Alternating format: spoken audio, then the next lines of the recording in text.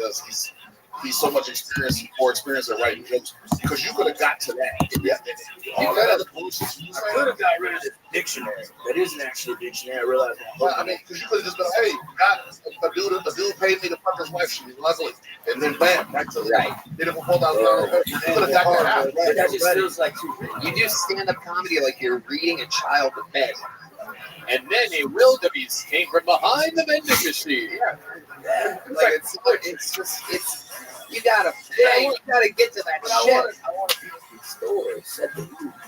Yeah, but it doesn't work like that in stand-up comedy. There's no painting moods. People come to laugh. They don't come to be like, ooh, what a special trip this is. Hans, Kim, get back out here. This is gonna be yeah. Hans Kim has defended his throne twice already. Once against Golden Ticket winner Enrique Chacon. Another time against Golden Ticket winner and almost barely favored, a very even match, Jared Nathan. This is his third time defending his regularship.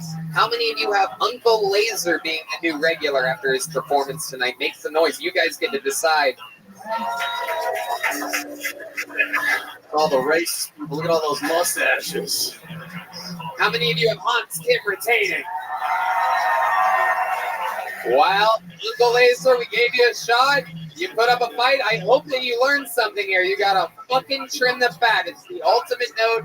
It's the one note that everybody in their first few years, a lot of people have been doing this shit 10 years and they're not editing enough. It is the real secret. Writing is the most important thing, and then cutting that shit down to only the pieces you need is the thing that separates the goods from the greats. So I think you learned the ultimate lesson here tonight because you got buried by chopsticks. You know what I'm saying? You got fucking, he put you in a to-go box with a little metal handle. He's going to carry you. Hans Kim, what do you want to say? I'd like to present Uncle Laser with this very little joke book made by Bonsai. Make some noise for Uncle Laser. Hans, you want to say anything else? I'm not surprised, motherfucker. Oh!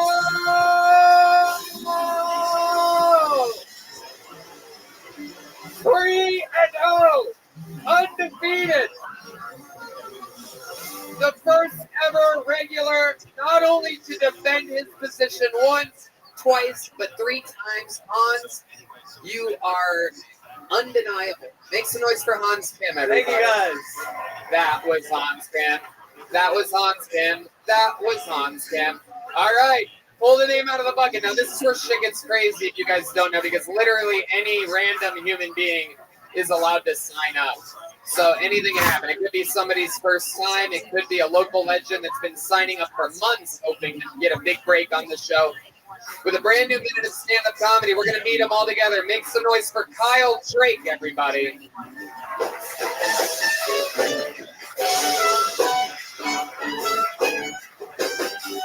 One more time for Kyle Drake, everyone. Come on. How are we doing? We doing good? Yeah. So I come from a pretty interesting family. Most comedians do, you know. Like my father, he was a drug addict. Yeah, but he was a responsible one. So, like he'd only do drugs on weekends. Yeah, because like that's when he had custody. But yeah, happy Father's Day, right? I don't know. Interesting family. All I really have to say is like white people, we're not the best. We're not. We don't even have the best genetics either, by the way. Like I have a brother, right, who's 25 years old, and he's already completely bald. Yeah, it's crazy, but cancer's a bitch. So, I know. Yeah, that's a fun one because it's real. I think I'm close to my time. I'm going to go over that. Kyle Drake, welcome. This is your first time on the show, correct? Yes. Yeah, absolutely. Okay, how long have you been doing stand-up? 2.5 years. Where at? San Diego. San Diego. What are you doing here? Visiting, scoping it out. See what the Scoping next it out. move is. Yeah. You're thinking about moving here? Yeah. Oh, okay. What do you think about people moving from San Diego? Is that okay? Jesus fucking Christ. I love how happy you thought I was in California. How do I feel? What do you do for work, Kyle Jake? I work at a research institute, and then I used to work at a company club. Okay. What are you researching? They do a bunch of stuff. They do like Alzheimer's, dementia, stem cells. Okay. Rogan stuff. All right. Okay. Which side of the argument are you on? Are you on Rogan's side or Dr. Peter Hotez's side? I believe Rogan runs his club, so I'm definitely on his side. I'm trying to get more stage time. You know? Would your dad ever give your brother with cancer like drugs, like share him up a little or something? My dad? Yeah, you had the bit where your dad does drugs. And Oh, no. He didn't cheer him up at all. Does your brother really have cancer? Yeah, he survived that. Okay. What kind of cancer was it? Lymphoma. Okay. Yeah. What was that like? Did you try to make him laugh during it? No, I made a bit about it. But I tried to, you know. He came with me. He loves comedy. So he's here. Not right now, but he passed away. Yeah. he's here spiritually tonight. He's no longer with us. What drugs did your dad do? What kind of drugs was your father on? Mainly alcohol. But Jesus Christ. Where's the real shit? Give me those Ozempic, brother. Give me the real shit. Uncle Laser has more drugs in his nose right now than fucking sounds like your dad ever did. Okay. Kyle, what do you do for fun? What makes you you? Tell us something interesting about you. You seem like a very, very normal white guy from San Diego trying to come into a place that's filled with monsters. So, dude, I'll say anything for more stage time. I believe Rogan owns your club. I just came to conquer and take over. I think the only, I guess the fun thing I did is I went to TJ and I lost a butt plug in a girl's ass. Wait a second. Yeah, what are you curveball now? You had to pay for that. No. You went to TJ Tijuana, Yeah. Mexico. Yeah. And you met a girl? Yeah. And she had a butt plug, or you had your own butt plug? No, she. I don't bring it with. I mean, okay. Speak for yourself. Okay. I'm glad we got Red Dan's one fart noise out of the way. Jesus Christ. This guy cannot wait. By the way, fun fact about the soundboard is that the fart board is a totally different app. No, don't go back to the fucking fart board. You're allowed to want an episode. So he literally has to bring it up. Okay. Thank you. Whoever's doing that, that's insane, please. Thank you. I literally hate that. So thank you, please. Thank you, John. Back to the comedy show. Thank you, Jeremiah. I mean, John. Thank you so much. There you go. Yeah. Oh.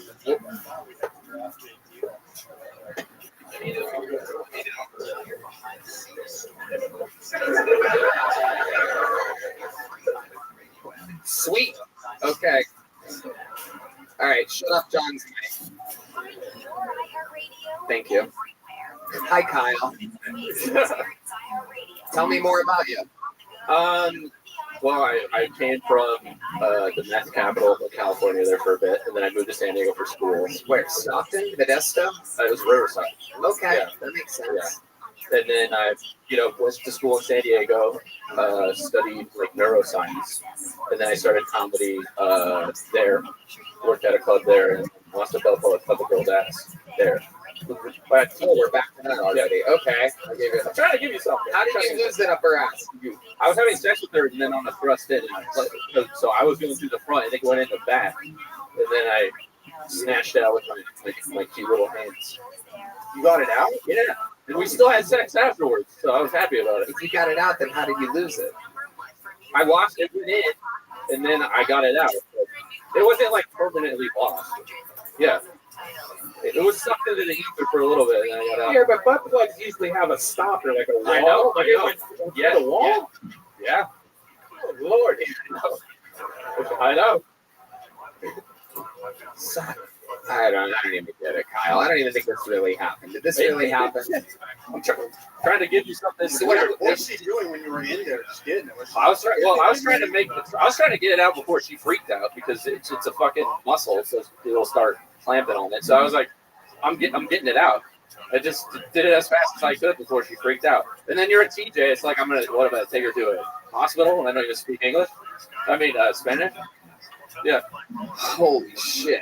So did she come or not? What happened? No. Wow. A little dose of honesty there from Kyle Trigg. She was a big girl, right? No, little skinny girls. Yes. Well, let's not say girl like that. I think it's really hard for you, Kyle, because you have a liar's face. Like everything you say looks like you're lying. Even though like your face just looks like you are. I'm not that. I get it. Let me smell your fingers. Let me see. He did it. Yeah, he did it.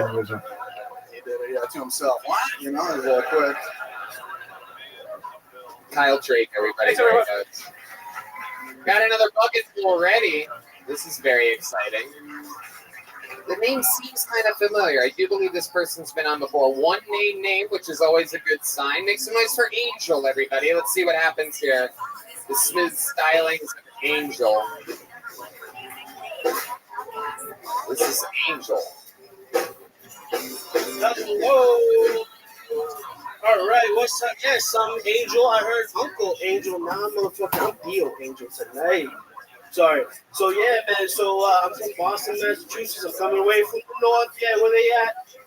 Okay, so I'm coming over here to tell you guys are free tonight. Woo! All right, Juneteenth, funny joke. I killed them, all right? I'm just saying.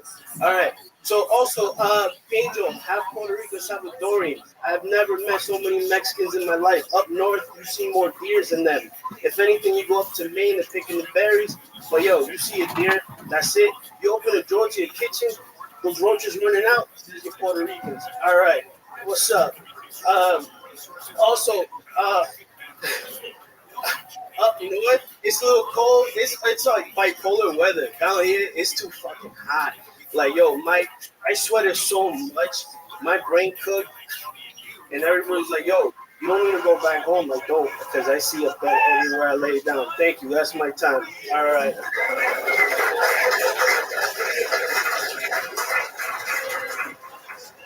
Okay. Angel, welcome. Have you been on this show before? No, I have not. Okay. How are you? Good, I'm well. How are y'all? They're good. They're better than you are right now. Have you ever done stand-up comedy before? Yes, I have. Okay. How long you been doing it? A few years. Pandemic kind of like took a pause. Yeah. How about since the pandemic? No. So if anything, I'm under 10 fingers. Okay. Thank God for that. Yes. That's good. When you said years, it got scary there. Yeah. Okay. And a lot of the go. Why are you bundling up the cord like that? Okay. There you go. So, do you live here? Are you on a safari right now? I don't want to look like a Lego piece no more. You know. But God wants you to look like a Lego piece, and that's what matters. And He is the creator of the universe. So, You already took away my wings and everything. You know. what wings? Thank you. I'm trying to get them back. What? What wings? What wings did he take? Looks like he gave you breasts and thighs.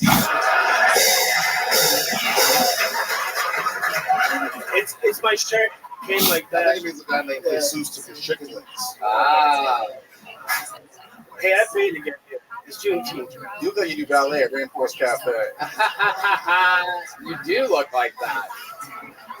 It will probably pay better than this. The human seat it's warmer. highly recommended. Thank you. But that's my favorite restaurant. All right. Yeah, appreciate it. Sauce by Angel. Okay. My angel. Yeah, we're working on like a title for this cafe. Okay, Angel. Right. Okay. Okay. What do you do for work? I drive for What do you like drive? transportations, more medical stuff. So organs for transplant, saving You're in lives. charge of driving the organs? A guy named Angel is in charge of delivering organs to people that need them? Okay. How long have you been doing that for? 2 years. All right. What were you doing before that? Landscaping, outside Home Depot. Ah. Angel. My goodness. Okay. That's why the hat, honestly. We know. It's hot out here. We know. It's a very specific hat. Okay. So, what are you doing in Austin, Texas? Where do you live? Boston, Massachusetts. I came out here for you and for the show. When did you arrive? Saturday. When do you leave? I just bought my ticket today. When do you leave? Tomorrow. Okay. Yeah. And look at you. You got lucky enough to get on. How do you feel? Awesome. Thank you. Let me ask you something. Because you're up here right now, a lot of people imagine what their appearance on the show would be like. You're looking right at it. You're in the room. You're in the moment. What surprises you about what you see and feel? What is expected? Did you picture it being like this? Did you envision anything whatsoever when you came here? Do I need a lawyer?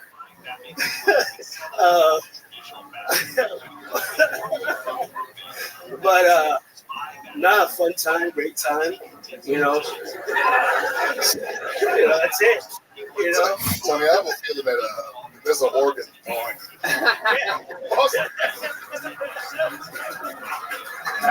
Somebody's Is your name, your real name Angel, or did you call yourself Angel because of your job? No, it really is Angel. Your real birth name is Angel. Yeah. So it was God given. I had no choice. So I stay with it. You know. Okay. You have any kids? You in a relationship? I got a cat, Harvey Dent. Your cat is Harvey Dent. Why'd you name it Harvey Dent? Because he has scars on his face. And Oh, Jesus Christ. yeah, we don't need no Tony Montana, Scarface, nothing like that. I want good health care. You know. Oh, shit. All right. Angel, I got to tell you, there's been a lot of you people coming in, less than 10 appearances, signing up for a show that has the ability to make people stars, and you just fucking clunk it up. You know what I'm saying? This is a very special little joke book. It says, "You suck" on the back, "Kill Tony" on the front. These Bonsai joke books just keep getting better and better. Can you catch? Hey, go back to where you were. Go back to where you were. Right there. There he goes. Angel, everybody. We're going to keep it moving here. I think we're in the need for a little bit of a fucking jolt of comedy, and you guys are in for a very special treat right now. One of the regulars on this show, one of the most legendary regulars of all time, actually retired his regularship on the very popular 10-year anniversary episode of the show in front of 3,000 people. He retired from being a full-time regular. And as a part of his retirement package, he gets the chance to do a brand new minute on the show every single time that he wants to. It's been only 2 weeks, and he's already cashing in. Here to debut a new minute for you. One of the great writers, roasters, and performers in the show's history. Make some noise for David Lucas, everybody.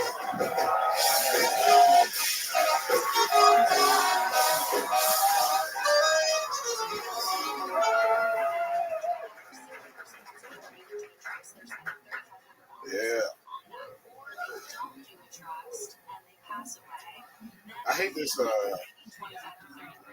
I hate this new word that we use. This gaslighting shit. I hate that word. It's like, why are you trying to sound so extra? Like, bitch, I'm not gaslighting you. I am lying to you.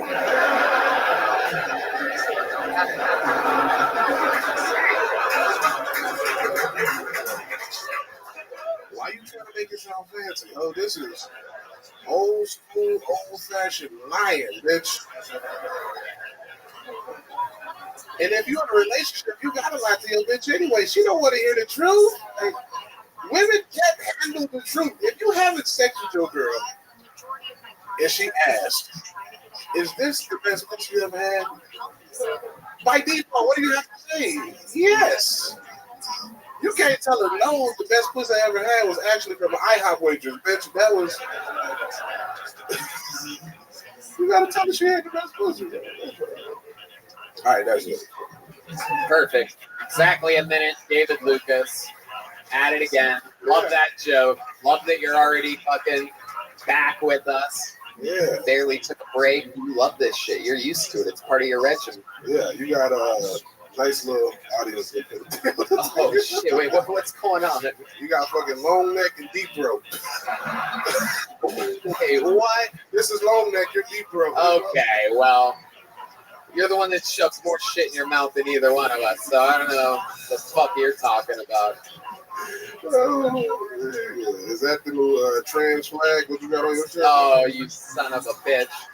What the Is hell? that fucking jean material? Is that, you wearing that shit on Juneteenth, nigga? What the fuck? Yeah. Tony was like, I was a slave last night. Does that count?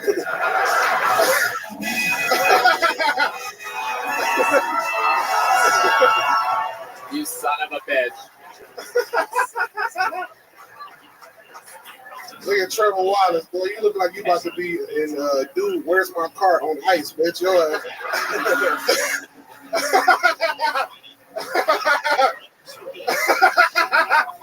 I didn't want it to hit, but it hit. David doesn't use Zillow, he uses Waffle House. You gotta try again, nigga. Oh no! It take a long time for a joke to get from your brain to your vocal box, nigga. By the time it get to your vocal box, it ain't shit, nigga. Nigga Trevor, boy, your ass out here, nigga, looking like you just drunk beer in a handstand.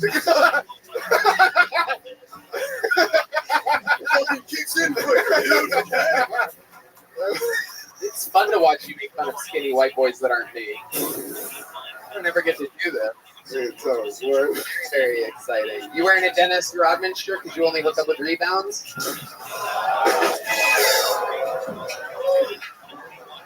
I'm wearing a Dennis Rodman shirt because on this shirt he got his nails polished like you got your toes painted. Okay.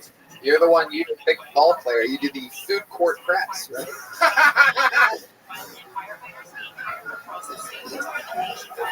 You only play basketball to play defense, nigga. You ass, I got it. I got it.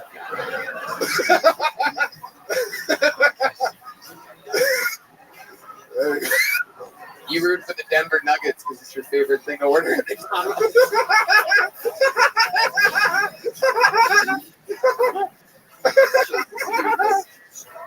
Oh, I got a big boy nigga with a basketball frame. Nigga, you play front and center. I don't know. I love it. You play power forward. Okay. Power bottom. Yeah, that would be power bottom. That's probably the right. So how's it been going? How's retirement? Here's your father on special Father's Day shirt. We got your dad here. That nigga look like Brian Simpson daddy, nigga. And they don't got the same head. Hey man, you out here. Look at you out here in your gold clothes. Your shirt Your looks ass look like you invented fried chicken, nigga. Get your weapon. Oh.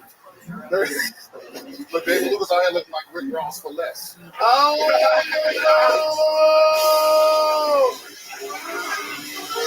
Oh my God! He was being so good. He was so quiet. He left the mic on the table, and then you had to wake up fucking That Brian. nigga teach, Brian Simpson teach Frederick Douglass studies in high school.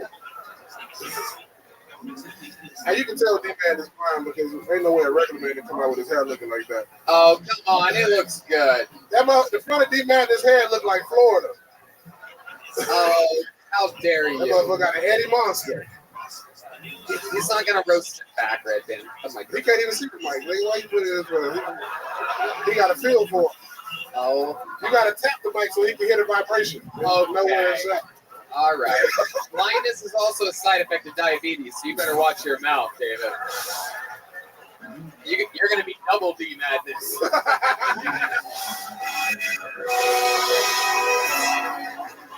But you the only nigga up here with sugar in this tank. What? That's an old black reference. That's what black people used to say when people be gay. They be like, he got sugar in his tank. Oh, you are sweating bullets. It's hot as fuck. Man, I've been drinking tequila. I'm retired, bitch. Hey, I love it. David David, we absolutely love you. You're a fucking monster. I love the fact that you're still fucking flexing these few minutes. I'll be here at least like once a week. I love it. I I love got it. a couple announcements. Oh, July 12th and 13th. Pull up on your boy Kids July 14th, New York City, Sony Hall, July 21st and 22nd, Boston, Boston, July 28th, 29th, Rutherford, New Jersey, Bananas Comedy Club. Pull up on your boy. some plugs that won't get lost in the Tijuana girl's ass right there. One more time for one of the greats in the history of the show, David Lucas. Absolute ghost. Oh, we did forget to pull a name. Okay, we'll do that. Hey, is KP back there? Let's see. He ain't going nowhere. How many of you like it when comedians do good on this show? How many of you like it when comedians do bad on the show? Well, in that case, I have bad news for you. This next comedian's about to do really good on the show. This is the guy that took over full time when David Lucas retired 2 weeks ago. This is the newest regular on Kill Tony. We've only seen 3 performances from him ever in the history of the show. This guy is one of the talks of the club. Here with a brand new minute. Make some noise for someone who we truly believe is the fucking future. The one and only Cam Patterson, ladies and gentlemen.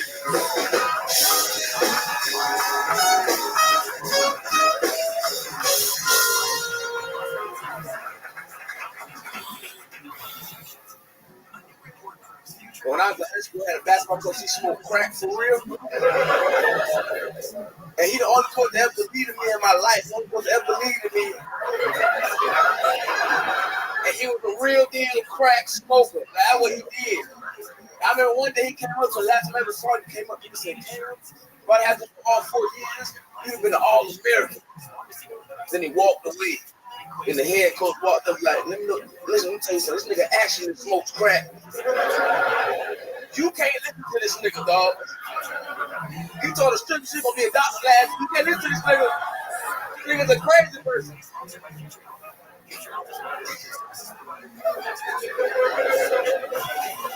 I only tell that joke. I broke somebody heart one time. I just went to Target. My co-guards come up to me like, "Cam, going to your show, this shit made me chase my dream." I'm like, "What you need to be like?" I want to go to the NBA. This nigga was 45 years old. That's it. Hey, that's it. Man, unbelievable yet again. So consistent, so your own self, so charismatic, crisp delivery, great punchlines, great editing, moving forward. How do you feel? Great, I feel amazing. I got a job and shit. This shit dope. Yeah, this is. I've never seen you in the mothership gear. You famously normally wear plain white t-shirts and sweatpants, and now you're wearing the mothership shirt and sweatpants. You work here now. You work here now. Are they? I got shoes on. They made you wear shoes? I don't think they made me. I just bought some. But let me put on some shoes. You know what I'm saying? You like my shoes, nigga? Do you like my shoes? Say yes. You guys all got to witness Trevor's. You guys got to witness Trevor's first time being called the N-word right then. A historical moment. This nigga white as shit, dog. Oh, yeah. It's the whitest you ever. How the fuck? You people, this nigga is crazy. Please don't that. Yes. Oh, Hey, white man, you okay? I'm good, man. I'm good.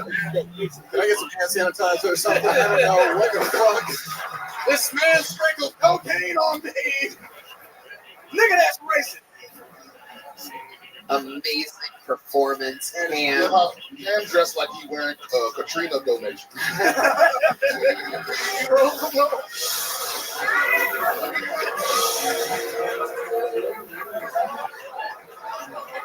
oh my goodness. It looks like you're working Foot Locker and with out of a locker at the same time. No, you can't. Don't talk to me, June Tate. You can only say that. Keep it quiet. The only thing missing from that outfit is a team that lost the Super Bowl t-shirt. It is amazing. Wearing his hurricane wear, Cam Patterson. Cam, how's life been going? You're writing a new minute every week. Yeah. You're out here. You got the job at the mothership. How does it feel? What are you working tonight? What exactly is your job? Today I'm the stair nigga. The nigga on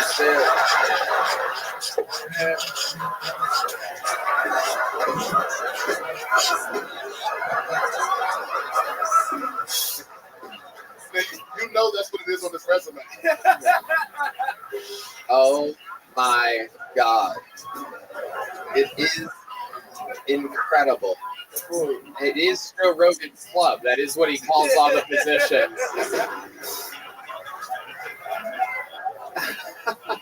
You have the bar, the stairs, the yonder. Just use your imagination and say the word that I'm saying. Yep. You know. I know this guy knows. He doesn't even want Californians to move here. Imagine how he feels about black people from Florida. My goodness. Oh, Jesus Christ. This guy? This one right here. This guy with no happiness on his face whatsoever. Do I make you nervous, nigga? Are you scared of me? Come shake my hand. Come shake my hand. Oh shit, here we go.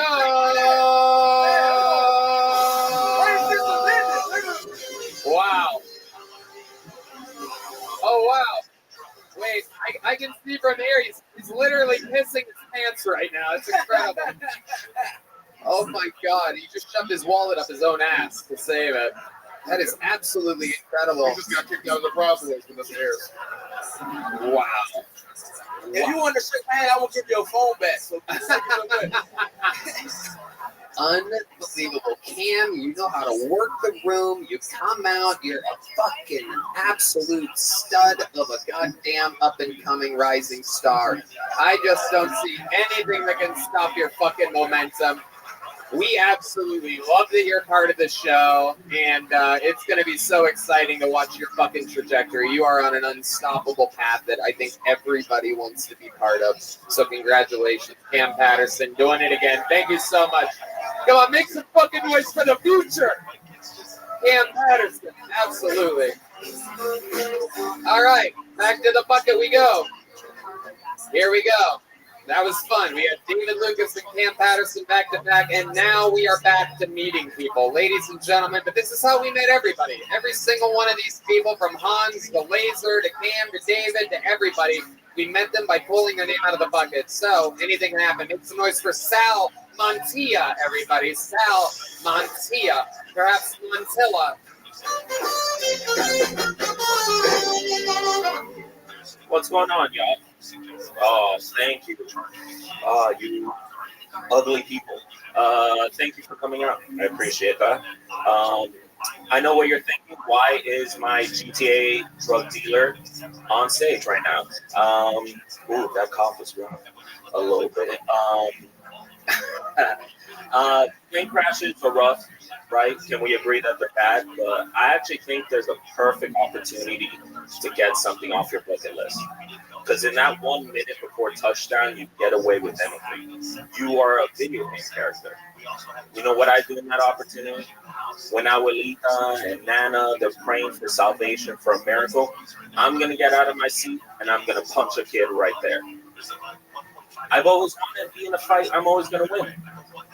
Haven't y'all? Hey, our parents beat us. I want to know what that feels like. All right. Oh my God. I didn't think I'd get this far, y'all. Honestly, I thought I was gonna black out on stage and pass out right now. Okay. Wow. Hi over here, buddy. How are you? What's going on? I'm your worst nightmare. Look over here. Just keep looking at me. Don't get distracted. Your ADD is cost you right everything. Oh, there you go. You just said something else. Look at you. Yeah. Sal. Can I call you? Sai? Yes. Oh, wow. Everything about you's fucked up. Look at that. I thought that was a lowercase L. That's an S-A-I. And Montilla? Yes. Okay. All right. Well, now that's out there. Is that your real name?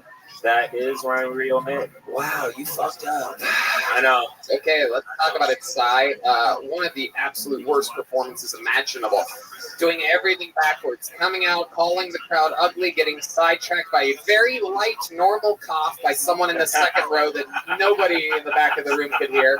You had to describe it as rough. That cough was rough. Yeah. You got sidetracked there, and then you talked about plane crash as a punchline-less bit about how you would punch someone else's kid because you were punched by your parents, but you're punching another person's kid, so it's totally different than the parent. I'd imagine it's more satisfying if it's your own kid.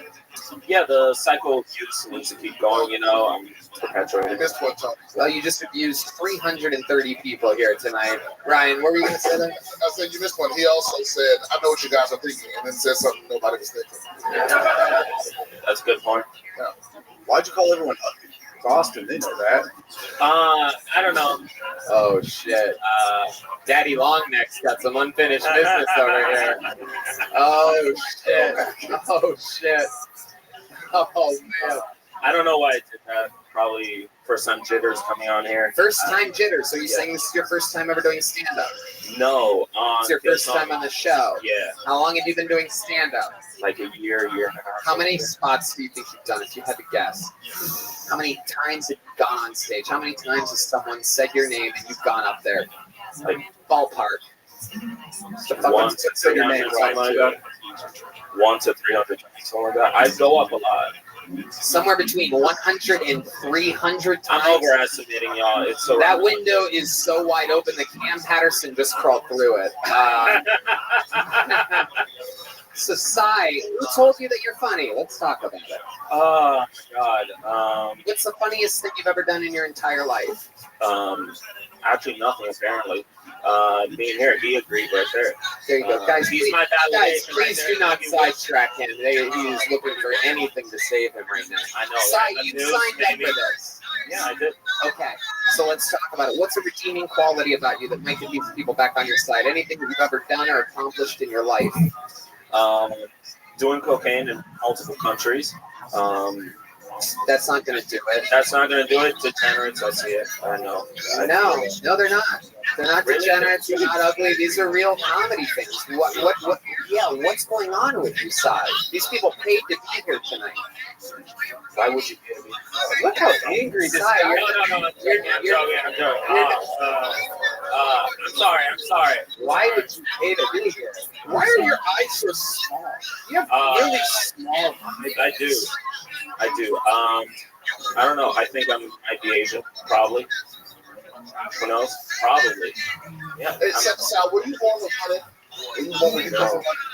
No. Is English your first language? No. Are your parents still together? Not even that. Okay. Did you go to college? Dropped out. What's the greatest accomplishment of your entire life? Honestly, being real. Having through it probably and not remembering anything about it. Yeah, I blacked out for most of it. Did someone lose a butt plug up your ass? Sai, I find people like you to be completely unbearable. You don't even get a little joke book. Leave the stage. Goodbye. Say nothing else. Say nothing. Prepare next time. Do something. Unbelievable. I mean, what do you want? It's what the show is. I'll give the opportunity to everybody to sign up. Some people are just unbearable, wretched human beings. Make some words for your next comedian, Daniel Shepard. Let's see what happens. Could be anything.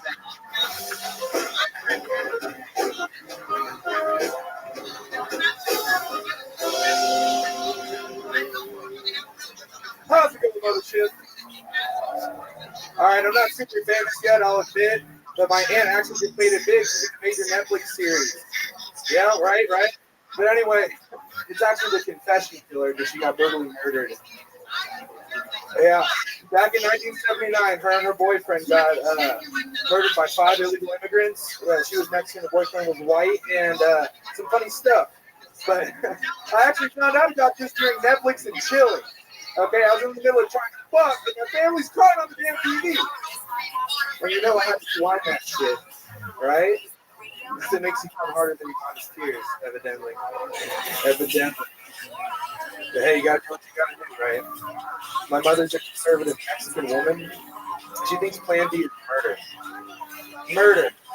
Okay, and I've administered Plan B thousands of times, unbeknownst to her. So it turns out I'm a serial killer. So mama's a serial killer. Anthony. Okay, thank you, Daniel Shepard, everybody. A real way to swing the momentum back around into the comedy show. Hi, Daniel. How are you? Am How I? long you been doing stand-up? I'm going on like 4 years solid. 4 years solid. Technically, I started in 2016, but 2019 is when I started like seriously grinding. You know. Okay. Here in Austin. I'm from Austin, born and raised. Okay. There you go. Outside Austin. Look at that. That's how much you got from the hometown crowd. Hey, none of y'all from here, motherfuckers. God damn. All right. Another. Oh, go ahead, I'm Daniel. not an immigrant. It's okay. Okay. My father's from New York. Okay. Mother's Mexican. All right. Y'all are California. Are you doing your own interview right now? You look Daniel. like no action Bronson. That's about right. You're the TikTok guy. That's right. Okay. Sold out 3 shows in Ghana. I know. Yeah. Oh, I love these guys just keep coming up here bombing and talking shit about the successful things around them. It's absolutely incredible. Daniel, for 4 years solid, do you think that was your best minute that you've ever done? So, No, sorry. That's one of my good ones. let's. That's the best thing I've ever had ever. Oh my God, it's unbelievable. You're just in your own little world. Daniel, look at me. Look at me. You're being interviewed by me. Hello, over here. No, not Anthony. It's okay. I don't fucking know you. Daniel, okay. You're done. There goes Daniel Shepard, everybody. We're going to keep it moving. Goodbye. Put the mic in the mic stand. Don't ever sign up again. Thank you. That way. Back to obscurity you go. It's that way. Yep. All right. This is very exciting, actually. Your next comedian, I have been informed that the I next to their name means that they're inside of the room. That means that it's one of you, one of your very own people. Very different than the 200 people in the alleyway or the bar next door where we keep them all funneled. So, it is my pleasure to introduce, and whoever this is, you're going to go that way, and you're going to follow this young buck all the way around. Make some noise for Nico De Cesare, everybody. There he comes, right from the middle of the room. You're seeing it live. Just like the good old days, from inside the room, one of your own. My guess, guaranteed he does better than the last two guys did. It has to be. Nico De Cesare, everybody. How you doing? Sorry, I forgot to masturbate today. I'm Nico from Boston. Happy Juneteenth. Haven't said the N-word once today. I'm just kidding. So it's this radish girl over here. So growing up in Boston, you can understand I had a very progressive father. I noticed here a lot of guys, they don't wear flip-flops. I like that because where I'm from, we don't wear flip-flops either. I was always told flip-flops are for faggots. And it was mostly just the thing my dad said, but as I got older, I understood it more because you saw guys walking down the street and you just heard. And it made a lot more sense. Just wish you could continue too. They also make a hot time. Thank God. Nico De Cesare, ladies and gentlemen. The crowd goes absolutely wild. They are so desensitized to comedy that all you had to do was come up here and rattle off how shit's gay.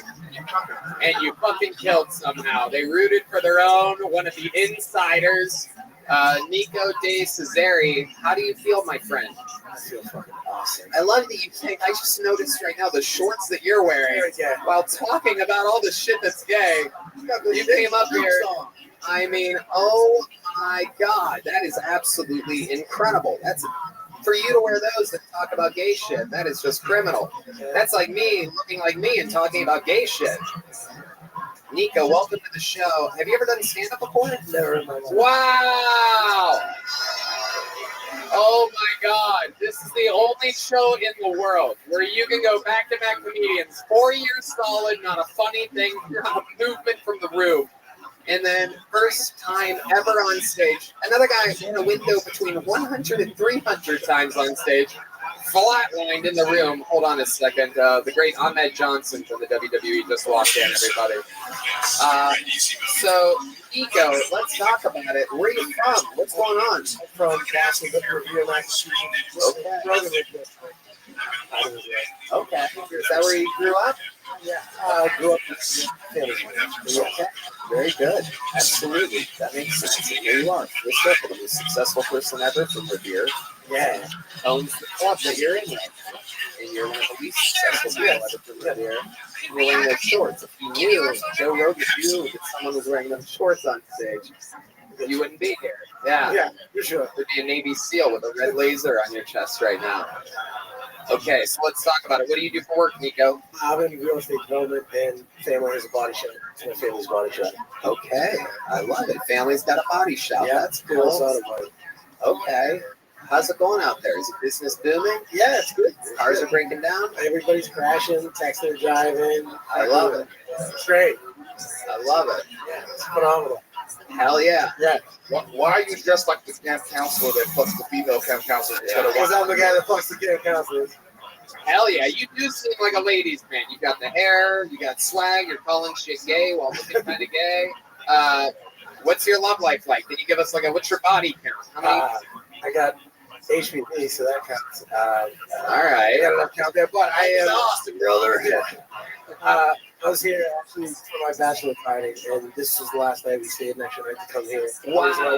For the show. Holy shit. So wait a second. You came to Austin to celebrate your bachelor party, stayed an extra night for Kill Tony, signed up. Your odds of getting up over 1 in 200, and here you are. Yeah. That's incredible. So when do you get married? I'm getting married in August. Okay, let's talk about it. What does this girl do?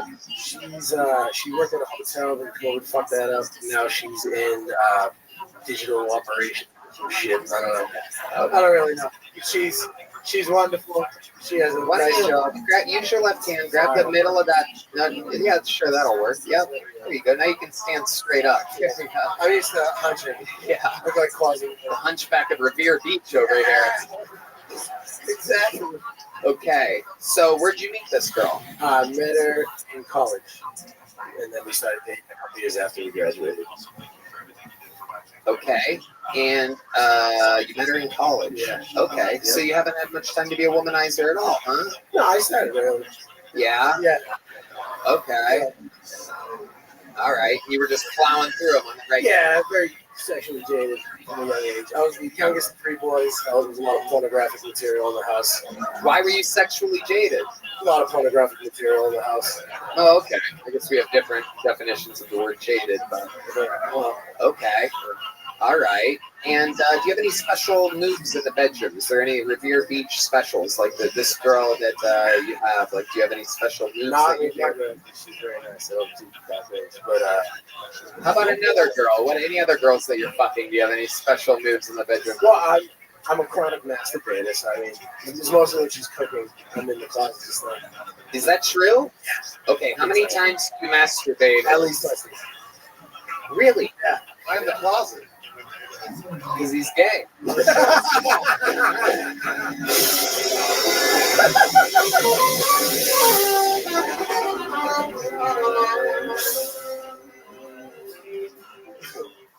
So you masturbate twice a day and you still have a healthy love life? Yeah. Yeah. Okay. What is going on? How old are you? 30. 30. Yeah. All right. So, wow, that is incredible. How many times do you have sex a day or a week? I'm trying to do at least twice a week. Twice a week. Don't you think you'd have more if you didn't masturbate in the closet twice a day? For sure. For sure. It's just so much easier to jerk off. But this is like a good girl. You seem to She's imply a that she's a sweetheart. really sweet, good girl. You don't even know what she does for work. We watch the show every Monday, so next Monday she's gonna fucking kill me. But Okay. I have good news for you. You have 3 weeks. We're 3 episodes ahead right now. Awesome. But it's not going to be August yet. What's your go-to porn? When you're in the closet, what is it? You use your phone? I like. Do you look it up on your phone when you're in the closet? You know, you have like a bottle of lotion in there. You just dry hand it. Okay. All right. I like it. Leave it from a guy to Revere to have the British are coming. You know what I mean? Hey, it's a little American history reference for y'all. Very rarely do I get to do a Paul Revere joke on the show. Seriously, what kind of porn are you watching? I like large white asses. Large white asses. Okay. No, is it specifically the ass itself has to be large, or are you into like a more plump type of girl? No, big asses, fun. So what do you look up? Big asses? Big asses. That's a good one. I actually have been in the. I've been going. There's something about it. When going to porn, there's something about just a real fucking meaty bitch that it's just something about it. Brian, do you have any tips for the guys? Yes, we're going to our senior big white ass correspondent, Brian Simpson. Oh, hey, listen, I'm offended that y'all would get your stereotypes mixed up on Juneteenth. It's skinny niggas that like fat white bitches. It's not. It's fat black dudes don't do. Fat black dudes date fat black women. Right. Skinny black dudes date fat white women. Right. Yeah. Right. There's like Something like the weight on their shoulders or some shit like that. Right. It's like there's always stereotypes are affected by the weight of the individual. Yeah. Is your wife a big girl? No, she's skinny. That's like, Well, no, I met her. She lost like a ton when I met her. She was very voluptuous when I met her. And then she. What happened? How did she lose I think weight? it was just a post-college, like, beer weight. Gosh, she'll kill me.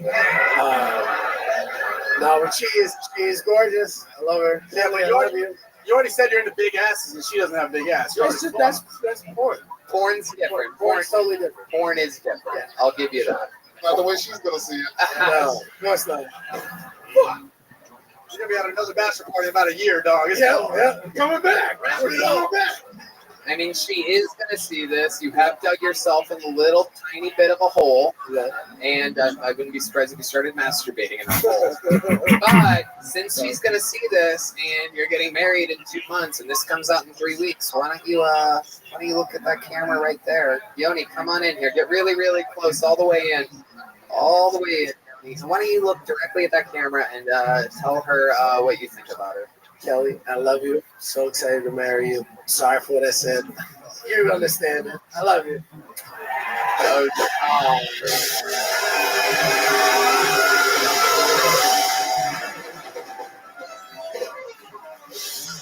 Yay! Yay! My friend, you are the first person tonight to get a big joke book. Represent. Absolutely awesome. Congratulations. There he goes. Nico De Cesare, ladies and gentlemen.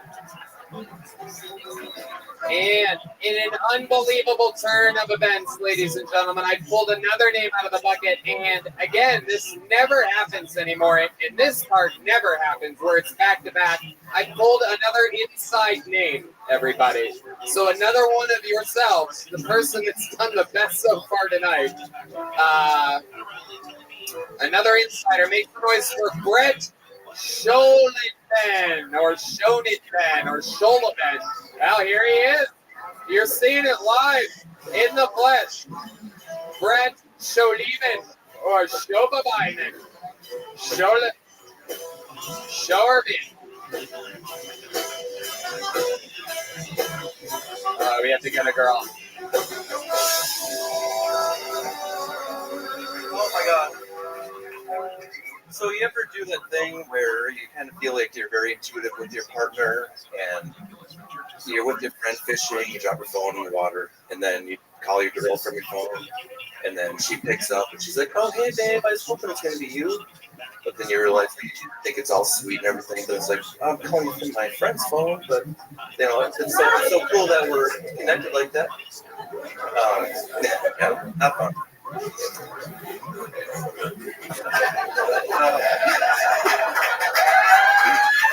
Thank you.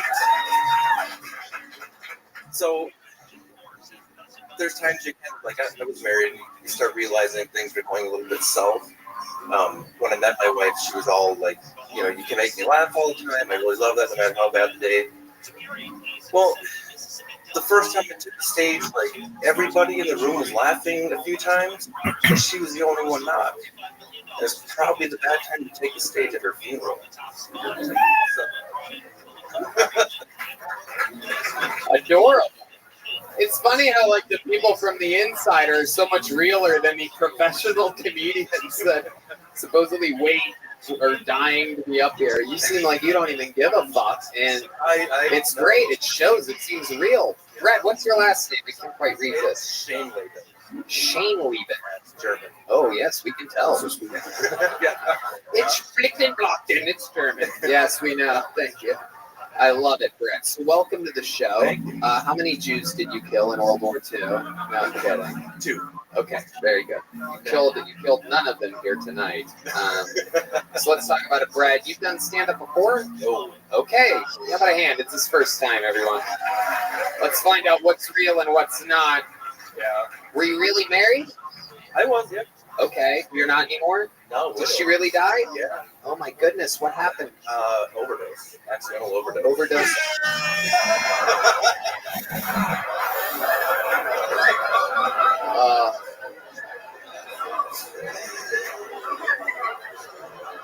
I'm staring at the lights right now, and so did she at one point. Huh? Okay. What did she overdose on? Was it that sweet dick? Am I right? You know it. No. No, it's like she was taking ketamine from her where she's working, and then she couldn't get it, I guess. She took something else. Ah, yes. I hope all you Austinites are listening to this, you fucking ketamine addicts. All right, yeah, I got real in here this time. People are like, wait, what? You ran out of ketamine? What the fuck? Everybody was thinking what I was thinking. Like, that doesn't sound like an accidental. Like, she was stealing shit from work.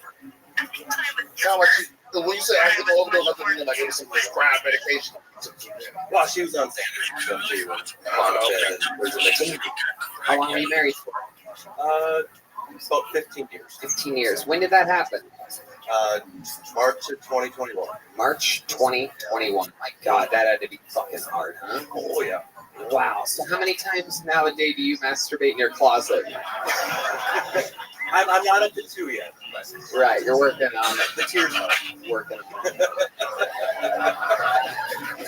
Yeah. Yeah. You can be happy now. Stop being sad, ladies. Turning it around. And what's magical about the show. I love it. So, very, very cool. How long have you wanted to try stand-up comedy? Not even 6 months. Been watching the show. Then March this year, I got tickets. Then I start thinking, like, well, if I get the opportunity, I'll get there and I'll put my name in the bucket. We'll give it a shot. Very cool. Let me tell you something, man. You have one of the hardest things to have, like for people to get this microphone. It's automatic. Like before, you talk about some dark shit, but you right there on the line. It's impressive. You should do more. Yeah. Thank you. What do you do for fun? I want to know more about you. Tell us more about the life of Brett Schmicktenschmatten. Recently, I've actually been going to a lot more cowboy games and stuff, getting out of it. Is that where you live, Dallas? Yeah. Nice. Okay. Born and raised there? No, born and raised in Minnesota. Nice. Yeah. How long have you been in Dallas? 11 years. Beautiful. Congratulations for getting out of Minnesota. Yeah. Family wants me to go back. I don't think it's going to happen. Yeah, it's very much just Canada. Yeah. Don't do it. So now you're in Dallas, 11 years. What did you do to cope with the loss? How did you recover from that? You have kids? I have 2 kids. They're 13 and 15 right now. Right. And so you're just out there rocking it. Super cool single dad. Yeah. Okay. Have you brought any ladies back to the house yet? Not in that sense. Okay, but what do you do to cope with the Cowboys losing? Oh, come on. Come on. I'm talking about a serious thing. Hey, I'm thankful they're sponsored by Miller Lite, not Bud Light. So, you son of a bitch. You son of a bitch. Okay, so what do you mean not in that sense? I will bring someone Like through the back door, you sneak them right. in. Yeah, I gotta win. You make sure that the kids are asleep or whatever. Yeah. And then they come in. Okay. You're a funny guy. I think this guy might have poisoned his wife. No, Yeah. Benadryl helps. Right. I gotta go to my shift at Topgolf, kids. Make sure you double check the measurements. You don't want to over Benadryl them and have them follow in the mother's footsteps. So is that hard to do? Is it hard to sneak a woman in with a 13 and a 15-year-old? Did they bust you yet? No, but then like in Austin, I got a hotel. You're not afraid that can get no pussy? Oh my kids, it's creepy. They tell me often that their friends think it look like Johnny Sins. So yeah. Your 13 and your 15-year-olds know about a porn star? Yeah, no, when my daughter was 10, her friends were telling me that my friends think I look like Johnny Sins. He's brought up Johnny Sins, and you do indeed look like Johnny Sins. This just in, you look like Johnny Sins. That is incredible. How do your kids know about him? That's a great question. Their friends do, and I was at church yesterday with my daughter. Oh, yeah. And one of the little Johnny confessing his sins. And one of my daughter's friends saw me and he called to me and her, "Oh, Johnny Sins." So and his parents are right there. And I'm like, at "Oh, church, your kids know who Johnny Sins is, and what makes you think they're not going to find this episode of Kill Tony in which you're talking about sneaking hose into their house? 100% they will, but it's all for laughs." I love it. Amazing. Yeah, it's just jokes. Just jokes. What else about you? What else do you do for fun? Not a whole lot. I mean, do the sporting goods, sporting stuff. My kid's in basketball, so it's a lot of taking him to and from practices. Been getting out more. I ended up finding a swinger bar where I live. Oh shit! Look at you! Hell yeah! And was oddly hit on by a really old guy. That was right. Well, you're a fan of the Cowboys, so. Wow. So I'm going to go back to a question I asked earlier and that blew by. How did you fill that void? How did you cope with the loss of your? Were you there when it happened? You found her? No. So I was making dinner and was plating it all up. So she's usually home around the same time every night. Oh, God. And I got a knock on the door, a very authoritative knock. And I'm like, oh shit, this isn't gonna be good. It's I don't know if it's gonna be someone trying to bust in. Right. Was that her? Not Heaven Door? No. Okay. I'm sorry. It's one of my favorite songs. I'm sorry. No, it's local PD. Yeah. And the kids were there. They were in the vicinity, but we have a Ring camera, and it's all linked to their phone. So my daughter comes running around the corner. And oh my god, Mom's dead. Oh no. Do you remember what you made that day? What was for dinner? I'm just curious. Pork chops. Ooh, pork chops. Yeah. Boneless or boneless? Wow. She missed out. Oh my goodness, yeah. Balsamic glaze. Oh my goodness, balsamic glaze with just a pepper of Xanax on top. She would have loved it. She would have loved it. Incredible. I cannot get enough of your sense of humor. I mean, it is incredible to watch you laugh at this stuff and digest it, be able to roll with it. I mean, my mind is completely blown that we have fans of the show that are this fucking cool. You coped with something, you dealt with something, you come up here, you have a magical night like this. I love it. I'm going to give you the second big joke book of the night by the great Bones tonight. Hell yeah. Thank you. Make some noise for Brett Hefeweizen, everybody. Brett Scholeweizen.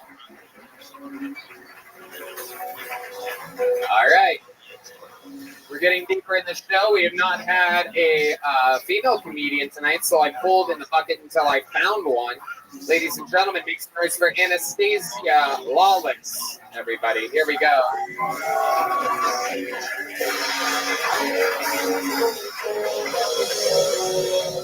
Come on, one more time for Anastasia, everybody. Let's go. What is up, motherfuckers? I love whores, sluts, and porn stars. because they are willing to do the jobs. I will gladly do the paperwork to outsource. All right, you know what I'm saying? Do I want a train run on me? Not particularly, no. You know, I had a gentleman ask me recently, though, how do you know you don't want a train run on you? And since I'm such a genuine lady, I really gave it some thought, you know? It's not the multiple dicks I have issue with. It's the multiple ego stroking afterwards. Ladies, you know what I'm talking about. Did you like it? Did you come? Motherfucker, you know how I know you came? Because as you were coming, you're like, I'm coming. Yeah, if I didn't do that, it's a good bet that I didn't fucking come. Yeah, good fucking bet. Yeah, no, I'm going to leave that work to the ladies of the night with the heart of fucking gold, all right? They're fucking amazing at it. They're fucking great at it. They're like, yeah, Daddy, right there. You're the best I ever had. A lot easier to lie when you get paid for it. You know what I'm saying? Okay, Anastasia Lawless. Very interesting set, talking about how silent you stay. What's more silent, you during sex or the audience during your sets? I'm actually very vocal, but you know, you have to make me come, you know, like, and I'll tell you, and you come in, you know, just like you guys do. Is that your real voice? Yes. Okay. All right. Is that your real voice? Yes, yes, it is. It is. It's been working for me for 16 years. This is your first time on the show? No. Okay. When was your last time on the show? It's been about a year. How did that go? It went well. Have you washed your hair since then? Yes. It's very hot outside, though. It is so indeed. I don't lack sweatpants. Okay, absolutely. All right, Anastasia. What do you do for work? I'm a postpartum doula, newborn care specialist. What does that mean? I take care of babies and I help parents and families in the beginning stages of their journey into new family land. What qualifications do you have to do that? I have lots of experience. I have taken 50-hour courses and yeah, I've traveled the states doing it. Yeah. Okay. So you have to have certified, you know, CPR certified is very. Have you ever had to save a baby? I have had to help a baby from choking to death, yes. What did you have to do? You like plunge this stuff out of it? Actually, it's not, and I have to be current on my courses, so I have to say you should not do this anymore. But it used to be that you could do the little hook. That's what I did. Is that you getting a butt plug out of an ass? No. You get the food out of their mouth, you know. Oh, so it's choking. Yeah. Were you feeding it? No. It was so someone else was feeding it. She was feeding herself. She was a toddler. Yeah. Okay. Weird. Okay. Weirdest thing that's ever happened when you're working with these babies? Anything ever stand out to you? All of your tons and tons and tons of experience. Weirdest thing that ever happened to me was a baby with pyloric stenosis. Ooh, what's that? Sounds like a future Kill Tony regular to me. It is a genetic condition where they do not fully digest their food. So even after like 30 minutes, they're projectiling their whole bottle. And yeah, so this baby was doing that for, I want to say 3 weeks before I got there. That's wild, but you just did it for 1 minute. Yeah, that was incredible. That is true. It is amazing. How long have you been doing stand-up, Anastasia? June will be 2 years. June will be 2 years. All of it here in Austin, Texas? Yes. Oh, I do believe there is a universal Amber Alert going on right now. That is incredible. Baby vomiting all over everything, everywhere. Missing its postpartum the baby bop. Okay. What do you do for fun, Anastasia? What's like your wild nightlife like? I don't really have a wild life in my 30s, so. Right. Perfect. You're already basically dead. You're right. No. I like to, hike and I like to write songs and write poetry and I do pastel work. Anastasia, how many Burning Mans in a row are you doing? I've never been. I don't have that much money. Yeah, I mean, change your stage name to Anesthesia. She is putting me so.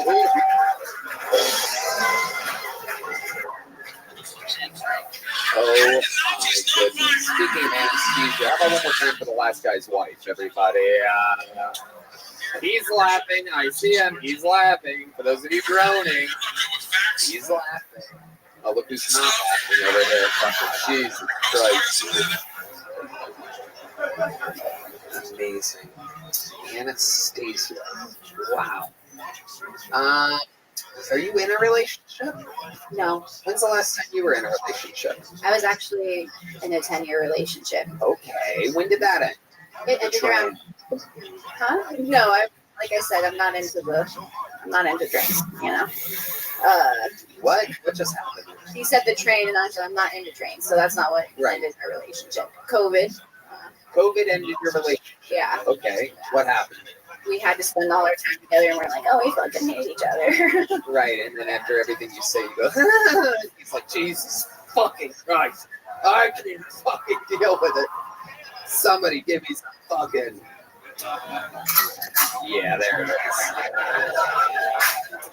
Incredible. What did he do for a living? 10 years in a relationship, that's a long time.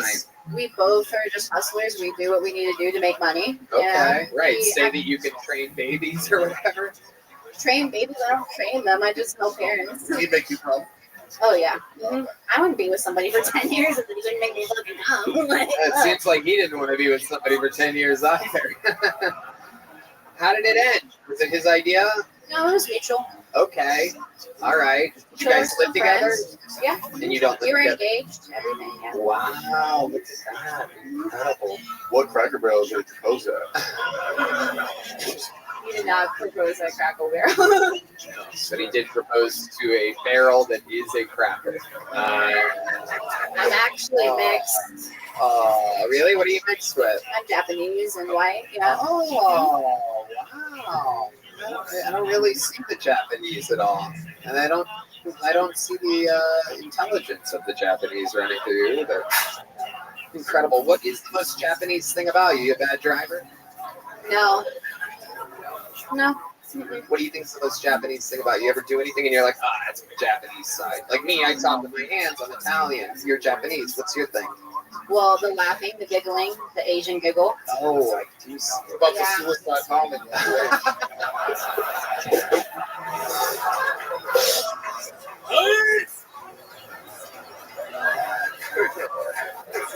I don't know if I'm allowed to make that noise yet.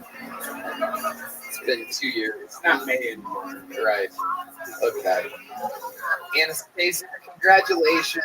You got on the show again. You already have a little joke book, I'm guessing, from your last time. You have a big joke book? Incredible. Well, you should use it. There she goes, Anastasia. Flawless, everybody. And now, everybody, we've been through it here tonight. A lot of highs, a lot of lows. Hans can retain the re-entry of David Lucas into the Kiltony universe, the shining performance of the future Cam Patterson, and two unbelievably compelling inside the building bucket pulls. A lot of hard bombings, a lot of people, you know. I mean, the thing about Austin becoming the comedy capital of the world is that a lot of the best comedians in the world are moving here, which also means that a lot of the worst comedians in the world are moving here. We got to see some of those tonight. And now that all comes to an end. Now I would bet everything I own that the next few minutes are going to be fun as hell, because I know, because this guy has the record for most appearances all time on this show, the most interviews, the most new minutes. Ladies and gentlemen, you know him, you love him. It's the Vanilla Gorilla, the Memphis Strangler, the Big Red Machine, William Montgomery.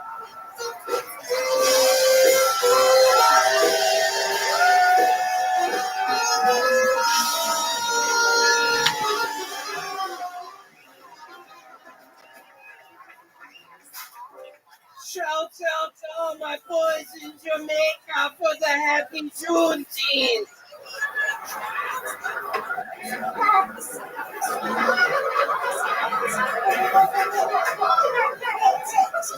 I think the worst thing that ever happened to me was when I met my haters at age 3. A submarine that takes tourists deep into the ocean took to look at the Titanic wreckage is missing. The last time 5 tourists got lost in something that deep, Redman's mom was screaming, "One at a time, one at a time."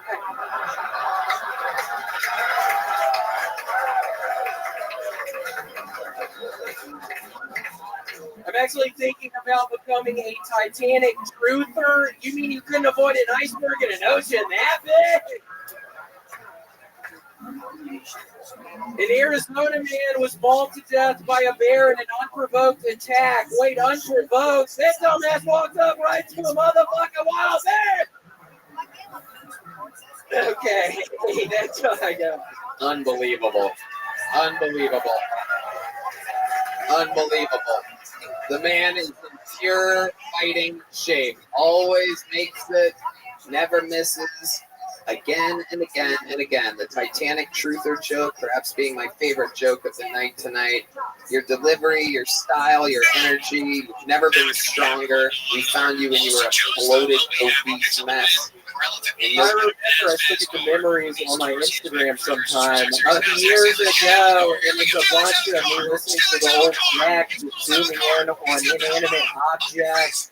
At 4 in the morning, yeah, it makes you feel weird, but I think we're past that, Trevor, I think. What did you do when you said that you met all your haters when you were 3? When I was 3, I actually went to a place called Silver Springs outside of Gainesville, Florida, and I went up there to get the snake wrapped around my neck. And the guy was like, "Where are you from?" And I kept on saying America, and then everybody was laughing, and I didn't understand why. They kept on asking me where I was from, and I kept on saying America, and there were a couple of fucking haters out in the crowd. And I remember looking at them and thinking, I am from America, I don't get it. So it's pretty much that. This is Silver Springs. If y'all are ever outside of Gainesville, Florida, visit Silver Springs. They have a really great glass bottom boat. And Tony, I'm glad you asked me about that. I actually have a new sponsor tonight, Silver Springs Theme Park outside of Gainesville, Florida. Wow. So you know what I love about William? Yeah. Is that he's sober now. He's still weird as fuck. Like, when he came out here, I came out here way after me too. When he came out here and I heard he got sober and all saw this, what I said, oh, William's gonna be fucking normal now. This motherfucker, this is him off cocaine. Y'all understand that? Yeah. There's a certain amazing group of comedians that get sober and they stay weird. You know, it is incredible. There's an all-star lineup. You, Theo, right? Tim Dillon. Who else? I think Gallagher famously got sober. The guy who did all the watermelon stuff. I mean, he was really bad off on crystal meth, but Indeed. John, It's great that you mentioned yeah, Gallagher. John Mulaney has a really bad crystal meth problem too. Yeah, I think he got Sinbad. I think had a really bad crystal meth problem as well. He got sober. He's still weird. Shout out to Gallagher, who smashed more watermelons than anybody on Juneteenth ever has.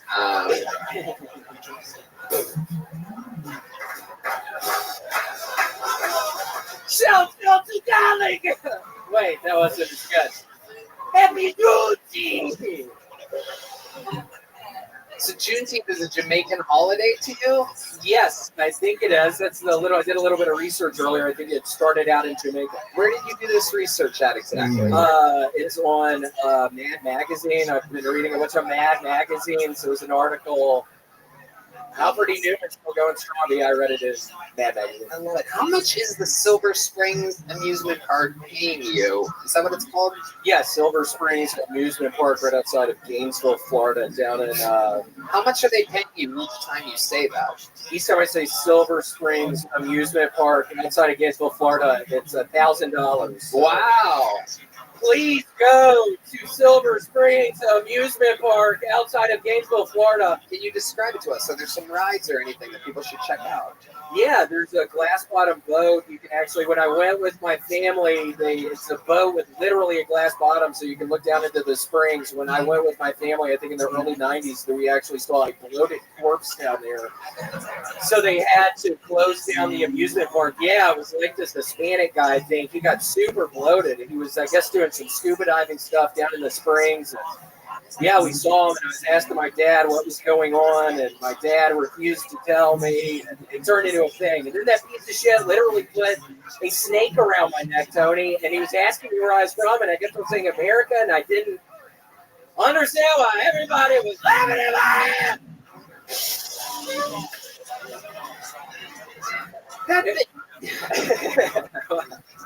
That thing that you do sometimes where you get really loud and it sounds kind of like urban, unlike the way that you normally speak. It sounds kind of, what would the word be? Waikiki. Where do you think you scream like James Brown? Yeah. You do. Where do you think that comes from? Where did that start?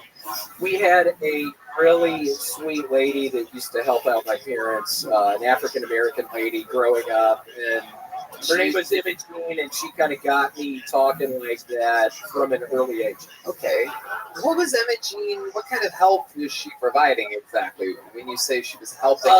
Folding towels, doing the bedding, doing the dog walking, making the meals. I'm trying to figure out what my parents were actually doing back then. I mean, Imogen was doing everything.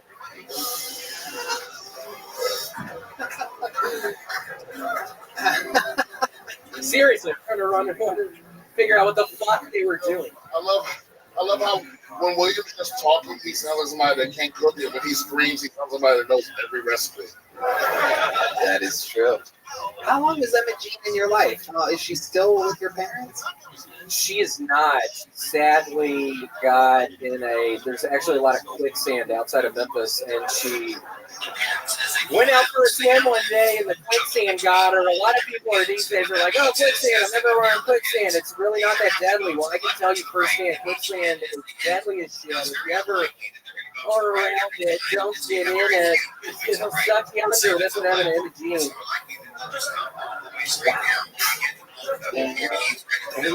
Unbelievable.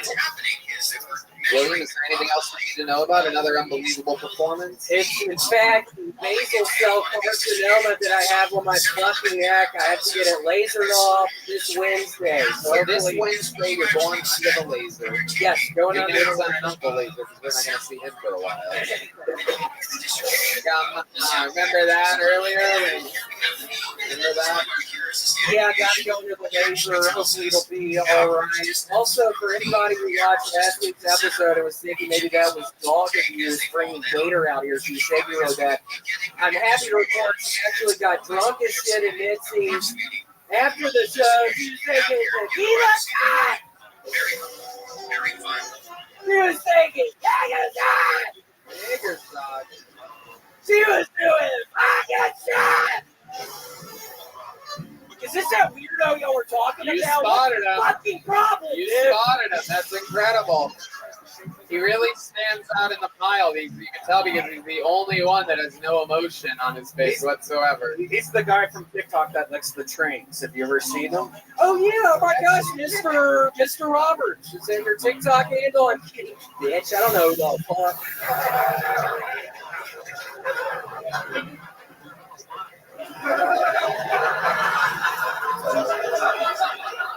So you were saying that the dog that was in question of animal cruelty last week, because it was shaking profusely, this sweet little dog that you bought, that all is well because it was doing shots of liquor afterwards? Yeah, she's 8 weeks old, 9 weeks old now, so I'm thinking I can't drink, but my loved ones are sure as shit gonna be drinking, so I got her drinking pretty early on. I'm just a little worried. She's such a small little dog. I'm worried about the size of her liquor. I'm worried about the size of her kidneys. I don't know if it's a sustainable thing, but shut the fuck up, you trick ass I'm bitch. having fun. What? We all having fun.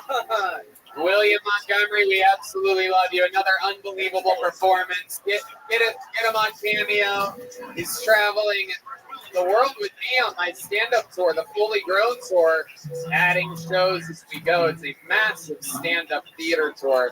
If I'm coming near your city, I highly implore you to come along, join in on the fun. Shout out to the Red Rose, the Yellow Rose, Austin Security Guard Service, Joel Bluster, CM Smokehouse, and Screwball Peanut Butter Whiskey. How about one more time for the band, everybody? Matt Mueling, Sean B, D Madness, Paul Deemer, Michael Gonzalez, the drawing from Ryan J. Email is in, that pops up on your screen right now. The drawing from Chris Rogers, local artist, is in. I do believe that's the great Paul Deemer right there on the horns, absolutely.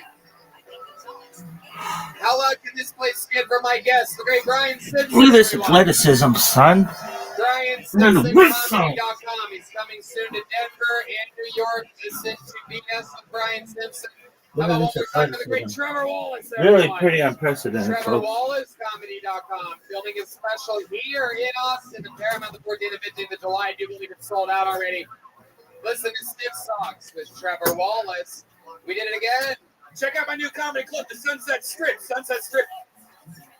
ATX.com. I love you. Thank you guys. Good night, everybody.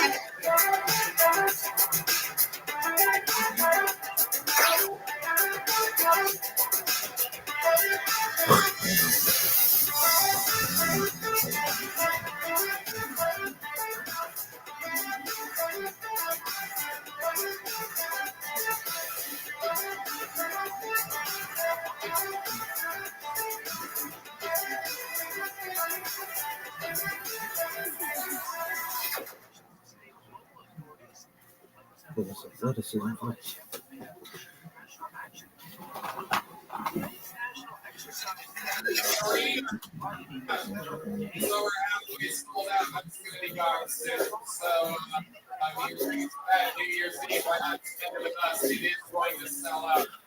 Not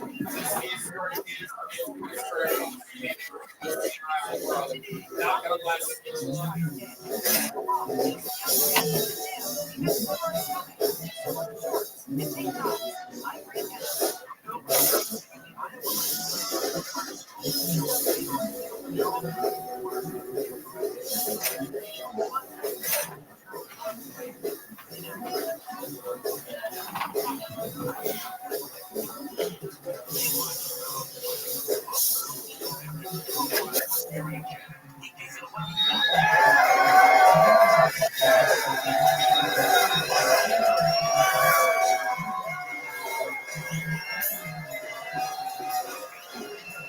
Hey, this is Rabbi coming to you live from the Comedy Mothership here in Austin, Texas, for a brand new episode of Kill Tony. Give it up for Tony Exclair!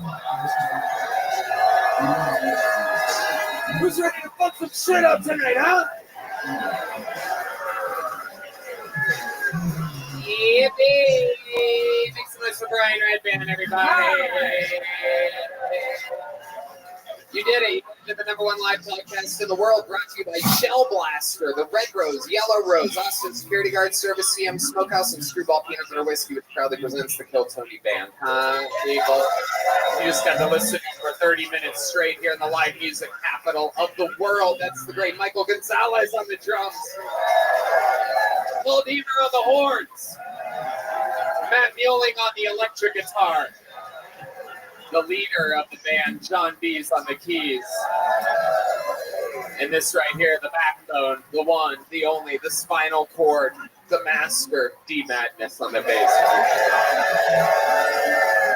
A lot of fun stuff happening. All these guys are going to be joining us in a fucking arena here in Austin, Texas at the HEB Center on New Year's Eve. Just a heads up on that. Before we start tonight's episode, here's a little bit more from the amazing sponsors who make tonight's episode available for you here right now.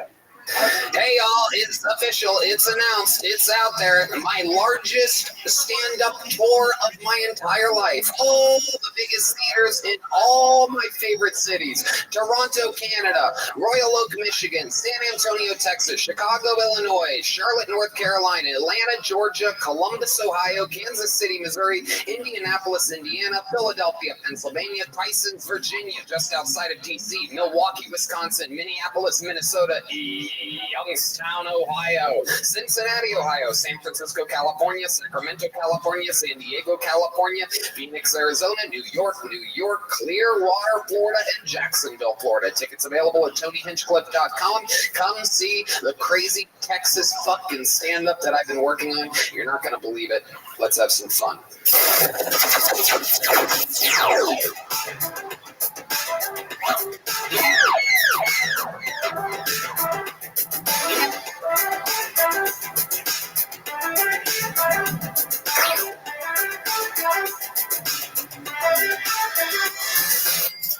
You know, both in stand-up comedy and in all walks of life, let's face it, not everybody is always feeling the sunshine of summer. In the time since the below, I have wound up with under the social impression media and that there's family and so many different aspects of life.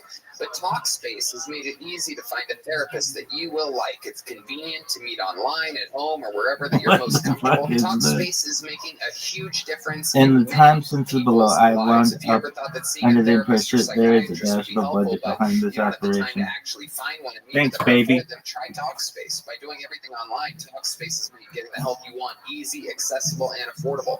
When you've met your therapy goals or simply want to cancel, Talkspace has a simple cancellation process and will work with you to get a prorated refund for unused time if applicable. Don't wait. You can get a therapist through Talkspace, and it can help you shift your perspective, find tools to cope in difficult times, and be a guiding light. Getting started is the most important part. Talkspace makes it easy and affordable. Red Banner. At Talkspace.com, you can sign up online and get a personalized match with a provider that's right for you, typically within 48 hours. It's incredibly convenient to have virtual sessions with your licensed therapist from the comfort of your own home. Talkspace lets you send messages to your therapist so you don't have to wait for your next session.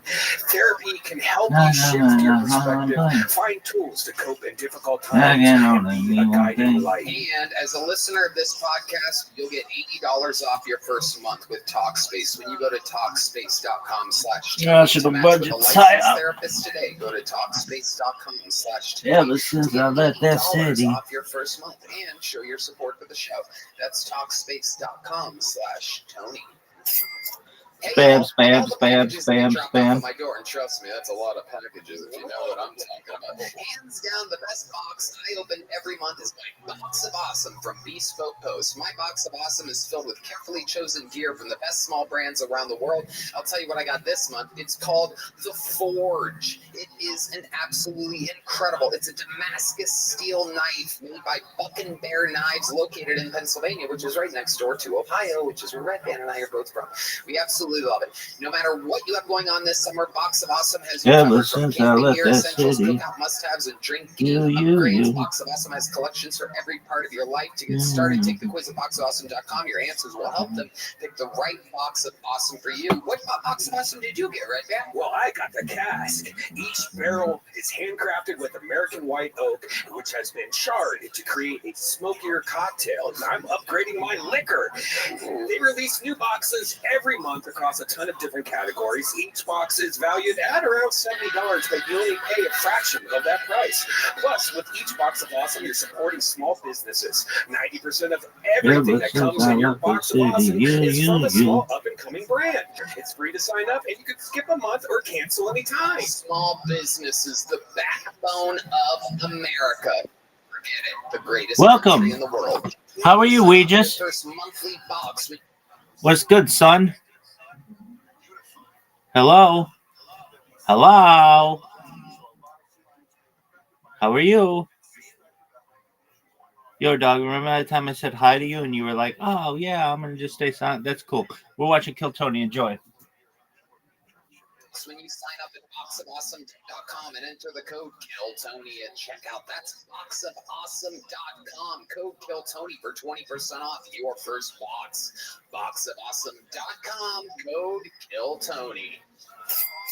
Hey y'all, now that we're in the thick of summer, you might be looking for wholesome, convenient meals to support sunny, active days. Factor, America's one ready-to-eat meal That's tight, kit can help you Regis. fuel up fast with flavorful and nutritious ready-to-eat meals Yeah, delivered straight to your door. You'll save time, eat well, and stay on track reaching your goals. I've been so busy lately. Have a huge tour coming up. We just did the 10-year anniversary, which was exciting. Execute and produce, and with all this stuff going on, Yo, dog. I'm too busy to cook, and I'm even too busy to be honest with you. I've gotten too busy to order delivery. Like, it's crazy. By the time I do it, I'm already too hungry. It takes too long for it to get there, no matter what type of delivery option I go with. So I have fallen in love, deeply in love with Factor. I skip the extra trip to the grocery store and the chopping and cleaning and the order. And I get all the flavor and nutritional quality that I need. It's fresh, never frozen meals are ready in just 2 minutes. So all I have to do is heat and enjoy. Then get back outside and soak up the warm summer weather or work. Red Dan?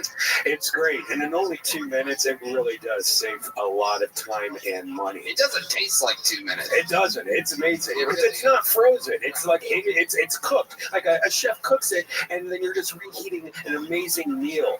And we offer delicious, flavor-packed options on the menu each week to fit a variety of lifestyles. If you're on keto, or if you're just calorie smart, vegan, veggie, and protein plus. Prepared by chefs and approved by dietitians, each meal has all the ingredients you need to feel satisfied all day long while meeting your goals. And if you're looking to mix it up, you can add a protein to select vegan and veggie meals each week. This July, get Factor and enjoy eating well without the hassle. Simply choose your meals and enjoy fresh, flavor-packed meals delivered to your door, ready in just 2 minutes. No prep, no mess. No doubt. Head to factormeals.com/KillTony50 and use code KillTony50 to get 50% off. That's KillTony50 at factormeals.com/KillTony50 to get 50% off. And now, the show. You guys ready to start tonight's show or what? It's a sweet 73.0 degrees on stage right now. Every single week, I have one of the funniest comedians in the world on the show. This week, no different. This week, absolutely the game. Much like comedy, through black bread. One of the biggest of the last few years. That is a fucking survivor. Someone who I've always looked up to. Make some goddamn noise for one of my favorite big brothers in all of comedy, the one and only Ari Shaffir, everybody.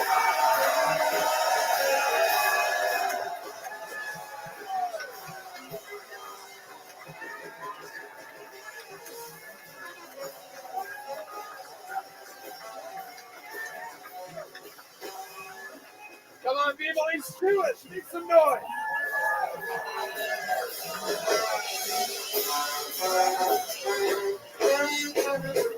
Woo! Fresh off of one of the biggest specials in a really long time, Jew, available on YouTube. Millions and millions and millions of views. Nothing but great reviews. What's up, man? Welcome back. Thank you very much. I appreciate being here. It's great as always. I was talking to myself back, and I was trying to whisper because I didn't want anything to read through. So I was as quiet as I could because I know how it is to record a live. Right, exactly. You're a professional in show business. It's amazing. You've done this show many, many times. It's good to have you on. The main room, if I could hear. Yeah. And many, many, many times we're stuck having you absolutely shit-faced with Shane and Mark. And after Protect Our Parts, I'm glad to have you here solo. We're going to really get to delve into these people here tonight. Yeah, Mark was supposed to come, but his anus prolapsed. Oh, that happens a lot with him, yeah. Did you give him advice? Yeah, he had to go to the hospital. They said the deductible was too high. He didn't want to go in. That's incredible. That's incredible. Yeah. And you agreed with him, right? I do. That's deductible, dude. Ari's done the show numerous times. He knows what it is. A ton of people signed up for the chance to get 60 seconds on this stage. If I pull their name out of the bucket, they get 60 seconds of stand-up comedy, uninterrupted time. You know their time is up and you're the son of a kitten. That means they have to wrap it up down, or else they bring out the angry West Hollywood bear, which interrupts their set. And then we interview them. Everything's improvised. Anything can happen. We're going to meet probably some insane people, probably some local veterans. There could be a star. Have you ever had a fight? Like a physical fight? Yeah, anything happened to that? There was once a guy in, of all places, Austin, Texas, about 7 years ago at Noon Tower Comedy Fest, who was pulled out of the bucket, who got really, really mad. He had a really bad set, and Jeremiah Watkins at the time made fun of him, and he pushed Jeremiah, tried to grab him, and then Big J. Okerson grabbed him from underneath his armpits and threw him into the arms of another bouncer, yeah. Could he not grab Jeremiah because he's so skinny? He was on mushrooms also, the guy that attacked. That's not mushrooms. Right. Yep. Being on mushrooms has nothing to do with the story whatsoever. But yeah, that's the gist of it. You guys ready to start tonight's show or what? Ladies and gentlemen, every week we start the show with the same young man that has been doing it for over 2 years. For the last 3 weeks, he has defended his honor of being a regular here. It is an absolute incredible feat. This week, we're giving him the week off of defending his spot to see, as an experiment, if he is literally lazier when not being challenged. So we're going to see if he still does as good as he has the last 3 sets, and if he doesn't do as good, he's going to challenge for his regular spot next week. It's all pro wrestling shit. I think you guys get it, right? Ladies and gentlemen, here with a brand new minute, the one and only Rolex wearing Hot Skip.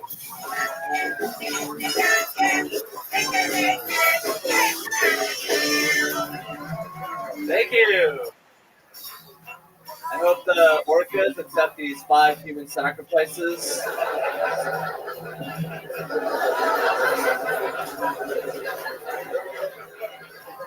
As a peace offering and this bloody war between our species. I'm actually going to start my own submersible tour of the wreckage of the submersible tour of the wreckage of the Titanic. I like how Ocean Gate was like, hey, you know how they're all making clubs good? How about we make ours shitty? That'll disrupt the space.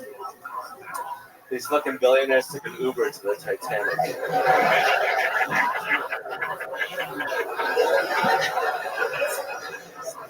These fucking rich bastards would rather get crushed by the ocean and give us health care. Rich people are stupid. Andrew Tate went to Romania to be a douchebag rapist. That's where douchebag rapists are created. That's like moving to Japan to take upskirt photos. That's like a European moving to America to do a mass shooting. Thank you. There he is, on Tim, consistent. Joke. Now let me ask you this: did you know you weren't going to be challenged this week? I didn't. I had no idea. You thought you were going to be challenged? Yes. That's why I tried. Yeah, exactly. Exactly. What do you think would have happened? Do you think your set, honestly, Hans, do you think your set would have been as good if I would have told you a week ago after the show, next week, you don't have to challenge, you're not going to get challenged for your spot? No. Right. It wouldn't have been as good. He's so honest. It's incredible. He can't lie. He has a lot of problems, but he's super honest. Yeah, I really hate the competition. I bet you do. It's kind of inhumane. I feel like I'm being exploited. I keep having another comedian come out and do a minute, and if they have a better minute than Hans, the audience decides, and if the other person wins, they are the new regular. And you crush it every time. 3 for 3, baby. That's right. And I love that he can't lie. He's like an Asian George Washington. He's like George Takei. Yeah.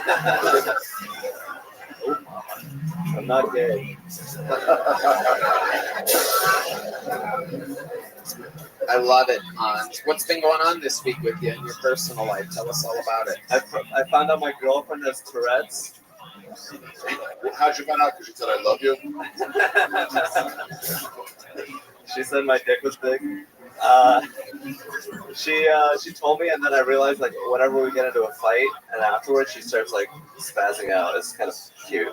What do you mean exactly? Give us an example of exactly what happens. She'll be on her. Oh, you always come back too late. Comedian's girlfriend. She's like, what? Hold on. What? What is that? She's just on her computer going. Okay, that's not a sound that has anything to do with this. Jesus fucking Christ. What are you saying? She just makes that noise? Yeah. And you think that's Tourette's? Yeah. Did you talk with her about it? No. Did you see what she's looking at when she's making that noise on the computer? It was porn. Could be. Yeah. I think she was coming. Yeah. And you've never heard that sound before.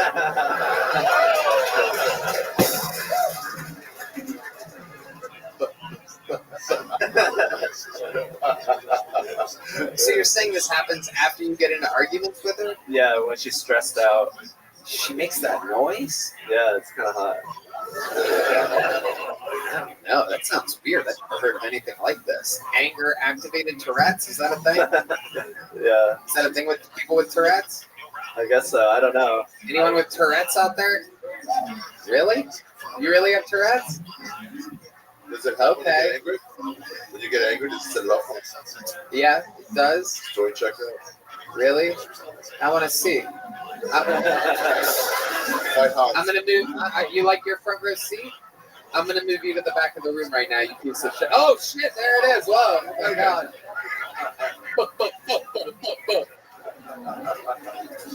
Can you record your girlfriend talking like this, and we can put it in this episode before it gets released? I'll do that. Yeah. Start a good argument with her for no reason, and then record her.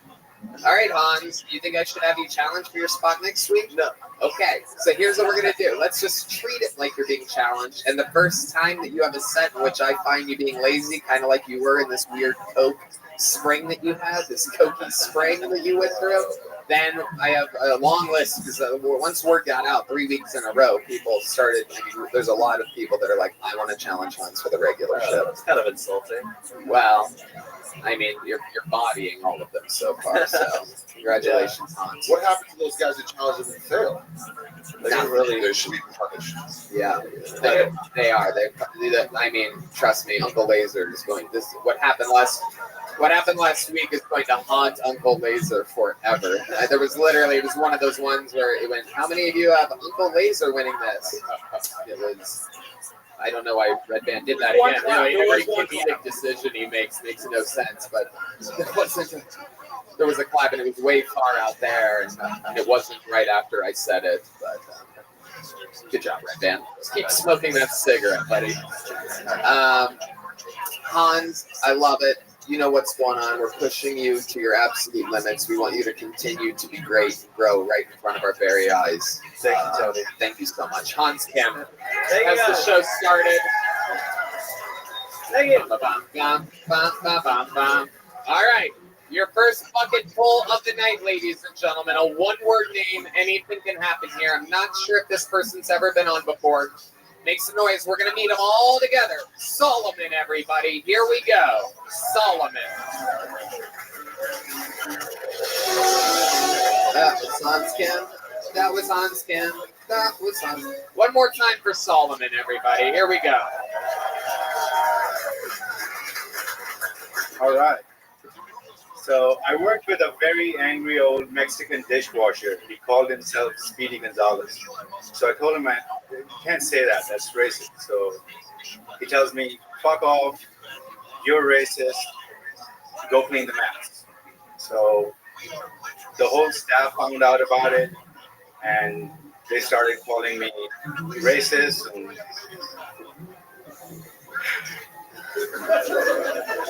yeah, I had to leave the job. I think I'm not taking on this spot.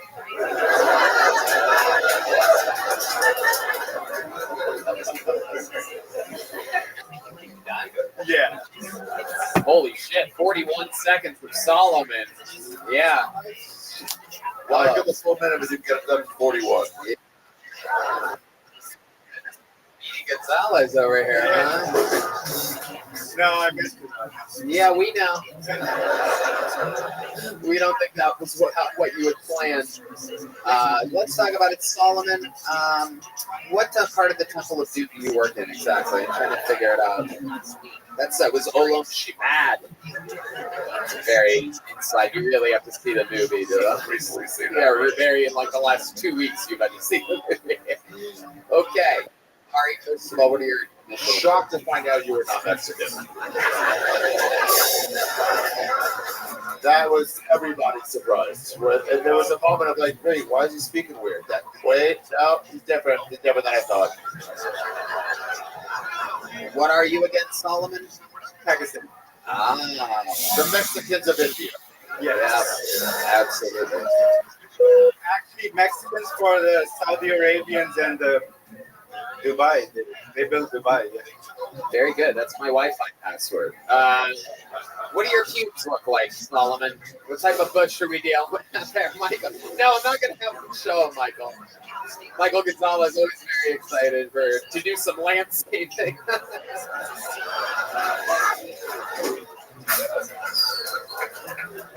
No, I'm guessing full bush, right? Just fucking, you have like a turban on it or something like that?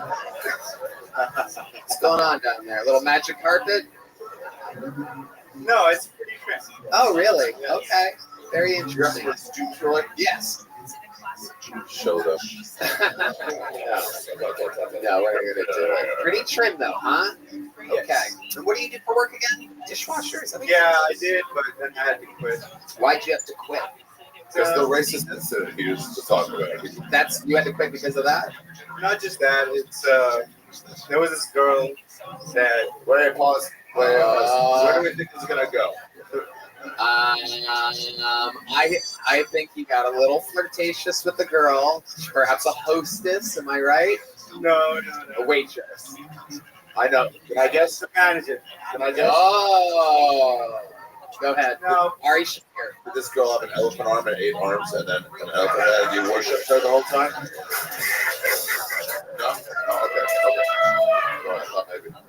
Okay, so what do you do with the female manager? Yeah, I thought there was like some chemistry, but she turned out to be a lesbian.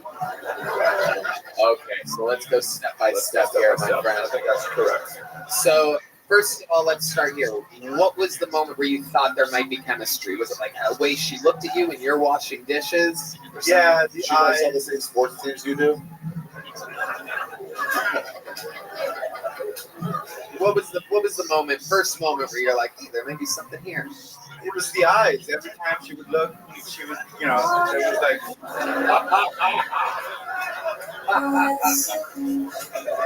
So you're scrubbing plates, right? And you lock eyes with her, and she locks eyes with you. She's white. Yes.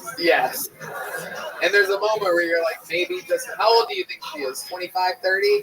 Something like that. And you're what? 39. 39. And you saw this as your chance to get your green card.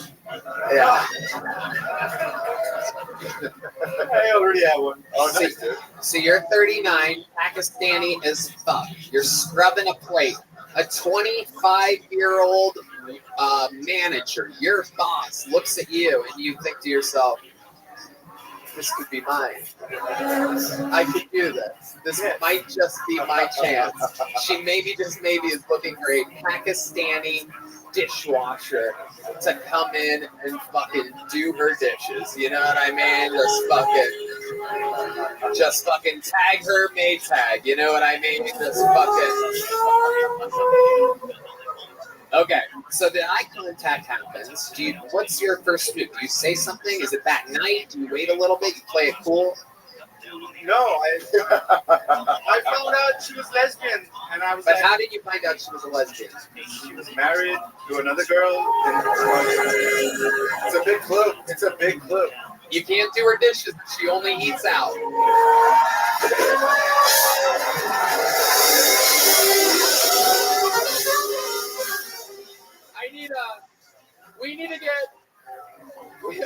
We need to get the thing that lifts me up in the air. Can we work on that? Can you tell Joe Rogan that I want one of those? Spend some of this Spotify money, for Christ's sake. I want to fly, Joe. It's worth it.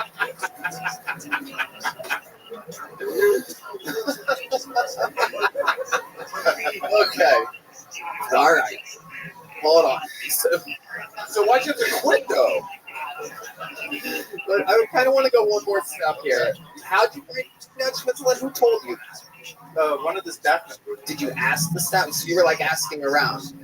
No, I wasn't asking, but they were like, "Oh, her wife, her." I'm like, what? Can I ask that out? Can I ask that what happened? Yeah. Okay, so let's start from.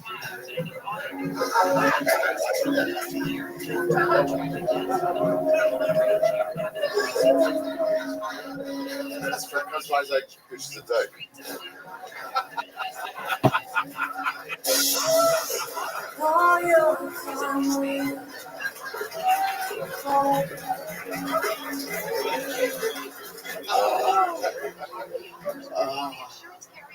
So, how long was it that you went thinking that you had chemistry before you found out she was a lesbian? Was it a week? Was it a month? Like a couple of days. A couple of days in. Yeah. So you spend a couple of days, you're thinking about this girl. Let's say a song comes on the radio, a love song. You're thinking about her, right? Yeah. Okay. And then you find out she's a lesbian. Yes. Now, do you think you showed any signs of emotion when you found out that she was a lesbian? No, I was like, I can't compete with a vibrator, so. Well, you can. Yeah. People like you could just fly an airplane right into her pussy. You know what I mean?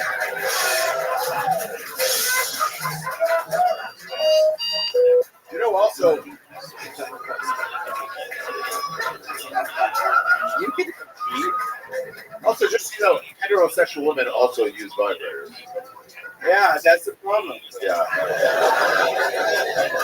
Yeah, we can't compete with those things.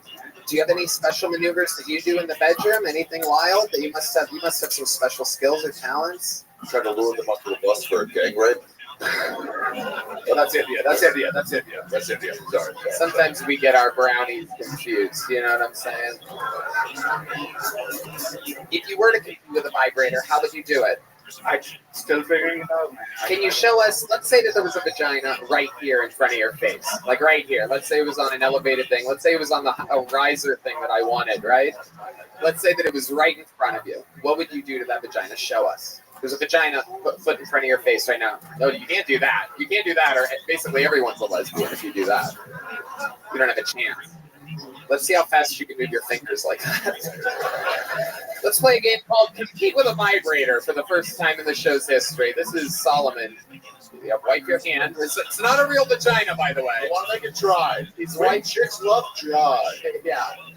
You can keep it lubed up, Solomon. You don't have to wipe it off. I'm not. Here we go. Oh, wow. Hey. Wait, I think I hear her right now. Solomon. How long you been doing stand-up? Last time I was here 4 months ago. Okay, that's when you started? You started on Kill Tony? Yes. That was 4 months ago. How many spots have you done at open mics or whatnot in between that? No. Why are you just doing Kill Tony? They don't call my name. I don't know. The other open micers? They don't call your name? There's open mics you can pay $5 and get a guaranteed spot. You're just not looking hard enough. You went to one. I bet. Wow, I guess Red Band's Comedy Club charges $5 for spots. Oh my God. Sunset Strip, ATX. Oh my God. Wow. What a promotion. Unbelievable. You're going to charge a dishwasher. No, it's a drink. It's $5-ish, probably. Oh, you know what? I was actually just reminded of the last thing. So when you say that you had to quit, what happened then? That's right. I almost fucking fucked this whole interview up. What happened was that she was getting bossier and bossier and bossier. To you, the dishwasher? Yeah, it was like, the manager? Telling you what to do? No. Fucking bitches in this country don't know their place. Yeah. No, it was too much bossing around. What was she saying? Do the fucking dishes? What could she possibly do?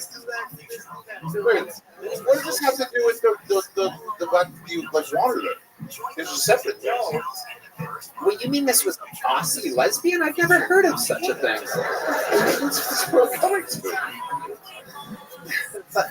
That's how they are.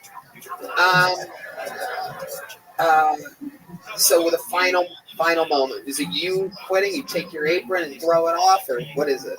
Yeah, no. I went home, wrote a letter, I gave it to the hostess, and like, you put a little anthrax in it. All right, Solomon. If you want to come back, you have to do a bunch of open mics. You did 41 seconds. You're a hell of an interview. But if you want to do this, you got to be in the game, man. Last time you got a little joke club? Yes, I bet you did. You enjoy it. Fill it up with jokes. There he goes, Solomon, everybody. Thank you. Good interview. Great hat. Dressed up at least. Heck yeah. There he goes. Solomon.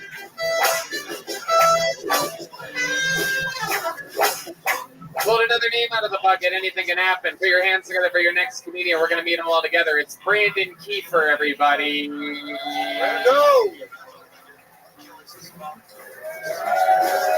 Make some noise for Brandon. Let's go. Brandon. Well, no, all right. I'm in town from Chicago. What are we doing? Let's go. I'm actually from Georgia, so relax, all right? Here's the thing.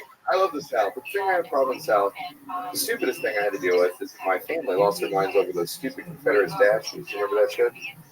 There's a very famous one in North Carolina. It was a Confederate soldier and Robert E. Lee on a horse. You remember that? It was in front of a courthouse. They tore the whole statue down. Look, I get why you get rid of Robert E. Lee. I'm not going to argue that. But what the fuck did the horse do? That was a big moment in the horse's life. He got a statue for being a good boy, dude. He didn't know. You can't train a horse to be racist. My family tried. You can't do it. It doesn't matter how many carrots you give that motherfucker. He likes everybody, dude. Like, we have the Klan in Georgia, which is really fucked up. I think one of the most fucked up parts is they used to put hoods on the horses. For what? Did you recognize them in public?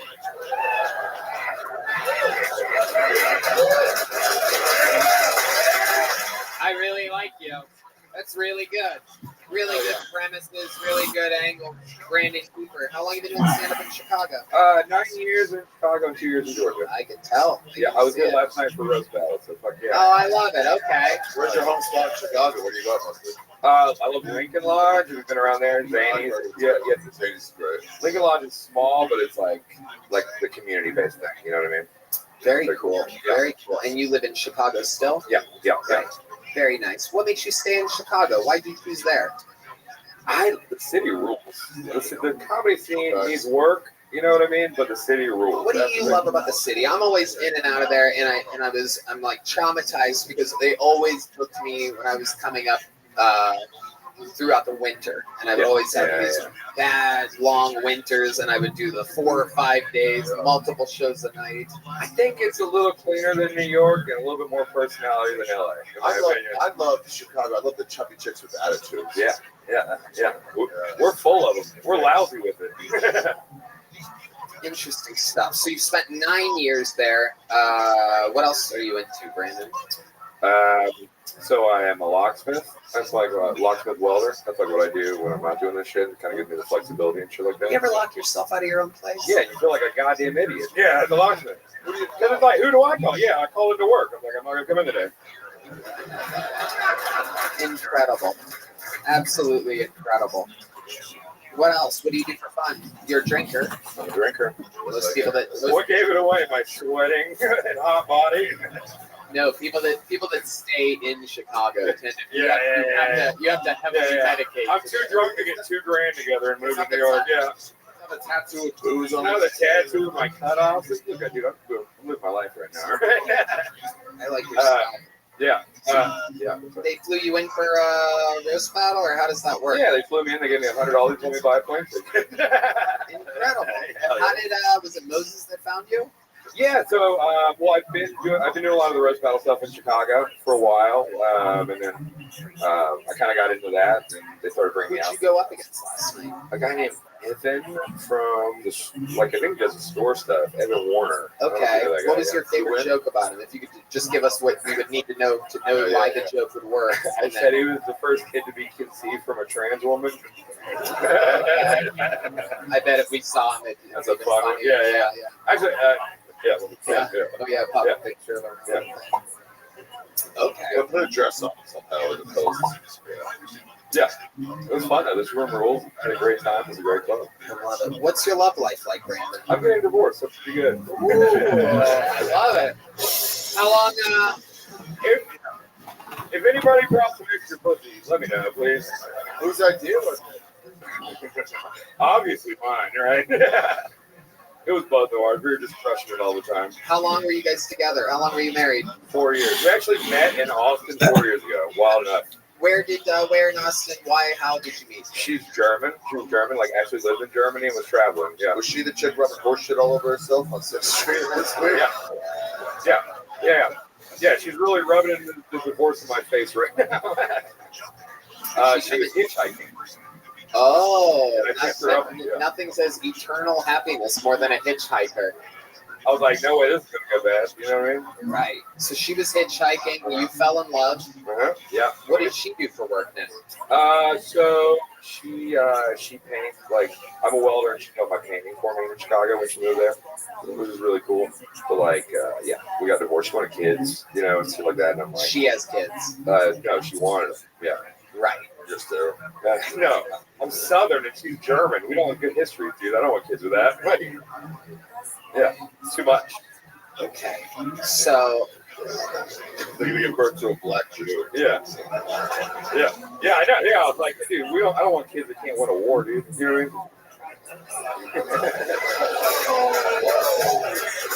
We got enough losers in the world, dude. I like your style, Brandon.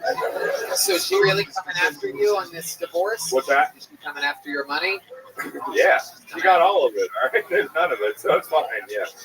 Really? Yeah. How does that work in Chicago? What's the law there or whatever? No, we're cool. We're cool. It's not like we don't have. I mean, we don't have kids. We don't. You know what I mean? It's like she's not being a jerk about it. No, neither one of us are. Have you been banging other chicks yet? Tonight, hopefully. So it doesn't come out for a while, right? 3 weeks. That's a no. Have you been with anyone? Have you been with anyone since? I have. Yeah. I had to get over it. What was it? How much was it? The $100 I got for doing roast battle last night. Hell yeah. Okay. Hell yeah. Any special skills or talents that you have other than being a very funny, in the moment, present stand-up comedian? Musician for years and shit like that. What kind of music did you do? Play drums. You play drums? No way. No way. It's been a while, ladies and gentlemen. Brandon, I got bad news for you. You know how it works on this show? Okay. I wasn't going to say it, and I was like, here we are. Here we are. You're in that moment right now. Historically, we have a thing called a Mexican drum off where the comedian that says they know how to play drums does a drum solo, followed by the resident drummer doing a drum solo. Can we call this the Cucaraca? Ooh, I like that. Absolutely. And And so here we go. You're going to do a drum solo, and then Michael Gonzalez does a drum solo. If you win, Brandon, you're moving from Chicago to Austin, Texas, to be the new full-time drummer. And if I win, you gotta move back to Mexico. Yeah.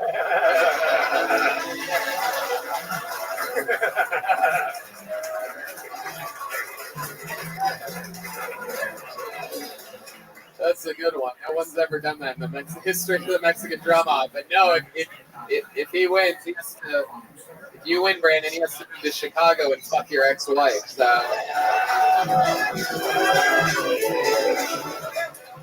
All time in the show's history, never before has a comedian beat the resident drummer. You, the audience, live, get to decide. Ladies and gentlemen, starting off the Mexican drum off, this is Brandon Kiefer, everybody.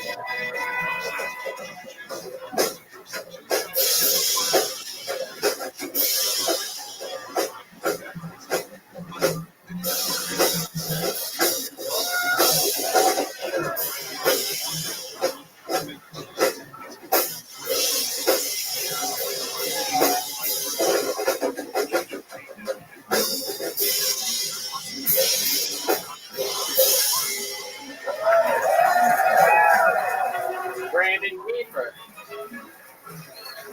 An incredible performance. Shockingly good. Stand right there, Brandon. Stand right there. Deemer, so stand next to him. Okay. I guess just switch it up. All right, good. There you go. Yep, just like that. Ladies and gentlemen, defending his throne all time, undefeated in the history of Mexican drum offs. This guy practices for about 8 hours a day, plays with professionally all around the world, continuously, flying back every Monday to be here for this show. I present to you the reigning defending drummer of Kill Tony. This is Michael Gonzalez.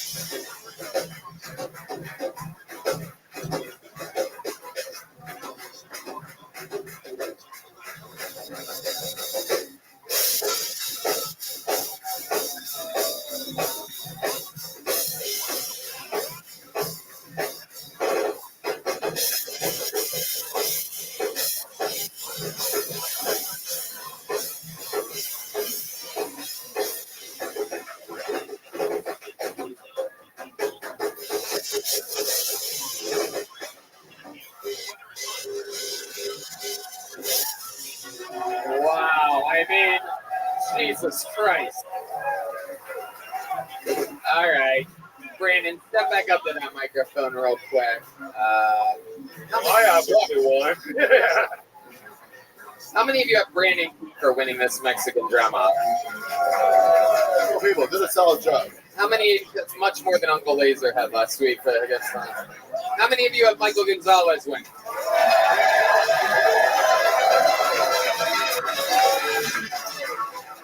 Brandon, remind me one more time. How many years have you done stand-up comedy?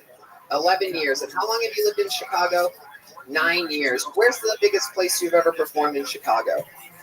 Chicago? I mean, the clubs. Right. If there was any place in Chicago that you could dream of ever performing in, where would it be? New York. That's a pretty good answer. How about in Chicago? Like a big theater or something like that, or like even big. Maybe a bigger theater? Like, yeah, all of How them. about the Chicago theater? Yeah. Would you like to do a guest spot on my show, the Chicago Theater?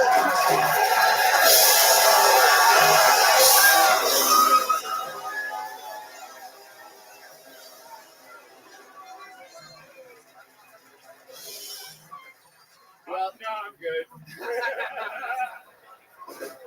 All right, baby, bro. I gotta get better at drums. yeah. I would love you, but that would be. You got it.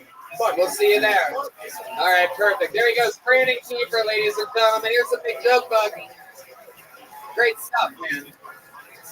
That's what happens when people with a lot of experience and a lot of skills sign up for the show. I mean, you know, it's amazing back to back. We have Solomon, who's done it twice, only on the show, 1 minute and 40 seconds combined, and you got to see him walk away with nothing. And Brandon Kiefer is performing at the biggest theater in Chicago, one of the biggest theaters in the country, the iconic Chicago Theater. Anything can happen here. And one of the amazing parts of this show is Can I say something real quick? Yeah. The Ku Klux Klan has been around for at least 200 years. That's the first time anyone's hit that angle. It really, the second he said the hood's on horses, I'm like, that's an unbelievable premise. Totally. So close. Totally. It really is. It's one of those things. Usually it's like, you know, Louis or Bill Burr hit something like that, right? Where it's like, oh, it is. His premise discovery is a huge part of the business. And it was right then where I'm like, wow, this guy's got like a real second gear. And to be able to show that in a minute, it's really something else. Someone that's been doing that regularly, you know, we're making history here all the time on Kiltony. And one of the amazing things that we do here is we always have regulars on the show that you get to see watch, grow, and perform, and you get to watch their lives change all the time.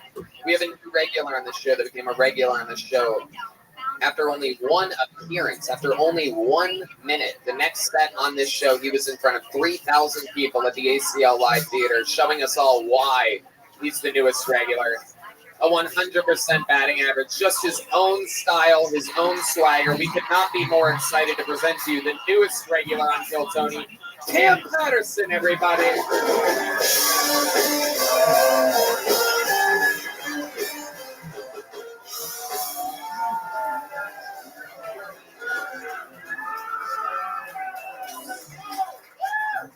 Go for the Ku Klux Klan to a nigga. What a transition, man. This shit is beautiful. I used to play sports in high school, and if I think I played like basketball, football, you go racist. Because I played water polo and lacrosse. I bet y'all would you guess that shit, Mike, man? I'm glad you get it, I'm lying. I played basketball in high school, but I was after my season, and my teammate came and said he was gay. Now I had no problem with gay people at all. You know, if you know what I'm saying? If I had to ask him, I said, hey man, will you step on my ass during the games? Was that like a gay thing? Or that more like a basketball thing? He said, no man, that was strictly a basketball thing. I said, okay, I understand, but I didn't play.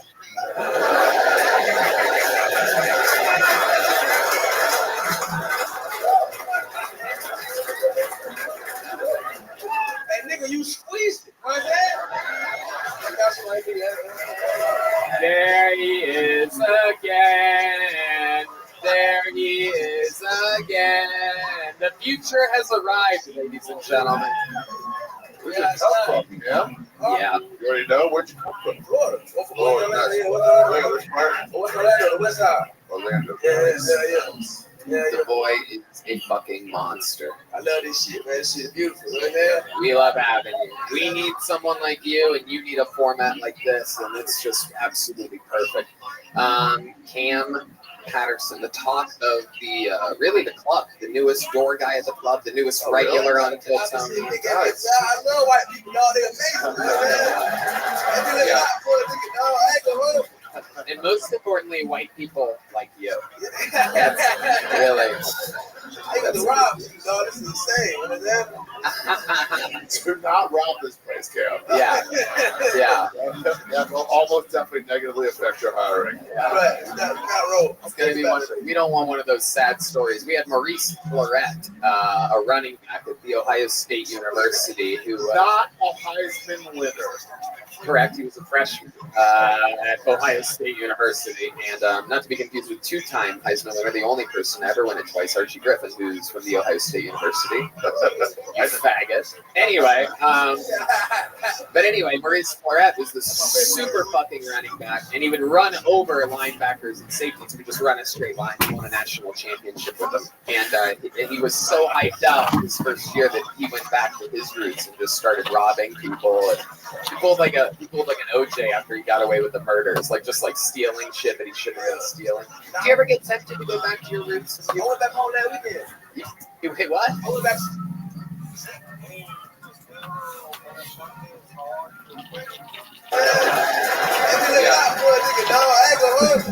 And most importantly, white people like you. That's really.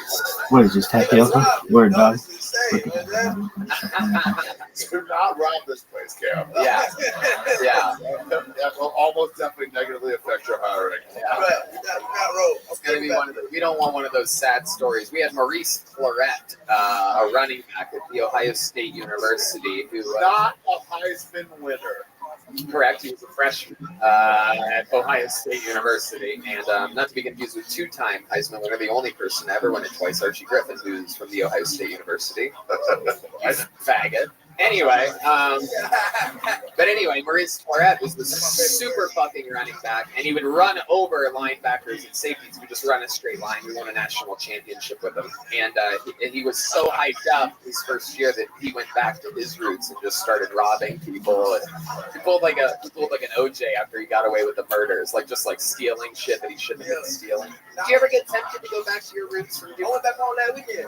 You wait, what? I went back home that weekend. No, but I mean. To do what? To rob it? Oh, I can't tell you that what I did. That's fair. But I know I was home and I was doing home thing. You know what I'm saying? Things you would do when you were home. You know? Yeah. Smash and grabs. I feel like Cam invented a term enough said. Yeah. Yeah. I love it, Cam. What did you do when you were home, non-criminal activity-wise? I had went to my family reunion. Okay. Yeah. We got a new biter in the family. You got what? A new biter. A new biter. A new biter? What's a biter? Like somebody that bite people, like a child that bites people. Oh, shit. You got a new one. You got a new one. He's new. Nigga like 6, he bite everything that moves, dog. This nigga an official biter. You know what the last biter was? Me. It's me. Oh, God.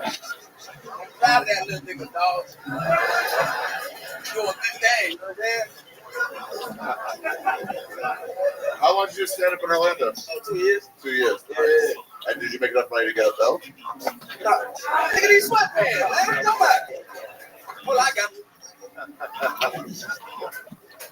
Oh, the old wraparound. That's right. That's right. Very good. The old. All right, put it back. No. You want to see my ankles? I already see my ankles. They go. So Cam is like this all the time, absolutely hysterical. He's also one of my new drinking buddies at the bar after hours. And what's your drink, buddy? I used to like you got a little peanut butter screwball whiskey with cranberry juice, the shot. Hell yeah, someone just got a bonus right there. Look at that. That's my favorite drink.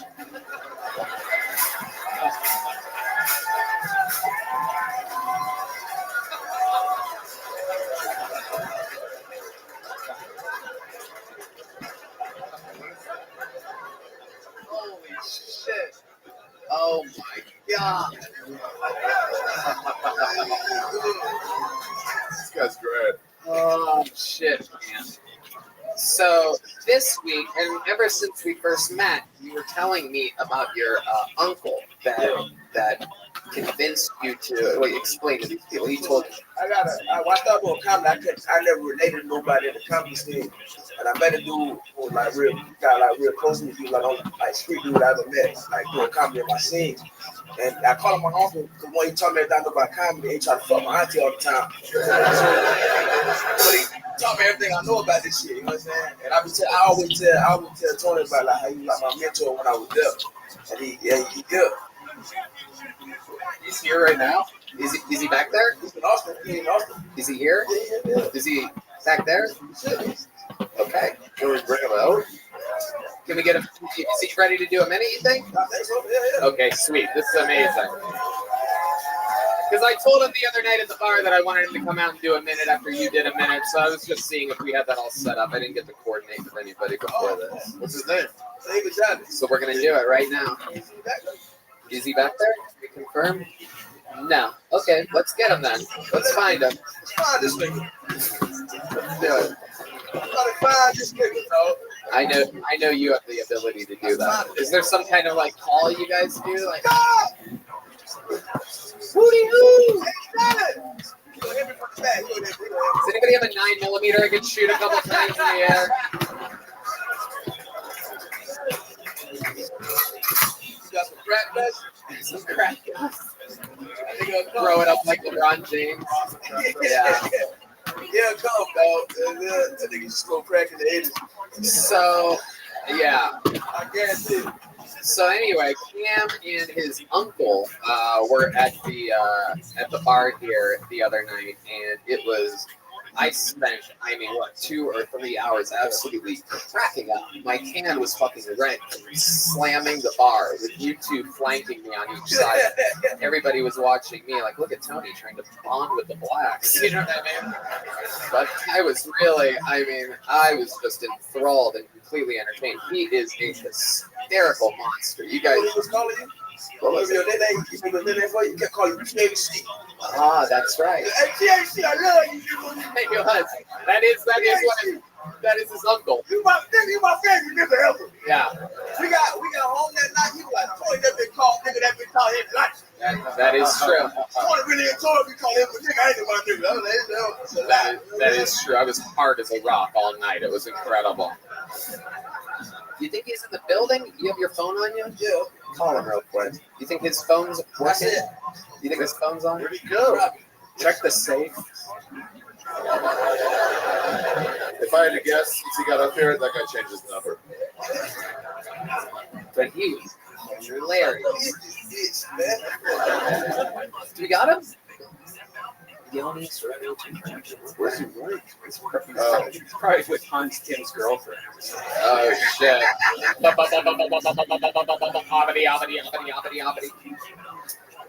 Very, very good. So, what's your Orlando comedy scene like?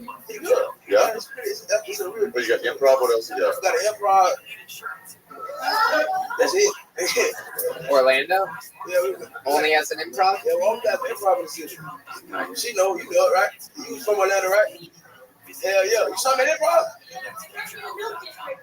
Oh yeah, we also got the Milk District. That's a real big show. What does that mean? It's like that one of the chicks with fat titties hang out. Yeah. You have to have fat ass titties to come to the show. Don't kick your ass out. That's why she was there. Right there.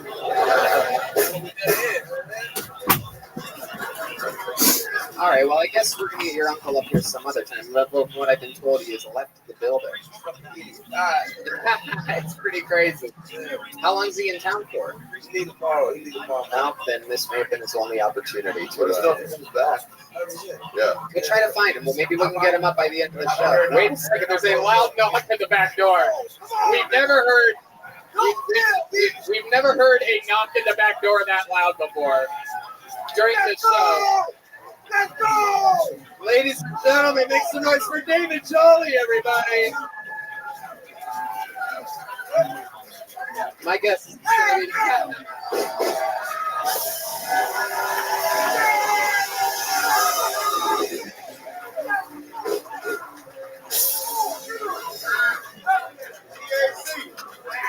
Hey, y'all shut the fuck up. I got a pick. So I was at the CSL Plasma Center the other day. I was donating plasma. Some people call it saving lives. I call it $40.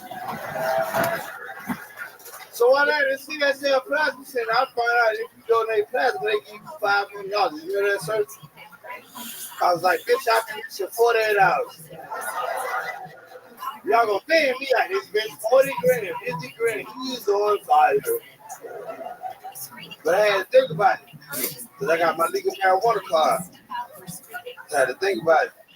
I know if I donate sperm some kind of way, I'm gonna eat up on child support. Last thing I'm doing is 18 years with a bitch I never met before. Fucking Nick the Knuckle, baby. You get it? You get it? You get it in the car. Don't worry about it. How much time I got on? Yeah, all right. We here, baby! Hey, wait! Stop playing. Hey, oh, we got Ari in this bitch. Oh, hell yeah! I didn't know you were here, stupid. I'm remembering why my hand was all red after hanging out with us. Hey, Red, yeah. I got. Stop playing crazy. Oh, shit. We got THC in this bitch. My man. Hey. Oh, Stop shit. playing stupid. Oh, You shit. hear me? These We guys, got THC these guys' wallets are missing right now. That's incredible. I ain't stole this bitch that bad now, THC. You are. I would have got you, though.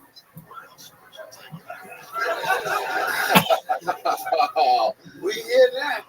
Stupid ass boy, you got me here. Hey. Stop saying Greg. That's my nephew. That's my fucking nephew. This is like being in the Tell law. me you didn't go crazy. Did he go crazy? It went crazy. Yo, we here now. Austin, we here now. Stupid. All right, so let's talk about it, David. Welcome to the show. Thank you. I'm so sorry. You're doing great. You're great. You're doing great. You don't have to apologize. I'm not the police. Relax. You know, you my nigga. I know. You know the man.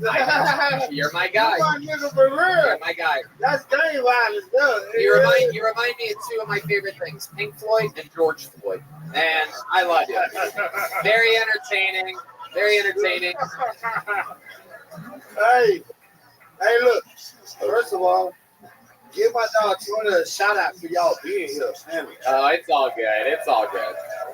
I want to hear your story, David Jolly. How long you been doing stand-up? I've been doing stand-up 7 years, and like this is my nephew here. Yeah, that was my next question. Hey. Tell us about what it was like your first time, seeing Camp Patterson perform. Were you there his first time on stage? Sucked so bad. Wow. Really? I love it. Yeah. That's natural. And I let him know he sucked. Good. But then when he got good, I was like, hey, fly. That's my youngin' now. That's the reason why I'm in motherfucking Austin, Texas right now. Ari Chappelle, you hear me? I'm here because of him. Hey, am I lying? I called him on the film. I FaceTime. I say, boy, I'm gonna get on a flight. He say, nigga, you ain't come out here. I say, well, I'm on a flight. I got out here. That's when without Adam. Yeah. You know I'm a regular, I'm an unpaid regular. Okay. Yeah. All right, that's all industry talk. But let's talk about what airline did you fly? JetBlue? You know what I flew. Got you. Game violence. Game violence. Seriously. Stop playing crazy. You're setting a record for sideways high fives on this show right now. You want Oh shit! What is that? Oh shit! What's that? Absolutely. Okay, so tell us more about your life. How do you make a living? What do you like? How do you what is it? Crack? I sell some dick. You sell crack and you what? A little dick. I sell a little dick sometimes to some old ass white bitches. Oh shit! Some old white bitches pay a good dollar. Hey, Red Man, what happened? Let me get some of that. Hey, my nigga, gang violence. You know the vibe. Yeah. Okay, so describe to us some of these white women that you be selling dick to. We're all very interested to know what that's like. White women? Yeah. They pay top dollar. How much? 1 or 2. 1 or 2. Nice. 1 or 200. How many? How many a week you want to suck that dick on the bike? You ever had that dick sucked on the bike? I did you let her? Yeah. $200, you can suck that dick either way you want to suck that dick. Wait, she pays you to suck your dick? From the back. Wait, from the back? $200. Wait. $200. Hold on a second. Suck that dick like that. No, it's Bambi style.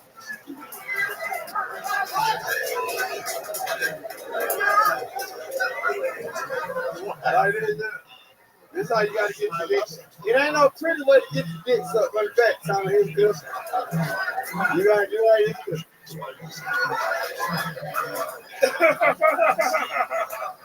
God, I love you, Tony. Here's good. Oh, there's no pretty way to get your sick dick sucked from the back. Anybody. Oh, that's gonna be on your tombstone one day. There's no pretty way to get your dick sucked from the back. Nah, She pays you $200. You gotta make t-shirts. There's no pretty way to get stuff for the back. Oh, You want some? I'll make sure. Okay. I'll give you $170 for one of I those need shirts. your contact. Okay. No, I gotta talk to that, my baby boy. How much you get? Man, you game violence. You game violence. Yeah. Look, I might give you one. He's got money. He can I'm charge gonna give you you. one. Thank you. How much you gonna charge? How much you want? You know what? Just let me suck your dick from the back and we're all good. That's all I want. Sucking dick from the front, too easy. You know what I mean? I want a real challenge. Hey, if y'all don't fuck with Kill Tony, you a pussy nigga. Yeah. Gang violence. Another Gang violence. I think we found our new problem. Hey, if you don't fuck with Tony Hinchcliffe, you a pussy nigga.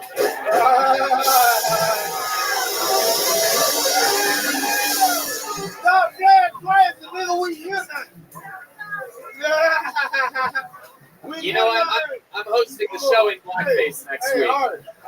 Well, I heard you went crazy this weekend. What do you mean? That the weekend you were here at the high. It's the high. It's the high. I was crazy at the high. I did. Yeah, yes, sir. Stupid ass boy. Hey, look. Shout out to Joe Rogan. I don't know where the fuck he at, but listen, we here now. Pussy ass nigga, and I fuck with Tony Hinchcliffe. That's my real homeboy. That's my real homeboy. Stupid ass boy. Gang about it. Gang about it. Gang about it. Oh my God. An instant legend of the show. How often do you think you're going to be coming back to Austin, Yo, Texas? I'm moving. I'm about to get a little shit ass room on 6th Street. Oh, hell yeah. Right now, we're in Yeah. All you need to do. How much is rent? $4.99. $4.99. I just did the math. That's only 2.5 reverse dick suckings to get your. David Jolly, you just became an instant Kill Tony legend. I need to touch everybody. Not only. Come here. I need to touch everybody. Not only is your charisma translatable to everyone, but he's also the Roger Mayweather to Cam Patterson's Floyd Mayweather. He fucking got this guy in the game. Yep. And we shoot shit up. Oh, I don't know about that. No. No more shooting. No more gel blasters. They're shooting gel blasters. Shoot shit up. Shoot gel blasters all the way. Shoot shit up. Oh, that's the plan.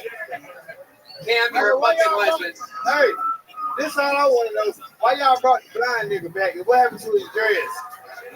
He cut his dreads for the 10-year anniversary. They're in my windowsill of my office now. He gave them to me as a gift. You an asshole. No, he gave them to me. I didn't ask him to. So you made the man cut his hair off? No, I didn't make a guy cut his hair. This isn't.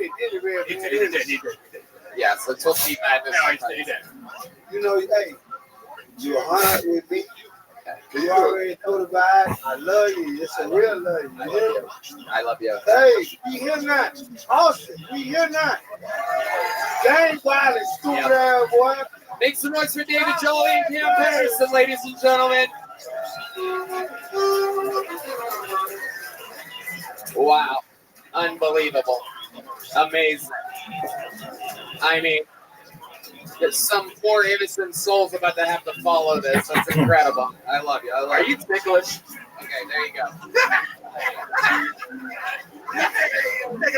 Okay, go on. Get the fuck out of here. Wait a second.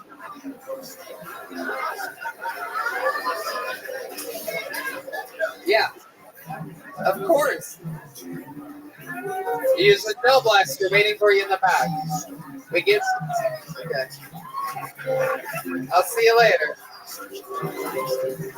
One more time for David Jolly and Cam Patterson. We are at 75.7 degrees right now. The room is heating up. I love It's getting hot in here. Wow. All right. Some innocent poor soul is going to have to follow all of that energy right now. You guys having fun out there? Make some noise for your next comedian out of the bucket. Zeke Hullet, everybody. Zeke Hullet.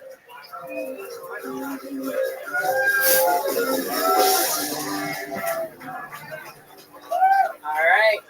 How we doing? I just got a question for the dudes. I was wondering if any of you remember the first time you saw a girl chug a beer? Not like sippy cup. I'm talking lick the shaft, tornado, has it down faster than you can say damn big tits. This guy gets what I mean right here. Only him though. You think that girls get the same feeling whenever guys roll blunts? Right? Like whenever you walk into a party with your girlfriend, does their knees start shaking and she stops? You're like, babe, what's wrong? That's me in the corner.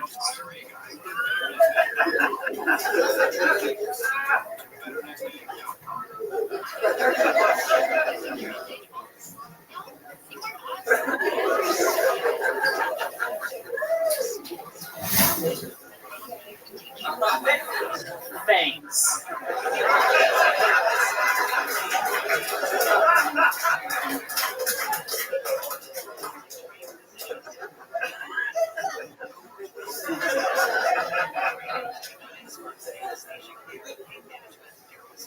Yeah, this shit's gonna hit, babe.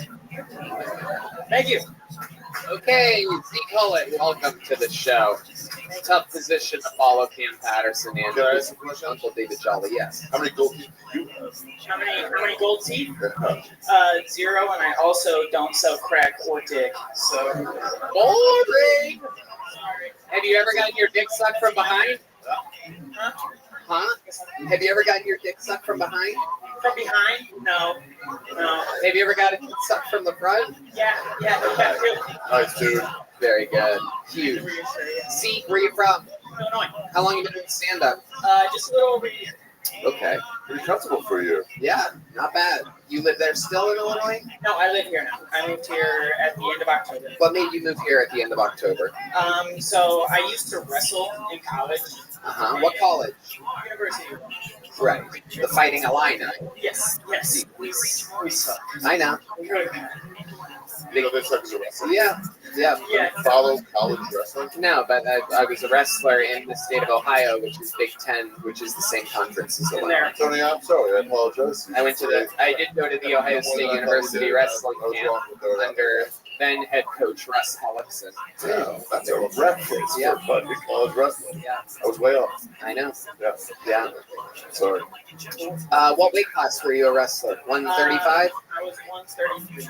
Well, 2 pounds off. I'm a circus freak. No big deal. They change every 10 fucking years. So what happened there? So you went there, and then what happened?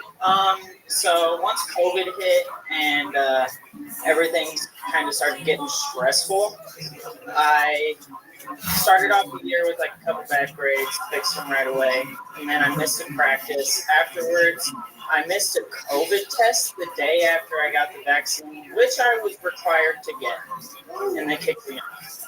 Wow. Yeah. Unbelievable. Oh, no. That shit infuriates me. That is incredible.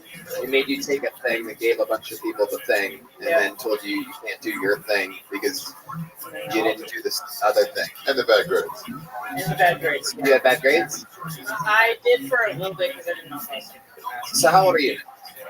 21. How do you make a living, 21-year-old? I bartend at Chili's. Whoa! Damn! Best baby back ribs in Austin. Yeah, sure. Yeah, for sure. The celebrity just told me that Chili's ribs are the best in Austin. Nice. Wait, I'm a celebrity? I work at Chili's. To me, yes, dude. Yes.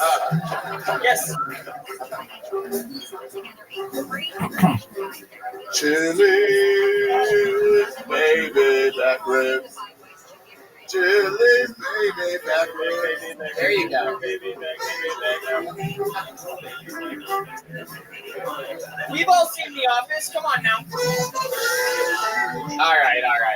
See, what's your love life like? You're 21. You seem like a really. I mean, maybe you're not as white as I think you are. Maybe it's just because you went up after Cam and David Jolly, but you seem white as shit. Yes. This is quite the contrast to what was that just dude on the was stage. up here right now the entire time. I want to say he was up here right now the whole set.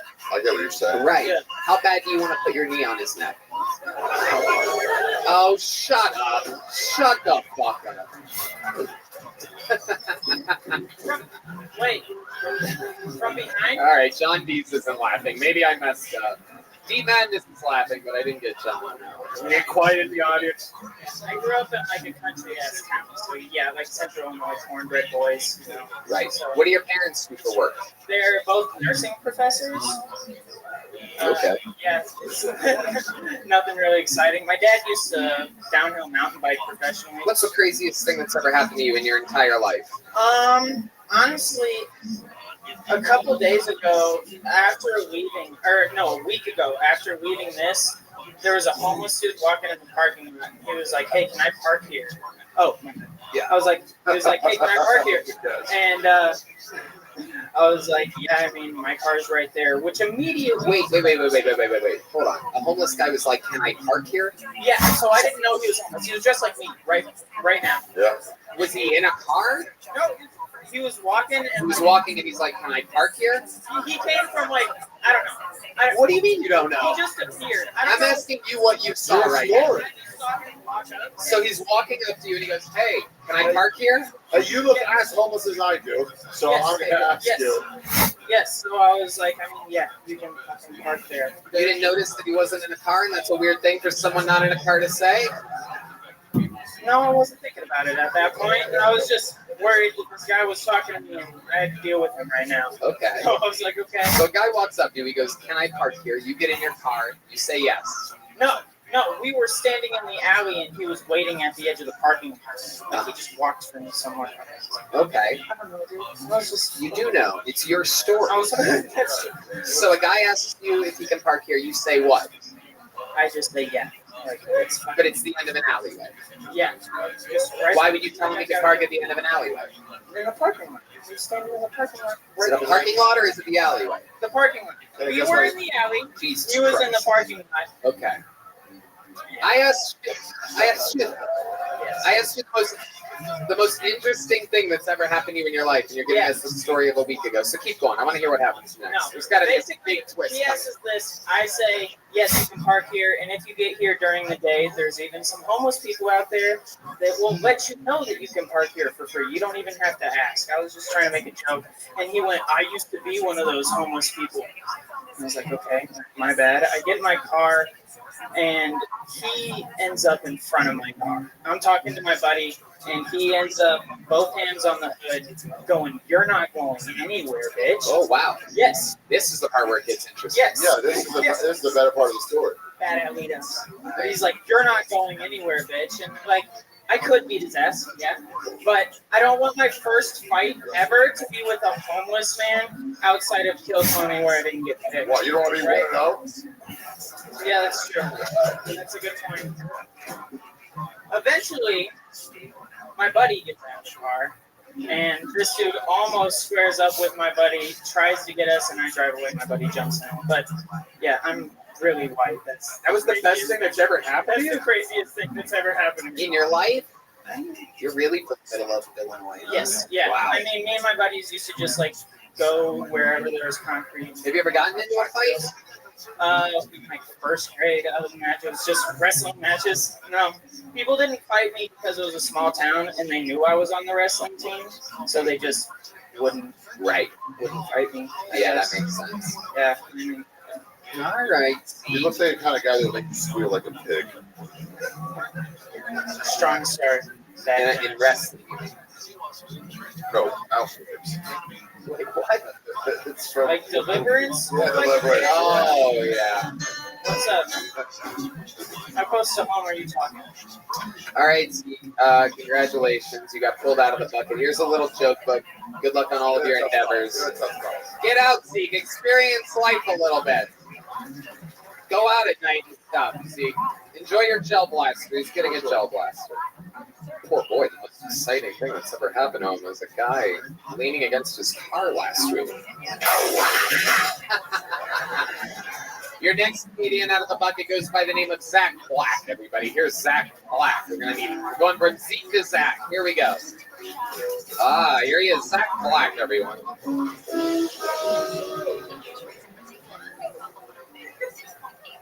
I just went to my first jiu-jitsu class yesterday. I'm never going back.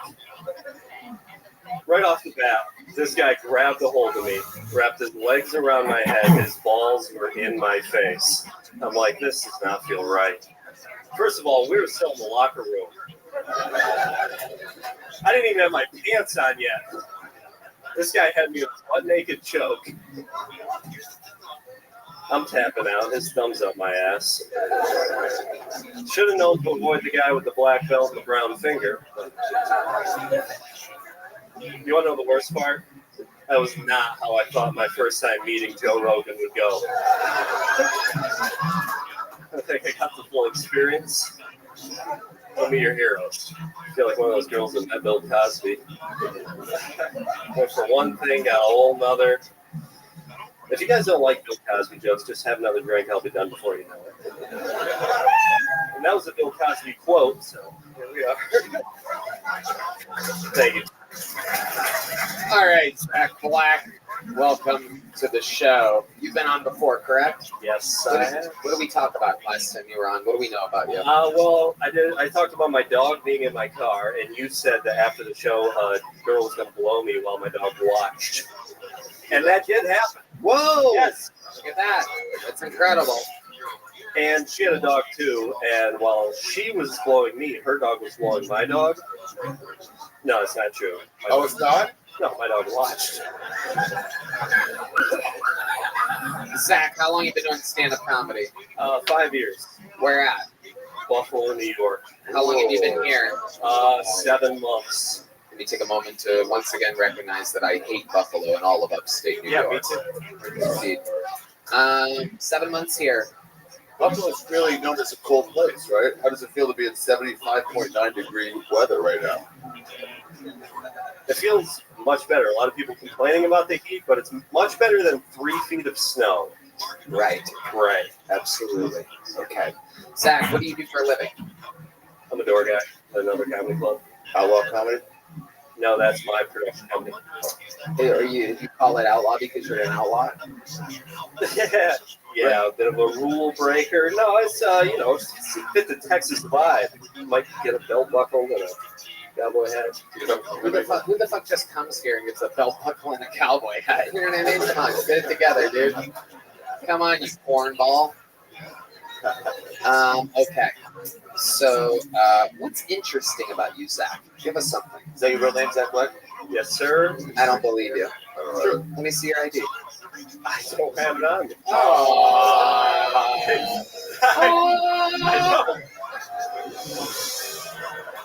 What do you mean? I want this fucking button. I'm gonna hit a button. Okay. If you did have your ID, what would it say? Zachary Blackery. All right. Well, my name is Zachary. Zach, most interesting thing about you? Well, I work out a lot. I have a girlfriend that. Fucking Christ. No, dude. that was being sarcastic. Okay. I got a girlfriend that's like 20 years older than me. Wow. And I love her. Oh my goodness. Yes. How long have you been with her? 5 months. Is it Roseanne? Yeah. How old are you? 30. And she's 50? She's 49. Wow. Wow. Incredible. Gross. Yeah. No, she's great. Where'd you meet her at? I DM'd her. She only had like 800 followers, so I was like, I think I have a chance. Wow. Where'd you meet her? Online at drinkingforyoung.com. Wait, what is that? That's his wallet. Oh shit, we found your wallet. Cam's uncle stole it earlier. Just pretend. Oh, you son of a bitch! Zachary John. Oh my god.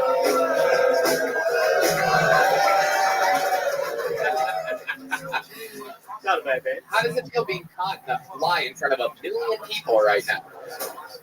That must be Sometimes you go on the stage names. I didn't want the whole world But when, to know. but when I asked you if it was your real name and you said yes, that would be a what? But yeah, you're right. Yeah. What? Wait, just repeat the full sentence. It's a joke? Can you explain it to me, sir, what you mean right now? Are you defending him? So why would you say that? That's the right response. That's the right response. I mean, you don't do that. You don't do that. This is what happens when YouTube commenters go to live shows. It was a show.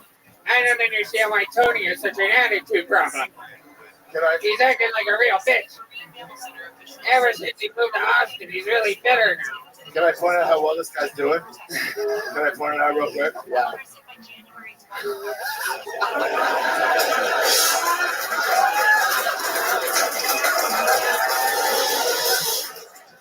What are you even going to do with that?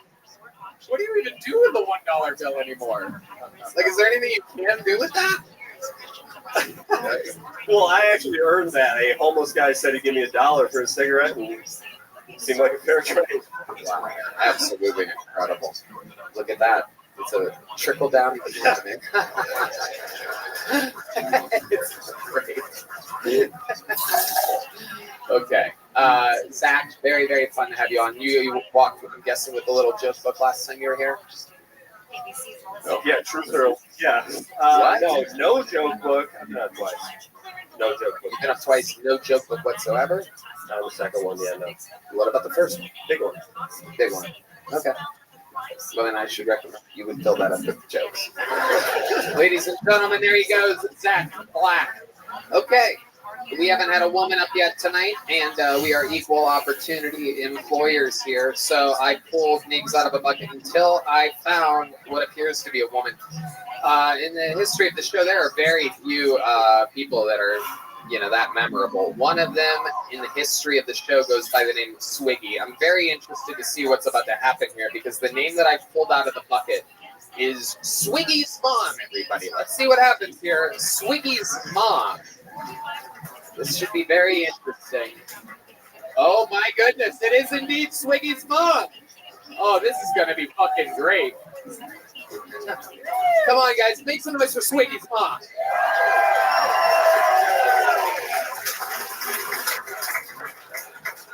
Ready? Fly me to the moon and let me sing among those stars. Let me see what spring is like on Jupiter and Mars. In other words, hold my hand. In other words, baby, kiss me. You want to hear some more? I would love that. Oh, I'm sorry, that's all I got. Wait, you signed up for the show to sing 30 seconds to Fly Me to the Moon? No, she just that's Zach's girlfriend.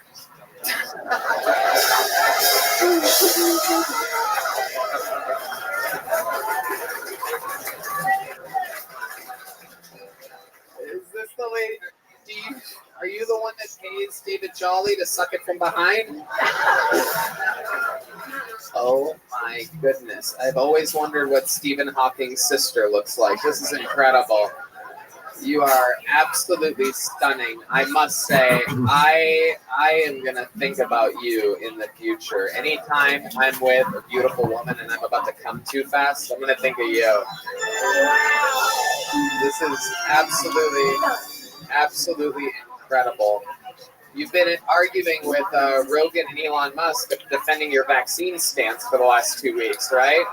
No. You're not Dr. Peter Hotez? Okay, let's talk about it. Even though that was absolutely horrendous and against everything that the show stands for, I still have a feeling that I can interview you and get some goodness out of you. Are you really Swiggy's mom?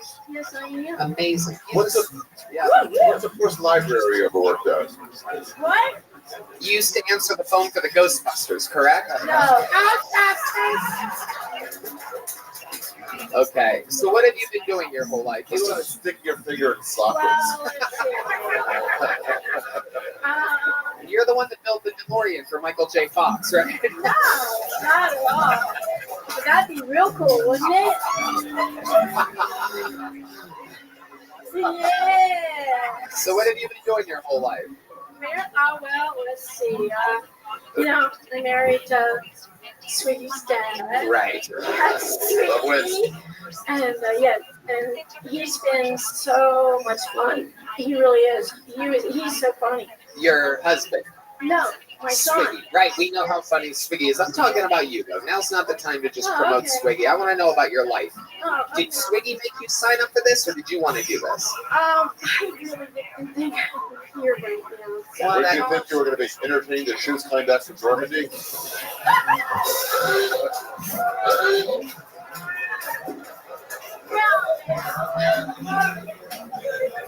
I honestly didn't know.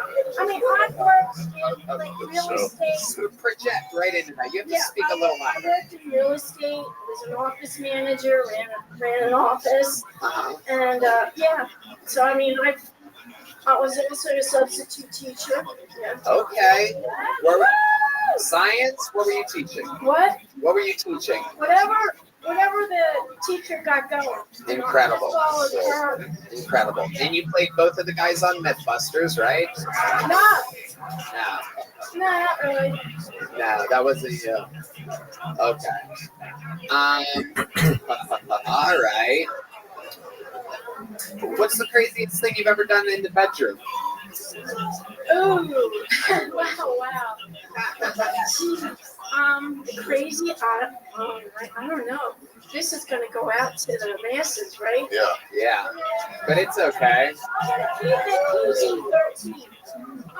I've done some things. How's that? No, come on. You shouldn't be afraid of what the internet's gonna say. You only have a few years of life left anyway. Come on, now's the time to. No, thank you. Okay. Have you seen this show before? You watched the show. You know the type of hard-hitting questions that I ask in these interviews. With that said, since you know the show, what do you think something that you can give us? A confession of some kind, something interesting about you. I had a lady here literally 3 weeks ago, I do believe, who talked about how she stormed the Capitol on January 6th. Now's your chance. What's your version of that? Most interesting thing about your life? Say something wild. Think bisexual, not biprogram. Yeah.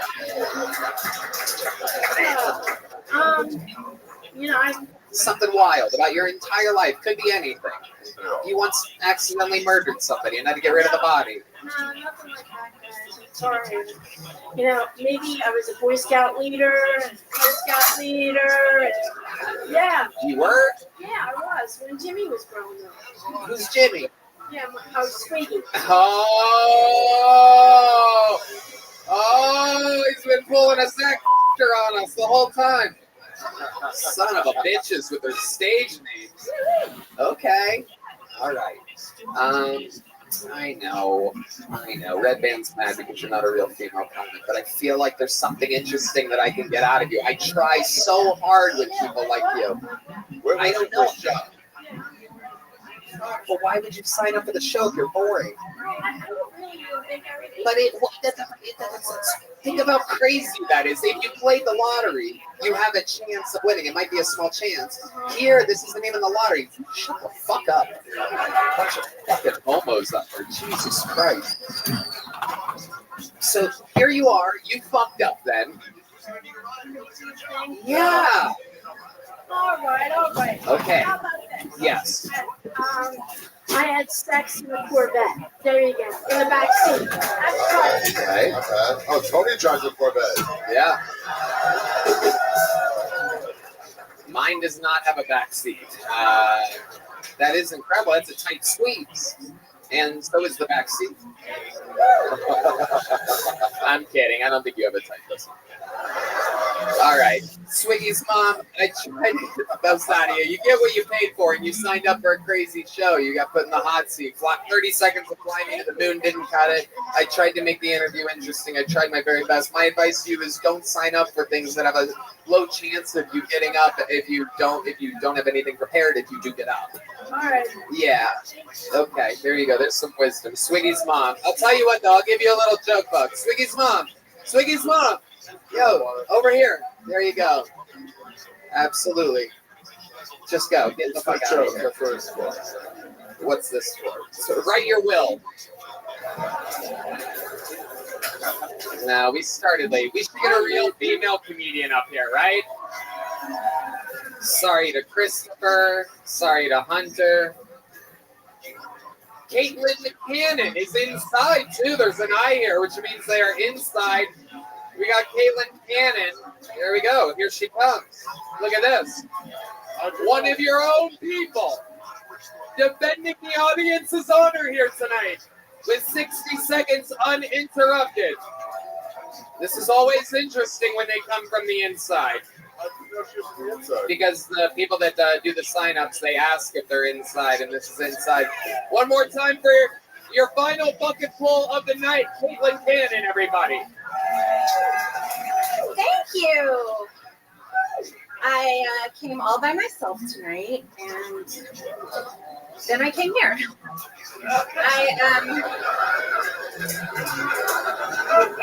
I tried to pick up a dry in line. I said, "Excuse me, sir. Are you a gynecologist? Because my pussy is sick." So I'm alone, but there are some advantages. For instance, there was no one to tell me I couldn't get a sexy stripper tattoo of my grandmother. And before I had them suck out all of my fat and put it into my boobs, I was like really depressed and kind of suicidal, you know? And I didn't know why. And now I know that it's because I was really a skinny girl with big boobs stuck in a fat girl with little boobs body. And that's a hard life. The last guy I was with, he wanted to come on my tits, but they're like brand new, you know? So,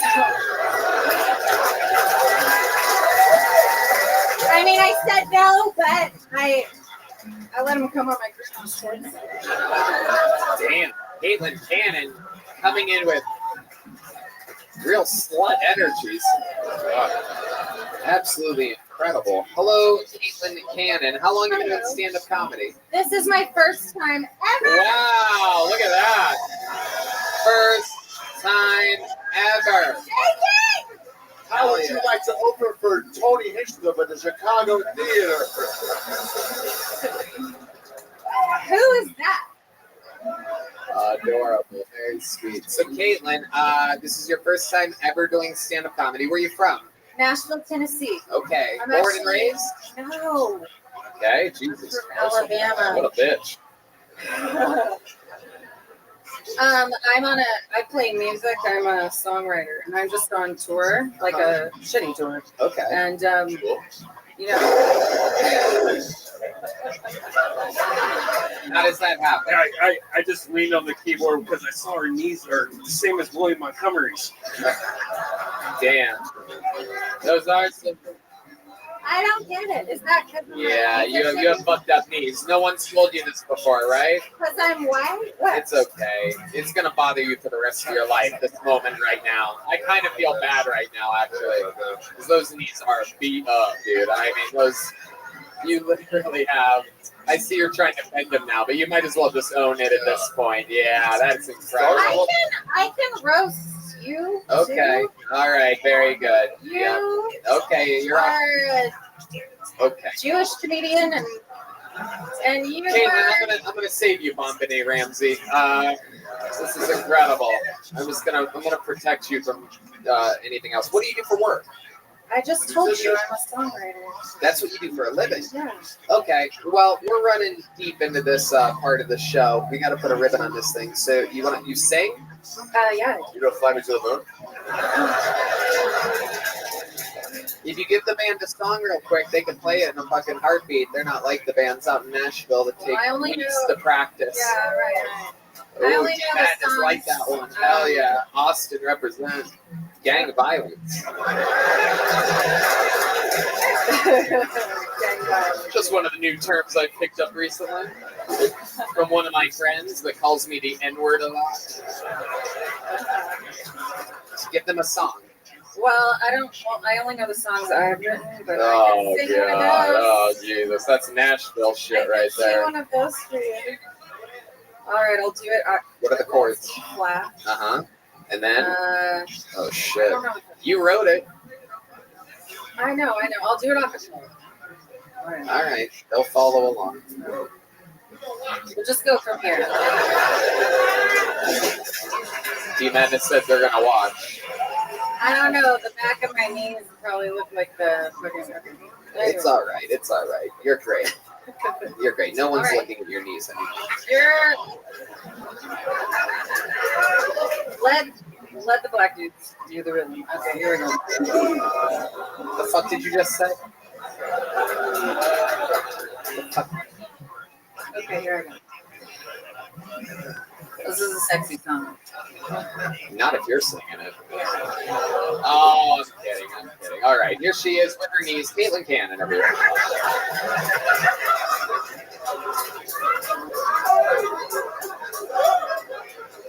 You're a gay Mexican and that guy. Yes, I'm a Mexican. Looks Thank like you. Yes, you that is the greatest roast joke I've ever heard about me. I'm a gay Mexican.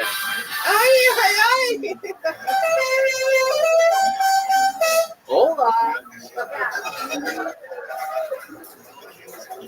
A gay Mexican. I have been made fun of my whole life. I've never been called a gay Mexican. That's incredible. I like it.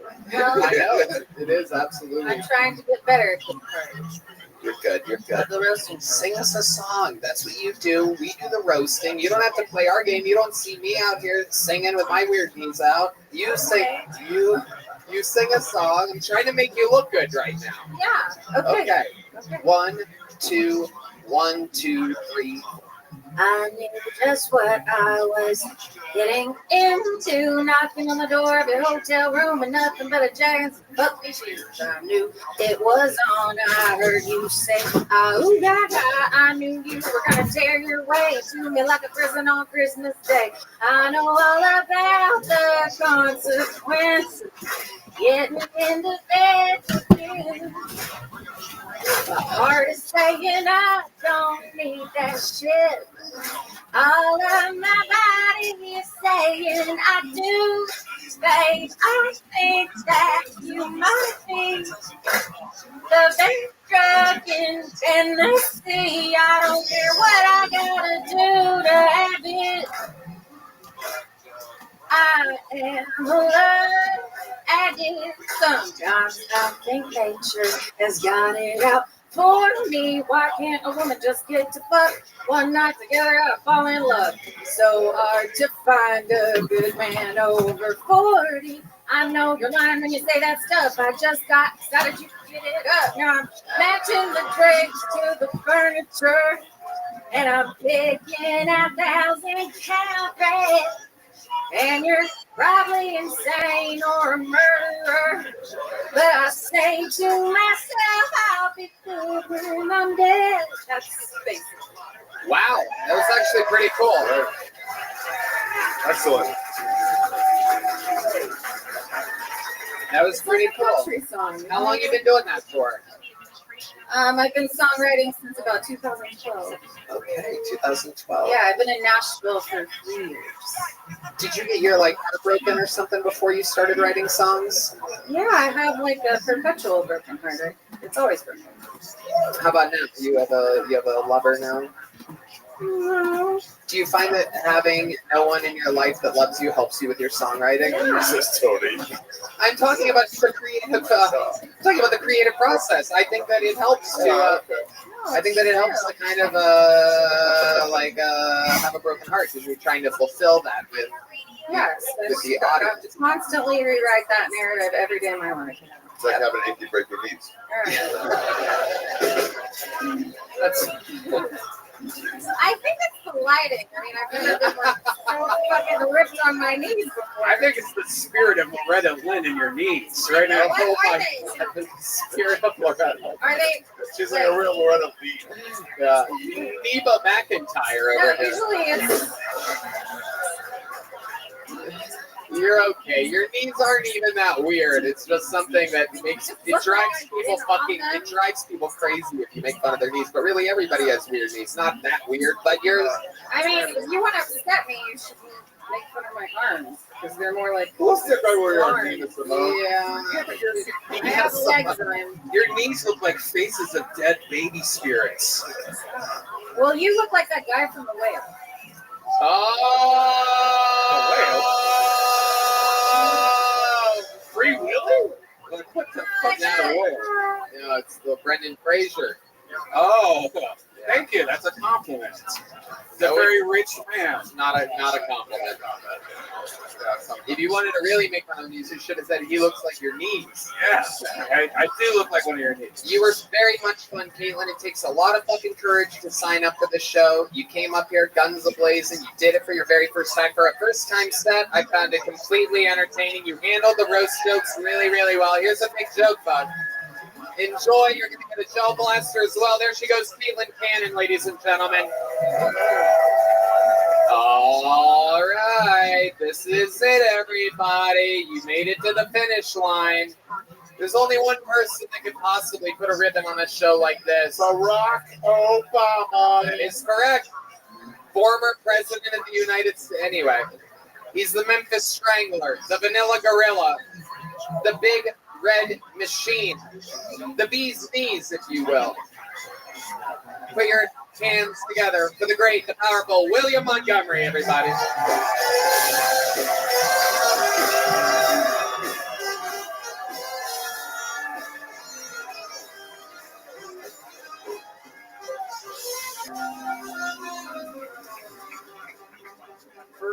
First off, Tony, are you really Mexican? Hey, table of contents, wrap it up already. I'm trying to start reading over here. Nothing worse than opening a book and having to skip past the pages and say, dedicated to Mumsy and Pop. You don't hear me starting a set announcing the name of my agent and my tax accountant. Get to the good shit, you pompous author. If I wanted to read about who you owe everything to, I'd read you over your obituary. I'm sick of this shit. Okay, let's get on to the next one. I heard somebody say the other day that they felt like Schindler's List was too long, which sounds a little anti-Semitic because I feel that list could have been way longer, like 7 million people on it.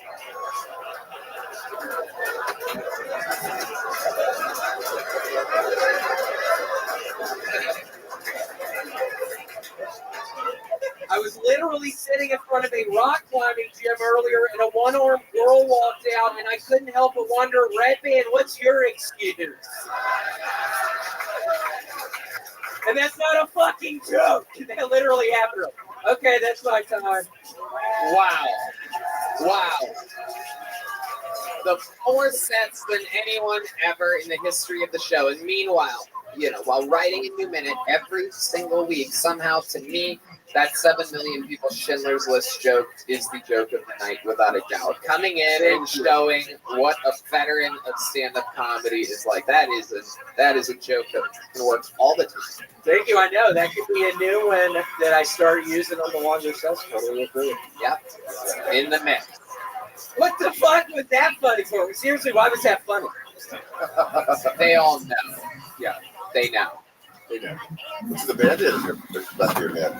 Do what? It's the cancer. I actually got it lasered and turned off last Wednesday. So hopefully I got a little more longer. Yeah, I had skin cancer. Oh, wow.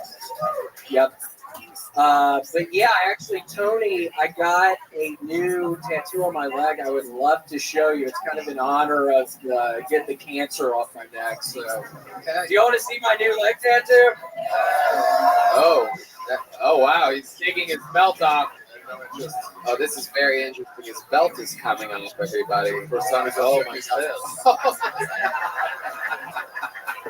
So it's I got like Speedy Gonzalez. If y'all can see right here, I got a it's a Speedy Gonzalez wearing he has a piece of cheese. But yeah, Tony, do you like it? I mean, let me see it. What the fuck is going on? I mean, I just had fucking cancer, and now I'm trying to show y'all a new fucking tattoo. What the fuck is going on? Wow.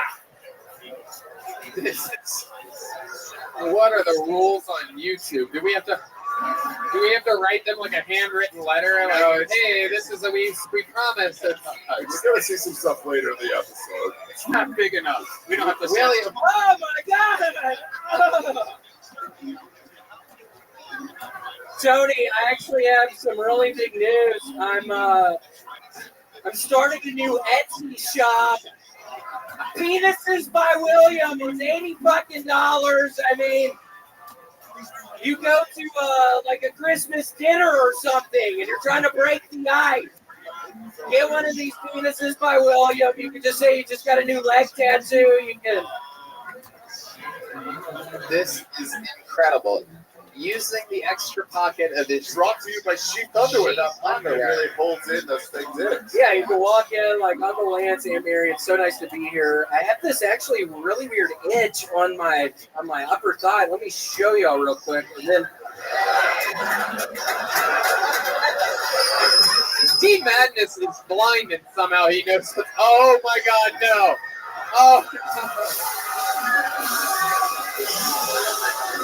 Here, hold on, let's do it from behind.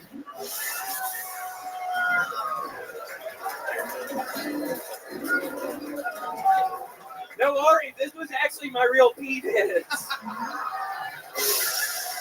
I knew I would trick your ass up here. That's my real dick, dude.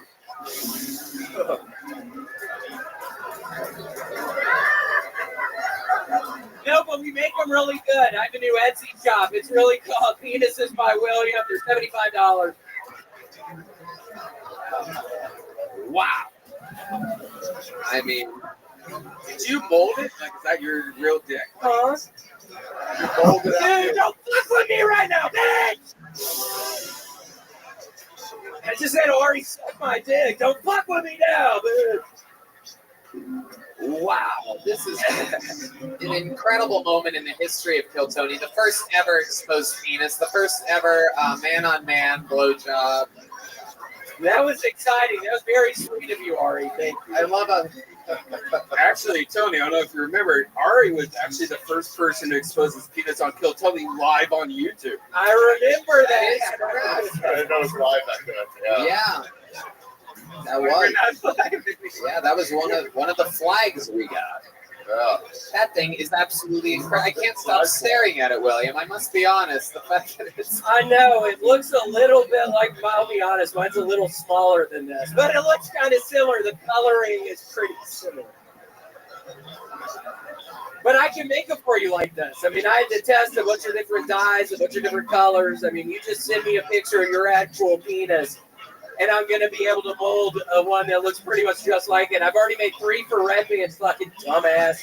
What do you make these penises out of exactly? Can you describe the process? Yeah, it's like a silicone base. I use a decent amount of lycra. It's a mix of probably 60% silicone, 30% lycra, and then I just have molds. I make molds. This is actually after my cousin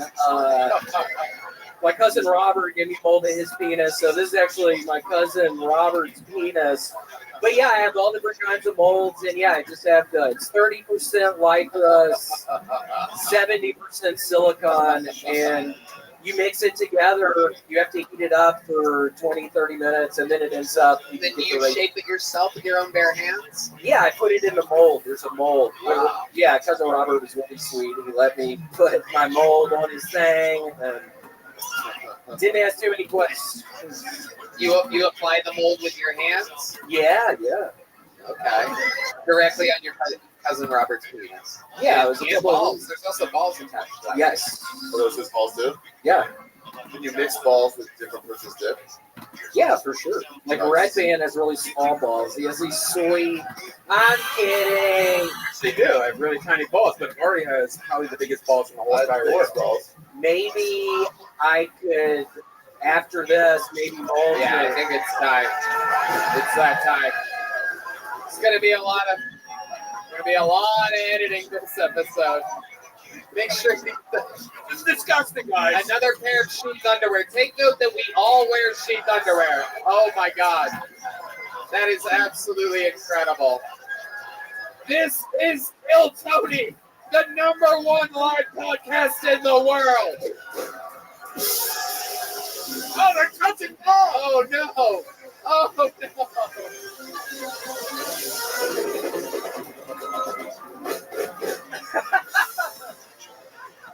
Make some fucking noise for William Montgomery, ladies and gentlemen.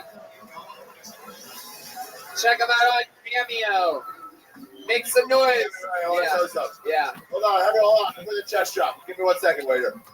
I was in Romania. I was on a European tour, the wrong side of history tour. I was in Romania, and I was at an underground post-punk rock club.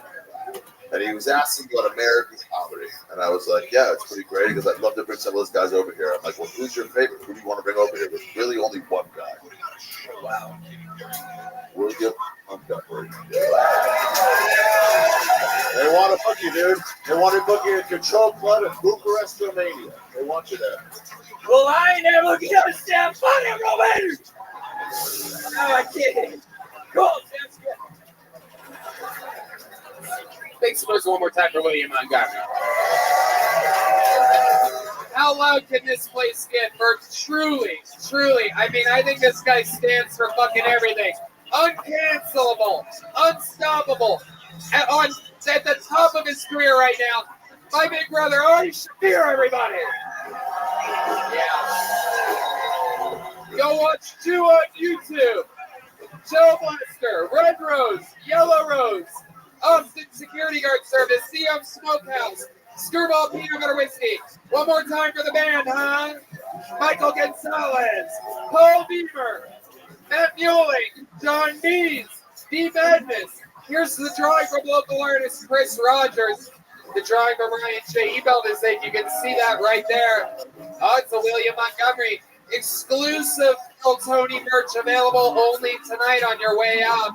If you want a little souvenir for your way home. If you have $5, come to the Sunset Strip Comedy Club. Go to the Sunset Strip Comedy Sunset Strip There you go. And the arena is over halfway sold out. That's going to be gone soon. So get your tickets for that. New Year's Eve, why not spend it with us? It is going to sell out. This is your chance to get tickets for a Kill Tony, those of you listening around the world. Not going to last much longer. And go to killmerch.com for all the official Kill Tony merch you can possibly want. We love you guys. Thank you so much. Good night, everybody.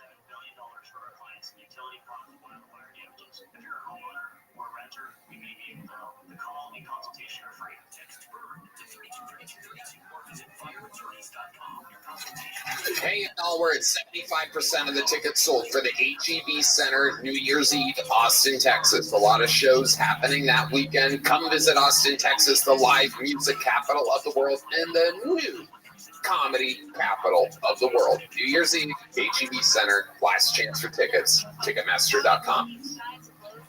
Kill merch is absolutely killing it. We have new drops coming, and everything else is absolutely thriving there. I mean, it's just unbelievable. We've sold out, and we are refreshing on everything. The store is an absolute wild success. From stickers to tickers to old American pickers. Lord only knows what you will find at killmerch.com right now.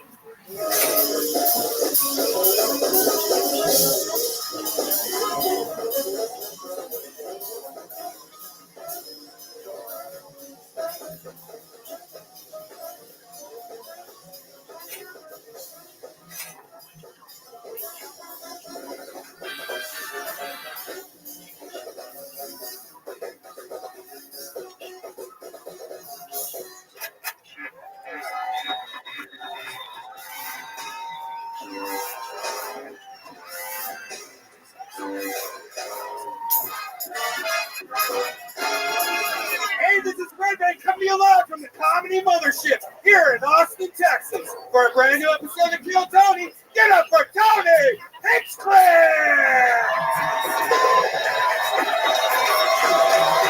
Who's ready to fuck some shit up tonight, huh?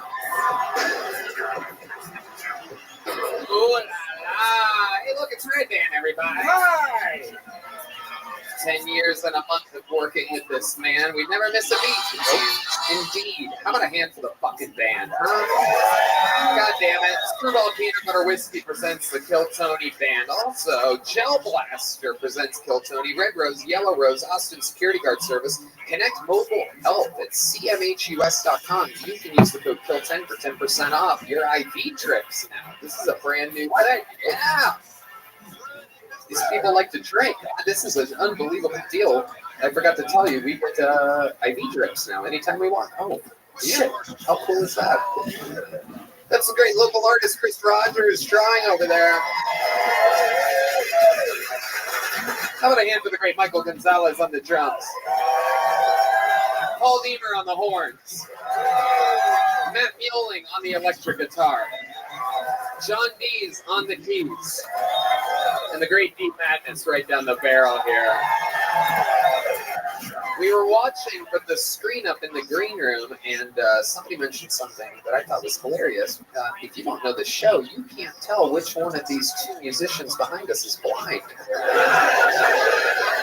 Deep Madness and John Dees having a blind off tonight. It could be either one of them. Maybe you'll figure it out as the episode goes on. We have a very fun show planned for you. Before we start, here's a little bit from the amazing sponsors that made tonight's episode available for you here right now. Hey, y'all, it's official. It's announced. It's out there. My largest stand-up tour of my entire life. All the biggest theaters in all my favorite cities. Toronto, Canada. Royal Oak, Michigan. San Antonio, Texas. Chicago, Illinois. Charlotte, North Carolina. Atlanta, Georgia. Columbus, Ohio. Kansas City, Missouri. Indianapolis, Indiana. Philadelphia, Pennsylvania. Tysons, Virginia, just outside of D.C. Milwaukee, Wisconsin. Minneapolis, Minnesota. Youngstown, Ohio, Cincinnati, Ohio, San Francisco, California, Sacramento, California, San Diego, California, Phoenix, Arizona, New York, Clearwater, Florida, and Jacksonville, Florida. Tickets available at TonyHinchcliffe.com. Come see the crazy Texas fucking stand-up that I've been working on. You're not going to believe it. Let's have some fun. The Sunset Strip Comedy Club, owned by Brian Redban, is in downtown Austin, Texas. Check out the secret show every Thursday. All shows can be found at sunsetstripatx.com.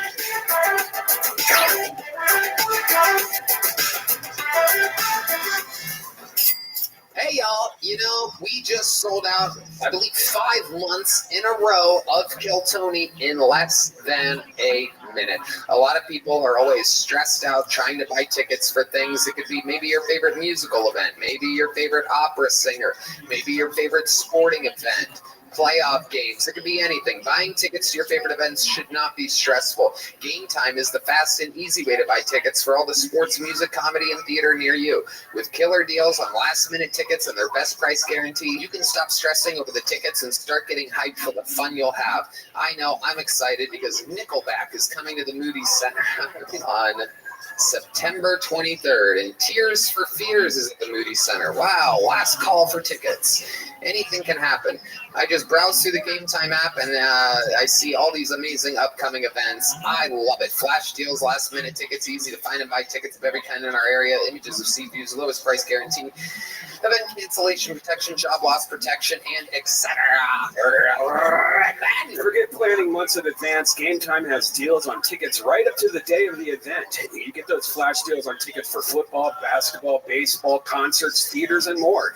The Game Time guarantee means you will always get the best price if you find tickets in the same section and row for less. Game Time will credit you 110% of the difference. It's the fastest growing ticket app in the country for a reason.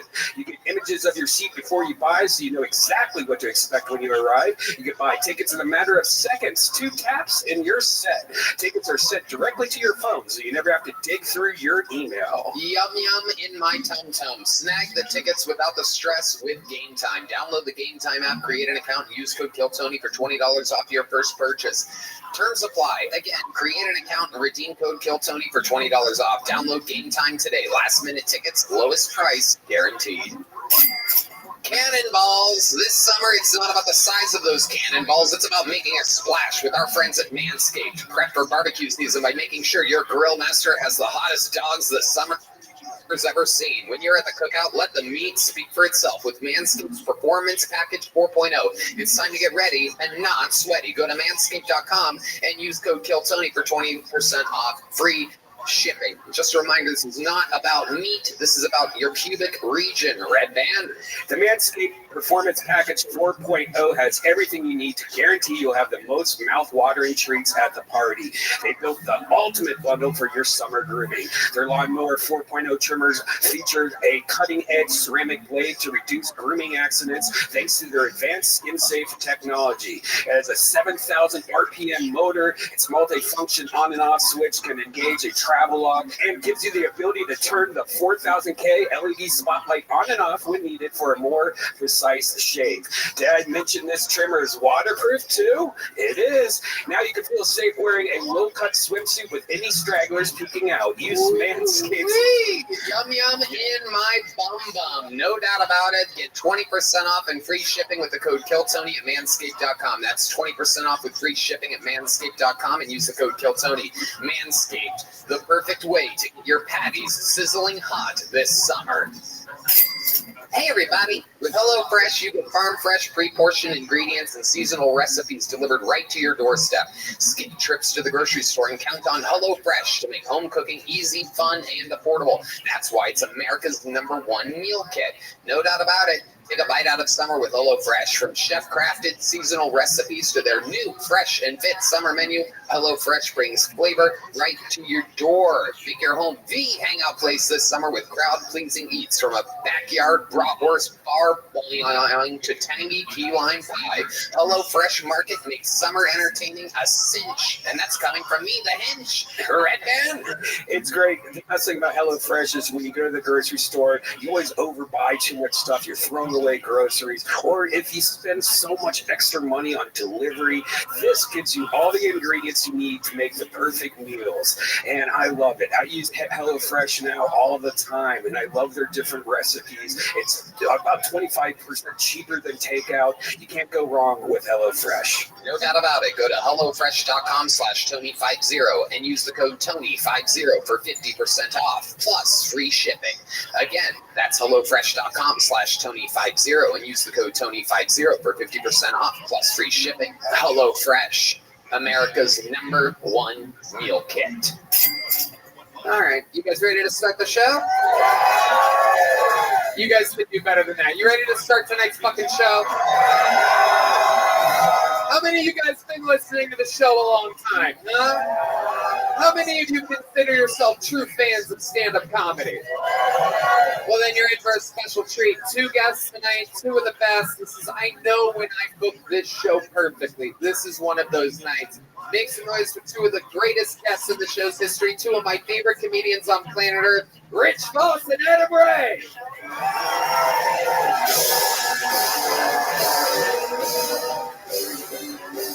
Rich Voss, Adam Ray. All right, Adam, sit down. Rich Voss, Adam Ray.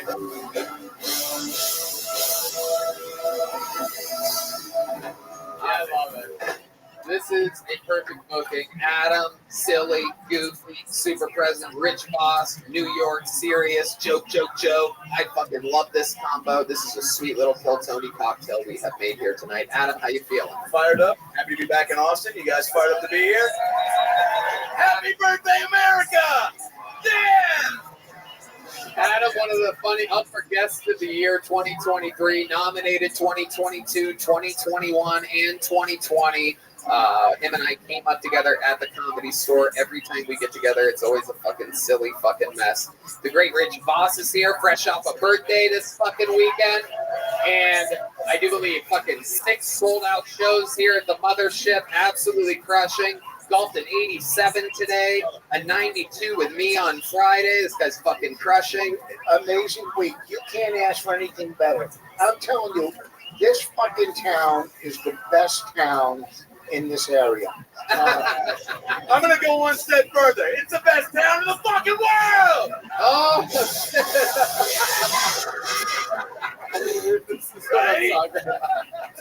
I fucking love it. We're going to have so much fun here tonight. You guys have both been guests on the show multiple times. You know how it works. Over 200 souls have signed up here tonight. Look at this fucking diabolical mess. It is insanity. We're going to get through it together. I mean, not all of these names, but we're going to meet a few of these fucking crazy people. They get 60 seconds. You know your time is up and you hear the sound of a kitten. They have to wrap it up then or else they'll bring out the angry West Hollywood bear. You guys know all about this. When that noise happens or they stop their set, I interview them. We find out more about them. We find out what makes them interesting. Every episode has a different DNA, completely different guests, different bucket pools, and a few familiar faces that we call the regulars. But before we get to our first comedian of the night, I'm going to pre-pool a name so that we can grab them from the bar 2 doors down. And let's fucking do it. You guys ready to start the show? Well, there's only one way to start a show like this. This guy has been defending his throne for weeks. We're giving him the night off of defending unless we don't like his set, in which case next week he will be fighting for his life. We have applied extra pressure to him so that he takes every one of these sets super, super seriously. He started on the show 2 years plus ago. We found him sleeping in his van 8 years into the open mic game, and we changed his fucking life. He now sells out every goddamn weekend, hitting bonuses in every city, making vast sums of money. He wears a Rolex watch. He is with a girl out of his league. Ladies and gentlemen, sing it if you know the words. You guys know the words? Start it now. Ladies and gentlemen, this is Hans Kim. This is Hans Kim. This is Hans Kim.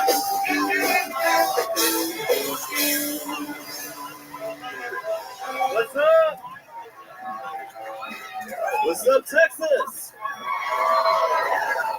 I was recently looking up the best bullets to kill humans with, but then I realized you can't just Google that.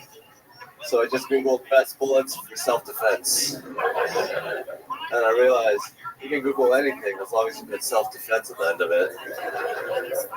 How to commit a mass shooting for self-defense. When all those Jews come running at you. Jew be God. Yeah.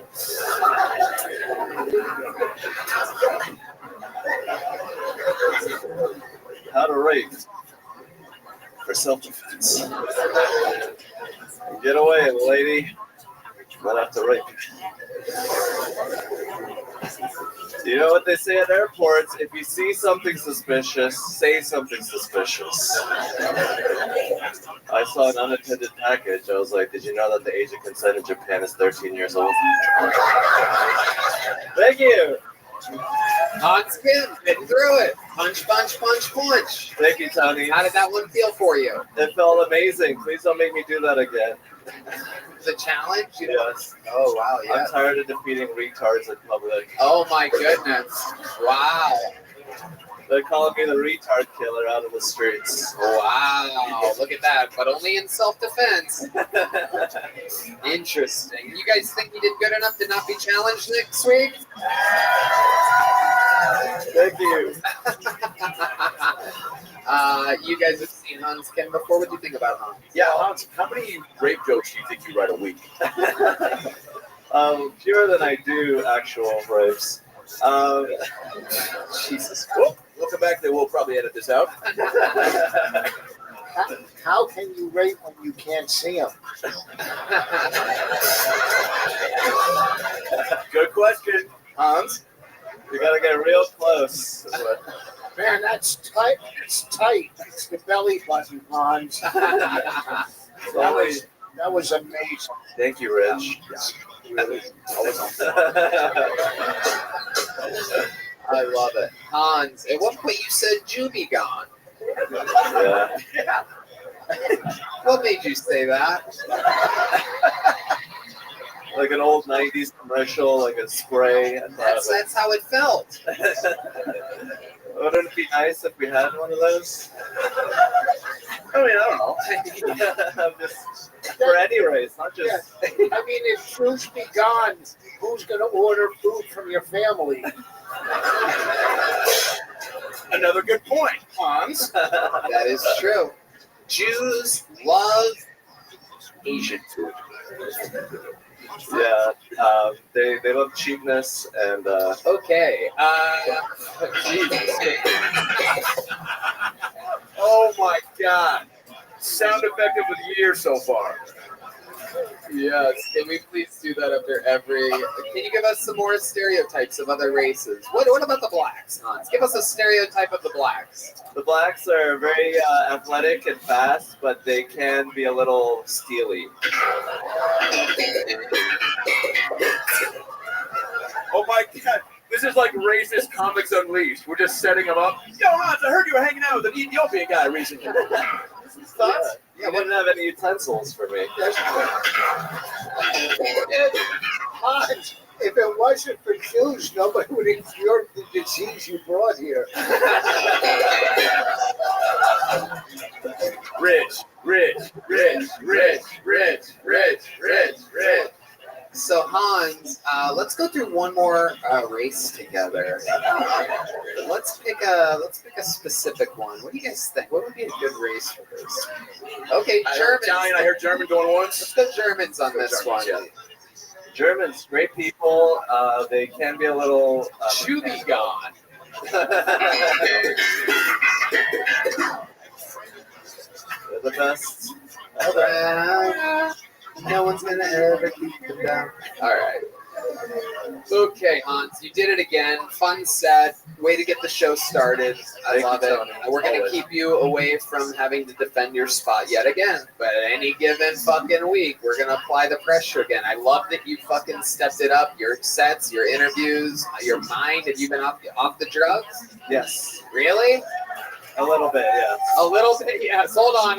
Wait. Stop the music. You've been off the drugs a little bit, yes.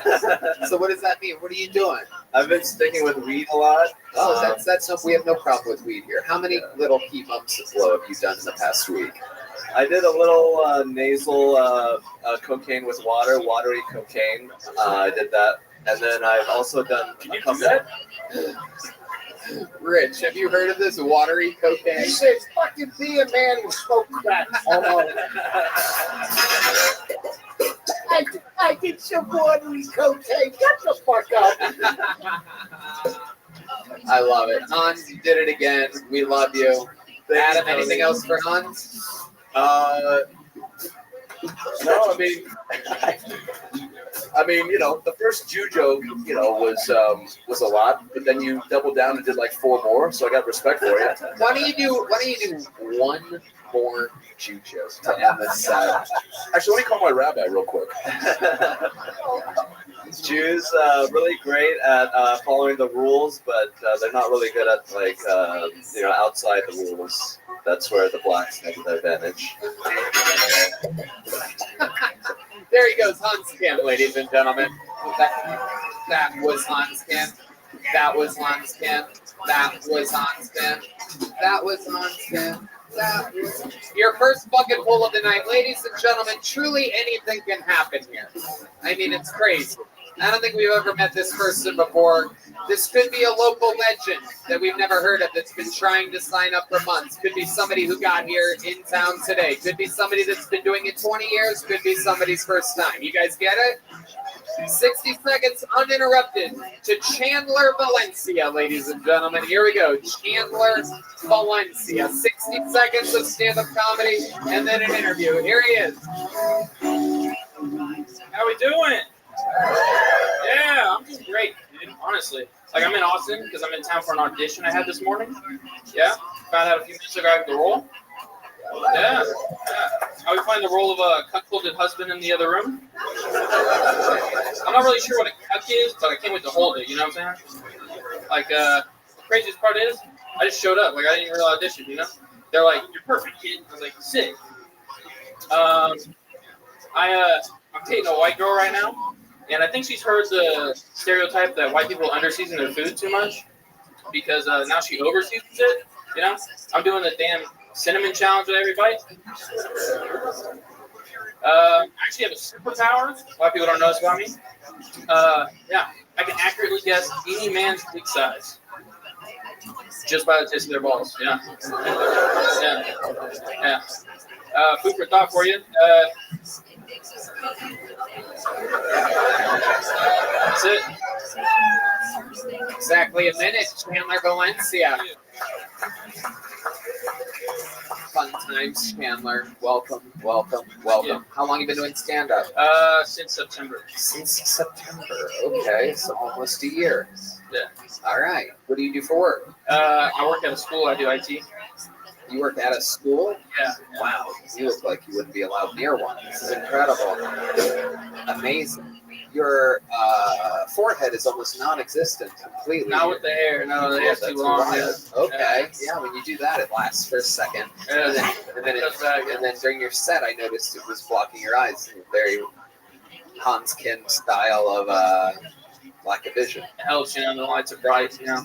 Okay, so you kind of use it as a hat. Sort of. Not on purpose. Right. Yeah. Okay. So Chandler, what type of school are we talking about? Kids? High school, yeah. All right. So what's that like? What's it like working around high schoolers nowadays in the year 2023? How's it different than when you went to high school? There's way more technology. Like, if the computer's not working, none of the kids can do anything, and it's super weird. I also went to the high school, so all the kids at the school always like to find my yearbook photo. And make fun of me for it. Right. What sort of names did they call you? What are some of the funniest names they've called you in the last 48 hours? For because I'm sure they hit you up on like DMs and stuff. No, too, they right? don't. They don't. No. They ever say that you kind of look like a giant Shih Tzu puppy? No. My nickname was Prince for like 4 months when I first started. Prince? Yeah. Why? Valencia is like my last name, and it's like a descendant of the Queen Victoria or something of Spain. Oh.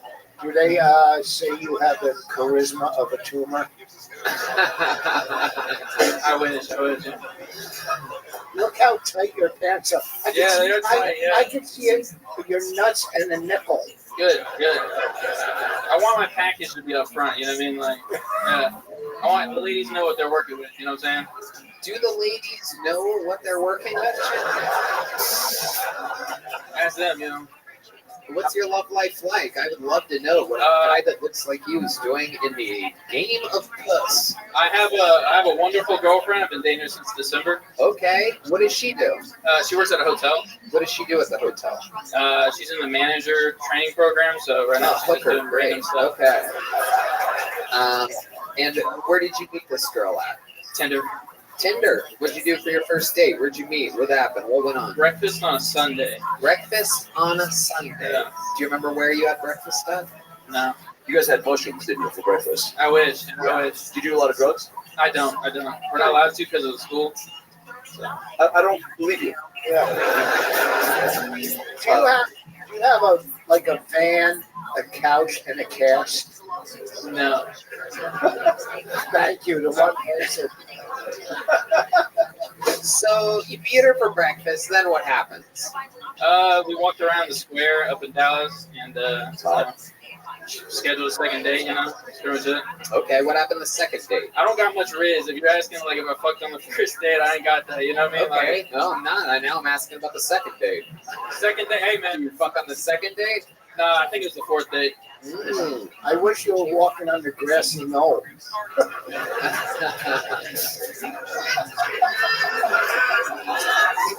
Do you have any special skills or talents, Chandler? No, not really. No, I'm nothing at all. You've never won like a trophy or a competition your entire life? I told you last time I was on that I was a professional video game player before. Yeah. So I did win a few tournaments back then, but So what game? H1Z1. What'd you call me? Yeah, H1Z1. I do believe. It's big in China. So. Right. Yeah, it sounds like it. Sounds like one of the things that's made in China. H1Z1, the flu, if you know what I'm saying. All right. What anti-Semitic joke do you have? That is true. Let's load up the anti-Semitism music, aka Seinfeld theme. Do you have any anti-Semitism jokes you could do? I don't think so. Well, let me ask you this: what do you think about the Jews? Rich Voss is Jewish, by the way. I mean, if we had to, I'm just kidding. No, you do have to. You do have to. And yes, maybe you're kidding. I don't know. I used to date this Jewish girl, so what was I like she Jewish like? people. Okay. She was very aggressive sexually. How so? Like we would get into my apartment and then she would just be like, "All right, we're having sex," even though my roommate's out in the verbally say that, even though my roommate's out in front. Maybe she was talking to him. Yeah. You might have intercepted that.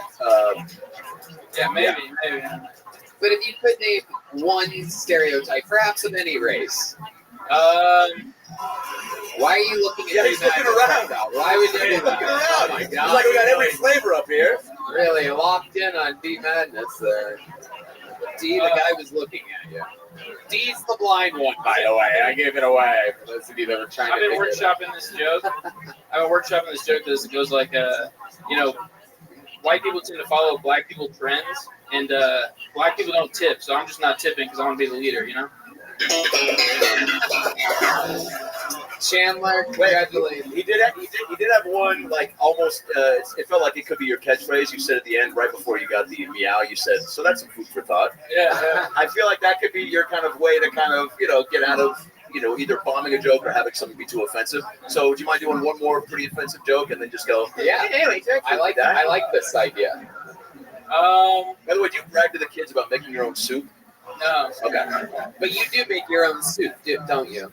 What? You do make your own soup sometimes. I don't know how to cook, dude. Like, I cannot cook worth shit, dude. I'm honest. Like, this sounds racist. Keep going. It's not racist, bro. Here it comes. Come on. You mind do the joke and then the food for thought thing, if you don't mind. Yeah, here we go. You have one more, perhaps, race. I don't really got another racist joke, I don't think. Okay, you're cooking a Jew. Okay. What do you think it tastes like? Couscous. All right. Wow. That's food for thought, I guess you. Hey! There he goes, ladies and gentlemen. Chandler, did you get a little joke book last time you were on? I got a big one. Okay, well, there you go. Good job. Chandler Valencia, everybody. There he goes. All right. Onward we go. The show has started. Your next comedian out of the bucket. We're going to meet them all together. Make some noise for Mason James, everyone. Here we go. Mason James. Come on, one more time for Mason, everybody. All right. I'm not racist, despite my face. Live in Houston, most diverse city in the United States. Very good there. We got a lot of diversity. We got a lot of Mexicans. Any Mexicans here tonight? There we go. That's good. You can always hear them. That's good. Love Mexicans. Love you guys. Seriously, probably my favorite race besides white for sure. Love y'all. I love the food. I love the culture. I love the tequila. But can we fix desserts? What's going on? You finished a great meal. It's like, hey, would you like a soaking white cake or a habanero popsicle?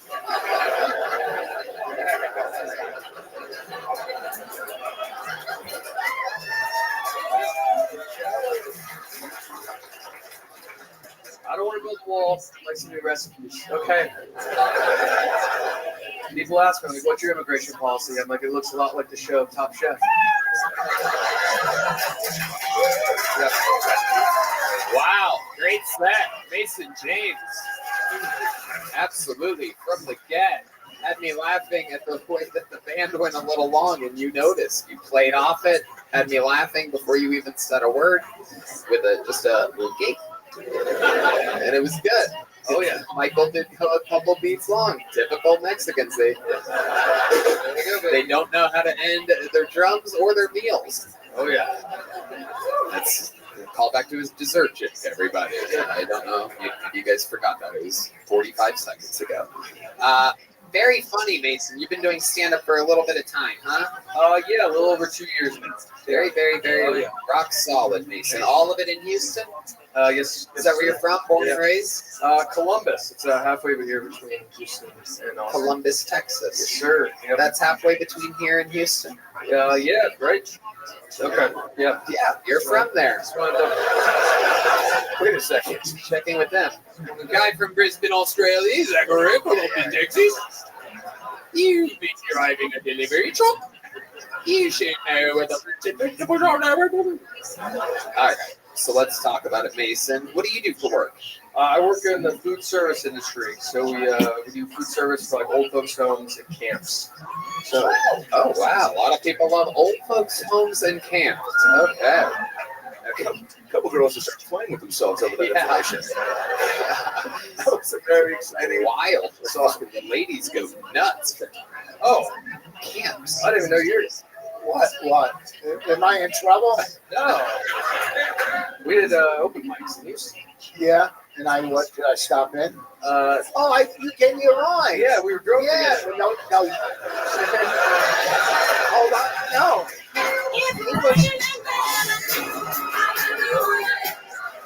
Should we get out of here? Seinfeld theme. No. Matter of fact, I did a club and then we did the open mic after it at that place. He was fucking funny. Although you look like a baby bird with cancer, but he was fucking funny when we did the open mic. Yeah. I can't believe I didn't remember you, baby, because I'm a big fucking act.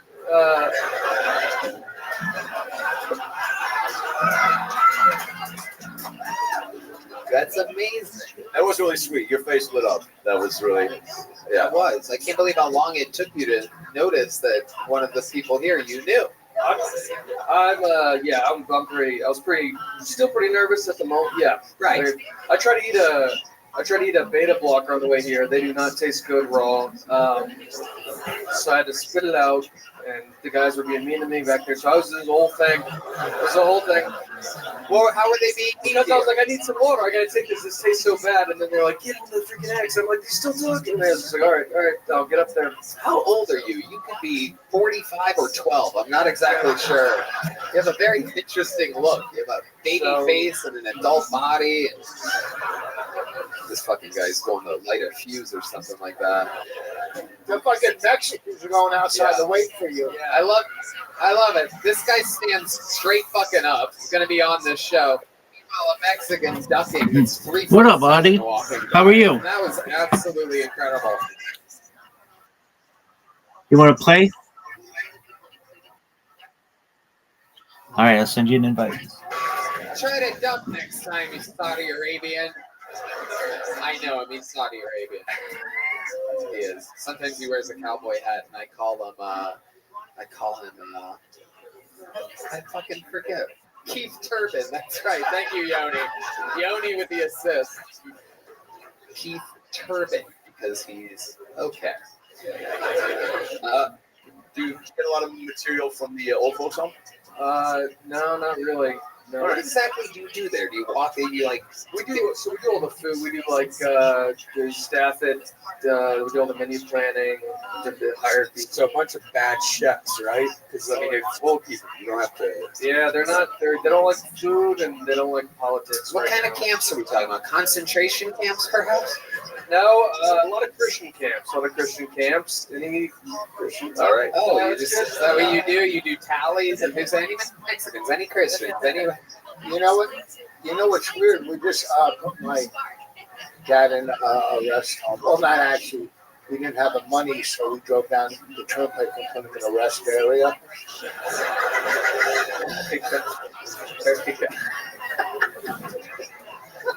You put your dad in a home, and your great-grandparents were put in a camp, so he covers both of those. So that's food for thought. He's Jewish. He's Jewish. I can remind you, he's Jewish. He's laughing at my Jewish jokes, so he can't cancel me. I can't have a Roseanne Barr happen where someone takes something out of context and my career gets better again. No, you're not Roseanne Barr. I'd fuck you. You'd be surprised, bro. You'd be surprised. She's a fucking hottie patati. She's a fucking Texas mountain cougar right now. I'm serious. When's the last time you saw her in person? She has gotten hotter over the years. Duck down, you fucking loser. Jesus Christ. Want to sit in the front row? Have some fucking decorum.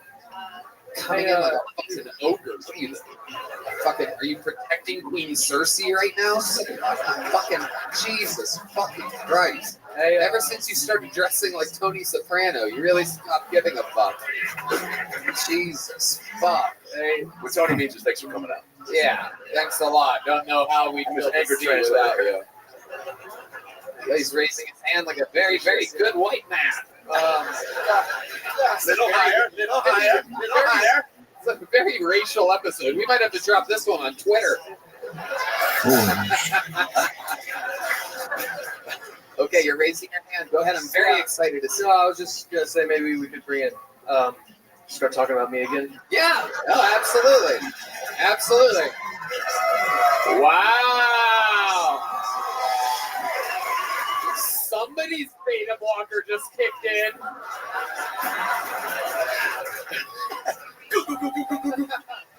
I'm over here. Wow. I like your style, Mason. You're a fucking funny guy. Only been doing it 2 years. You're very present. You're very funny. You're in the moment. What else should we know about you before we let you go? Okay, so you asked my age. It's not great. I'm 26 years old. No fucking way. Oh, no way. Fuck! The place is in a ruckus right now. Oh, for those of you just watching the show, who would have said anything less than 42? You got that disease that makes you grow old fast. Yep. Thank you. We know what it is, you dumb bitch. Jesus Christ. Jimmy Martins. Shut the fuck up. I bet she stands straight up too. What Tony means to say is a great answer and a great movie. Thanks for coming out. We also would have accepted Jack with Robin Williams. So, thank you. Thanks for coming out. You're 20. What? I couldn't even believe when you said the word 20. I'm like, no fucking way. What have you seen? Were your parents brutally murdered in front of you? Why do you look like that? Were you in the military? No. No, you didn't fight in a war in the desert?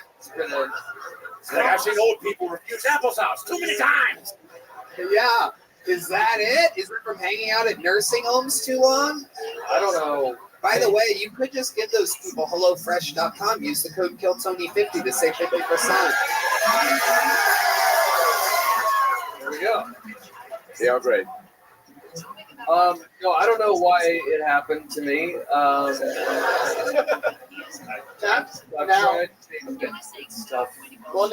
fact that you have no pigment, you come from a long line of scallops.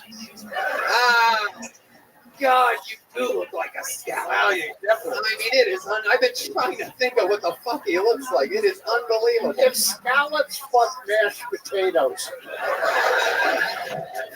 It is incredible. Now that's food for thought, Rich.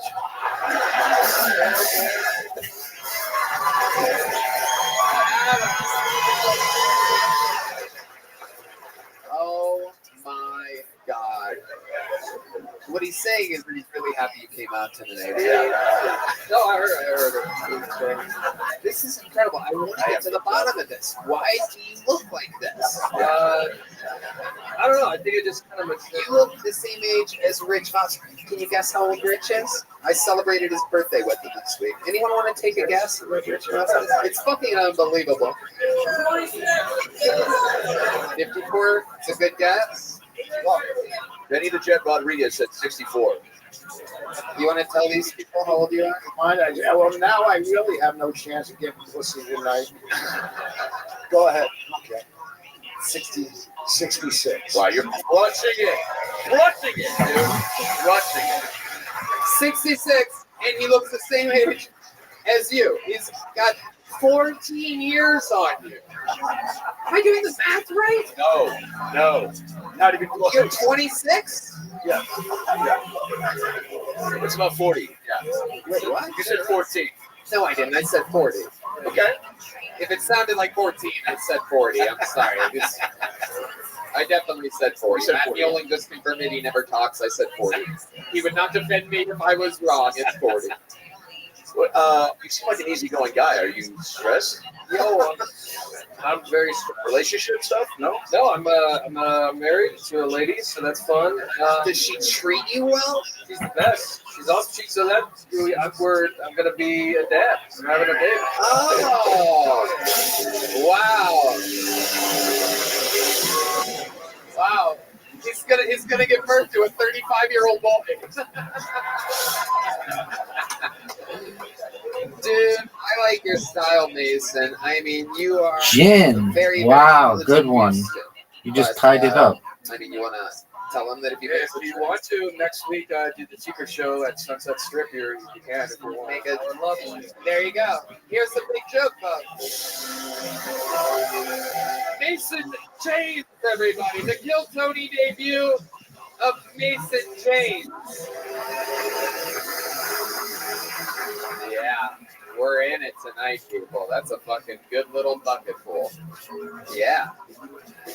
I'm going to pre-pull another name, but right now is one of those moments that we've been looking forward to for quite a while, because we have a new regular on this show, ladies and gentlemen. I don't know how many of you have been keeping up. You guys up to date on your episodes?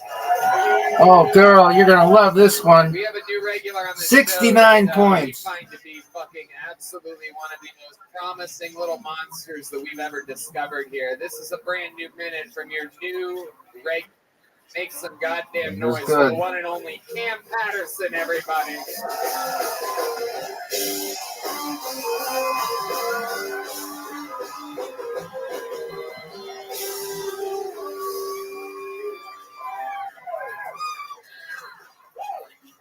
I used to want to be a thug.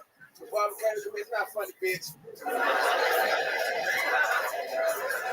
We were tied. White lady, I could have been a great thug. I knew I could be a thug, so one day I brought a some real thugs, and the car got shot up. And that's when I realized that I was a bitch. Because I was the only one crying. And they were like, they were mad, like, why are you crying? They shooting at us. What do you mean? The worst thing about was the person I said, when people shoot at you, they spin back. You know that? They always come back when they shoot at you. So they would shoot at me, they was coming back, and I took my shirt off. I'm like, hey, look, we surrendered. We quit. Leave us alone. And all my homeboys was like, hey, nigga, we need to retaliate. I'm like, that's the wrong word. He came in Patterson. I would like to retire. Boom. Boom. Boom. Wow. Oh my goodness. Unstoppable force. Cam Patterson. Cam with a K. My goodness. Welcome back. We did it again. My man. Absolutely killing. This is your first time seeing Cam Patterson, right, gentlemen? You're so like, and so my daughter, oldest daughter, married this black dude. So I heard through the family. But he's more light skinned. But you are some bitch, light skinned nigga, bitch. Yeah. Yeah, he was one that was shooting at you. Nah, he wasn't. I would have killed him. I killed that guy. That guy would have been murdered. Adam Ray, this is the new. What's up, white man? What's up, man? White man? What's up with you? Did you call me white man? White man. I like that shit. Yeah. I like you, nigga. You a good dude. Thanks, brother. You remind me like my stepfather when I get a girlfriend. Yeah. Thank you. Yeah. I like you. You're a real wholesome guy. I appreciate it, man. Yeah. You look like your first words were Fubu Gaga. I didn't like that. I didn't like that at all. I want to go. You're hilarious. Rich said you're very likable. How long have you been doing it? 2 years. 2 years? Yeah. Where'd you start? Orlando. Fuck. Yeah. What brought you out here? Shit. Everything that was going on, I was like, take my ass out. Well, you're not gonna like this. I'm not gonna like it. Not you, my boss. I'm not. You don't have to call me your boss. This isn't the. You're not in the Florida plantations anymore. What am I not gonna like? I'm excited. Yeah. Why? Oh, Uncle Laser. Wow. Damn, he hired his own replacement. I love it. Brilliant. My goodness. Wow. Keep bringing him out, Uncle Laser. I know you're watching this from far away. Wow, that's incredible. Amazing. Uncle Laser did something to look that benefit one the up. show. What is wrong? It's a historical moment. I never would have guessed that. How did he find you? He was doing a show in Tampa, and they called me to bury him. We hit it off. We were good friends. He was just like, yeah, nigga, you care about your comedy until you bring your ass to Texas. Yeah. Is Uncle Laser one of those white dudes that can say the N-word and you don't get mad or no? No, not at all. I love it. He asked me to ask. So, D's, you want to say it? John D said no, D Madness said no, and even Matt Mueling said no. He's not going to say it. He's not watching the game. What were you doing in Orlando? Comedy. Did you have a job? I went to Bunnies. Where? I was I was. Wait, say it. What were you? I was a stock nigga. You know what I'm saying? I did like stock. I was a grocery guy. Oh, I did that too. Yeah, for real? Yeah. Yeah. That's Still okay. stepson. Yeah. You're going to be part of the drive-by later, Adam. Congratulations. Yes. Welcome to the club, baby. Adam Ray. Jump you in. Adam Ray, you can catch him in a drive-by shooting later, or the Barbie movie right now. He's also in the Barbie movie. Yeah. Yeah, two good credits for you. Catch him in a Barbie movie or a drive-by later. Cam, I just love I find out more and more. I find out a lot about you in our drinking sessions at night at Mitzi's after some of the shifts here. It is incredible to think that you were part of so many. You told me last week that you used to have a gun on you sometimes on stage in Florida. I started doing that. I started coming out and piss on me all the time. Why? I was a street nigga, but I was a bitch. I just explained to you. I just told you. Come on, stepdad, listen up. Fuck, man. I had a pistol, but I didn't want to use it. You know what I'm saying? I didn't want to utilize my advantages. You know what I'm saying? But I had one. Yeah. I bet you it was legal too. Oh, hell no. I know. I mean, yes. I hope you don't ever get in trouble. I hope no one ever watches Kill Tony is like, that guy once tried to kill me. No. I'm sure there's like 1,000 police sketches out there that look just like you right now. I don't miss Tony. You're right. You don't. And you also don't on this show, Red Man? Tony, we found out something about him at the 10 years that you always carry rocks. Do you have a rock on you right now?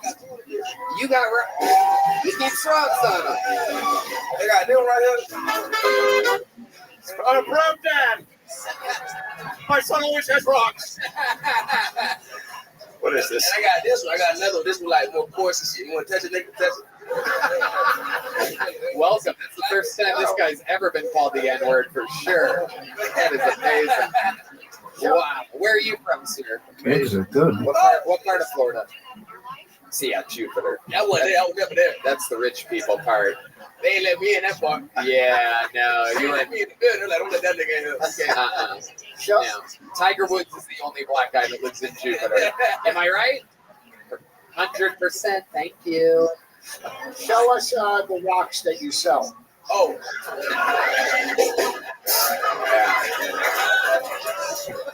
Those are for backstage, Rich. Those are Be backstage. quiet.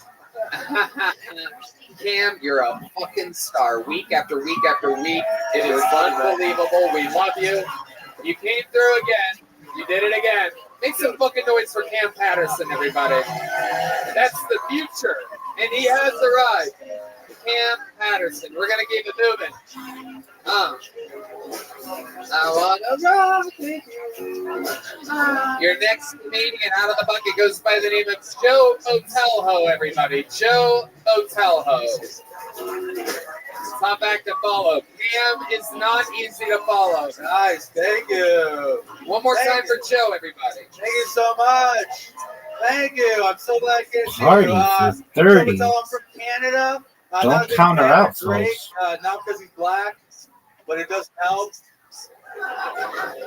Doesn't really help that much. But you know, porn. I hate this like you hate porn. Now we have to stop whacking off. Dude, I whacked off back in the golden age of whacking off. I had to buy my dad's porn. Like half the time you find a gun, or you find your mom's dirty panties. Like, so now when you found the porn and you put the porn in, you have to remember what scene it was in, so your dad wouldn't know you found his porn, and you'd move the porn stash. But the worst part of doing that is like when I rewound it and went forward, I never had to go past that part because I stopped at the same part my dad stopped. Like we came same time. So now I can only come remembering my dad coming. That's pretty much.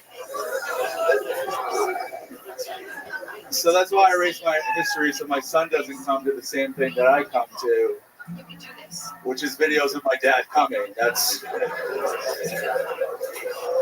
is a long minute talking about my dad's coming. Thank you. Longer for us than it was for you, my friend. Joe Botelho, welcome to the show. Have you been on here before? Never. First time in America. Oh, wow. Where are you visiting from? Outside of Toronto, Hamilton. Okay, and that's the type of shirt you think is acceptable here?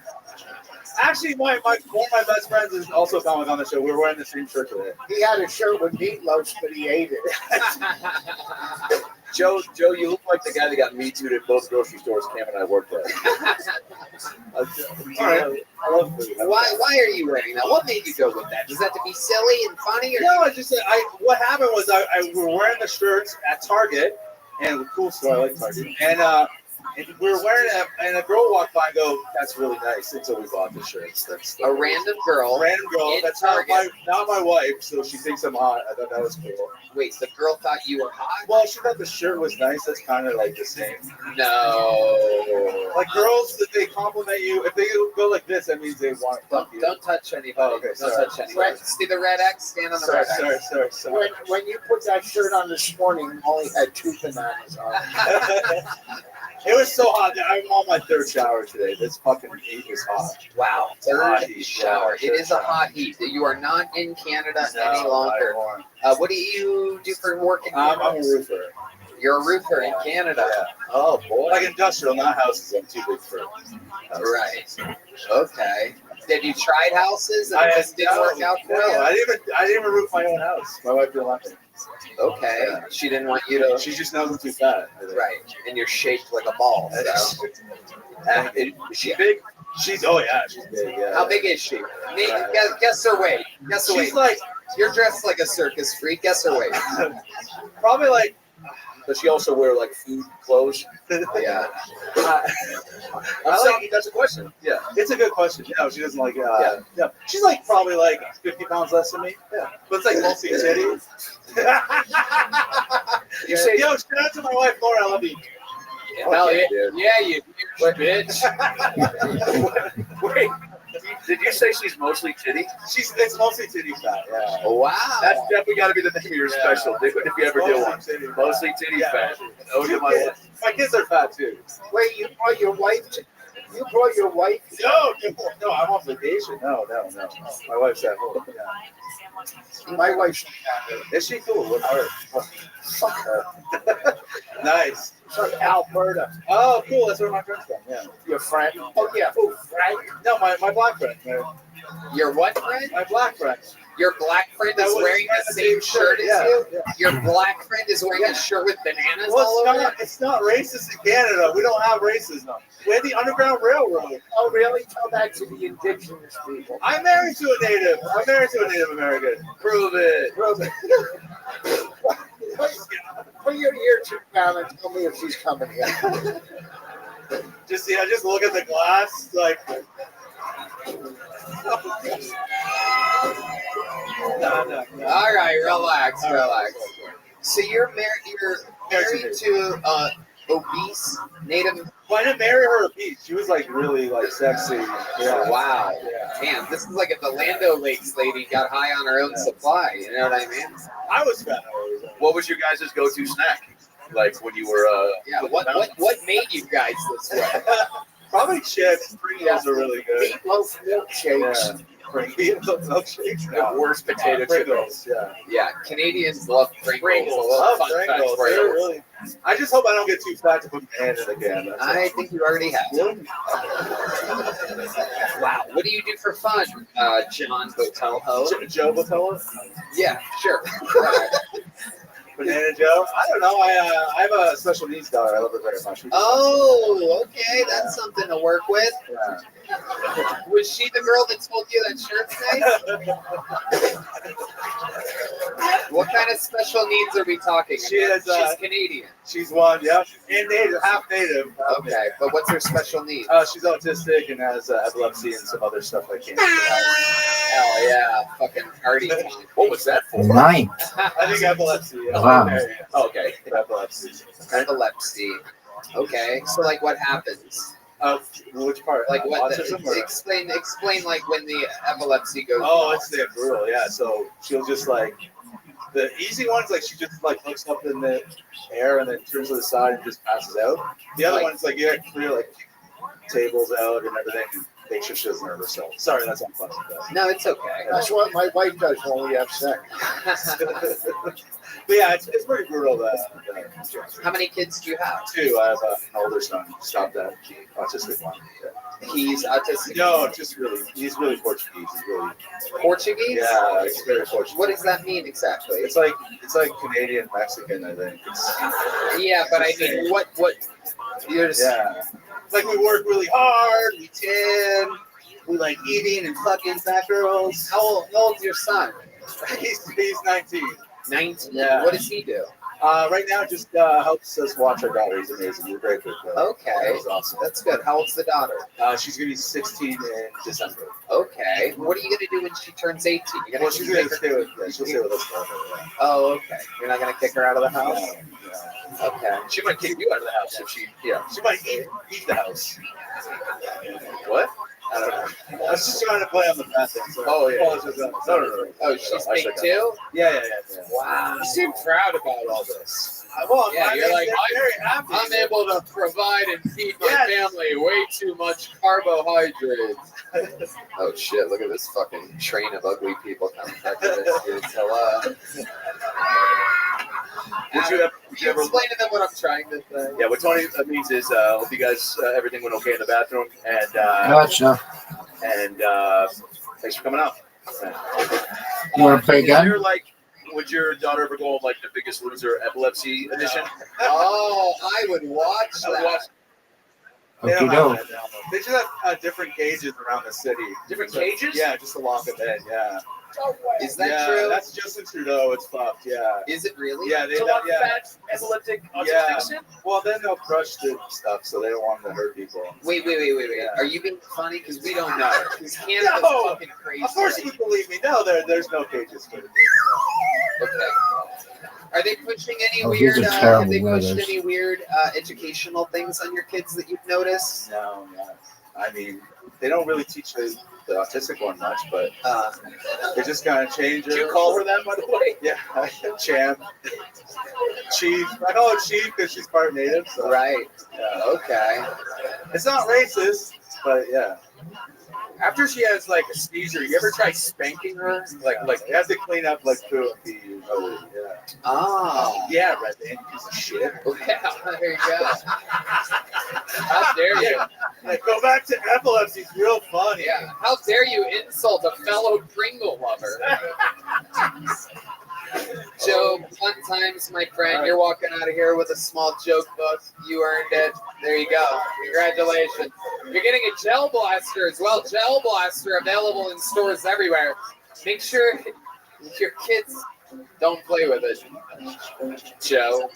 Hey. All right. I pre-pulled another name. Here we go. Make some noise for your next comedian out of the bucket. It's Ridge Hirschberger, Okay. everybody. Ridge Hirschberger. You guys having fun out there?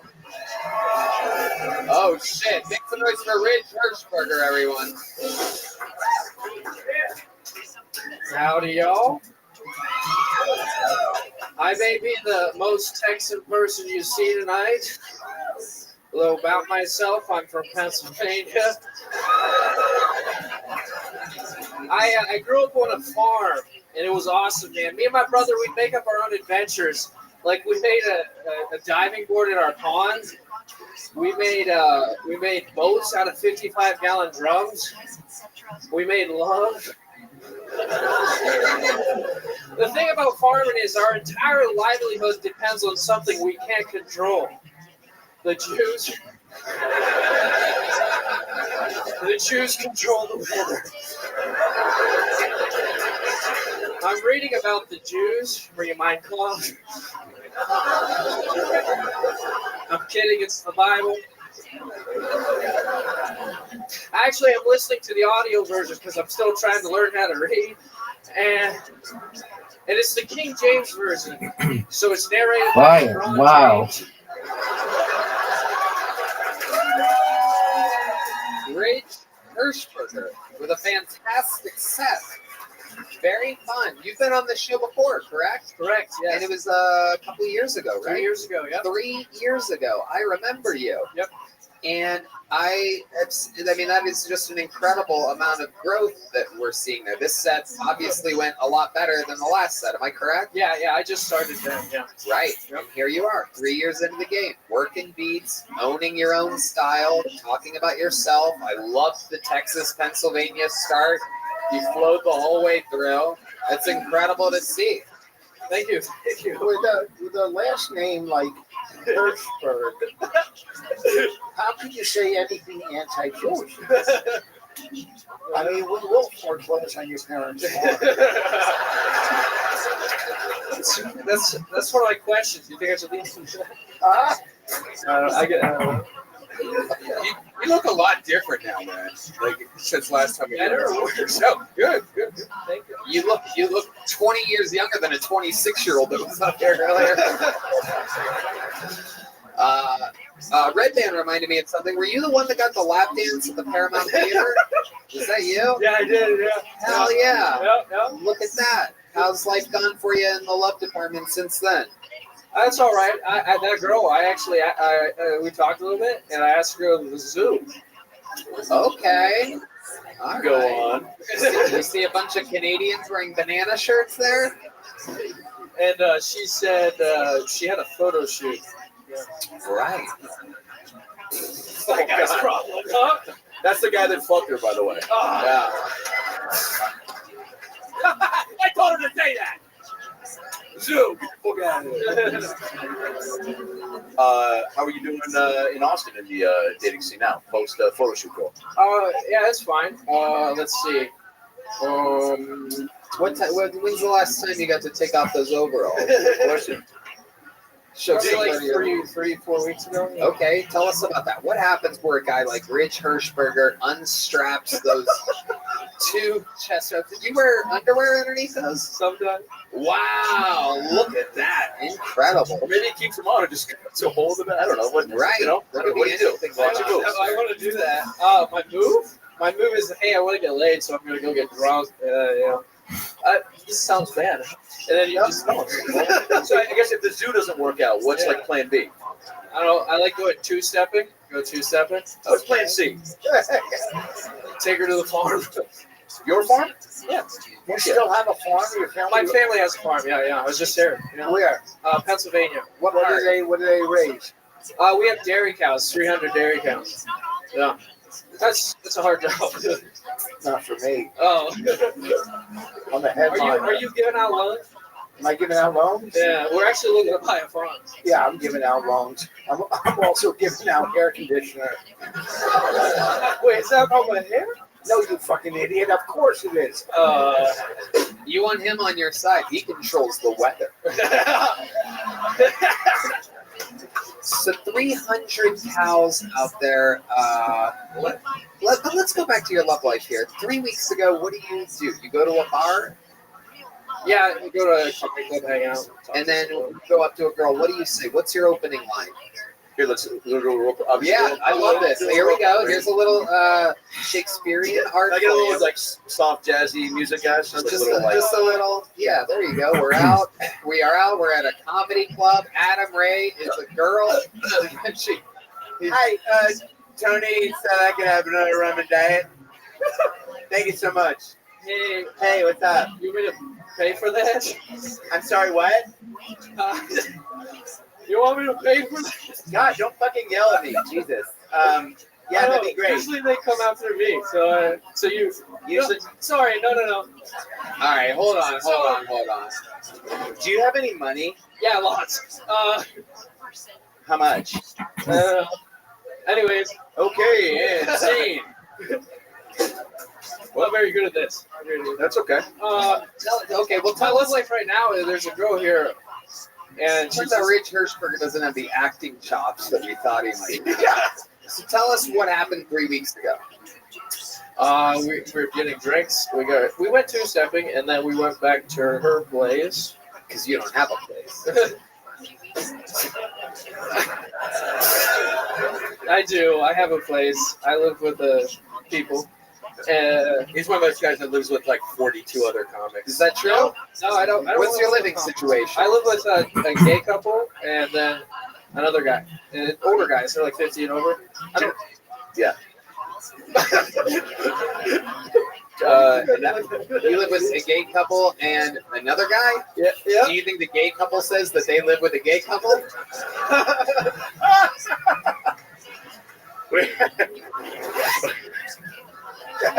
Would a gay couple think two-stepping is gay?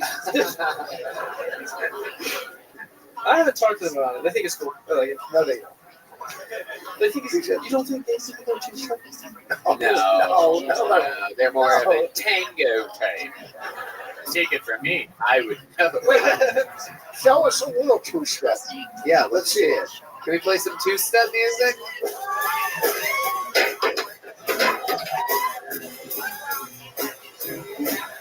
Oh my God! I think you just tied somebody up. Oh shit! That was the girl being like, "Okay, I'm not having fun anymore. What are you doing?" All right. He's like, "Come on, it's cool. I live with a couple of gay guys. Come on over." All right, Rich. So you go back Ooh, to this is a good house, one. Then what happens?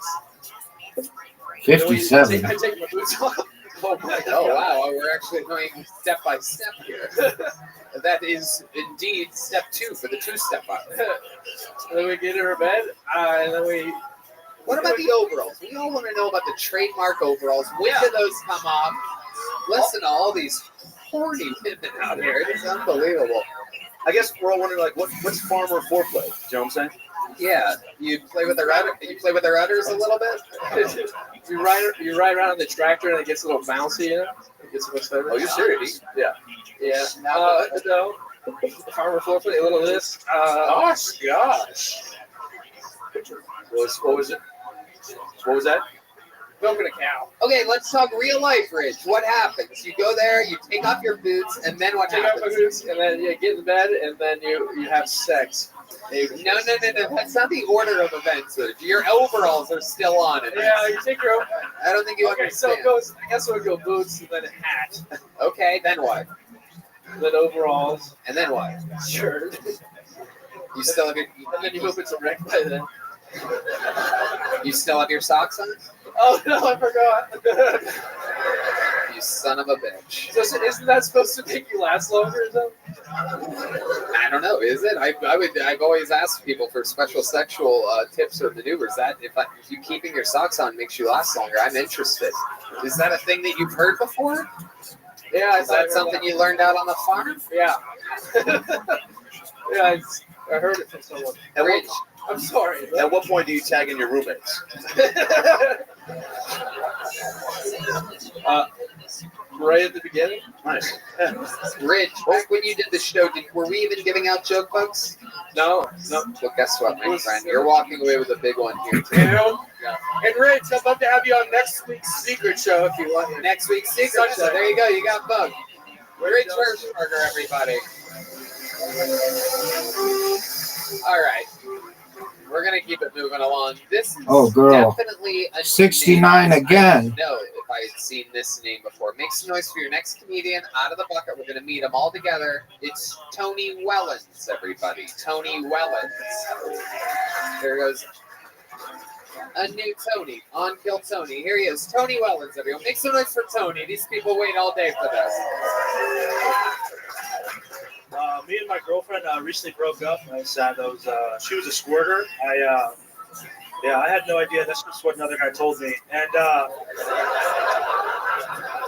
psych, bitch, I be making that pussy pop, drop, and roll, motherfucker. I be in that pussy all night. God, I want to be black so bad.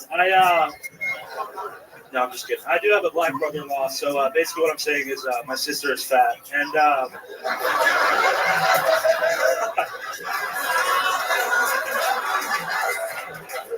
she is. But no, it's cool dating new people, new experiences. Like I hooked up with a girl at nipple piercings. That was fun. That was interesting. Like I never had that before. Sucking on nipple piercing, it tastes like I was sucking on the hand of like a AA battery.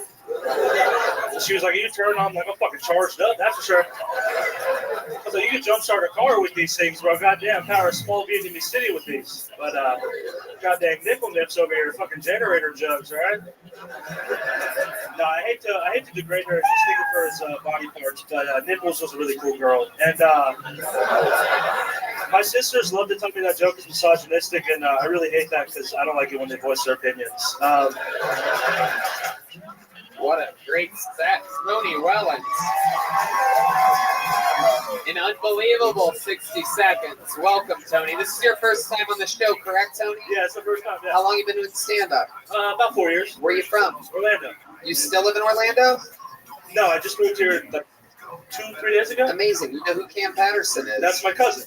Ah, He's the reason I'm here. Really? Dude, he called. Yeah, he was. Yeah. Tell us about it. We love Cam Patterson. Remember this rock? He has a new rock every time I see him. I don't know when he fucking picked up that habit, by the way. But Yeah, pretty cool. It's cool. Tell us about how Cam. What did Cam tell you? You were about to say something there. No, he just was.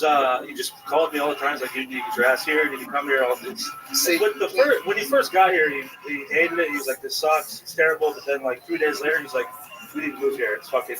This is the greatest city in comedy." It took him 3 days to make it. Yeah, It was literally like nothing's happening. This place sucks. There's comedians everywhere. It was crazy. Yeah, it was just like obviously now he's the fucking. He's Timothy, bro. He's the guy. Yeah, he's the guy now. He is. He is the future. You're very funny yourself. So 4 years in the game in Orlando. You just moved here days ago.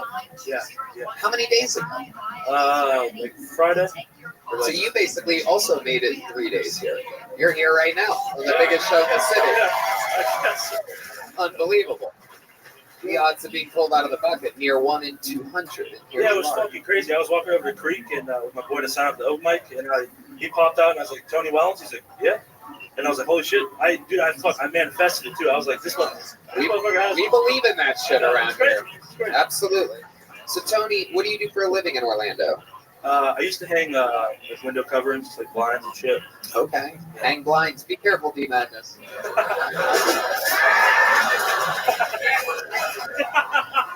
Oh, that's fucking brilliant. I'm trying to get Joe Rogan to invest in wires so that when I make a good joke, I float up in the air. Like, oh my god, it's a solid investment. I haven't asked him yet. It's been a week, but I'm Going going to be to. down. I'm going to. Joe.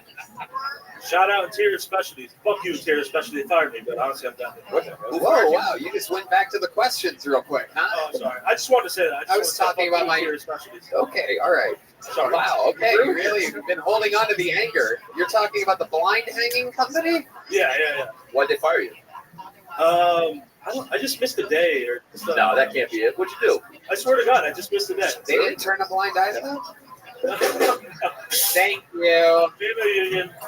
No, we're good people. Fuck it, whatever. You had two really, really funny jokes. Thank you. But can you two-step? Can I two-step? No, the fat girl jokes. Oh, shit. Oh, hey. Oh, he is Cam Patterson's cousin. Wow. I don't know what a two-step is. It's all good. That's pretty close. Yeah. Fresh off the boat. You know what the gang sign is? Yep. Yep. Absolutely. What do you do for fun, Tony Wellens? I shoot like man in the street videos. I like to work out. That's really just comedy. That's about it. What do you do on your man on the street videos? I get up in like funny characters and shit. I do like I kind of have like a character that's like a black guy like hits on women. Oh, we gotta see this. We have to see this. Yeah. Wait. Improv redemption. Yes. Can I play the girl in the scene again? Absolutely. Here we go. We'll show. We have a little. The other guy. What's the scene? Jazz club. You're a black guy. I'm a girl. Is that what it is? Yeah. Yeah. Jazz club. Let's run it back. All right, here we go. Jazz club. Little light music, not too loud, so we can hear the accords. Here we are. Hey, another rum and diet. Red Band said I could put it. What's going on, Shawty? Hey, can I holler at you for a second? Oh, great, another black guy. Hey, listen. Hey, Yeah, yo, what's up? I just want to say, Tyrone, what's your name? I'm looking at you. I'm gonna call you McDonald's because I'm looking at you and I'm loving it, bitch. Okay? Hey, listen, bitch. Okay. MC. Wow, that was incredible. Great job. Wow. Great job. Straight to an aggressive, unlubricated hand job. I mean, that is that. Oh, you saw that, huh? That's My incredible. space work is bad. How long have you been doing black voice for? Maybe since I was like 12.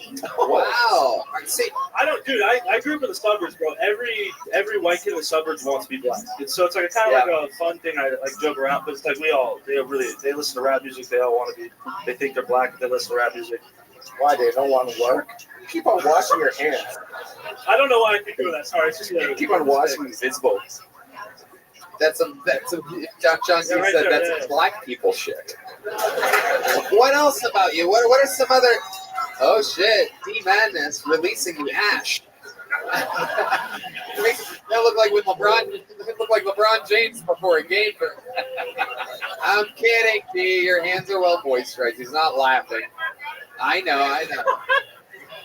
Have you Goddamn right. We love you, dude. Have you performed in Florida since you moved out here? Yeah. Yeah, a bunch. Wait, no. Since I moved out here, Yeah. I moved out here like 2 days ago. All right, motherfucker. I'm just trying to make small talk. Sorry. You should do black man voice back. Oh hell no! Shut Fuck your ass you. up, bitch. Don't ever fucking talk to me again, motherfucker. Wow. Cam.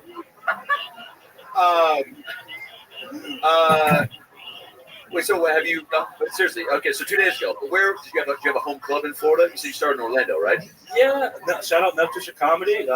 Me and Cam are always up at that spot. Or like the Orlando Crowd comes to spots there too. Did you get to host or feature down there at all? Yeah. You do. Yeah. I hosted maybe about like 3. They don't really show as much love as I want to for some of the home comedy. Well, now you're here. Let's talk about your living situation. What is it like here Dude, it's for you? fucking oh, here? Yeah. It's disgusting. How disgusting. How many gay couples do you live with? No gay couples, but I live with 2 Asians. I've yet to meet them. No comment. I don't even know why I brought the Asian shit in there. The race shouldn't have anything to do with it. It's just I got it off Facebook. Yeah, totally. No, we don't see it. You got them off Facebook Marketplace? No, the place. I got the place off the Facebook Marketplace. And so wait, hold on. What kind of Asians, first of all? I've yet to meet them. Wait, but I know just by talking on the phone that they're Asian. Can you do what is it? No, yeah, you have to. Dude, boys. Hold on, wait. We don't. Sorry. You don't need to do that. You don't need to do that. Sorry. As soon as I thought, I was like, don't say that. Here's the deal. If you think you can do black voice, that means you can do Asian voice. So Adam, you be him calling Facebook Marketplace. Can we get a little bit of the Asian music? Hold on a second. Can I get a little? I've never requested this before. Before we start the scene, just a little bit of D's. Perhaps you can cook something up there. Oh, it's great. Red Band. Can you give me a phone? Hold on. Deez is going to get it. Look, a professional musician. All right, so we're Tony, right? We're no longer in a jazz club. You're Tony Wellens calling Facebook Marketplace. We have a phone ringing thing, sound effect here? You got that? I know we got that. Man, these Asian motherfuckers got so many numbers. I'm Tony Wellington. Hello? Hello. Whoa, motherfucker. This sounds like a white guy pretending to be an Asian guy. Who be this? Would you like the room for $580 a month? So that got Irish. Wow, turned into Dracula there at the end. $580 a month. Hey, fuck you. I tried my best. I will sucker your soy sauce. I tried my fuckness. It started up. You came in hot with the hero. I know, but that's you went full Hotel Transylvania after that. I know. You say hello, then you say goodbye. We have amazing penne curry. I mean, 1 curry, 2 curry, 3 curry. How many rooms do you want? All right.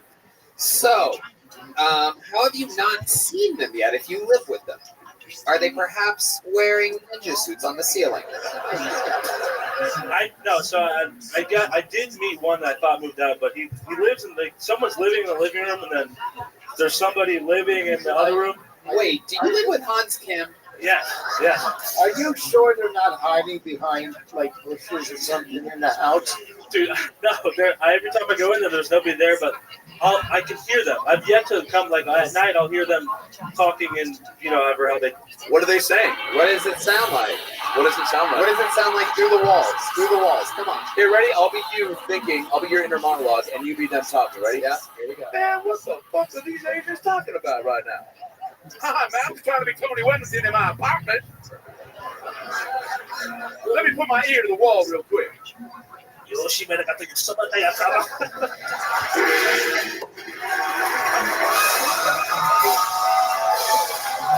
That's full anime. That was pretty good. That was pretty good. That was okay. Tony, I gotta tell you, man, 3 days in Austin, Texas. You just fucking did it, dude.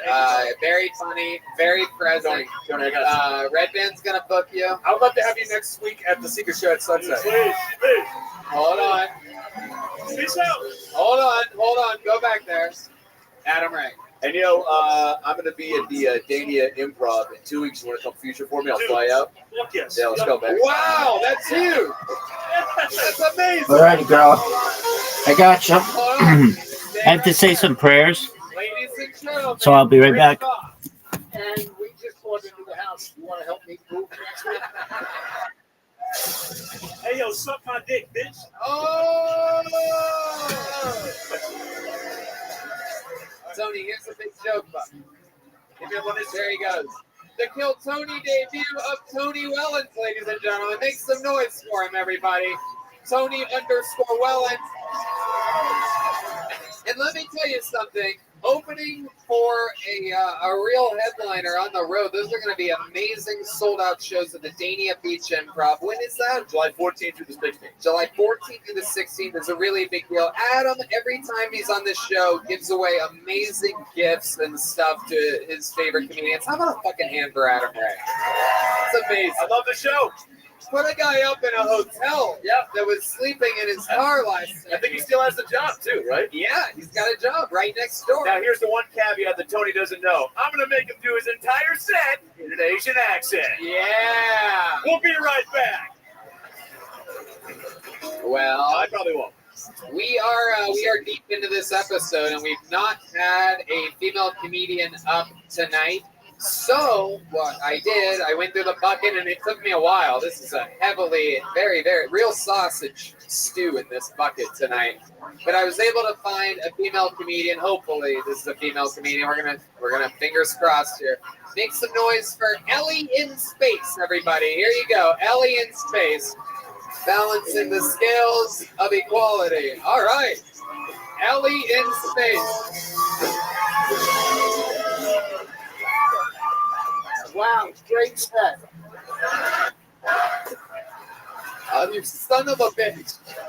I tell these guys there's one fucking rule. Asshole. You can't help yourself. Guys, complete reset. One more time. Make some noise. Play a couple notes. This is Ellie in Space, everybody.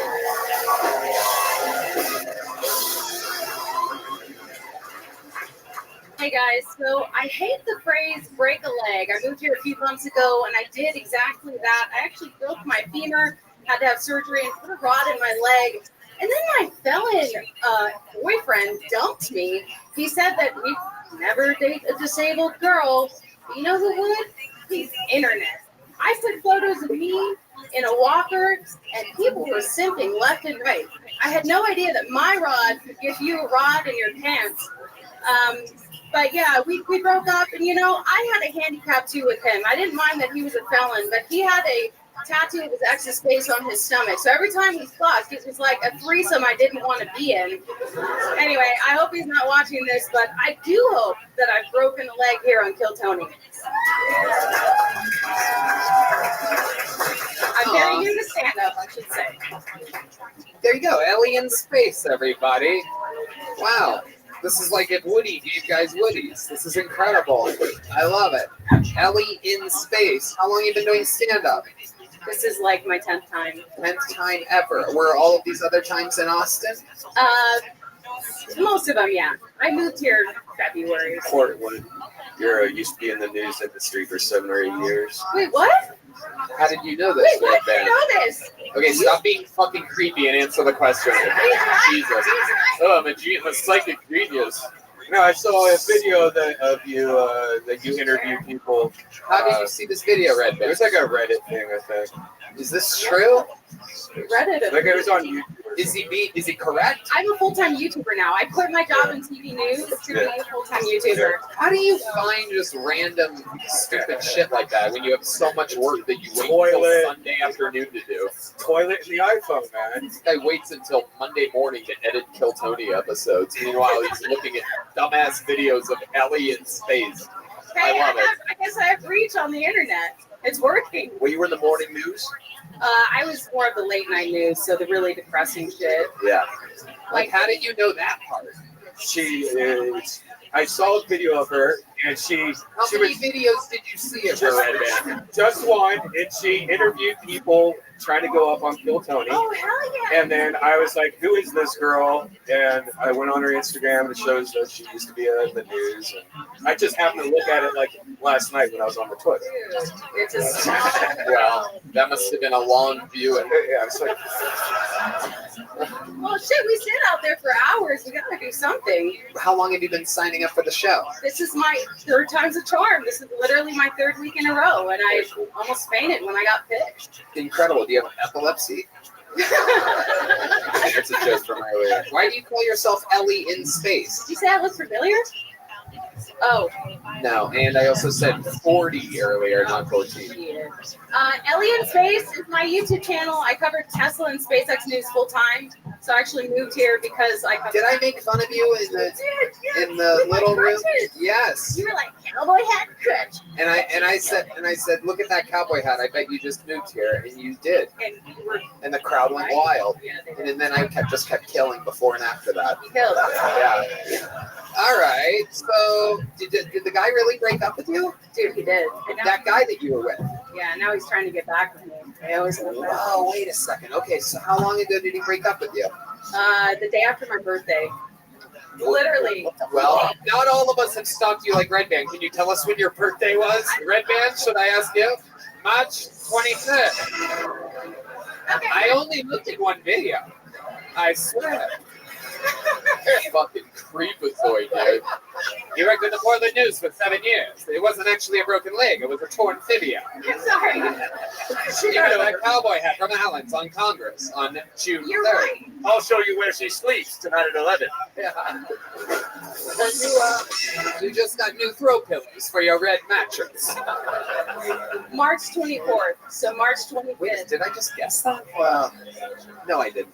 Can you close. Bend down and touch your shoes again? Rich, no, stop. Jesus Christ. I'm in a creep sandwich made with creepy bread right now. Will you two fucking relax? Jesus fucking Christ. How's your credit? Red Band's like, Rich, if you want to see a bend over, look at video number 38 on the YouTube channel. I have great credit.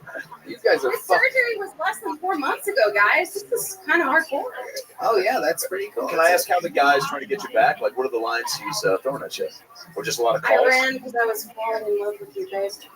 Wow. While you're in the hospital, I whispered, I was falling in love with you. You still fucking left. How did he break up with you? That's the The better. day after my birthday. But I mean, how did he say it? He gave me a damn pedicure, and the day after he came over, and he's like, I want to be more selfish with my time. I can't do this anymore. Wow. And So he a month later, he's like, so how's it going? That's Austin, Texas for you. He found a little hoe, then he got fucking an STD, and now he's crawling back. That's what happened. No. Are those gummy bear boots? Hey, Red Band, shut the fuck up. Fucking disgusting fucking idiot. It's a comedy show, you fucking retard. Anyway, so with the guy, why when you said no, how do you know what he did after he broke up with you? How do I know what? How do you know he didn't hook up with some random Austin hoe and get an STD and then I come have crawling no back? idea. I don't. Should we call him?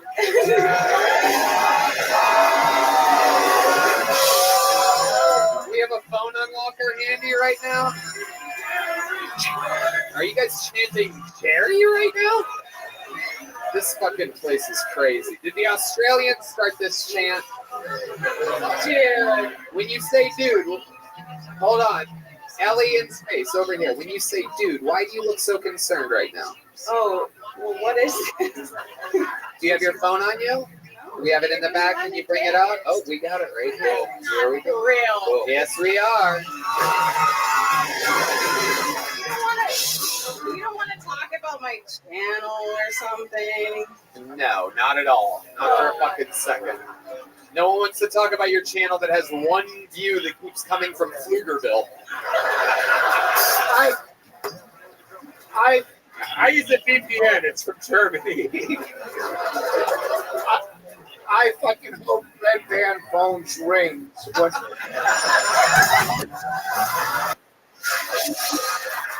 So Hey there.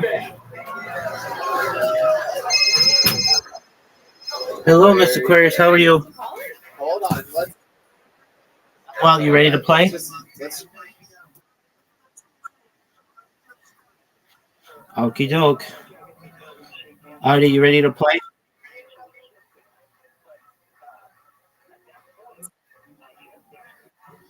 Artie, are you there?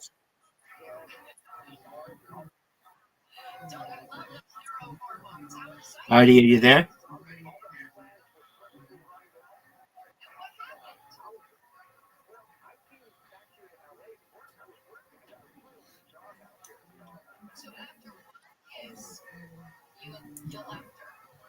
Okay. All right, Miss Aquarius. I'm going to send you an invitation.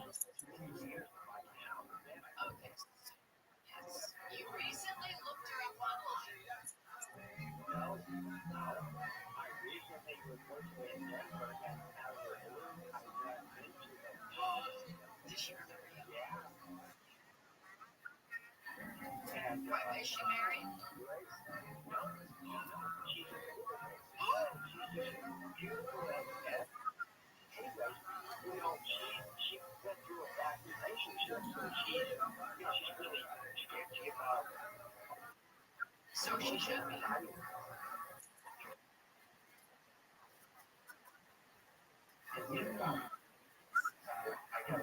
This is a tough split. Get it. It's okay.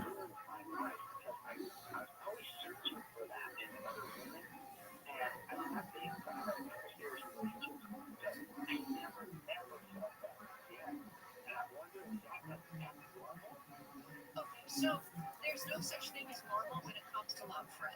What your experience is something called retrosexual attraction, meaning that at the very beginning of our life, we have our first love. The attack of Ooh. hormones from our brain is so exciting that it lingers for decades. People literally, if you ask anybody Get it. over the age of 50, 60,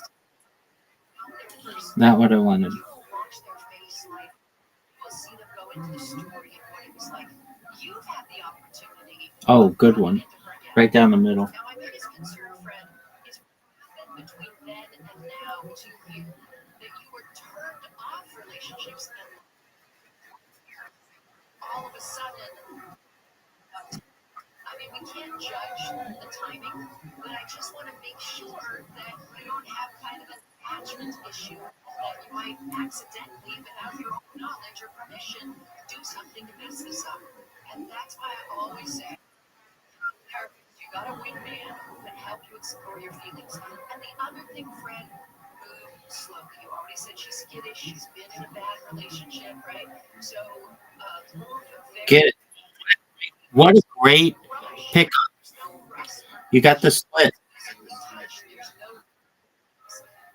just go there and enjoy touching base with somebody from another era of your life. Get it. I'm sure you have a lot of people to talk about.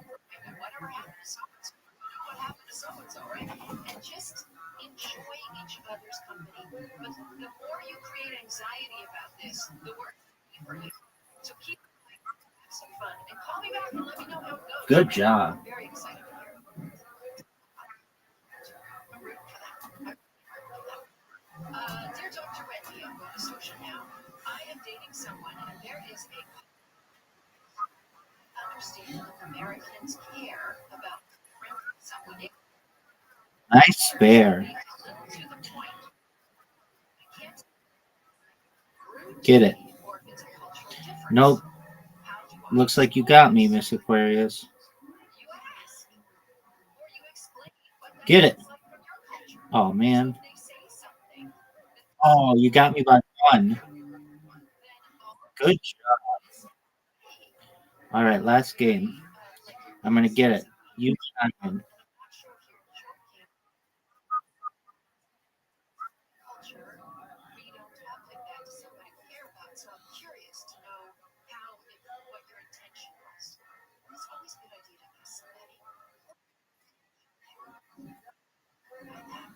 Because here's what the experience was to me, right?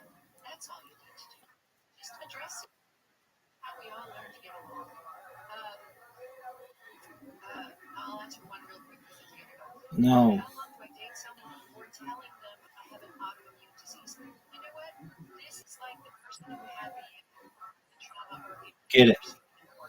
That's what I want. Very long, but you also don't tell them on the first phone call or the first coffee date. All right? You don't let it go on when they start blah, blah, blah, blah, right? I would say, as you start to build intimacy and trust, and you see it's reciprocal, they're opening up to you, that's the time to explain this stuff. All right, when we come back, Get it. a new thing, interpersonal intelligence versus intrapersonal intelligence. Let's make a difference when we come back. Get it. Listening to Dr. Wells show on campus.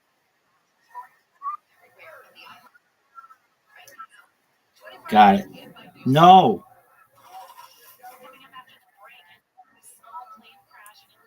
ABC's Rena Roy has the latest on the tragedy, and Vice President J.D. Vance meets with her. What did the two leaders talk about in Rome? That story just ahead. Gonna check 22 next. Packing bags, grabbing snacks, and making sure you didn't all make kids. Getting ready for a holiday road trip is a lot, but one thing that's easy, the music. Get it. Listen to family approved stations with today's pop music, like Hit Nation Junior. Carefully curated and safe playlists like Disney and podcasts where you and the kids can learn something new. Only the iHeartRadio app. Search family. Find your family's next person.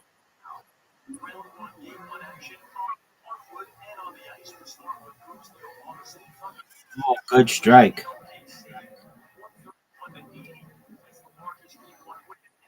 Get it. Got your back.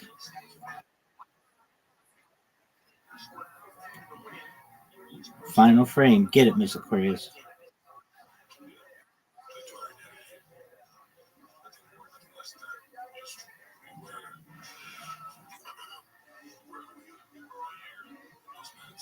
Get this. You got it. Perfect.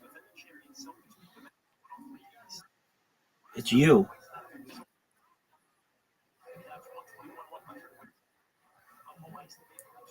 Get it. 64. Get it. No.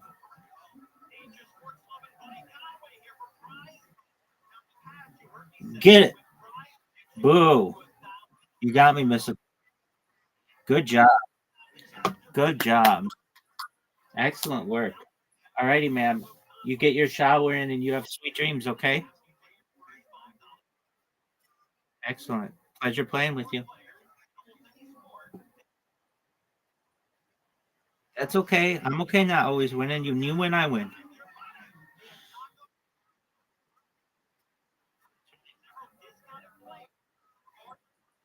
Excellent. Talk to you tomorrow, Miss Aquarius. Let's just take. Sweet dreams to you as well. Here's what's gonna happen. When I say go, you hit the call button, you put it on speakerphone, and then you take the bottom of the phone and you put it directly against the microphone, and then I will speak for you.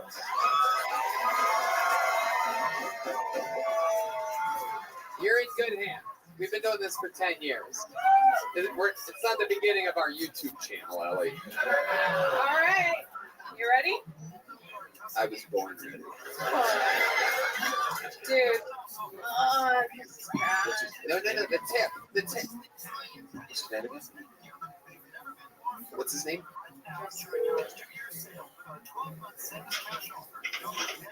Hello. Justin, it's Tony with Kill Tony's. Hello, how are you? Hello. Justin, can you hear me? Yeah. Justin, I'm here with Ellie, and you came up. Do you remember seeing me absolutely destroy at the mothership one night? Man, I didn't see you do shit, but Wait, he wasn't with you? Oh, that wasn't the guy that was with you. Okay, well, there was some other guy. Okay, Justin, I may be getting Ellie in trouble right now. So let's talk about it. Speak with the chest. I got you. No, Justin, it's okay. It's okay. Unlike you, I could fuck Ellie if I wanted to right now.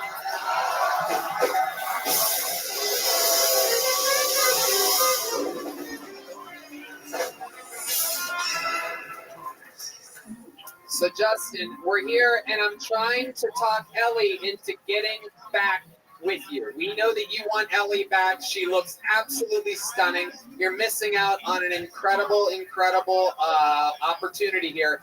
We're hoping that you will give it one more pitch here in front of over 1 million viewers around the globe. Can you tell Ellie how badly you want her back right now? Speak with your chest. You know, it's very interesting that all this is happening right now. I was writing a poem earlier about just like the way we dance, and yeah, you know, like the things we share in common, and it feels like we're partners, but and then there's just that empty void of feeling alone, and you know, I got my other girls, and I feel like, you know, it sucks to be single. Like, you know, I wanna be with this chick, and she doesn't want it. It sucks. Justin, this sounds amazing. Do you have the poem near you right now? Can you read it? Hey, Bobby, I'm fucking half asleep, bro. I'm not opening up my laptop and saying this for all y'all. Poem, poem, poem, poem, poem, poem. All right, these people want the poem. Come on, we know you're half asleep. This is how it happens sometimes. Life hits you in mysterious ways at mysterious times. I'm trying to speak with my chest right now so that you understand me. How far are you from your laptop? I know what it's like being single. My laptop's usually right next to me.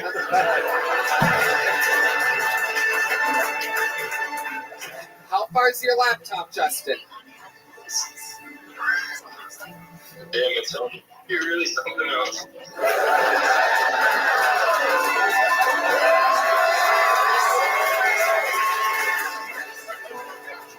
In a world, one man wanted to get one girl back.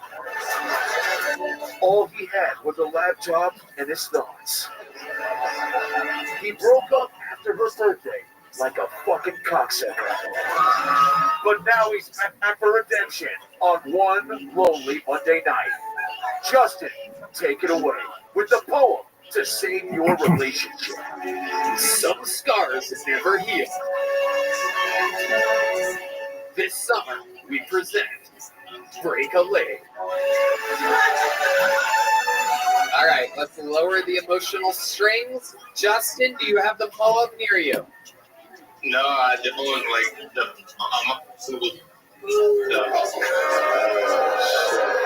Justin, you're being booed right now. I'm telling you, you still have a chance with Ellie. She is surrounded by superstars. The guy right next to her is in the new Barbie movie.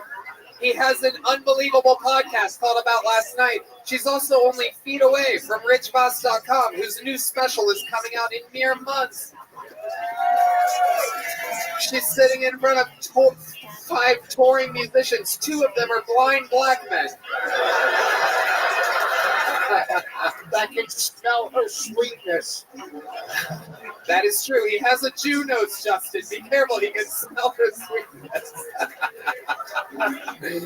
I'd like to apologize to the Jews for this entire episode. You're fine. You're fine. You're fine. Okay, Justin, if you're not going to read the poem, can you at least give one last pitch to Ellie? She's standing here. She's beautiful. She's stunning. I like what you said earlier. We don't really believe that you wrote a poem that you're afraid to go get the laptop with. So final words, Justin. One final pitch. She seems like she really, really likes you. Yeah, I mean, Ellie, you know, you run around and you're seeing all these people, and I hope you can see how much different I am with you, and you know, just the quality time we have together. It seems like we can always just be in the moment. It seems like everything we do is sincere. I mean, there's not too many people that I can just go around and dance with, go work out with, eat food with, just be in silent pain with, and all those things are really beautiful. It's hard to find that, and I think I got a real partner in you. So I hope you appreciate that. Wow, that's a good one. You got the crowd back on your side. Oh, wait, no, it's a little bit split. The angry center of the room is turning against you, Justin. Oh, this is real life chaos here. Mercedes is saying no. Her vote counts for 30 people, 30 normal humans. Wait, there's a man now starting a kick him out chant. Okay, everybody relax. The Saudi Arabian is actually bending over this time. This is incredible. This is incredible. I mean, at a 90-degree angle, by the way, that is incredible. He looks like he's trying to get into the Boston Marathon right now. That's unbelievable. Ellie, let me ask you, while Justin's there and listening, how did that pitch make you feel? You get to talk to a lot of Austin guys. There's a lot of guys, Texas oil money. You're next to superstars and artists and a bunch of other fucking horny tourists. How does Justin's pitch do you make you feel? I just told him that I need time because you ran away when you started feeling things for me. He ran away from his feelings. A day after your birthday. Now that's food for thought.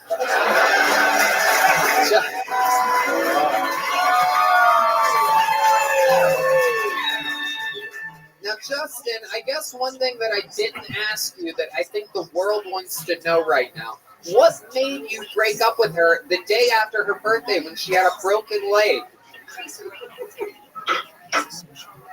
Yeah, man, I just had a lot of anxiety building up. You know, I'm kind of like not used to being out. I don't know if she told you, but Shut the fuck up. I'm sorry, Justin. I was telling some idiot, shut the fuck up, not you. Keep going. What he meant was thanks for coming on, dude.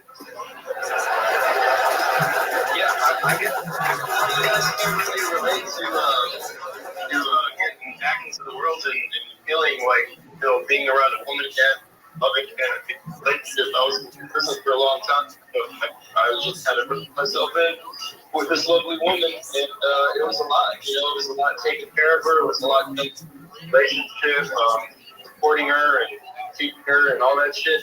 It was fucking amazing challenge. Hey, Justin, do you have a van? Hold on. Justin, do you have any plans to come back to Austin, Texas anytime soon? I'm here now. We lived here. Oh. I moved here. I met him on a Welcome. date, and How are you? I flew back this week. And How you living, pimp? Excellent. How'd you find out about me?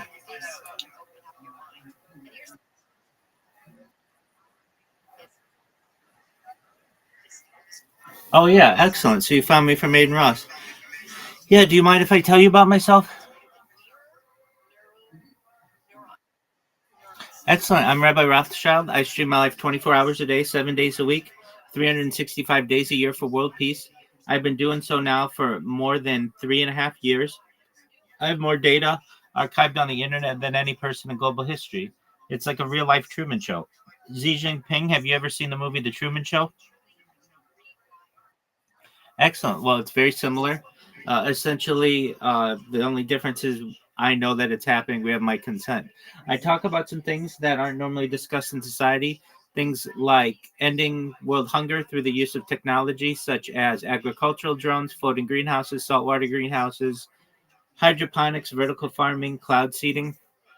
I want to help end world thirst through the mass adoption of desalination technology, essentially pumping Earth's seawater onto land to make it drinkable. I'm an advocate for world peace. I'm an advocate to end world hunger and end world thirst. Other things that I talk about are anti-gravity, antimatter, futurism, faster than light travel, faster than light technology. Just really, if it's advanced, I like to know about it. How's that sound to you? Excellent.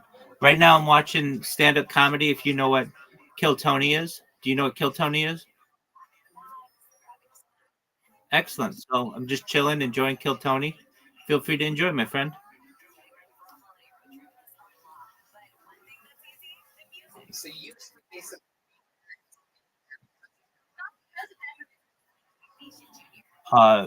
I helped an Armenian person do what?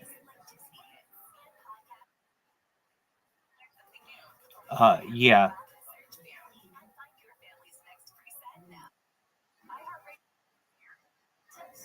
Very well. So Xi Jinping, you're that other guy, the guy from Glendale. Quit it. It was an exciting component of that. It was a 16-hour trip. It was raining when she left. It was actually misty. Is this real from your YouTube channel? I don't know, dude. How deep did you go?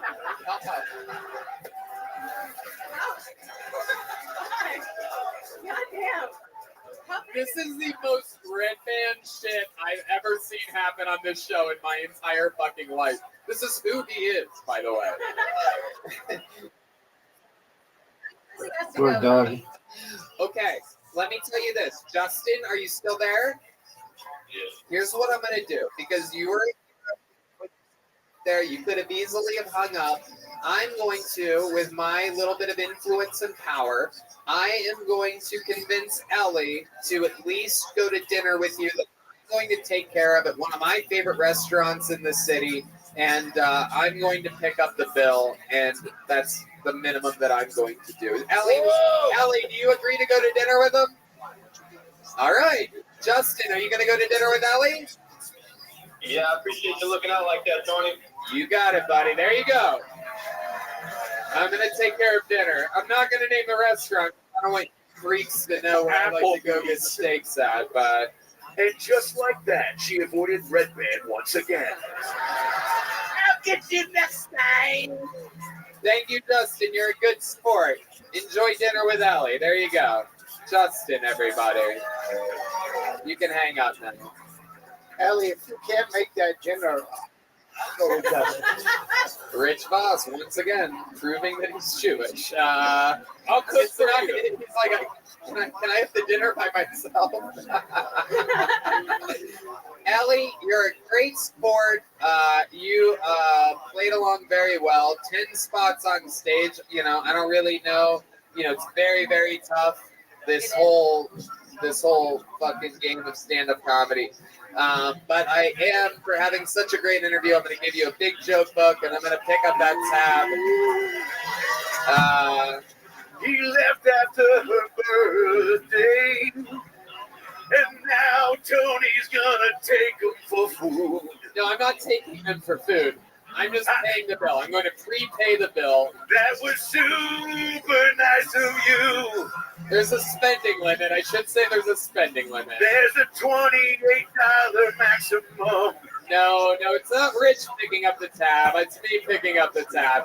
I'm going to set it like, what? We both don't drink, so it'll be a cheap bill. It's a pretty good steakhouse I'm taking. Just 2 appetizers, please. And get a water to go. Otherwise, if you don't put out, he's gonna leave on your birthday again and break the other leg. Congratulations. Yo, go ahead. Oh, man. What's up?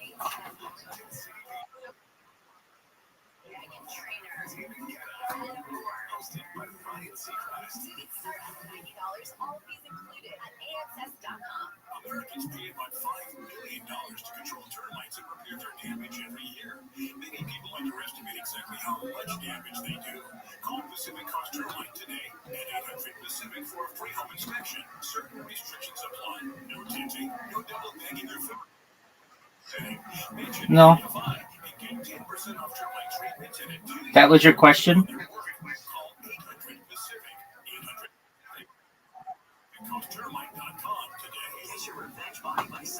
What'd you say?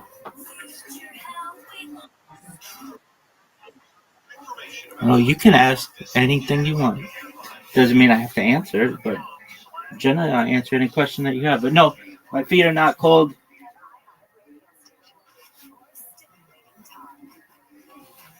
I mean, they're fine. They're not hot, but they're not super cold either. If they were, I'd put on socks.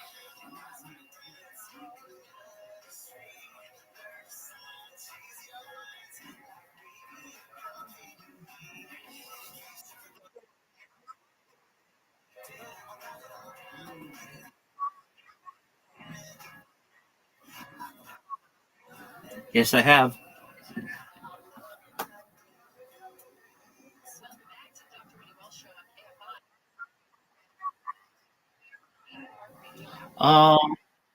They're their mama bear.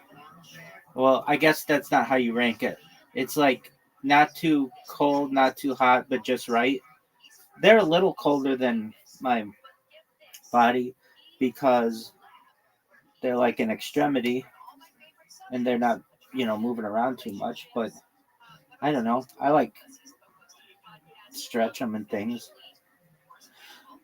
and that keeps them warm. Sometimes I put them under the blanket. Does that answer your question in terms of Goldilocks?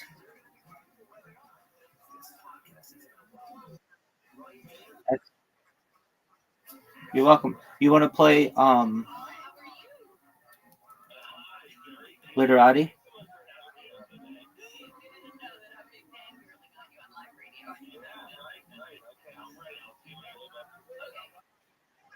Okay.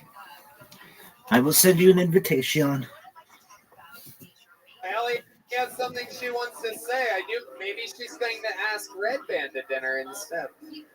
You said if I didn't put out, he would leave, but I had sex the second day I was home from the hospital because I was scared he would leave with a broken ass fucking leg. Yo, thank you for your service.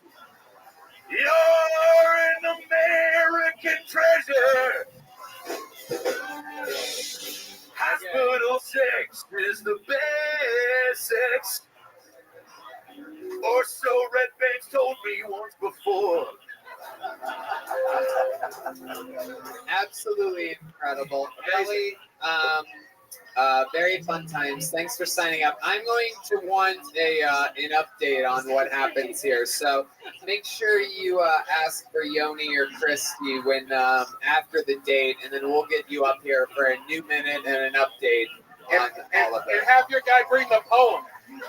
Yeah, Take a photo of the poem. Yeah, take a photo of the poem for us. We're definitely going to need that. All right. How about one more time for Ellie in space, everybody?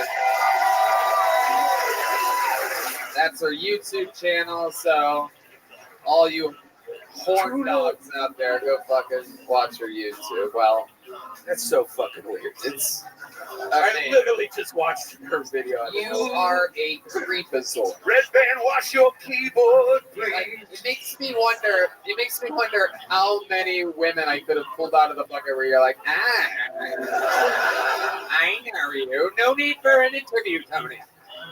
I've got us covered. There's only one way to end an episode like this, ladies and gentlemen. I almost forgot how exciting our ribbons on our gifts here on Kill Tony are.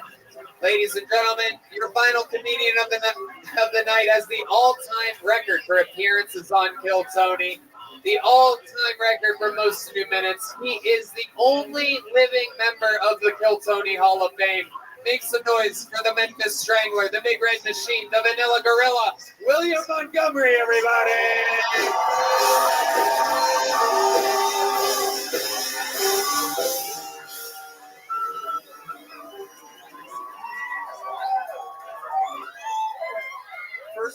First off, holy shit, that dude's poem sucks.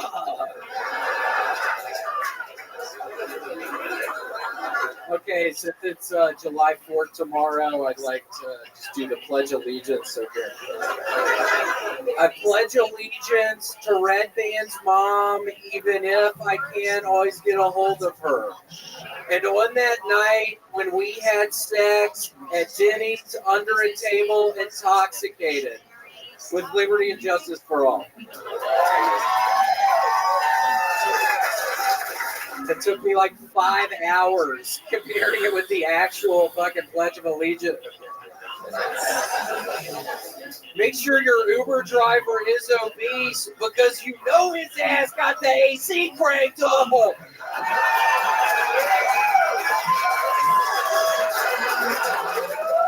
And it's been hot as shit.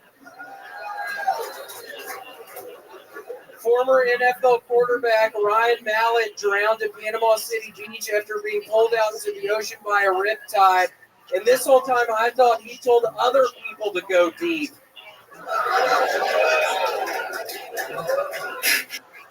The Supreme Court just ended affirmative action, which really sucks because I was so close to playing in the NBA.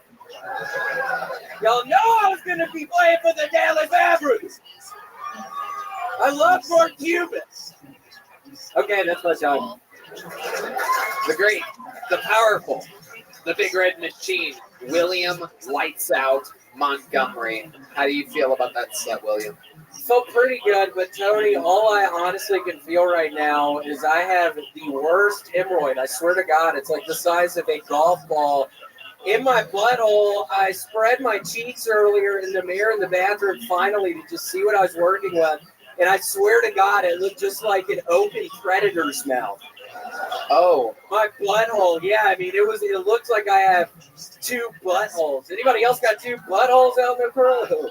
Well, okay, a couple of people. Yeah, it looked just like I had two buttholes. But yeah, I swear to God, Tony, it looks like the predator's mouth. I don't know what the predator's mouth looks like. It's like picture and spreading it apart, and it kind of ends up. It looks like a swollen vagina or something like that. Now I see it more like a trapezoid kind of. It looks like two triangle. It looks like an hourglass kind of. Is the just get a sewing needle. Oh, Tony, why is he still in the fucking show? Seriously, what's going on? He's a ratings disaster. You see how he's fucking creepy with that bitch who was just up here? I mean, he's creepy with all the bitches, dude. Ooh, he's gonna get in fucking trouble.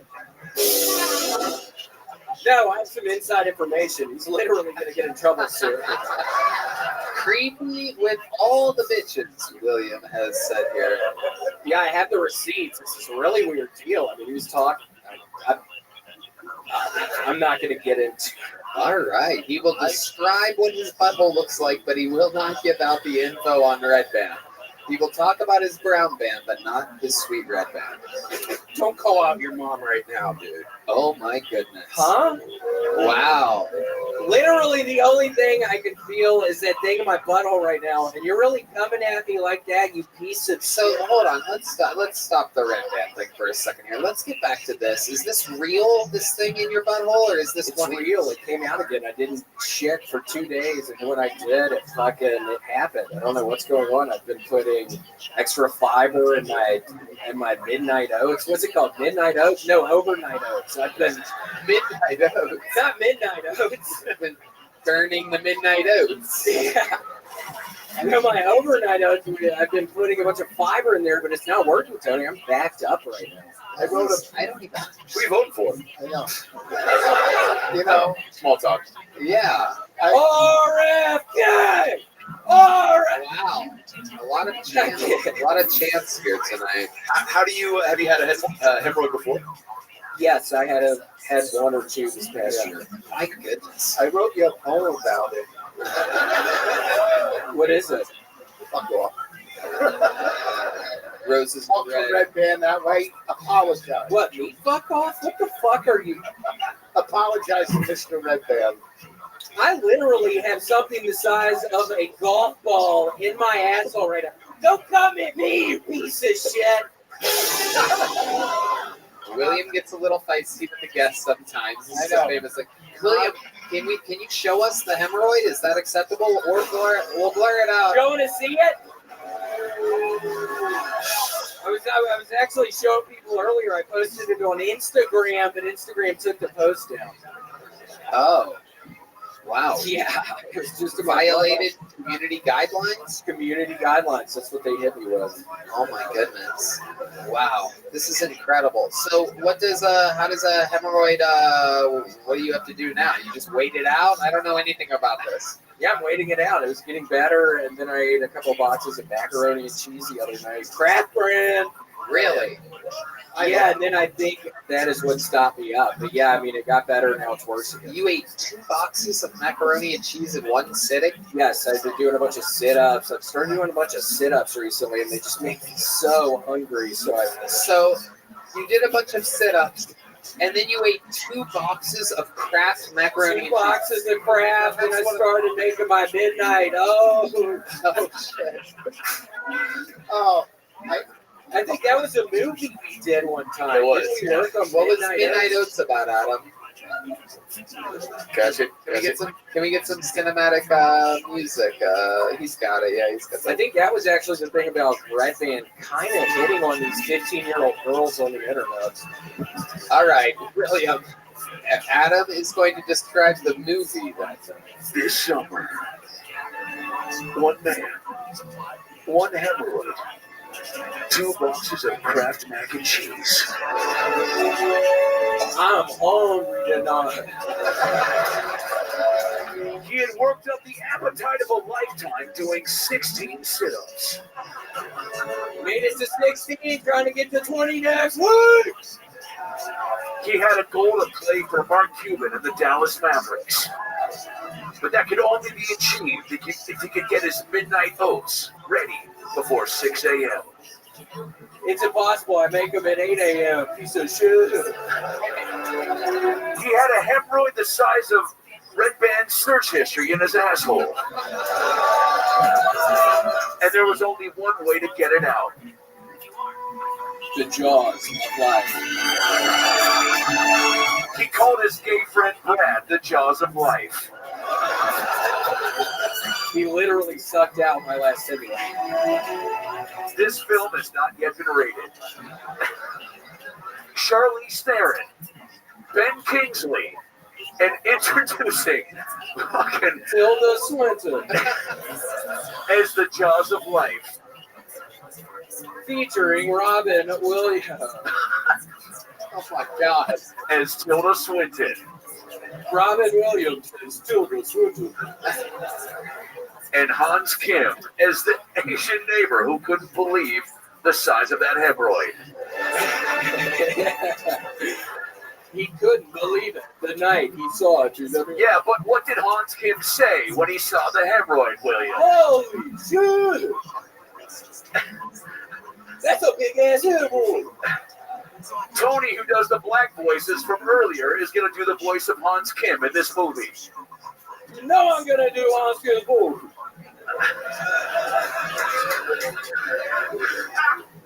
William Montgomery stars in Midnight.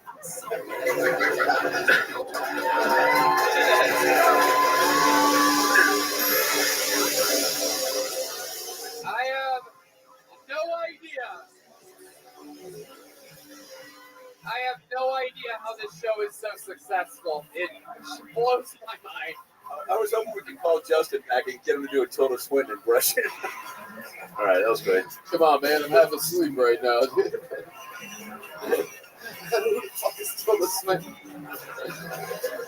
William, you are, I don't know how you do it every week, but you keep filling our souls with your sweet, sweet midnight oats. And it's a pleasure. Just seriously, pray for my hemorrhoid, though. I'm not kidding. I'm currently squeezing my butt cheek right now. It makes the weirdest. Don't make it sweat. I'll show you after the show. Tony. I actually do want. It's crazy looking. I swear to God, it looks like I have 2 buttholes right now. Oh, I don't know if I did. You sure it's not a tumor? Oh, cancer. Did you not know I just literally had skin cancer cut off my fucking neck? You really did? It's terminal. In addition, 3 weeks. 3 weeks to live. To live. How does that make you? 3 weeks.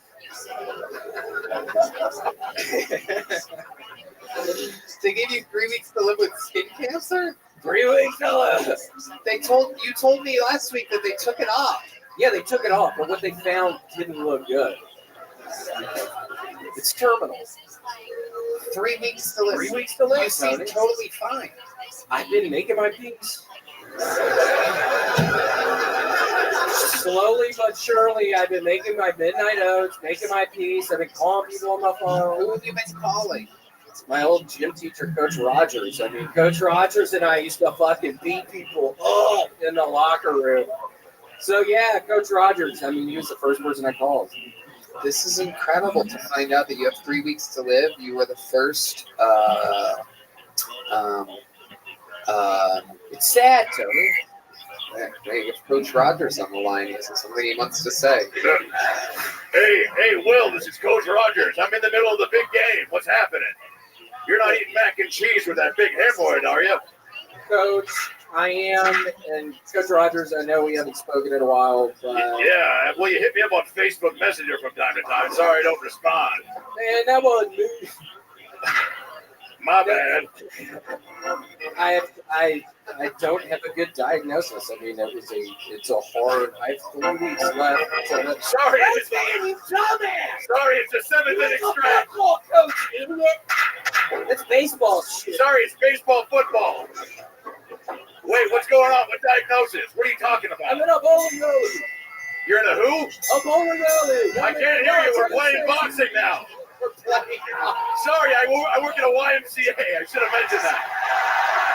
You still work at the YMCA? Yeah, it's been a tough year. I got COVID. Sorry, I'm getting my ass kicked. Fuck you! I have a whistle too. And someone put a spell on my. Wait, what's up with your skin cancer? What? 3 weeks. Till what? To live. Go. Yeah, what is going on? It's the wave, William. I'm in a drive-by with Cam. Sorry, 1 second. Okay, sorry, what's up? Yeah, I have 3 weeks left to live. All right, Perfect timing. I'm going to die in 3 weeks. Oh, well, nice to hear from you, bud. Yeah, nice to hear from you, too. Sorry, there's a horse happening. Yeah. I'm at Churchill, too. I put $60 on William's skin cancer. Shiver me timbers. Well, you would have made 120. Another spell, God damn it. Sorry, I also work at Harry Potter summer camp. Now there's some owls doing mime. And that was Red Band coming to a YouTube video of the news reporter.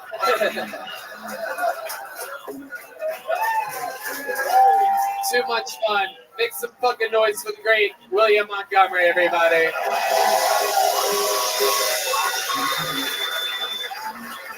And how about one more time for the amazing Adam Ray and Rich Voss, everyone. I mean,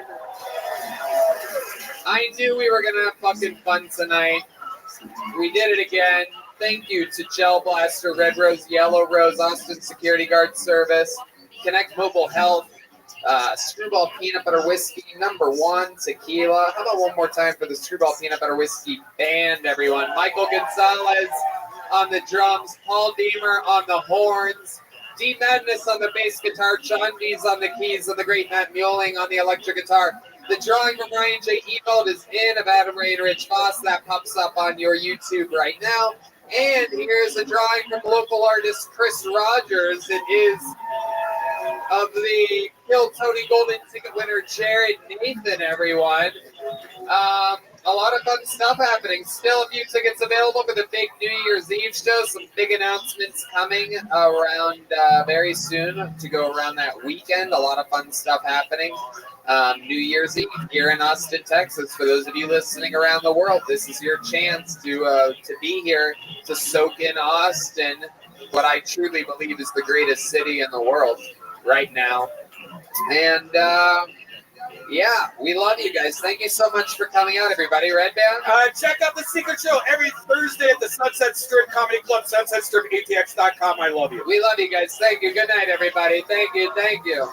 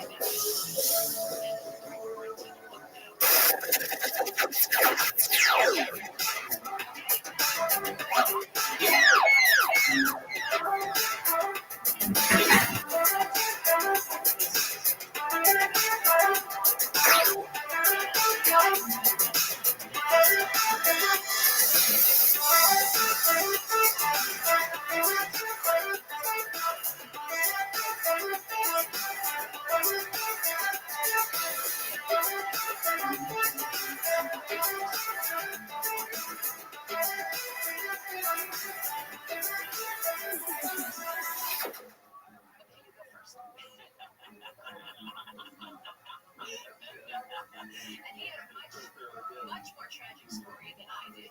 But it developed into the secret of Hey y'all, we're at 75% of the tickets sold for the HEB Center New Year's Eve, Austin, Texas. A lot of shows happening that weekend. Come visit Austin, Texas, the live music capital of the world and the new comedy capital of the world. New Year's Eve, HEB Center. Last chance for tickets. Ticketmaster.com. Kill merch is absolutely killing it. We have new drops coming, and everything else is absolutely thriving there. I mean, it's just unbelievable. We've sold out, and we are refreshing on everything. The store is an absolute wild success. From stickers to tickers to old American pickers. The Lord only knows what you will find at killmerch.com right now. Yes, I got the shit in the break your neck. Woo! And I got you all in check. And I said, raise your fucking hands and no disrespect. Woo! And I got you all in check. Yes, I got the lyrics and there's no check. Woo! And I got you all in check. And I said, raise your fucking hands and no disrespect. Woo! And I got you all in check.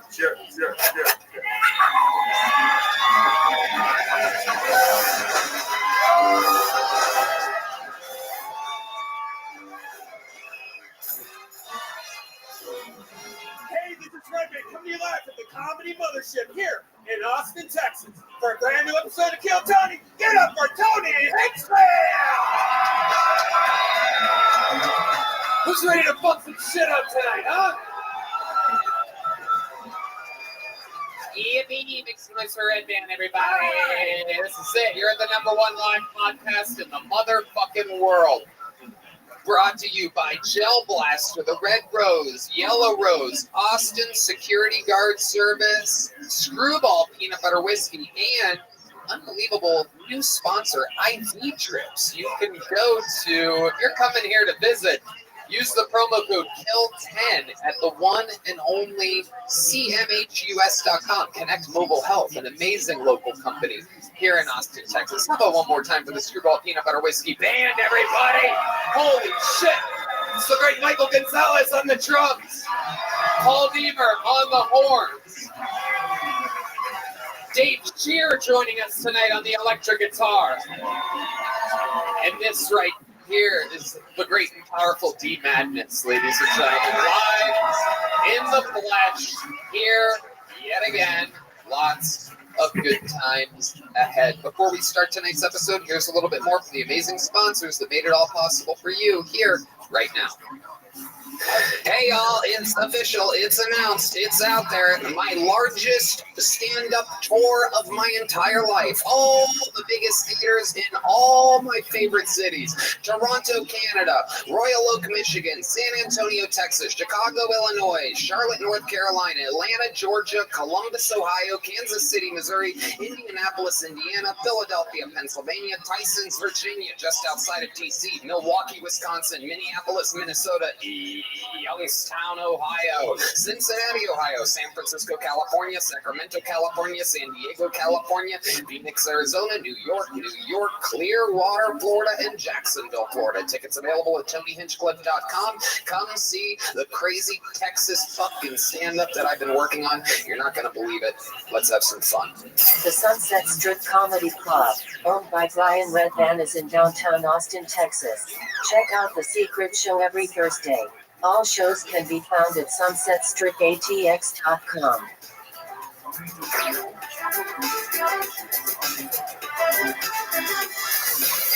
Hey y'all, if you're hiring, you know that it's incredibly hard to attract top talent, and with the current labor market conditions, it's even harder than ever. That's why you want a partner who gets it. ZipRecruiter. ZipRecruiter knows how tough it is right now, but they figured out solutions for the problems that you're facing. See for yourself right now. You can try them for free at ZipRecruiter.com/KillTony. ZipRecruiter is ready to tackle your recruiting challenges to reach more of the right people. ZipRecruiter posts your job to 100+ job sites. Need to hire ASAP? ZipRecruiter's smart technology finds great matches for your job sooner. Want dibs on talent? ZipRecruiter lets you invite the most qualified people to apply for your job. ZipRecruiter's pricing is straightforward, no surprises or costs. That's right. No doubt about it. Team up with a hiring partner who understands what you need. ZipRecruiter. 4 out of 5 employers who post on ZipRecruiter get a quality candidate within the first day. So just go to this exclusive web address to try ZipRecruiter for free. ZipRecruiter.com/KillTony. Again, that's ZipRecruiter.com/KILLTONY. Because ZipRecruiter, the smartest way to hire. Hey everybody, this summer HelloFresh can help you be well and eat well with recipes like delicious balsamic rosemary chicken, which I recently enjoyed. Get 50% off plus free shipping with code TONY50 at HelloFresh.com/Tony50. Gentlemen, have you ever wished that you were a little bit taller? Maybe you matched on Tinder, but her profile says must be over 6 foot. Maybe your date wants to wear high heels, but you can't because that'll make her taller than you.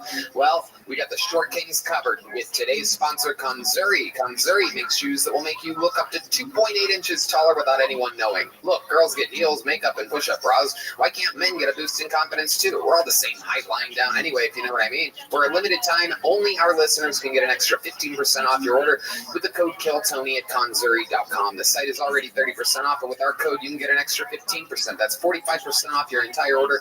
Support the show and check them out at CONZURI.com and use the code KillTony. You know, Tony, one time I went on a date and I had no idea. Like, I'm 5'8". I'm pretty average height. I didn't know the girl was 6'5".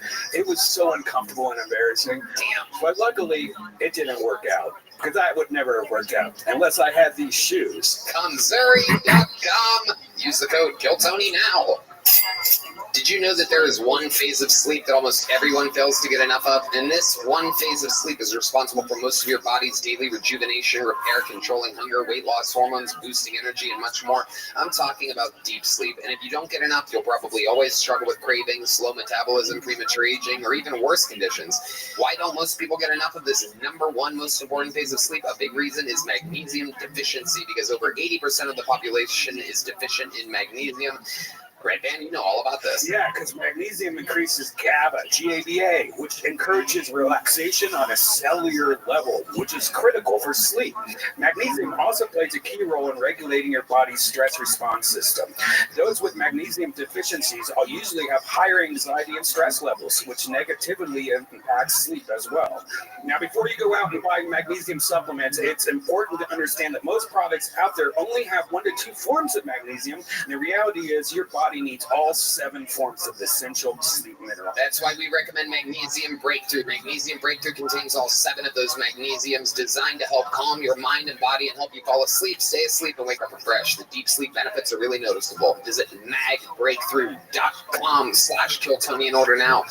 Use the promo code Tony because there's always amazing gifts with purchase. That's why I always love shopping at Bio Optimizers. Now Good go job. to magbreakthrough.com/KillTony. Do you want to play again? Magnesium Breakthrough and to find out this month's gift with purchase. Thank you. Start some stuff. You guys can do fucking better than that. You guys ready to start the show? Tonight's guest is most likely your favorite comedian's favorite fucking comedian. 16 years ago when I started at the store, I hung out late night, the very first night I was ever there, and watched this man perform for an hour and a half, 2 hours, 3 hours. And then I did the same thing the next night, the next night, the next night, the next night, the next night, for a decade and a fucking half, basically. This is the guy that actually closes every real show at the Comedy Store. All the other kings of late night, those are interim champions. This is the actual guy who closed every show in the original. He's the creator of the funniest movie of all time. I double dog dare you to watch it or watch it again. Windy City Heat. He's the host of the Big Three podcast. Make some noise for Comedy Store legend and one of our favorite guests and favorite friends of the show. Give him a big Austin, Texas welcome. His first time here in the Fat Man of the Mothership, the great and powerful Don Barris, everybody. Let's go. Come on. You guys can do better than that.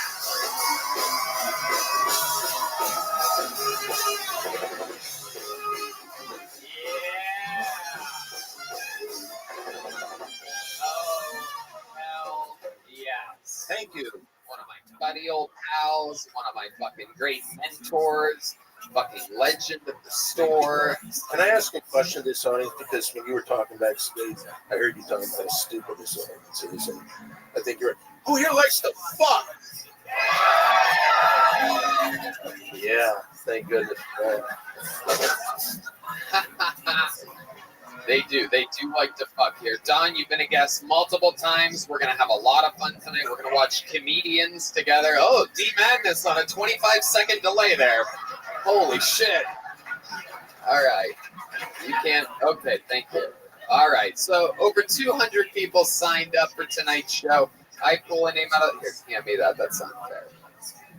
If I pull their name out of the bucket, that means they get 60 seconds of uninterrupted stage time. You know their time is up when you hear the sound of a kitten.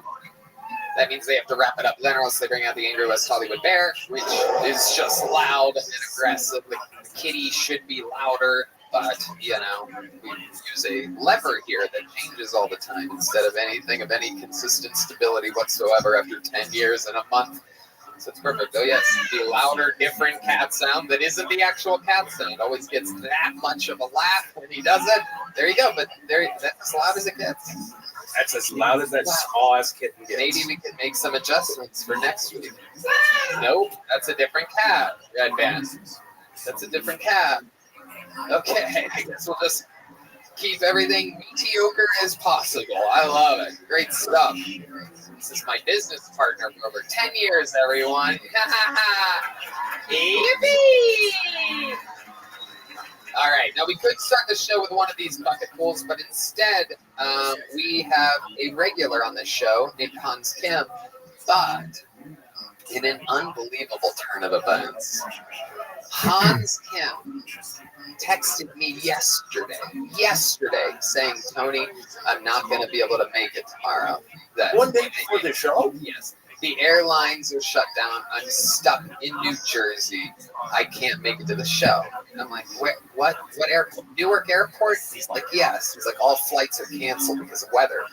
I Google flights out of Newark and click news on Google. There's no news. So then I look up flights Newark to Austin for that day. Everything's on time. Everything's running fine. So I take a screen grab of that. I send it to him. He's like, no, that's not actually how it is. Because he's that crazy or hopped up on drugs that he literally thinks that I don't know how flights work. Because he's been flying for a year or two. He must be the master of how flying works. That perhaps the internet has not caught up yet to what's going on in Newark. So I argued with him back and forth saying, you know, if you don't make it, you're going to get challenged next week again because I stopped having him challenged for his regular shift position. I don't know how many of you are caught up on this storyline here, but there's a lot of shit going on. To push Hans to the absolute limit, we've been having him fight for his life and have to have a better minute than somebody else, so the other person becomes the new regular on the show, which means they get to do a new minute every week, which means they create their own fan base. They sell out tickets on the road, but Hans has been defending his throne. But it turns out he indeed did not make it here tonight. So next week he will be challenging for his regular shift, and in his place, ladies and gentlemen, golden ticket winner, young buck from Houston, Texas. Make some noise. This is a brand new minute from Enrique Chacon.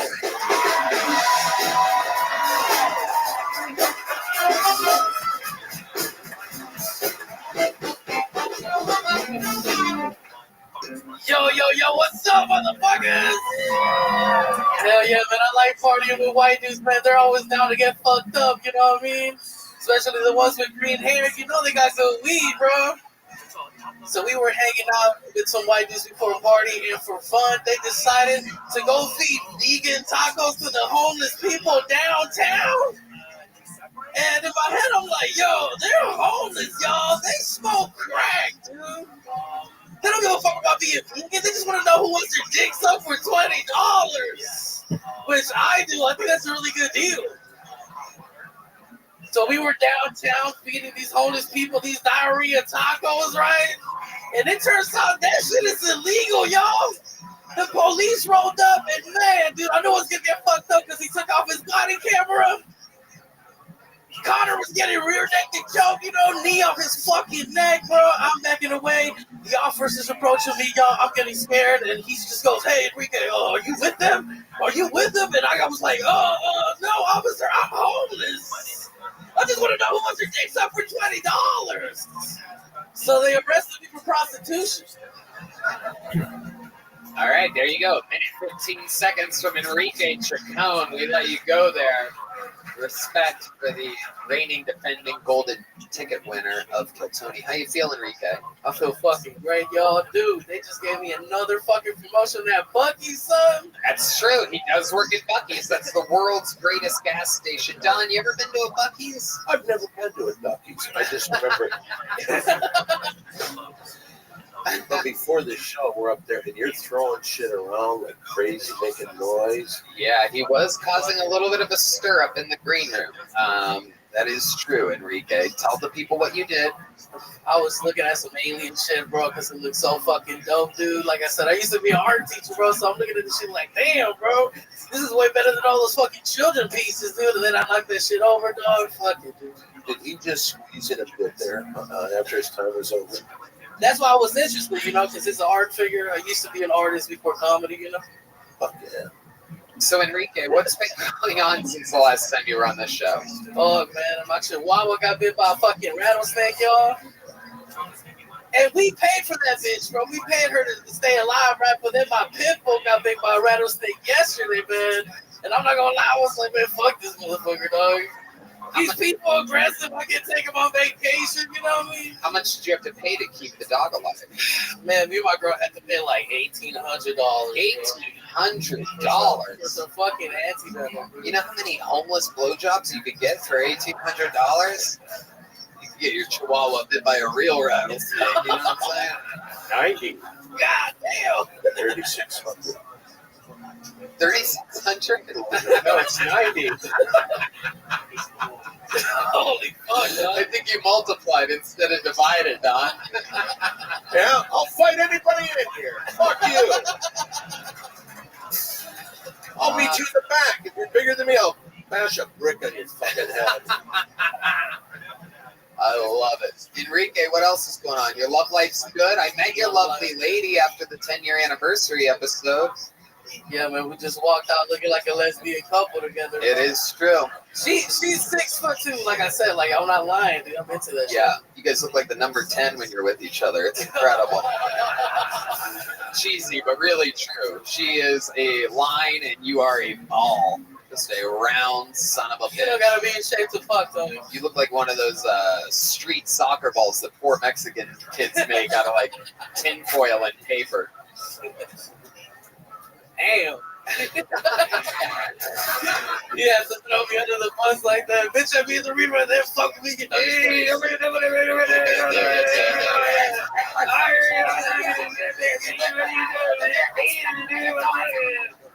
I fucking chihuahua got me by a mother rattlesnake.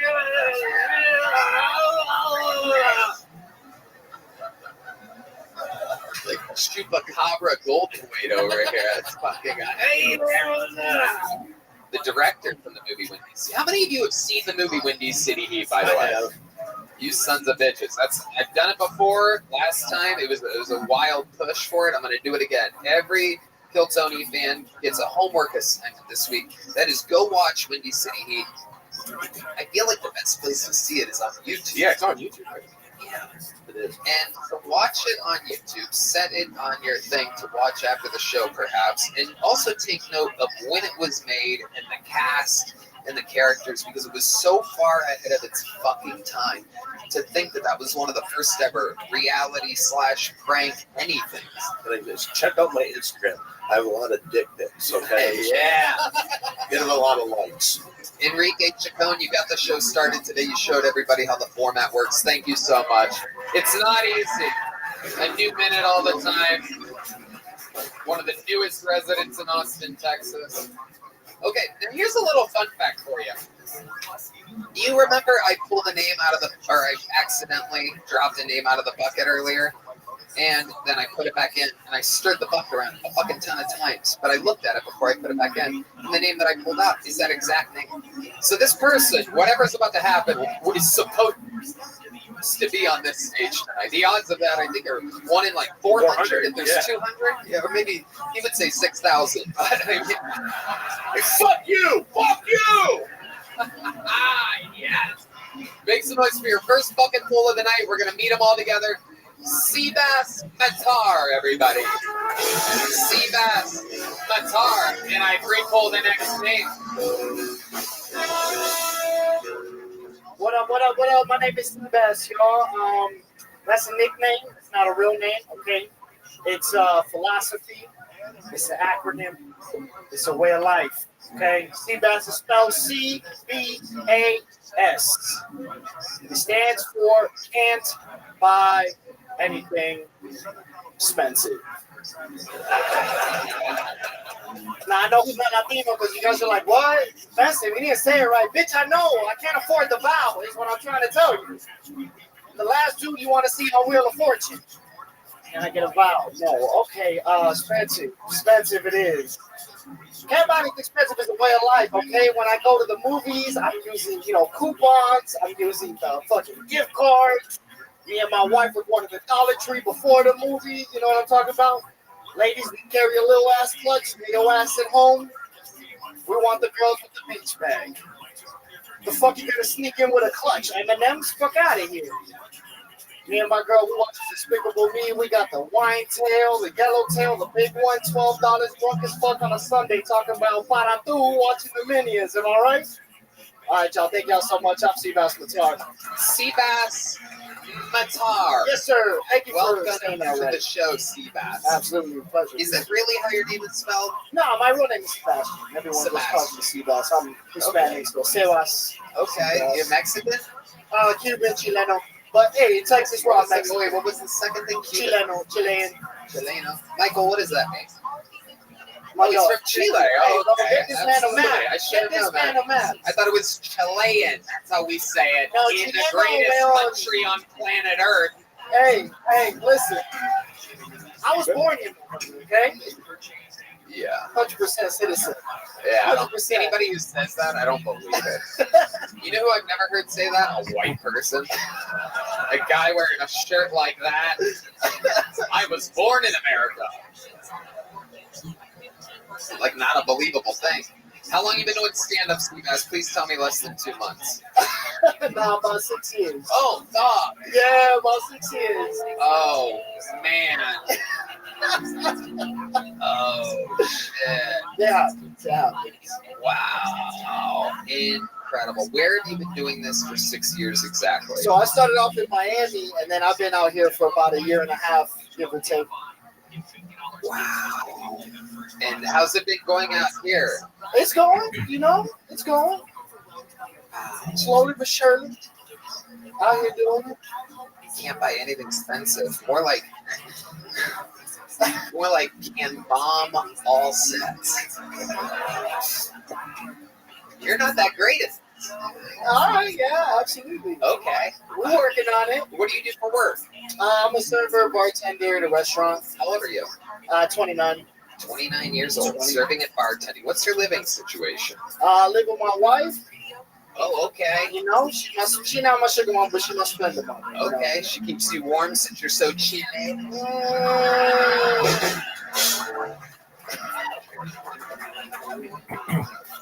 What does she do? She's the wedding planner and the event planner. Okay. Hispanics love weddings. She's Hispanic too? 100% Cuban. 100% Cuban. 100% baby. Oh, shit. Always. Damn. She put mustard on your dick and then suck it off? No. Cubans like mustard. No, we don't. Yeah, I they don't do. know. Yeah, No, they do. listen. Have you ever had a Cuban sandwich? Motherfucker, have you had a Cuban sandwich? Fuck out of here. Yeah. Oh, D Madness is in the conversation. And taste is like a big deal to him.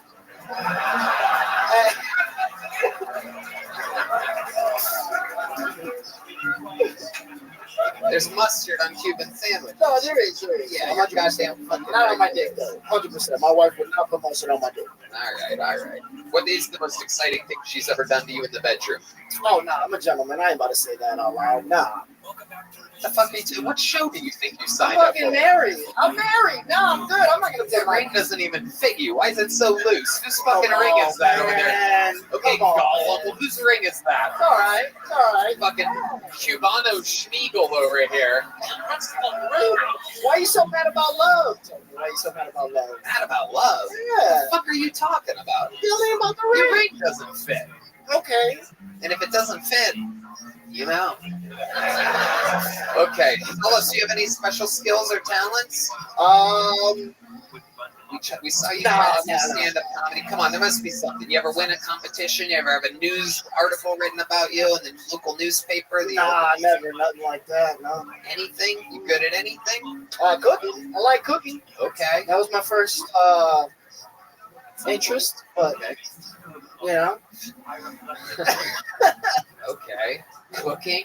All right. Cooking's fun. And you've been doing stand-up 6 years. Yeah, going on 6 years. Why do you think your minute was so ineffective tonight? If you've been doing it 6 years, if we could look at if we could get your report on why you think it didn't go good. I don't know. I just I think I did well. I'm not gonna front. Like I felt like I did okay. Well, I'm not gonna sit here and tell you I crushed it.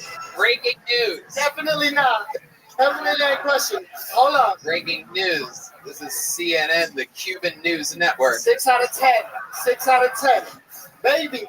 It's on the scene, our field reporter thinks he did good, everybody. Wow. Yeah. What do you think your best short joke is? What do you think it is? Did you do it? Was it in that minute? No, it definitely wasn't. Definitely wasn't. I want to know what you think. 6 years in the game. I want to see what your best. I'm going to let you do one more quick joke. It's got to be less than 20 seconds. You got one of those, right? Let's fucking hope. Quick joke. All right, we just gotta stay in the pocket here. Why do Cubans talk so loud? Why? Because they still got salt water in their ears. Oh shit! All right, my friend, you're leaving here with a little joke book and a gel blaster. Congratulations! Make some noise for Seabass in the car, everybody. These people trying their best. They moved to Austin. Everybody's trying to fucking make it. Everybody's trying to get a shortcut, and they're not even willing to tell us the craziest thing their wife does to them. He said, "I can't do that. I'm married." That's when you can do it. That's for life. If it was a girlfriend 2 weeks in, I'd say you might be right. Maybe you shouldn't tell us. Son of a bitch. Make some noise for your next bucket pool. We're going to meet them all together. Anything can happen. You guys having fun? All right. Make some noise for Chris Beasley, everybody. Here we go. Chris Beasley.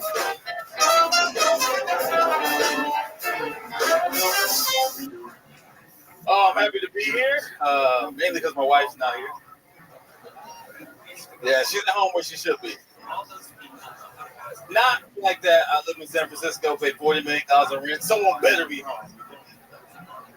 Originally from Texas, went to Catholic school in Texas. Serious one. My principal was a pedophile. I was in the office a lot. It's okay. It's okay. He didn't touch me. He was racist. Amen? God is good. Won't he do it? Won't he will? Yes, Lord. Did you know racism saves your ass? Literally. I'm here for it. Some people get uncomfortable with that joke. You realize the white kids got special treatment. They did. Taught me a valuable lesson. White privilege can be tough. Some of y'all have to clinch. Just kidding. Yeah, I mean, I can end it right there. That's fine. We had a good time. That was great. Chris Beasley. Absolutely. I like your fucking style.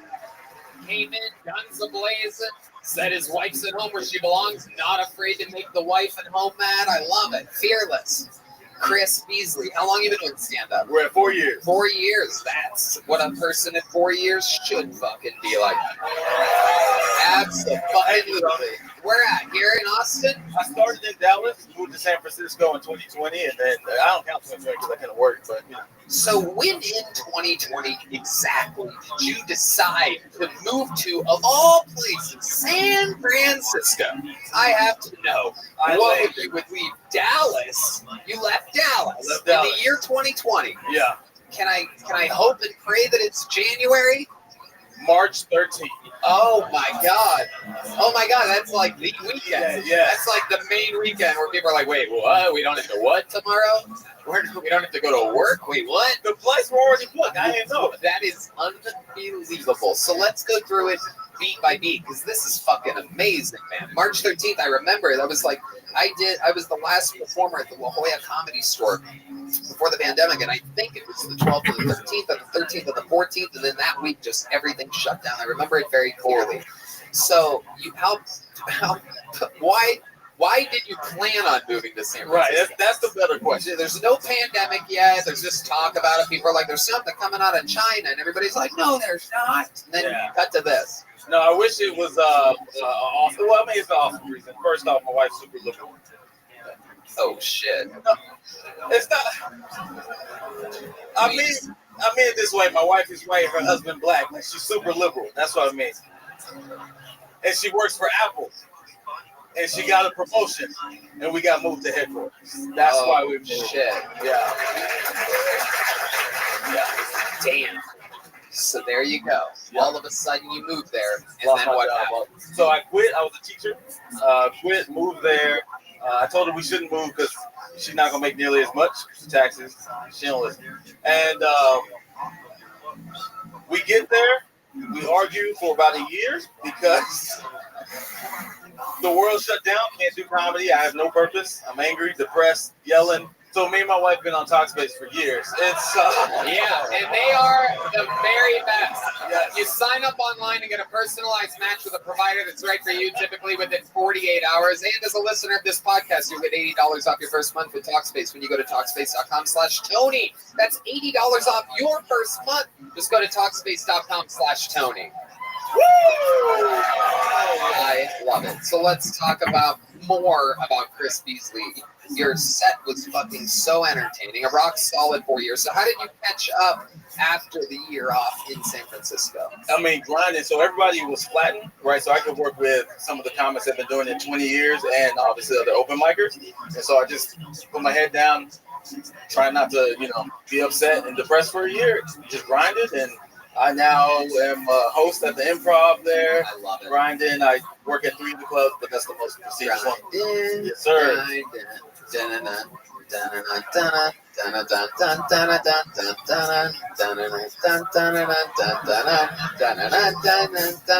you guys don't even know what I'm talking about, it's the clips.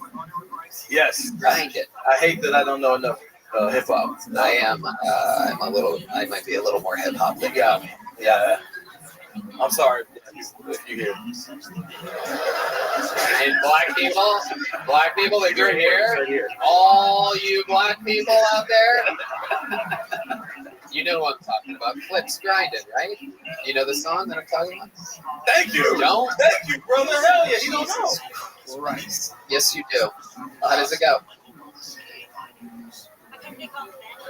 He doesn't know.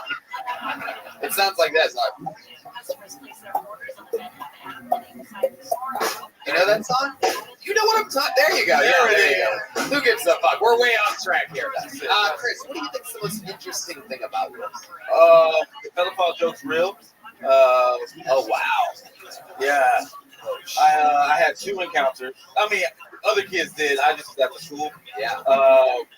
But one of them, we actually were dating the same girl when it happened. Don, you ever had any experiences with any pedophiles?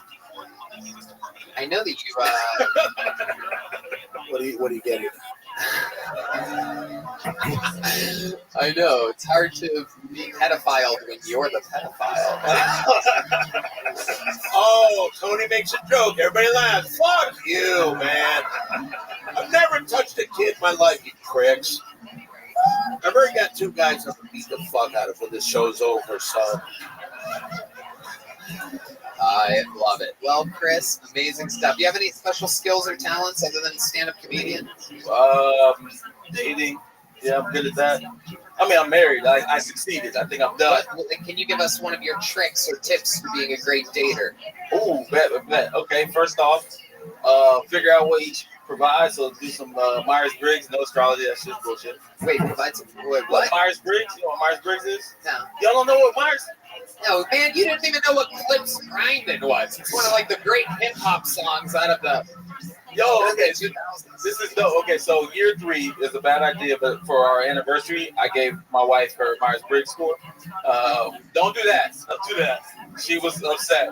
Yeah, this is a true story because we were struggling. Like in relationships, year 3 is tough, and so we were struggling. We were getting mad at each other. I was like, look, I think I can solve this shit. Let me just look at us. I checked Myers-Briggs. I saw exactly how we lined up differently. Post her up on it. Gang. 7 years later, we still rock. I promise. You ever cheated on your wife?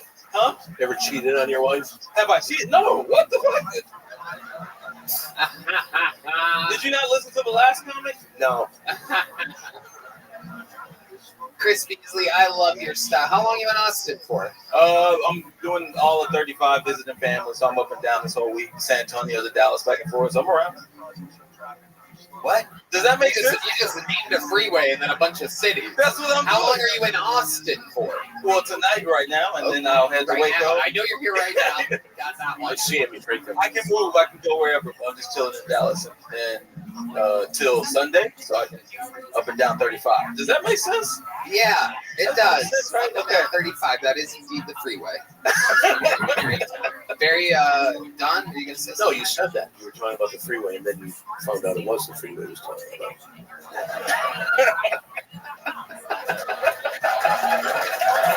That is true. It is a beautiful 69.8 degrees at the front of the room right now. You gotta love it. The AC is bumping. Thank you so much, Chris Beasley. Amazing set. Very fun time. Thank you so much. All right, I got you, girl. Here's a big joke book by the great Bones. You'll get me one of these days. Leather goods in all of Austin. Thank you for playing. I had fun as always. Apologies for being so distracting. It is what it is. It's part of life. All right, so let's continue to watch stand-up comedy while I program robots.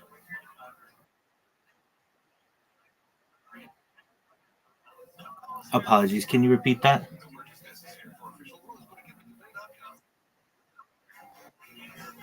You were quiet, you said?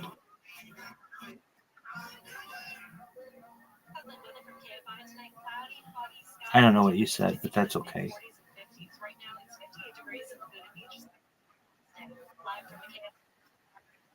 Oh, don't cry.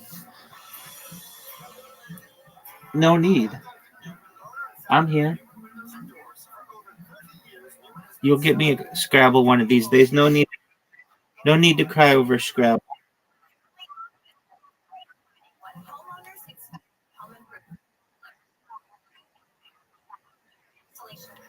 Boy, you are difficult to hear. Can you repeat that, please?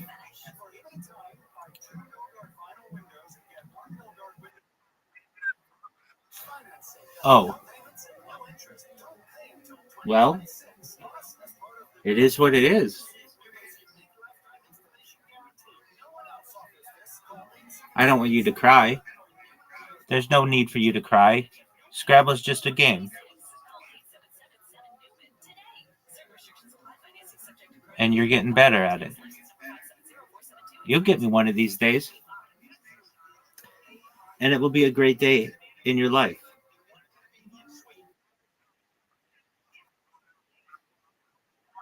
That could be.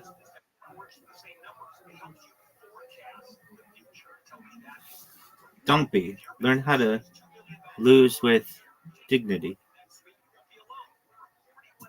And you just got a big, awesome joke bug.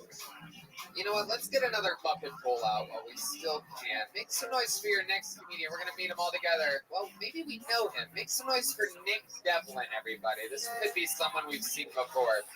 Nick Devlin, everyone. Ah, here he is. The Kill Tony debut of Nick Devlin, everybody. Hey, what's up, guys? Just got my first haircut in Texas. I sat down in that chair and the barber was like, all right, on a scale of 1 to 10, how racist do you want to look? I was like, I don't know, 7? And I walked out looking like this. I was homophobic once. I was held at gunpoint by a gay guy. Yeah, that was rough. Unfortunately, when I was a child, I was part of a school shooting. Yeah, I was also homeschooled. So, it's just my mom shooting my dad. Yeah, it was weird. We were like relieved after. I was like, what? I was...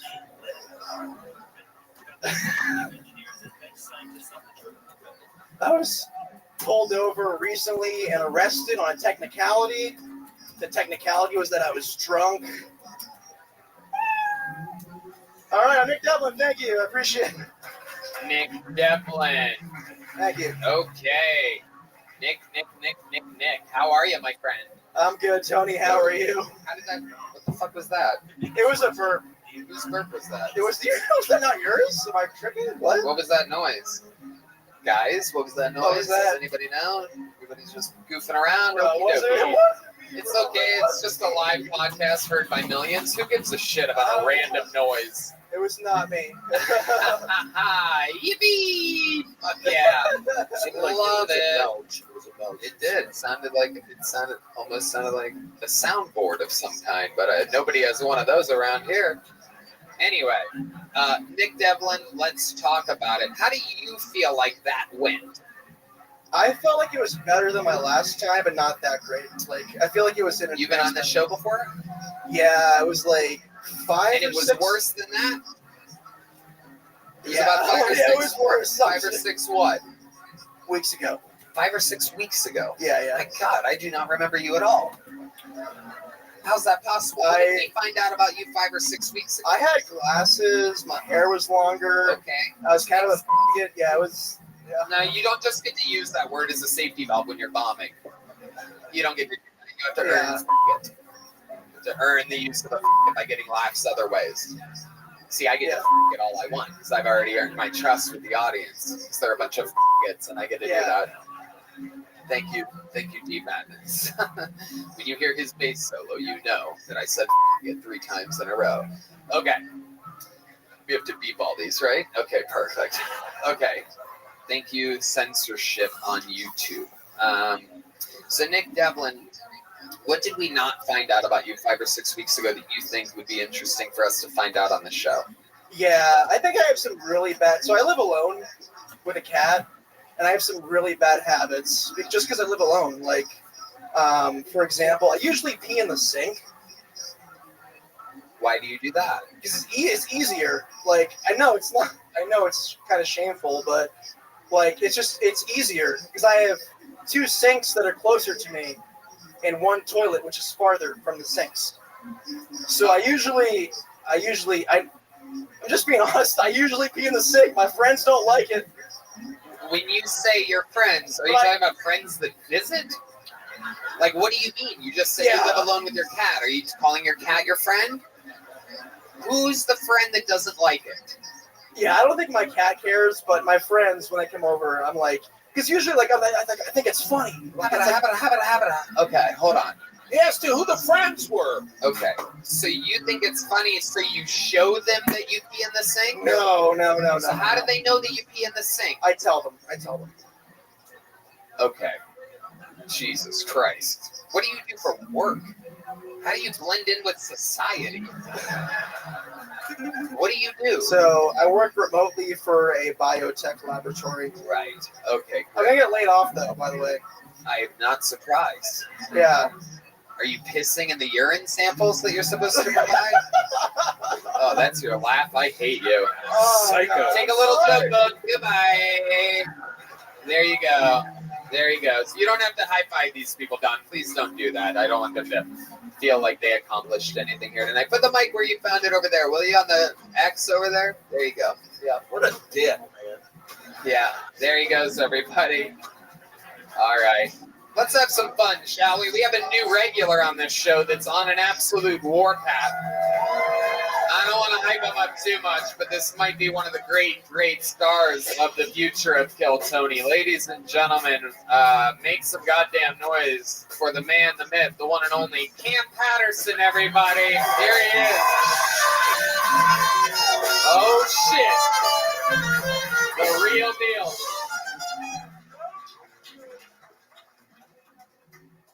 My dick ain't that big. That's not funny, bitch. That's why I envy lesbians. Any lesbians in here? Good. You got a lesbian, bitch. You a cowboy, fuck nigga. But I envy lesbians for real, dog. They get to pick their dick, and I ain't getting that choice. Let me explain. Like a lesbian have sex with her girlfriend, she go, oh my gosh, this is so good. Go deeper. All she got to do is detach her 6, go to her arsenal real quick, put on a 10, and now she's gonna fuck her life up. I'm having sex with my girlfriend, and she tell me to go deeper. I'ma just call my own butt.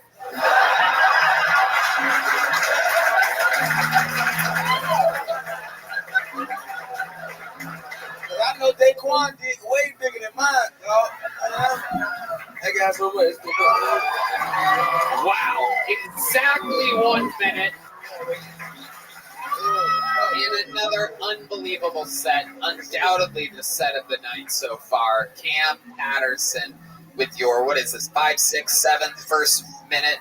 Few minutes. Like 5, I think 5 right now. Yep, I love it. All of them have been absolutely amazing, incredible. That one, another one. Don, this is your first time seeing Cam? If you needed a little extra, you bring your friend over. Good job. Yeah. You running trains up there, you want to come too, Don? Yeah. Hell yeah, I would like that. I can tell you from a lot of late nights at the store, Don Barris has a famously huge cock and balls, everybody. Why don't you show the people real quick? No, I'm not going to show. I'll describe it. I can put both hands around it, the head sticks out. It's true. What Dr. Heveridge did during their circuit decision has been talked about my entire life confidentially. And the reason I bring that, Dr. Heveridge passed away last week. You know, he may no longer be with us, but his artwork lives on the head of my cock.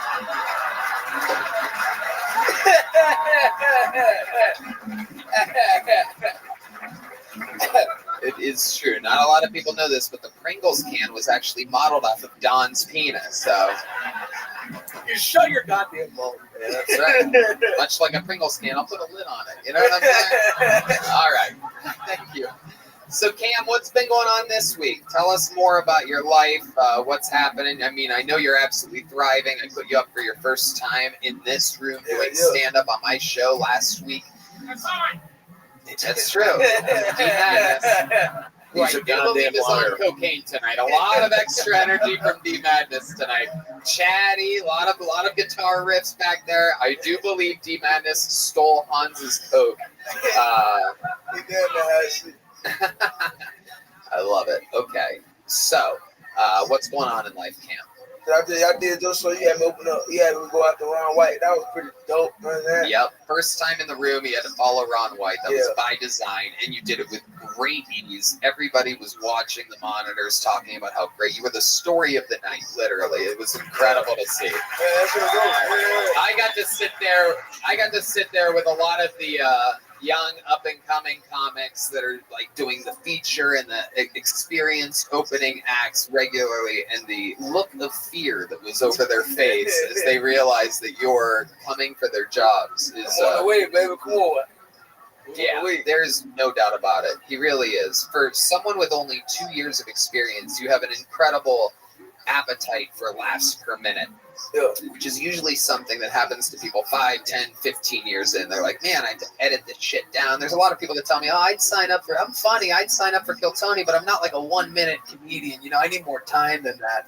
And that is just the dumbest fucking thing anyone could say. Retarded. Yeah, you have to be funny multiple times in a minute, even if you're doing 60 minutes. You need to make them laugh a lot. And you seem to have an incredible understanding for that.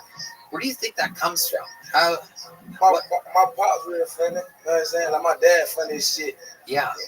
But like, so I was just watching his big ass do funny shit. He is a big guy. I met him for the first time last night. Yeah. Yeah. We're all going to be drinking after this at Mitzi's. I'm excited to catch up with him. If he's half as much fun as your uncle, he's the greatest man. I don't even know yet. This shit, we've been turning this bitch into a goddamn trap rapper. You know what I say? I want to do that. Come on, dog. Fuck with it, dog. Come on. Goddamn right. Don's from Michigan, so he's basically, and he has a huge dick, so he's basically black. You can say it. He's just a black guy.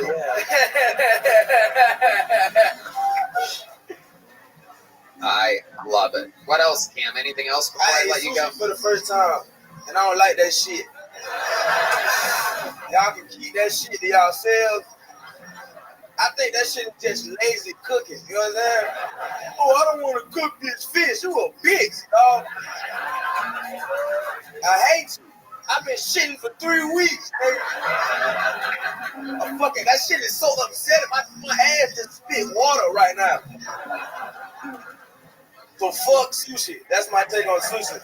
And I can attest to the fact that you have been having stomach problems. I was waiting. There's one main green room restroom up there, and I had to pee. You did. Yeah. I fucked it up, dog. I had to pee. He did. I was fucking it up, He dog. did. It was gang violence in there. I saw some bloods and some drips. You know what I mean? That was absolutely incredible. Hey, Tony, can I ask a question? Yeah. Oh, there's a gentleman who just left. I was going to ask him. You want to play a trick on him? Okay, when he comes back in, I got you bent over and I'm fucking you hard. And he comes in and he says, "What's going on here, for goodness sakes?" And you pass it to me, now. No, we say we're just kidding around. Then he sit back down. It's just a little prank. It'll be fine. Yeah. We'll blur it on YouTube. It'll be great. Yeah. This is a good idea. I like this idea. Hell yeah. I like working with you, man. You think the same. I love it. Cam, you are an absolute fucking star. You are one of the things when it's Sunday or Monday morning and I'm thinking about this show, you're one of the things that keeps me excited and keeps me inspired, because this is what it's all about. It's the fucking people coming up the ranks. This is the only show ever in comedy history where you get to literally see the future like a crystal ball, and this guy's part of it. Make some noise one more time for the great Cam Patterson, everybody.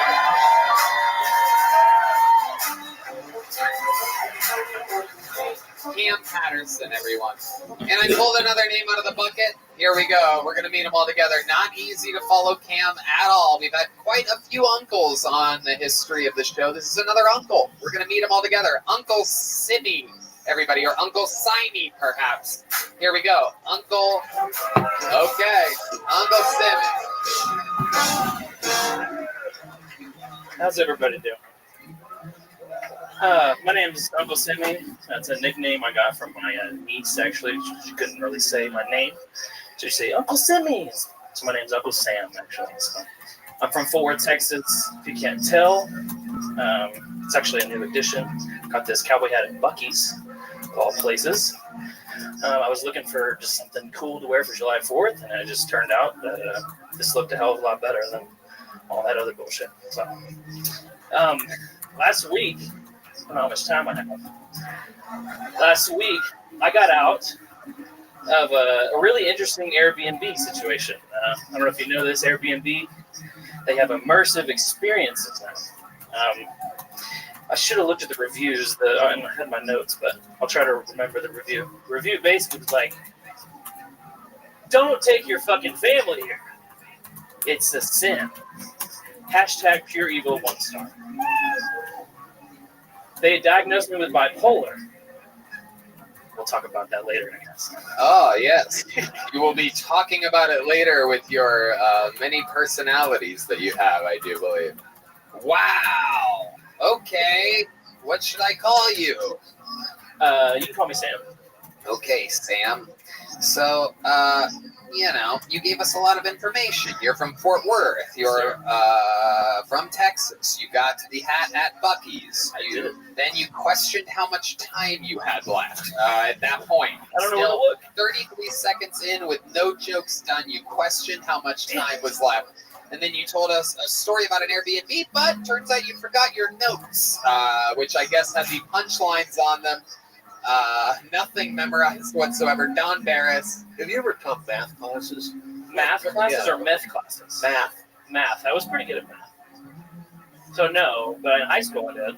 So that was glad I brought that up. Sorry, I don't know where you're. There's a lot of answer there, Uncle Sam. So, okay, how bipolar do you think you are, buddy? It's debatable.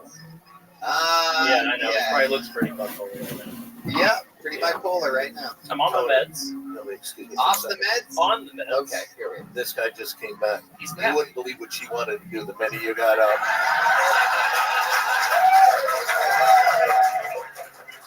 Luckily, Don here's a gentleman and was very, very, very polite. But this one, you gotta keep an eye on this. You gotta put her in a yonder bag or something when you fucking. Okay, so Sam, you said you're on meds? 100%. Okay, how long have you been on meds? At least 2 weeks. 2 weeks? Well, I technically got out of the hospital 2 weeks ago. What were you in the hospital for? Let's talk about it, Sam. As direct with the answer as you can be. My family thought I was going to kill myself. Okay, why did your family think that you were going to kill yourself? This is a doozy. So I know it is. I'm a great interviewer, and I'm trying to get to it. You don't have to say it's a doozy. Just tell the fucking story. It was a text. Okay. That said, I have intentions of harming myself. Okay. And I said that in a massive panic. And after I got out, I realized I didn't mean to say that. I was so confused. Well, everybody thought I was trying to kill myself, even though I didn't. What the fuck is going on here? Okay, so you weren't trying to kill yourself? No. No, not at all. You were just kind of having like a little episode. Yeah, sure. Okay. That's the theory. Okay. Absolutely. I agree with Have you ever talked to any therapists? I'm with a counselor and a psychiatrist and a family counselor. You have it all right now. May I make a recommendation? If any of those people are ever unavailable, go to Talkspace.com and use the promo code Tony. Get $80 off your first month and show your support for the show. Okay, so let's talk some more, Sam, because I like you. I think you're a good guy. I think you're likable. Have you ever done stand-up comedy before? The first time. This is his first time, everybody. He's out here trying out. That's one of the big parts of getting diagnosed as bipolar. First, you get a psychiatrist, then a therapist, then they put you on meds, and then you get to start stand-up comedy, everybody. Because of the trauma. Exact order of the events. trauma. That's my story. It really is wild how many people are drawn into this industry. What are you doing? Gauging how freaked out I am. You're much calmer than most people. Oh, good. Yeah, That it's makes very me feel good. The bipolar meds are helping you out tremendously. Mood stabilizers. They're mood stabilizers. Definitely. Okay. So did something set this off, this bipolar thing? Is this a newer thing? Have you always struggled with mental health issues? I've always struggled. 6 months, super depressed, can't get out of bed, barely making it to work, and then 6 months of good, and then sometimes a little, what are you doing with your money? You know, and then you're back down, and so now there's a diagnosis. So this is kind of a break. What do you do? What are some hobbies or some exciting things that you do in life that bring you joy? I'm an audio engineer by trade. Oh, that's how I make most of my money. Okay. And I also drum as well. You drum? How long have you been drumming for? Sorry? How long have you been drumming for? Since I was a kid, 5 years old. Really? Yeah, but I'm not professional. But I played in church. So. Oh, you played in church? I made money in church. Oh, yeah. Wow. Okay. And look how God rewarded you with Bipolar, incredible. Whatever that is. No mercy whatsoever, this god of It's ours. coming someday. You think you can do a drum solo? Really? You know what? Let's have a little. Let's have a little good side of the story. I don't know if you guys know this, but historically on the show, we have a little thing that we do where someone can challenge the resident drummer, obviously Michael Gonzalez in this case, to what we call a Mexican drum off, where he does a drum solo and then our drummer does a drum solo, and whoever wins gets to be the full-time drummer on Kill Tony. And if Michael loses, they have to switch roles. So he has to be an audio engineer in Fort Worth with Bipolar, and in which case Uncle Sam would be the new Uncle Sam, or Sam or Simi or whichever one of you I'm talking to right now. You're gonna want that symbol in a second, so I would put the hat anywhere else. Okay, all right. I guess that's one way to do it, Sam. So, ladies and gentlemen.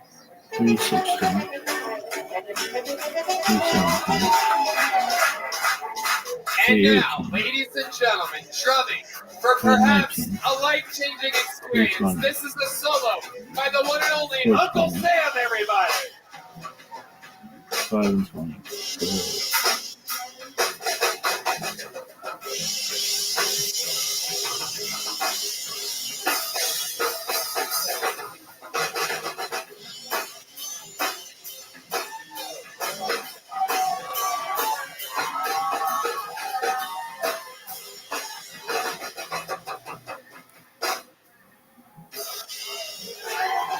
There you go, Uncle Sam, everybody. Not bad at all. I would have bet my life he couldn't have done that. That was absolutely incredible, ladies and gentlemen. I don't know if it's incredible. Bipolar bear himself, Uncle Sam. And now, Sam, stay right over here. Sam, stay over here. Over here, Sam. And now, defending his throne, undefeated all time in Mexican drum offs, this is Michael Gonzalez.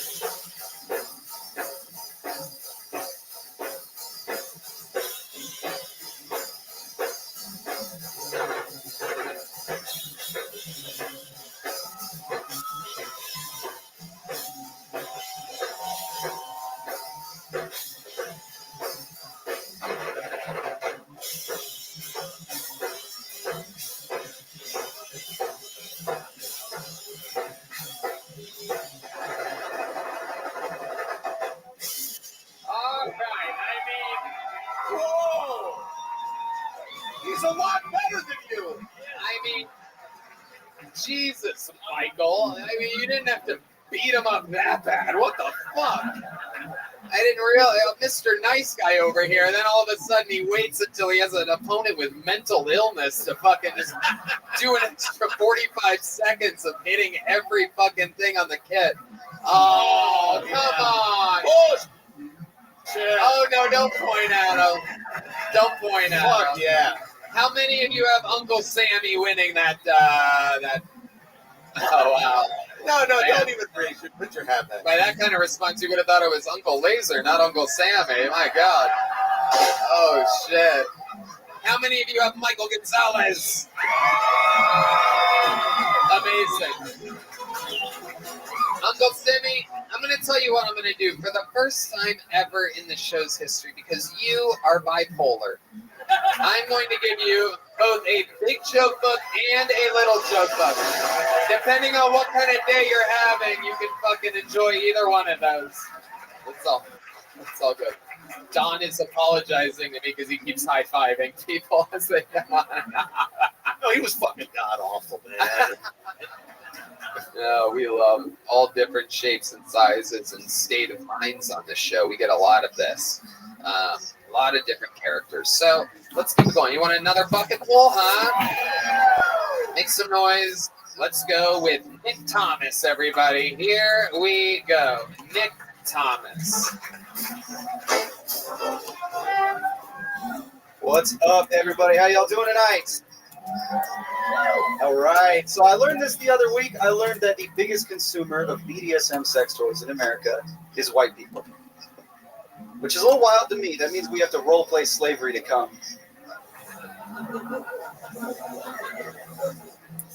You guys think that's cultural appropriation? What if I sing spirituals while my wife's pegging me?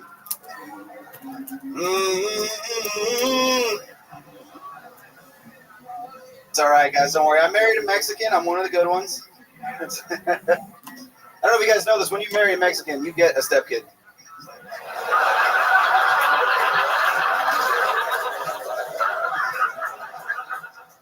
It's funny, too. She didn't have a kid when we were dating. I don't know where this thing came from. I got down on one knee. I was like, baby, will you make me the happiest man in the world? This kid just materialized out of nowhere. 15 years old, 2 jobs, immediately. Thank you. That's my time. Thank you, guys. Nick Thomas. A good set. Hell yeah. Thank you, guys. You killed it. Hey! Stupid. Okay, Nick, let's talk about it. How long you been doing stand-up? I did stand-up for 6 years in El Paso, where I'm from. I took 2 years off. So I've been doing it a year straight since being in Austin. So collectively 7 years. Yeah, okay. Don asked me to ask you, why the dress? Why the dress? Well, fun fact. It's a dress if you're wearing underwear. Whoa. Oh, my goodness.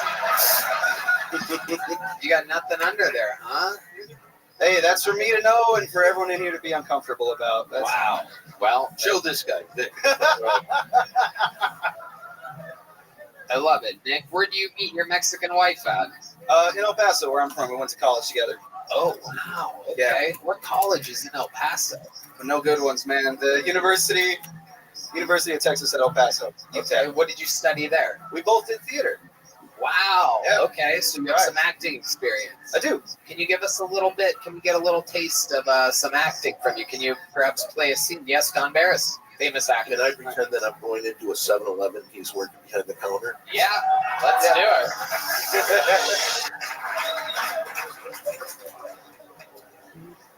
Hey, what's a dude with a dress on for? You wearing underwear? Well, fun fact. It's only a skirt if you're wearing underwear. Can I help you? All right, there you go. A little acting, a little Shakespearean acting by Didn't do any improv. Okay. So Nick, how many kids do you have? I have 1 kid.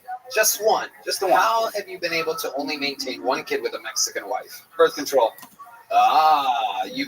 She started it after the. No. Well, so here's my stepkid. She's actually my stepdaughter. And after the calm down. Did you hear that? Some asshole. I mean, that was incredible. Just like, don't eat your fucking kid, dude. Assholes. I know, man. So that was kind of mean. Yeah, I mean, you do have a pretty fucking wild side, Don. I mean, you remember what happened when you ran over that? I remember. Yeah. You want to tell the people what happened? I'm not going to say another word back to him. No, come on. I think you should tell these people because it'll give them a better understanding of who you are. When you were driving in Michigan a few weeks ago, do you remember what happened? Yeah. No. I should say this right off the bat. This is a joke, and the only reason I say this, I want people to know I've never eaten the vagina of a squirrel. Okay, you still want me to tell this story? Okay. I'm driving in northern Michigan. I hit something with my car. Now, has anyone ever been in an accident before? Yeah. All that adrenaline goes through it. It's like crazy. When I was thinking the adrenaline was going through me, I kept thinking, what did I just fucking hit? So when the car came to a stop, I'm on the ground, I'm looking everywhere, and then I feel it. It was not doing very well. For 45 minutes, I watched this, and at the end, we lost a squirrel that evening.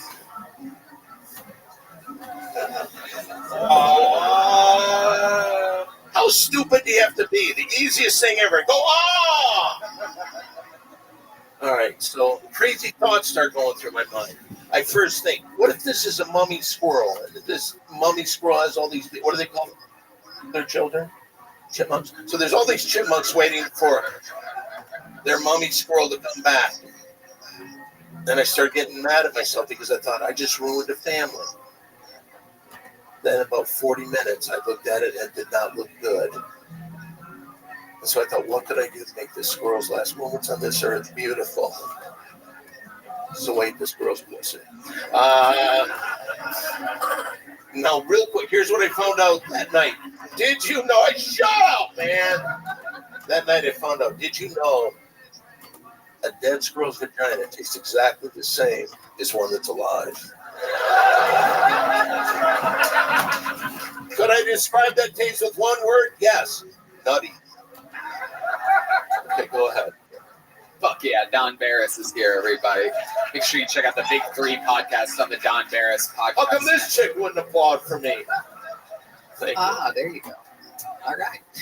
Do you have any special skills or talents, Nick? I'm also a chef. Oh, wow, boring. Okay. All right. Do you have any special moves in the bedroom that you do? I recently learned that your dick goes in the front hole. Okay. That's, now that I think of it, that's probably why I only have one kid. All right, Nick. Well, I'm trying my best with you. Weirdest thing in your refrigerator right now? I have some kimchi that I made myself that I found out the other day was not even the right vegetable, and I don't know what it is now, man. I'm scared to open it. What should you use? I don't know. Haven't figured it out yet. You don't know what vegetable you use? I was pretty high. Okay. Get rid of this guy's bring the show down. Yeah, I agree. But you did have a good set. I'm going to give you a big joke book. There you go. There you go. Nick Thomas, everybody. There goes Nick Thomas. All right, things are moving smoothly. I pulled to get a female comedian up. We've had no ladies up tonight, so I got one. Is that okay? All right, representing the women here tonight. Make some noise. 60 seconds uninterrupted. Goes to Karina Reyes, everybody. Karina Reyes. Have you guys ever had sex with someone that kept their glasses on? Yeah, he was like, if I'm not wearing them, I can't see you. And I was just like, why do you think I took mine off?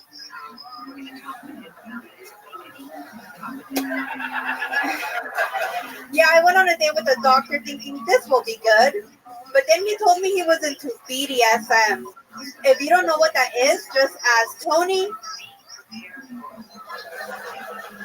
But just imagine choking, pain, being told what to do. It's like having immigrant parents. Like, does it look like I'm into that? Well, yes, I am. He calls me master because I have a master's degree. Yeah, I have a master's degree in environmental engineering. Like, I can read code, but I can't read red flags. Fuck yeah. I liked it. Karina Reyes. You're like a nerd with balls. You're a courageous little dork, aren't you? I like your style. Thank you. How long have you been doing stand-up? Almost 5 years. 5 years. It seems that way. Very, very good. Where at? LA. In LA. Okay. Wow, you're a little bit edgy for someone that started in LA 5 years ago. What brings you to Austin? Your show. Perfect. How long are you in town for? I leave tomorrow. Amazing. And you're on a flight back to LA? Yep, 7 a.m. tomorrow. Okay, very good. What airline are you? American Airlines. That's a good airline. Okay, good job. I was expecting Spirit. Well, I'm an engineer. Amazing. How long have you been in town? Since last week. Okay. What did you get to do in Austin this week? I did the mothership, and then I did like 11 You shows. did the open mic here at the mothership? Yes. How did that go? It went really good, but they didn't ask me back, so.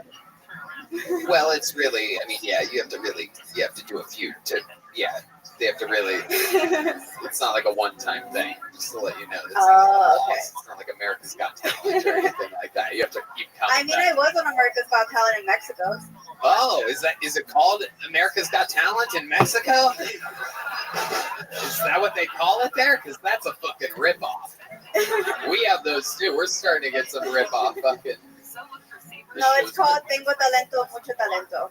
Oh wow! For some reason, I'm hard as a rock right now. I don't know why. I don't know what that means, but I guess I'm into whatever that is. I love it. Karina, very fun. How do you make a living? I work as an electrical engineer. Wow, look at you. That is absolutely incredible. And how long have you been doing that? Since I was 24, so like 3 years. Amazing, amazing. So you have like your own life, your own place, you have a boyfriend? Yes. Okay, how long have you been with him? Like 5 months. All right, what does he do? He is a cancer researcher. How's he able to do it? I mean, he's 6'3". Whoa.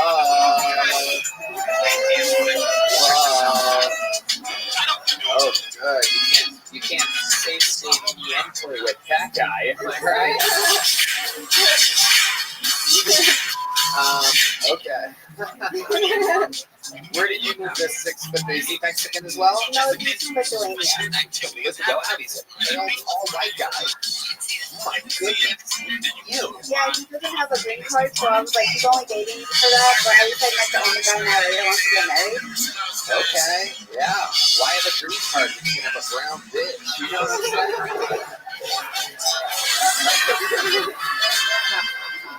saying? That's fun. Where'd you guys go on your first date? A diner. A diner? Because he's sober. Oh. Podcast legend Don Barris with his. You gonna take it? It's his mom. Oh shit! Karina roasting Don right now. I can't talk right now. Just picked up the phone. I can't talk right now. Then hung up. Amazing. And I was going to speak Spanish to you. Cucaracha, la bamba, señorita. So you guys went to a diner. What was it, like Mel's Diner? Or? I forgot. It was like a 90s diner. Okay, maybe Norms? Probably. Okay, probably. All right, so you guys go to a diner, and then what happens? And then he was like, do you want to watch The Last of Us? And he really sold me on it, and I was like, let's go to my place. Oh, shit. Oh, shit. The Last of Us. This is just the beginning. My goodness. So you take him back to your place, this lanky Lithuanian fucking B-level basketball player. And then what happens? And then we watched 3 hours of The Last of Us. 3 hours? That's how long it took for him to lift through Urania? Well, I don't know. Well, what I would do is like I would get like really close to his face and talk to him. And then I would like move my head. And he'd be like, is this girl crazy? Like, is she just getting me here for games? And then I kept doing it until he finally made the move. Damn, look at you. You just take what you want. I love it. Did you think she was going to kiss me there? I was really hoping she was going to spit in your mouth. Well, not a lot of people know this, but Don Barris famously used to have people at the Comedy Store, females specifically, They'll have to pay me for that. spit in his mouth. And all that it would take for that to happen is the audience would have to chant, spit in his mouth. Spit in his mouth. Spit in his mouth. Come on, Don, for old time's sake. It would be fun. Hold on. I want the guy with the beard to do it to me. Shit. Will you do it, sir? Will you do it? You better not. No, I'm joking. I'm not doing it. No. Will you do it? Stand up. Will you spit in his mouth for us real quick? How many of you think she should spit in his mouth? I'm not spitting. You're not spitting. Oh, you refuse to do the spitting? I didn't want to do it without his consent. He's given consent. Now will you spit in his mouth? Oh, look at this little cock block over here. Oh! Oh, how about Wait, this? this guy, How about this you guy. spit in my mouth then? All right. Will you let her spit in your mouth? All right, I'll do that. Come on up here. Hold on, wait a second. Hold on. I just heard her go. It's got to Oh be just my kinda goodness. gentle. Here we go. This is. What is your name? I'd like to know before their saliva touches my mouth. I need their name. Samantha. My birthday's on Wednesday. Okay. No one cares when your birthday is. What's your name? What's her name? Make some noise for Samantha, everybody. And one more time. For the first time in Kill Tony history, let's all say it together. Spit In your mouth. Spit in your mouth. Spit in your mouth. Spit in your mouth. Spit in your mouth.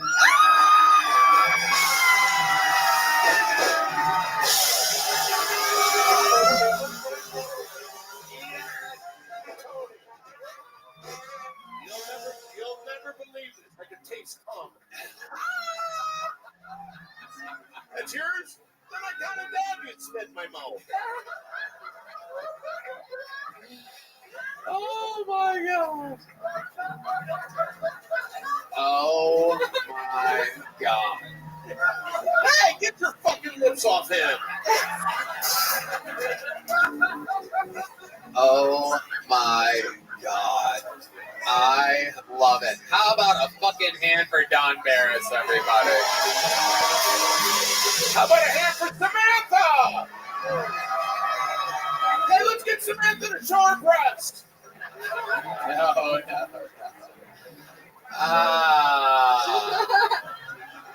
I love it. This is the type of chaos that I absolutely love.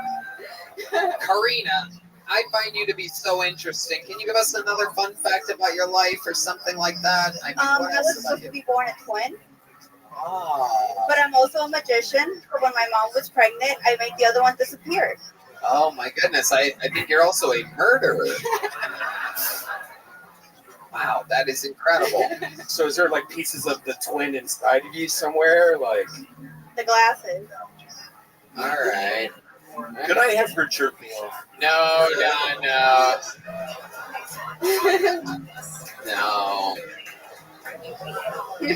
Sorry.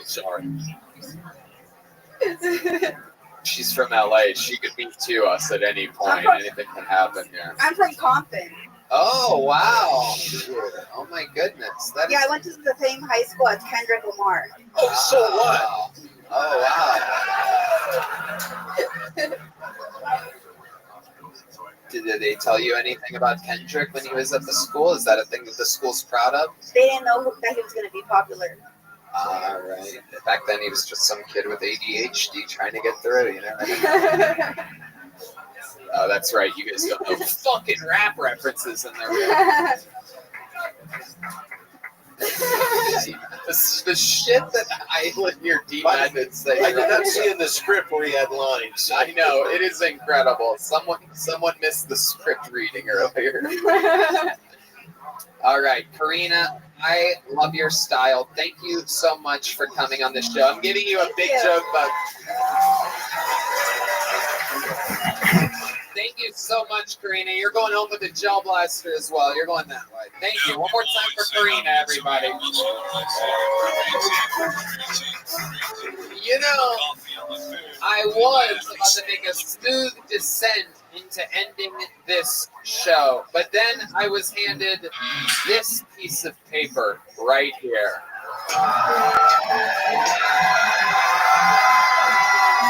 I do believe Huntston is racing here right now so that he doesn't have to challenge somebody Can next. I ask you something? These guys went crazy when they saw that Hans was on the way. Let me tell you this. He's fucking he didn't get here on time. And you cheer him like he's a hero, yes. That is true. Hans Kim is racing to get here right now. I cannot imagine how unsafe the roadways are right now with Hans Kim out there driving as fast as he can, knowing that there's over 300 people waiting for him and the possibility of a challenge coming up if he doesn't make it in time. But to stall for Hans Kim, I pulled another name out of the bucket. And of course, again, the Bucket of Destiny has such an amazing sense of humor that it has given us yet another Asian comedian that we know that has been on this show before. Ladies and gentlemen, while we wait for another Asian comedian, I present to you Tai Win, everybody. Tai Win.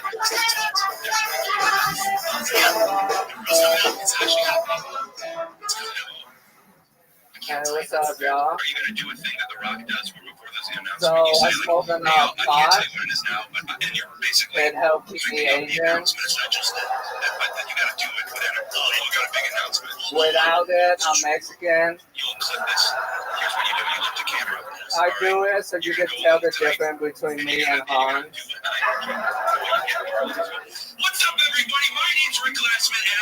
This year, I'm working on being more vulnerable. I found that it's hard for me being an Asian male and being vulnerable because I was raised by the Viet Cong. So now when I'm on a date with a lady, I try to be vulnerable. I let her know, hey, I text and drive. And if she's okay with that, then I'll be a little bit more vulnerable. I let her know, hey, sometimes I have a drink or two and then drive. And if she's okay with that, then I'll just be 100% honest. Hey, I committed manslaughter in a Volkswagen.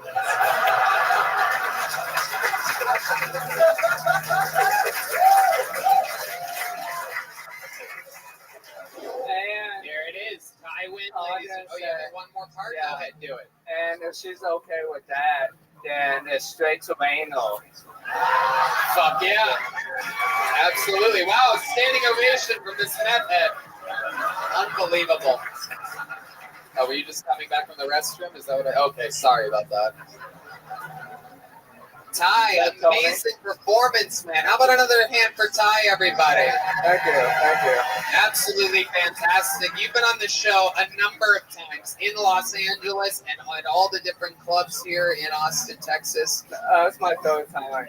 Ever on the show? Yeah, all in Austin. Oh, in Austin. Yeah, right. The Asian look the same to you. No, that's not true. That's not true. You're a very, very special looking Asian. I specifically don't forget you. Don Barrett. Yeah, I think, first of all, you were hysterically funny. You just have an attitude. I wouldn't want to be a friend. Why is that? God makes you really weird. Well, you know, if I was in a film, they would put me as a villain, like, immediately. Yeah, one of the villains. Yeah, I don't think the main villain. I think one of the first to like get killed by the good guy. I think you'd be good at that. Oh, but he knows martial arts, though, for sure. Oh yeah, for sure. Can you show us some of the martial arts? Can we get a little martial arts music by the band? The 1, 2, 1, 2, 3, 4. Oh. Oh. Okay, that was pretty good. All right, guys, that was good. All right, I guess they all aren't the same. I felt like I just sold out my race right there. You just sold out your rights? Oh my goodness, that is the final boss in the video game. If you sell all of your rights, you are the agent of the century. I mean, I am a starving artist. That's why I'm on this show. That's why I signed up. Okay, well, good news for you. We have a number 23 waiting for you after this. A24. Tai Win. Very, very interesting. What else about you, Tai? Tell these people more about your life that they would be surprised to know. Give us some of the, perhaps you could show us your vulnerable side.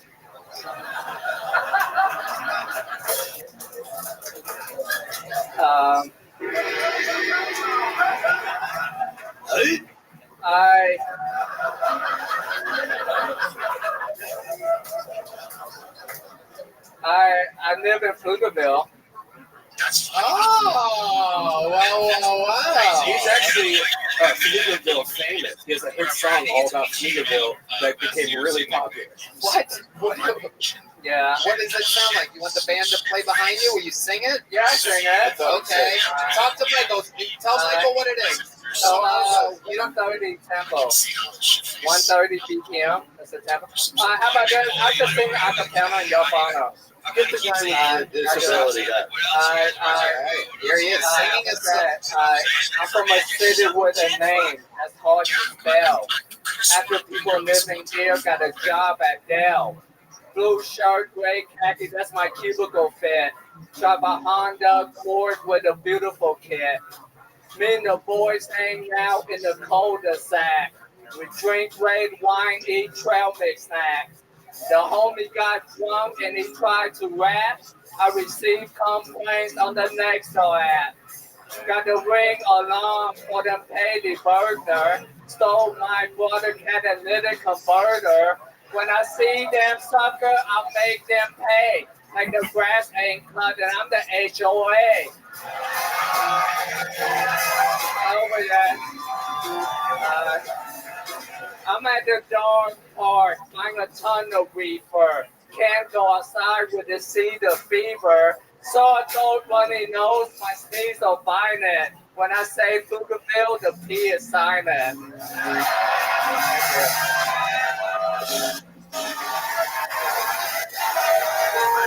Thank you.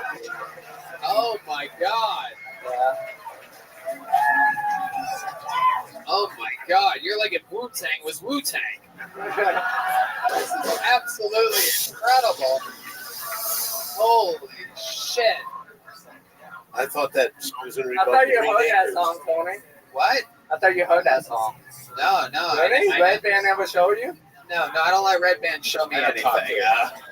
We are strictly business partners, an hour, 55 minutes each week, and then 2 other directions. It's incredible. Wow. My Couldn't goodness. fool me. Wow. But that was amazing. You're like if Eminem was on MSG. That is unbelievable. Yeah. What a talent. I mean, you know, I owe it all to the soy sauce. Yeah. Absolutely. Absolutely. You are the soy sauce boss. Ty also has his own comedy club, and it's inside of his house every week. Explain to the people what he just said. I cannot even imagine. So I built a comedy club inside my living room, so it's a legit comedy club. So that way I don't have to go out and network with people and stuff, because I don't like networking. How are the crowds? A lot of neighbors. No, it's actually a lot of couples that go there. So it's kind of weird because the neighbor don't know what I'm doing, so they think I have a swinger party every Saturday night. Right. Yeah. It's like your house is like your head. It's a business in the front, party in the back. So Red Band doesn't tell you that neither? No, I don't. What you see is what you get, guys. Oh, I mean, really, we are strictly. It's like, you know what I mean. It's like Roger Waters and David Gilmour. They do a thing together. They don't hang out. It's an old reference, but it's like perhaps let me get one for you. It's like Bruce Lee and Jackie Chan. You know what I mean? Like we do the same thing. Yeah, but that's true. Yeah, we don't have. We're not. Well, we can see who's Bruce Lee here. Red Band. All right. That's my man. Someone's trying to get booked on Hey, I would love to have you on the Secret Show Thursday at the Sunset Strip. Yeah, I'm down. But unfortunately for you, you chose the wrong Bruce Lee because I have 2 Tony and Friends show, one on Tuesday, one on Wednesday. But since he's Bruce Lee, I'm not booking you on him. So I'm gonna book legends like Don Barris. You win a little, you lose a little. Yeah. It's part of the game. That's it. Yeah. That's it. That's just how the fortune cookie crumbles. All right, there you go. That's how I win, everybody. Here's a big joke bump. You have one of these yet? Have you ever gotten one of those? Okay, absolutely. Is Hans here yet? He is? Wow, ladies and gentlemen, this is one of those. Ty, you're going that way. What's happening? Why? That's the first time ever people have started to try it. This happened twice in a row. Okay, ladies and gentlemen, this has never happened before where Hans has missed his spot. It's never happened before where Hans has threatened to not show up the next day. It's never happened where he faked flights being canceled out of Newark. I think he felt the pressure. I think he knew I had something up my sleeve. So here, with a brand new minute, this is Hans Hill. What's up? Holy shit. I made it. Does anyone have any cocaine for me right now? I had a bunch, but I lost it all at the White House. Hope you guys had a great 4th of July, or as I like to call it, Juneteenth for white people. Let's go invade Iraq again. Yeah. Let's go to Vietnam, best out of 3.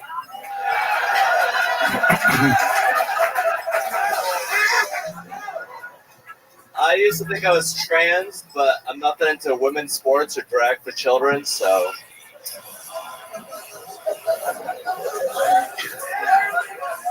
These trans people are doing the Lord's work. They're educating our children and humiliating our women. Because sometimes these bitches have to be reminded. You're not that good at pickleball. Don't make me put on a dress and prove it to you. Thank you. Wow. Wow. Wow. Look at you, buddy. Look at you, buddy. Here I was ready to have you go against one of your hardest challenges next week. And then you come in, you speed in. Obviously, you called Yoni ahead of time. You wanted to make it. You warned him. This is absolutely incredible. And you come in, without a doubt, you and Cam Patterson, the 2 resident regulars with the sets of the night, showing how it's done. And it should be much harder for you 2 guys than everybody else, since you have to do this every single week. Everybody else should be doing their best minute. They should be crushing the whole way through. You come in and you show exactly how it's done. Topical stuff. Real jokes. How do you feel right now? I feel great, Tony. I was just in seat 12B. Tell us about it. Tell us about the delays and the travel. I tried to update the audience. I said that you were lying to me. At one point, I forgot to tell you guys this. At one point, he sent me a picture from the customer service line. He goes, "This is how long customer service is right now at the airport." It was like a long line. I go, "That's not even that long of a line." And then I remembered. I'm not kidding you, by the way. And then I remembered. I have Hans Kim's location on my phone. And something in my gut was telling me. He gave it to me a long time ago so that I could yell at him when he does bad open mics. And sometimes I'll see him at a bad open mic and go, "What the fuck is this?" Anyway, so I checked his location. He's at the fucking Hilton. And then I go, "Did you just Google a picture of an airport line and send it to me?" I swear to God, this is our dialogue. I could have been dealing with anything on a nice Sunday off, and there I am going, "Hans, make it to the fucking show." Tell us more. Tell us about these fake delays. The very real delays. It's all over the news. It's on WallStreetJournal.com. Very tricky to get over here. They cancel all the flights for a thunderstorm that never happened. These fucking pussies. I know, you told me there were serious thunderstorms coming in. I looked at the weather report. It was like a 40% chance. I'm like, what the fuck? This is the weirdest life. I felt like you were in the room with your girl. Am I right? No. She didn't go on this trip with you? No, she didn't. Oh, normally you take the lady on the road with you. Don Barris? Let me smell his dick. Yeah. Let's find out once and for all. That's it. That's it. Pull out your little. That's not how it works. No! This Rabbi Rothschild spam shit. Fucking West Side, baby. I feel like I'm back in the Korean War. Absolutely. So, you didn't have your girl with you on this trip? No, I was all alone in the extended stay. I went a 6 a.m. for the flight. Didn't happen. Then I went back home and to the hotel just relaxed. And I went the next day, today, went for the 1:30 flight. That was booked. I was on the standby list, so I got bumped to the 3:30. That was delayed till 5:30. But I got on, and now I'm here at the greatest live podcast in the world. What a miss it for the world. Tony. Yes, I'm saying we have the whole audience just beat the fuck out of it for lying. So let me ask you this, because normally you've been taking your girlfriend on the road with you. Why did she not end up on the road with you this weekend? Where were you again? New Brunswick. New Brunswick, New Jersey, and you went solo. Yeah. Why did she not go with you this week? She didn't go with me this week because her friend Sophia, or I shouldn't have said her name, but her friend was in from London, England for the 4th of July, so she had to hang out with her all weekend instead of coming with me.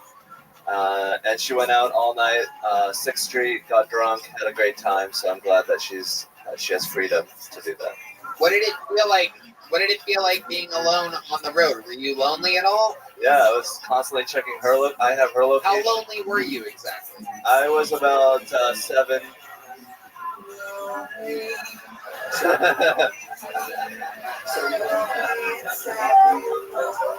It's from Team America World Police. That is the leader of North Korea. Okay, that's it. That's pretty Were you so wrong-ry? That was pretty wrong-ry. So what did you do to pass the time?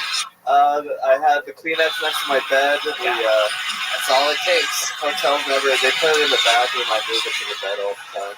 Yeah. They don't put lotions out at hotel rooms now. Did you know this? Conditioner. It fucking sucks. It's unbelievable.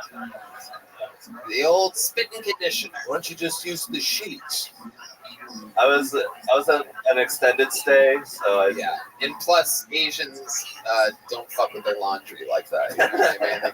They're known for cleaning the sheets, not dirtying them. Soiling. They put the soy in soy. All right. Okay. Hans Kim, tell us something interesting about this week or weekend. I recently realized that I might be peeing on my girlfriend a little bit. Tell us about that immediately. Because after we have sex, we're just completely naked, and then I go to the bathroom, and then there's a little dribble, and then I go cuddle her, and then I feel like she can tell that my dick is wet. And she's right. She gets a little bit of that P.F. Chang on her. You know what I mean? Yes. So stupid. This is the dumbest show ever. I don't know why anybody watches this or is loyal to us whatsoever. It's incredible. So, man, how long have you think you've been slightly peeing on your girlfriend? Pretty much every night. Wow. That is R. Kelly. Little R. Kelly reference for the great Hans Kim. Very interesting. Hans, I was ready, if you weren't going to make it, to have you challenge your spot next week. And like I've said, that will always be on the table. If you have a rough set, you are going to be challenged for your spot. I find it to be very, very entertaining. And I find it, most importantly, to be an incredible way to bring out the best in you. I truly think some of the best sets that we've seen from you in the past year have been in the past month or two since I've really lit a fire under your walk. You know what I mean? And I'm going to keep it that way. And I was so ready to have you challenge next week, but God damn it, you fucking rushed to be here. And then you came up guns a-blazing with one of the best sets of the night. So you have to still do good next week. But you're not going to have to challenge for your spot. We're going to let you have Thank it. you, Tony. But if that one goes rough, the next week you're being challenged. You get it, right? Yes. So keep it up, Hans. You're doing great work. How about one more time for the great Hans Kim, everybody? Thank you, guys. That was Hans Kim. That was Hans Kim.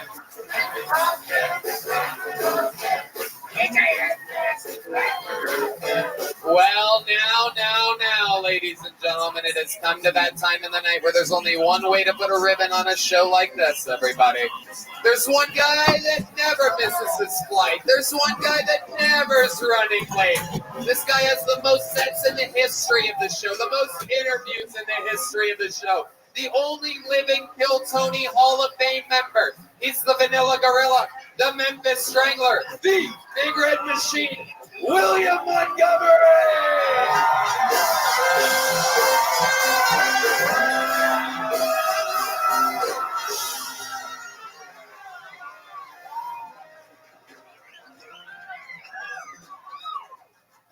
They found a powdery white substance in the White House recently. At least it was powdery this time, said Bill Clinton.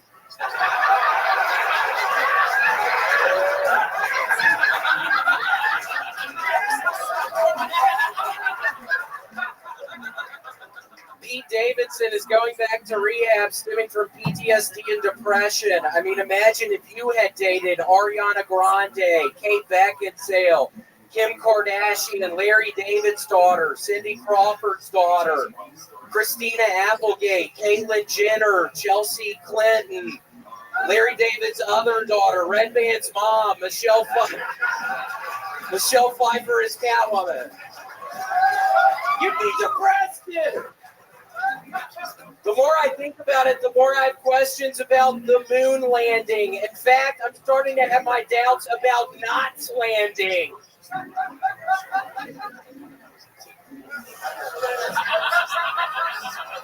I don't know if y'all remember that movie, Don't Tell Mom the Babysitter's Dead, but yeah, that's what my father told me December 14th, 1992. Then he handed me a shovel. I was 5 years old. I didn't know what death was. Okay, that's fine. That's it. William Montgomery. Yes, Don Barrett. What about Red Band's mom? That was shocking. You'd be surprised. She's quite the topic of conversation. She's in good company with all those ladies, though. Yeah, she was. It's a real classy bunch. William, you have a real knack for some outdated references. There was a Knots Landing joke that literally did not land at all. Yeah, Knots Landing, the famous spin-off of Dallas. Yeah, there's another one. You just did it right there. A Dallas reference. Knots Landing is a famous spin-off of Dallas, the famous. You have a new Don't Tell Mom the Babysitter's Dead joke. Have you ever thought about writing movie jokes about recent movies that are? I have thought about it, but it's hard. I don't know. Have you gone to see any movies recently? Perhaps the new Barbie movie. No, I'm waiting to see the new Barbie. You're waiting to see it? What are you waiting for? Yeah, I'm waiting on it's not out yet. Oh, it's not out yet. There I am, mister. How are you not in touch with what's happening in society? Wow. When all right. Who gives a fuck? You know who's killing it? Nicolas Cage. Have you seen any recent Nicolas Cage movies? Yeah, the one where he's storming the prison on The Rock. Oh no, that's about 22 years old, William. Yeah, that's a hell of a movie. I saw that for the first time last week. Amazing. Can I just say one Yeah, thing? absolutely. She spit my mouth earlier. It's true. She did. And he which means he basically came in his mouth earlier because we heard. I can taste this demon for sure. Came in. We know we got it. We know the order of events. She is so blonde that she's explaining it. Everybody. He came in my mouth and then I spit in his mouth. Yes, we know. We know we have the fucking yarn attached to the faces on the wall. It's like, we've connected the dots. Just one string. We understand how the cum ended up in Don's mouth. They also have the same size shorts on. I can see both of y'all's upper thighs. I can see your pussy a little bit. Incredible. Those shorts are so short that I'm beginning to think that perhaps the cum taste that you had, Don, was from her mouth. Maybe he spit some other dude's cum in her mouth earlier, and now... Oh. All right. I love it. So, what else is going on in life, William Montgomery? So excited. I'm going with Tony to Hawaii this weekend. But Tony, we're famously not getting our dog vaccinated, and it has been super hard trying to find a kennel to take her in. I mean, all the fucking kennels around Austin, all your dogs have to be fully vaccinated. I'm not getting my dog vaccinated. Give us some reasons why you don't want to get your dog vaccinated. I mean, I don't know if you've been reading all the news about the dog vaccinations. I mean, it turns some of them gay. I mean, I'm not going to have a fucking little lesbian fucking. And for the pieces of shit that were talking online about my little dog being scared, she wasn't scared. Mind your own fucking business. I can't find a place to keep her, and I can't find a place. Wait, what were they saying online? We have to know. The dog looks scared. What's William doing holding a fucking little dog up here? Keep your fucking business to yourself. I'm not interested in it. The little girl loved being up here. By the way, I'm going to start bringing the fucking dog up here every fucking week. And for the people that don't like me playing my synthesizer song, it's about to be a weekly thing, you pieces of shit. You don't like that song? Well, I love that song. It's a bunch of bitches out there talking shit. But yeah, it's. I love it. You're doubling down. You're gambling on yourself. Are you ever going to stop playing that song? You know,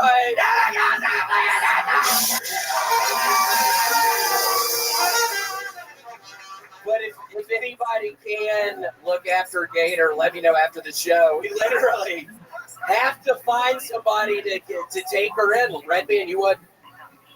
Oh, wow. Look at that. Take care of your dog real good. Oh, shit. Whoa. What does that mean? You put your fucking dick by her mouth, you pervert? Wow, William, I haven't seen you in a while. It's good to see you. Yeah, nice to see you too. Yeah, Don and William, you guys know each other very well. Don, last time you saw William, he was a completely bloated alcoholic. But Don, wasn't it fun? I swear to God, every single Monday night on Kill Tony at the Comedy Store, I was always off Tuesday, Wednesday for my self-storage unit job. So I would be at the fucking Comedy Store till 3 a.m, and Don would famously close the OR. Do you remember all of our conversations? I certainly do. It was, I'd be talking to you for 2 hours in there. I don't know if other people didn't like it, but I was coked the fuck up. And to answer that, nobody else liked it except me and you. Yeah, they really did not. I remember a lot of Comedy Store employees being like, William was annoying last night. He did this, he did that. But I loved it. So yeah, it was fun. It's nice Don loves the chaos. It is absolutely incredible. William, what else before we let you go? I don't know. I mean, I'm super pumped about that. And also, you'll have to know, Tony told me on Saturday, or maybe I shouldn't even say this, but he said it was my best set I've ever had. And it's very sweet. That is coming from Tony, and it was. It felt, other than one time, I thought I was having a heart attack. My chest started hurting for about 2 seconds. During that, my best set I've ever had, I felt as well. My heart literally started hurting, so I thought I was about to die on stage. Well, so that scared me. That might be good for you because that was the best set you've ever had. I mean, 25 minutes of absolute crush, fucking fire kill. Everything was wild. William is indeed going with me on this massive theater tour for the rest of the year, August all the way through December. Giant, massive theaters. So we're getting in shape for that. He's going to be on the Tony and Friends shows tomorrow. The next day, we're going to Hawaii. Then we have 3 weeks off, and then 26 cities, massive theaters. Exciting stuff. Exciting stuff indeed. You're gonna not retire, right? You're gonna keep doing comedy. Yeah, I mean, I'm pretty sure. Hold on, what did you say? Are you ever gonna stop doing comedy? I ain't never gonna stop it. Unless I have a heart attack on stage. Well, that's not really a kind of a momentum killer. Really brought the energy to a halt there. The old "if I have a heart attack." But I ain't never gonna have a heart attack. That's right. That is right. I'm never gonna have a heart attack. So. That is true. You are never going to have a heart attack. William, everybody loves you. We love you. Why is that funny, bitch? God. I wanted to slap that chick all night. I know what you mean. She has a little bit of an attitude problem. It's because she is waiting for that guy to die. Is that true? Is this a family here? Yeah, it's a family. Don't let the son start to answer. I just want to tell the daughter, you look good. I mean, real good. All right, well, okay. Thank you to the piece of shit that just threw me at the dude. You're not allowed to do that. I'm gonna kill you right after the show. Someone throw a car at you? What is that?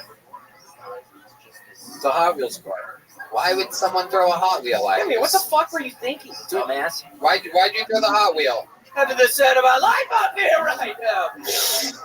Oh, Jesus. All right. Ladies and gentlemen, one more time for the great and powerful William Montgomery, everybody. The drawing from Ryan J. Ebelt is in. That's available at RyanJEbelt.com. He draws every single episode. While this episode was happening, he drew that amazing picture of Don Barris that you're seeing on your screen right now. Don Barris, literally the creator of my favorite and a lot of your favorite comedians' favorite comedian, and the creator of your favorite comedy movie, Windy City Heat, the Big Three podcast, and Simply Don, the podcast network, the Ding Dong Show, the longest running show at the Comedy Store. Literally, if it wasn't for this guy at the Comedy Store having its own show, Kill Tony never even would have been created. You hear that? He was the only person that ever did a show different than a normal stand-up show at the Comedy Store, which completely inspired this show. How about one more time, as loud as you can get? An ATX welcome to the great Don Barris, everybody. Thank you to Joe Bliss, the Red Rose, Yellow Rose, Austin Security Guard Service, and Screwball Peanut Butter Whiskey. How about one more time for the best damn man in the land? Michael Gonzalez, Paul Deemer, D. Madness, and the great Dave Shear joining us on guitar tonight. Some brand new exclusive Kill Tony Mothership merch on your way out, only available right now. And let's check out the artwork from local artist Chris Rogers. Oh, little Aaron Belial, who's got another AGT appearance coming up. Rock and fucking roll, Red Band. Check out my new plug, the Sunset Strip, sunsetstripatx.com. Right. I love it. Come see me do stand-up tomorrow night and the next night. Secret show on Thursday. Go see the band the other night. Don Barris and Friends is tomorrow night in the with Tony Hinchcliffe. That's right. I'm going to be on there, and they're going to be on my show. It's going to be a lot of fun. Very incestual comedy happenings here. To you, the best comedy fans on planet Earth, we love you. Thank you. Good night, everybody.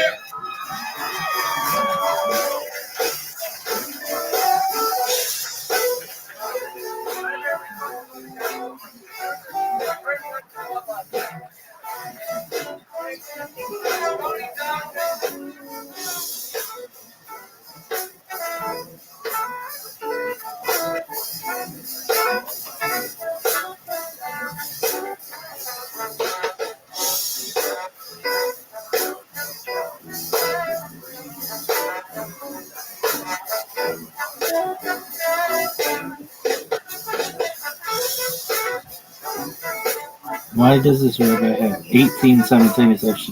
What up, Business Goose? What up, Business Goose? Amazing. Business Goose. I love you.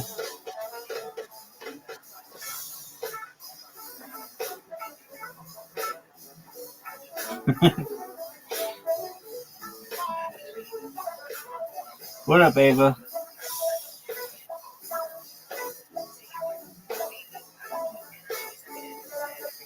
Do androids dream of electric sheep?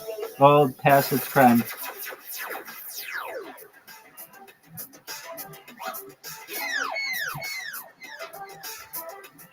Is this a concerted campaign? What up, baby? Shout out to Business Goose. Business Goose, come to my fucking Discord. Let's talk. Let's talk shop, baby. Let's chop it up. Business Goose, let's chop it up.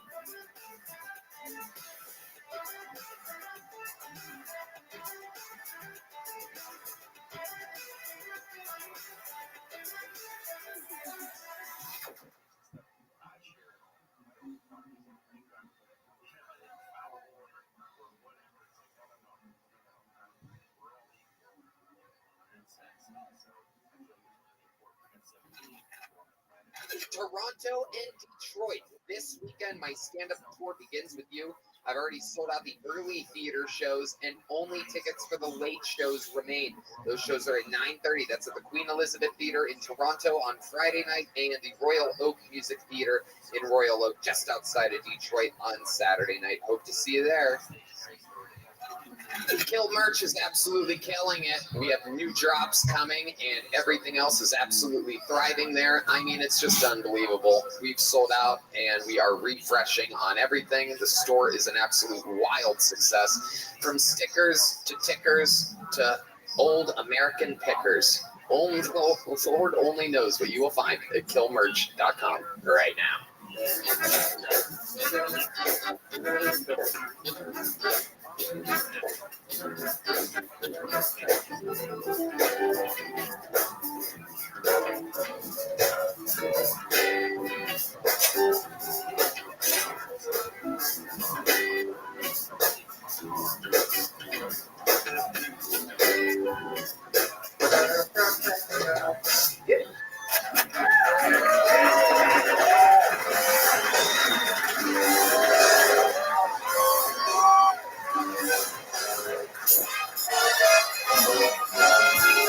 Hey, this is Frederick coming live from the Comedy Mothership here in Austin, Texas, for a brand new episode of Kill Tony. Give it up for Tony Hinchcliffe!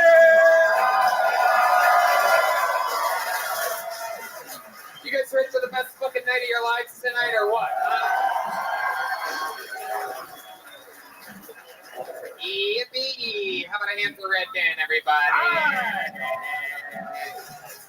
Oh, yes. This is Kill Tony, the #1 live podcast in the motherfucking world. You guys excited to be here? The show's brought to you by Gel Blaster, the Red Rose, the Yellow Rose, Austin Security Guard Service, and Screwball Peanut Butter Whiskey, which presents the Kill Tony Band. There they are, everybody. Make some noise for them. That's Michael Gonzalez on the drums. Paul Beamer on the horns. This is the great Matt Fueling on the electric guitar right behind me. John Dees on the keys. And this is the great Deep Madness on the bass guitar. Also, for those of you coming in to visit Austin, Texas, if you need an IV drip, make sure you go to Connect Mobile Health, CMHUS.com, and follow them on Instagram at Connect Mobile Health. Get an IV drip on a Sunday before a Kill Tony, or a Monday, or a Tuesday to recover, but by then it might be too late. This place is fucking wild. Welcome to the show, everybody. We're going to have a lot of fun tonight. Before we start, here's a little bit more from the amazing sponsors that made tonight's episode available for you here, right now. The Sunset Strip Comedy Club, owned by Brian Redvan, is in downtown Austin, Texas. Check out The Secret Show every Thursday. All shows can be found at sunsetstripatx.com.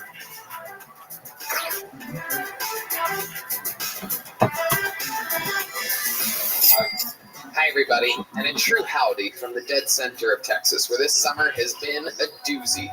Every single day, it's hot and lovely, and it's worth sweating. And in order to recharge those electrolytes, Liquid IV keeps us in tip-top shape. No doubt about it. From hot yoga to the hot days of golf to the hot nights of Texas, Liquid IV is the #1 powdered hydration brand in America and is now available in sugar-free. Years in the making, Hydration Multiplier Sugar-Free uses a proprietary zero-sugar hydration solution with no artificial sweeteners. With 3 times the electrolytes of the leading sports drink, plus 8 vitamins and nutrients for everyday wellness, Liquid IV hydrates 2 times faster than water alone. Keep your daily routine exciting with 3 new flavors: white peach, green grape, and lemon lime. Red band. Man, those new flavors are amazing, especially that green grape. I love it. It's great. You can throw it in your pocket. You can put it in your book bag. So later, you just put it in a 1 bottle of water, and now you have an amazing drink. 16 ounces of water hydrates you 2 times faster and more efficiently than water alone. The result of an extensive R&D process to perfect the flavor and efficiency. Liquid IV is non-GMO and free from gluten, dairy, and soy. Welcome, clean and abundant water. Texas man. How you living, A pimp? healthier world. They partner with leading organizations to fund and foster solutions that. That's good. Living the dream, dog. Just watching some Kill Tony completing the marathon. I've watched every single one of them thus far and almost done. And then from there, we move on to Lex Friedman. And then from there, we're going to perhaps move on to Joe Rogan.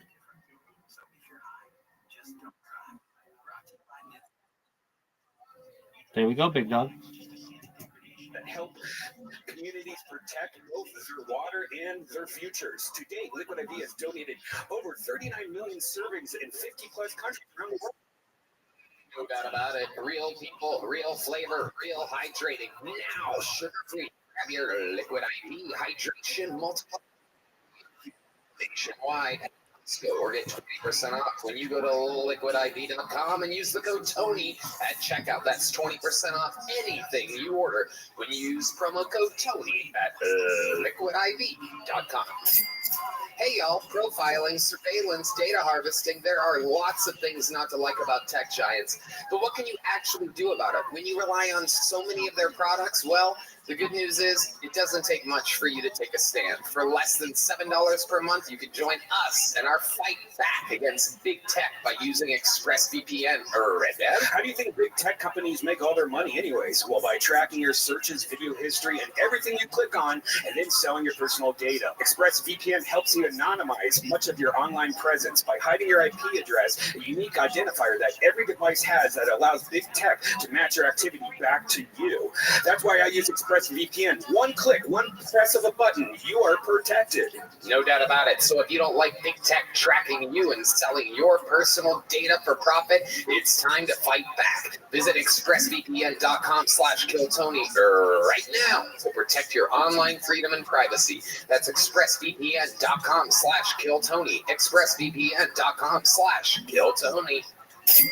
With the busy fall season just around the corner, you might be looking for wholesome, convenient meals for jam-packed days. Factor, America's #1 ready-to-eat meal kit, can help you fuel up fast with chef-prepared, dietitian-approved, ready-to-eat meals delivered straight to your door. You'll save time, eat well, and stay on track with your healthy lifestyle. If there's anyone that I know that loves a healthy lifestyle, it's Red Band. That's right. I level up with Gourmet Plus options, prepared to perfection by chefs and ready to eat in record time. Treat yourself to upscale meals with premium ingredients like broccoli, leeks, truffle butter, and asparagus. Truffle butter. Refresh your healthy habits without missing a beat. Choose from 34 plus weekly flavor-packed dietitian-approved meals, and they're ready to eat in 2 minutes. Need an extra boost to support your wellness goals and feel your best for the rest of the summer? Try Protein Plus meals with 30 grams of protein or more per serving. This August, get Factor and enjoy eating well without the hassle. Simply choose your meals and enjoy fresh flavor-packed meals delivered to your door, ready in 2 minutes. No prep, no mess. Head to factormeals.com/killtony50 and use code killtony50 to get 50% off. That's code killtony50. What up, body girl? Factormeals.com/killtony50 to get 50% off. Hey everybody, I know everyone out there is trying to have. How you living? Can you hear me?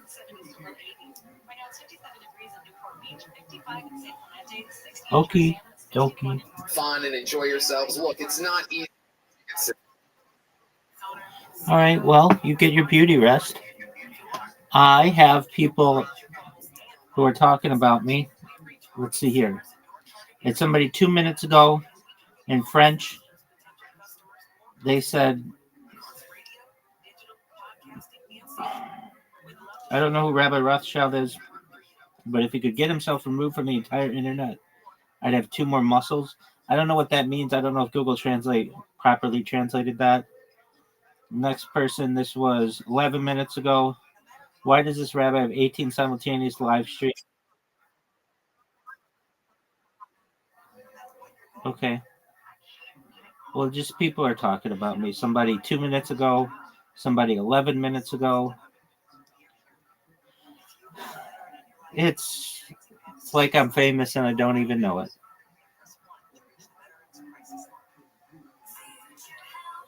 I had some law professor. Pardon me?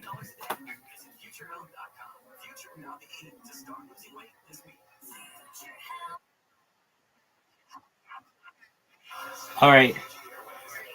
I was going to do some I do. Okay. I do these things. Do you have Instagram?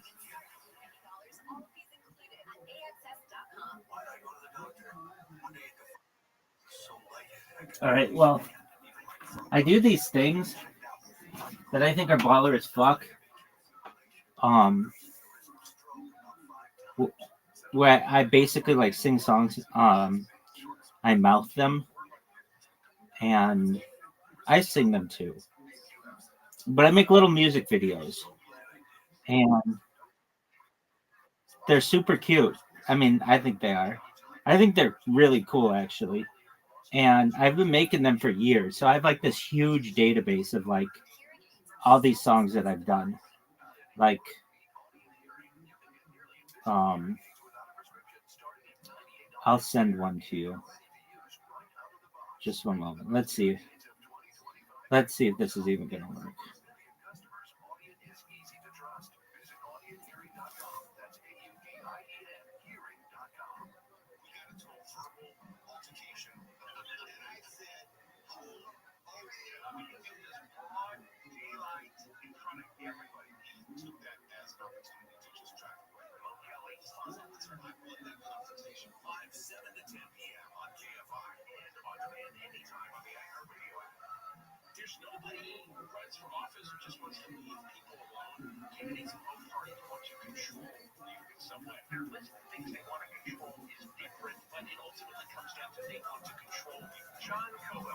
Well, I mean, you're probably tired. You don't really care right now, but some other time, you get your sleep.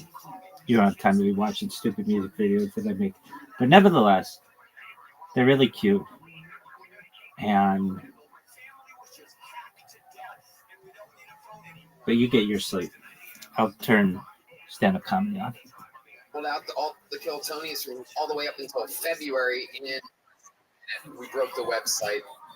I mean, if you really want to see them, I can send them.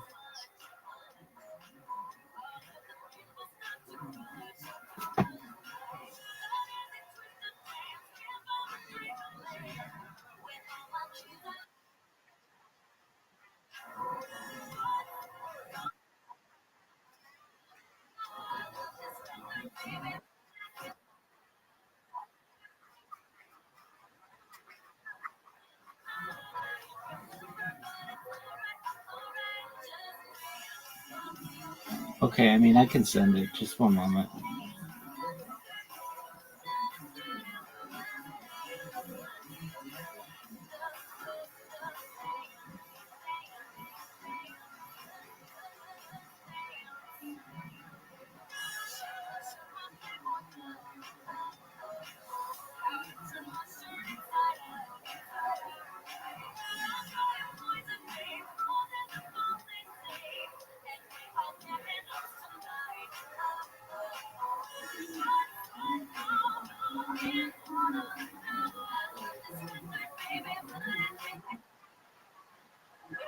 All right, well, that's the thing that I got like nudes on here.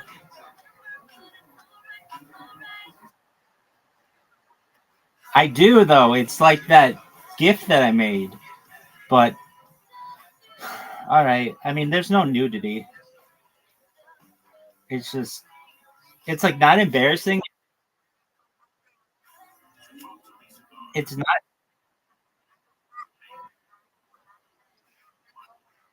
Oh, it definitely alludes to nudity.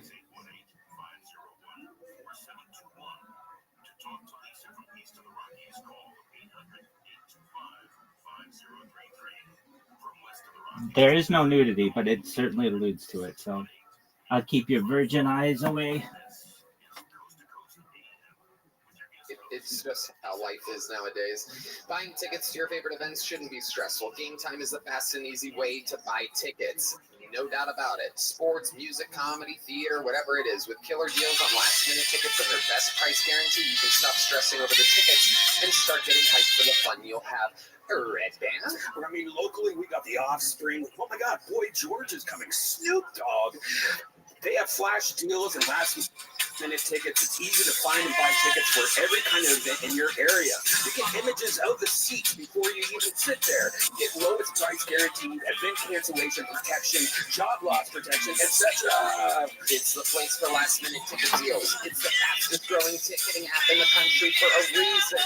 Snag the tickets without the stress with Game Time. Download the Game Time app, create an account, and use code KILLTONY for $20 off your first purchase. Terms apply. Again, create an account and redeem code KILLTONY for $20 off. Download Game Time today. Last-minute tickets, lowest price, guaranteed. And when I say that I love this sponsor, you have to understand that I have had this sponsor press against my balls, my PP, and my butthole every single time you've ever seen me on stage, every episode of Kill Tony you've ever watched. The best underwear in the world is Sheath Underwear at sheathunderwear.com. Comfortable, high quality, moisture wicking, keeps everything cool and separated. Great for working out, comfortable materials. It's hot here in Texas, and I threw away all my other fancy Nike, all the other underwears in the garbage can with Sheath. We mean it from the bottom of our hearts, even Red Band. I'm wearing it right now. So for 2023, step up your underwear game, graduate from holes, loose fabric, cheap cotton, or overpriced designer brands, and buy the greatest underwear that has ever graced the balls of man. Sheath Underwear, the underwear of legends. Sheath can be worn like regular boxer briefs, or you can use the incredibly high-tech Sheath pouch to keep everything separated. I wear these every day, and I can tell you they're the most comfortable pair of briefs I've ever worn. Every single day. We all wear them. Everybody that from the show that you love, everybody has Sheath Underwear, from Yoni to Tony and everyone in between. So go to sheathunderwear.com and use the promo code Tony to get 20% off your next order. So once more, sheathunderwear.com and promo code Tony for 20% off. Hey y'all, I have to tell you about this super blend I'm loving called Kachava. It's hands down the best thing I've found to feed my body the nutrients it craves. Kachava is an all-in-one plant-based super blend made up of superfoods, greens, plant proteins, antioxidants, adaptogens, and probiotics. In other words, everything your body craves to feel your best. And I know what you're thinking. Something this good for me can't possibly taste delicious, but that's where Kachava really earns their thousands of 5-star reviews. It tastes amazing. It's creamy, smooth, and comes in 5 delicious flavors. Chocolate and vanilla are my 2 favorites, but it also comes in matcha, coconut acai. Some folks like to think of it as a part of a healthy breakfast or lunch, but others think of it as a protein-packed snack before or after a workout. I know I do. It feeds me after I'm after a long day on the golf course with 25 grams of plant protein per serving for Red Band. Personally, I love to eat it right when I wake up with breakfast, lunch, every day, before a workout, after a workout, whenever I'm craving it makes me feel great for hours, energized and ready for my day. So good knowing all those nutrients I'm putting in my body. And you know what? My first impression was, wow, this is delicious. I love drinking it. It makes my day better because I don't like eating. It's easy just to pound down right before I go out. I am so with you on that. Pound down to Pound Town. Kachava is offering our listeners 10% off for a limited time. Just go to kachava.com/Tony, spelled Kachava, and get 10% off your first order. That's Kachava.com/Tony. Hey, if you think you were sly skipping the ads, let me remind you that my stand-up tour begins right now. Toronto, Detroit, San Antonio, Chicago. Those are just the next 2 weekends of my life. So we will see you there and many more dates. Check out TonyHinchcliffe.com. Support stand-up comedy. Support me. I love you. Now here's another free episode of Kill Tony. All right, we're going to have fun tonight. You guys ready to start tonight's show? Come on, you guys. Are you guys fans of stand-up comedy or what?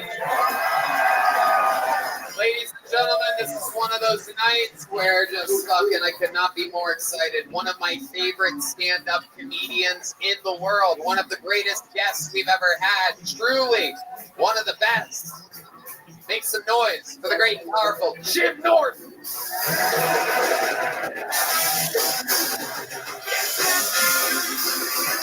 Fuck yeah. Here we go, baby.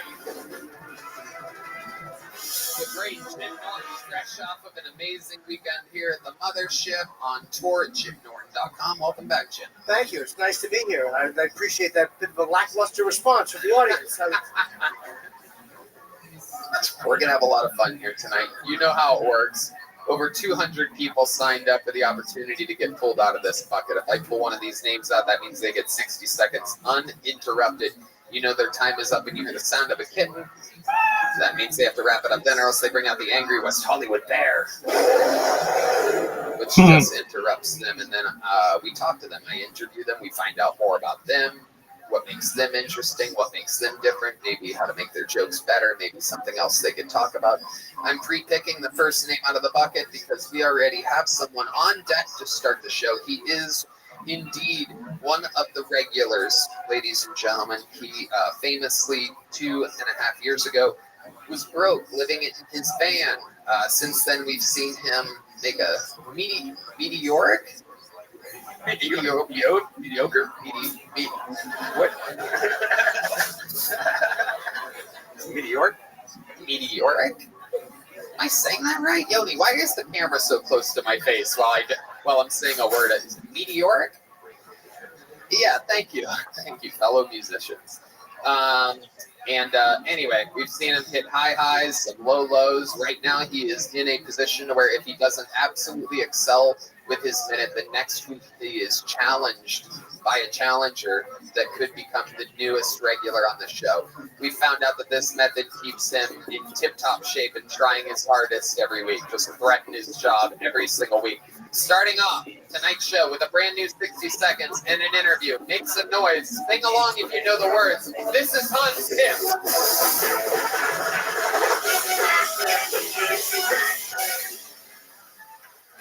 Thank you. I feel bad for the girls that have to have sex with me. Because after I finger them, they're like, well, that's the best that's going to get.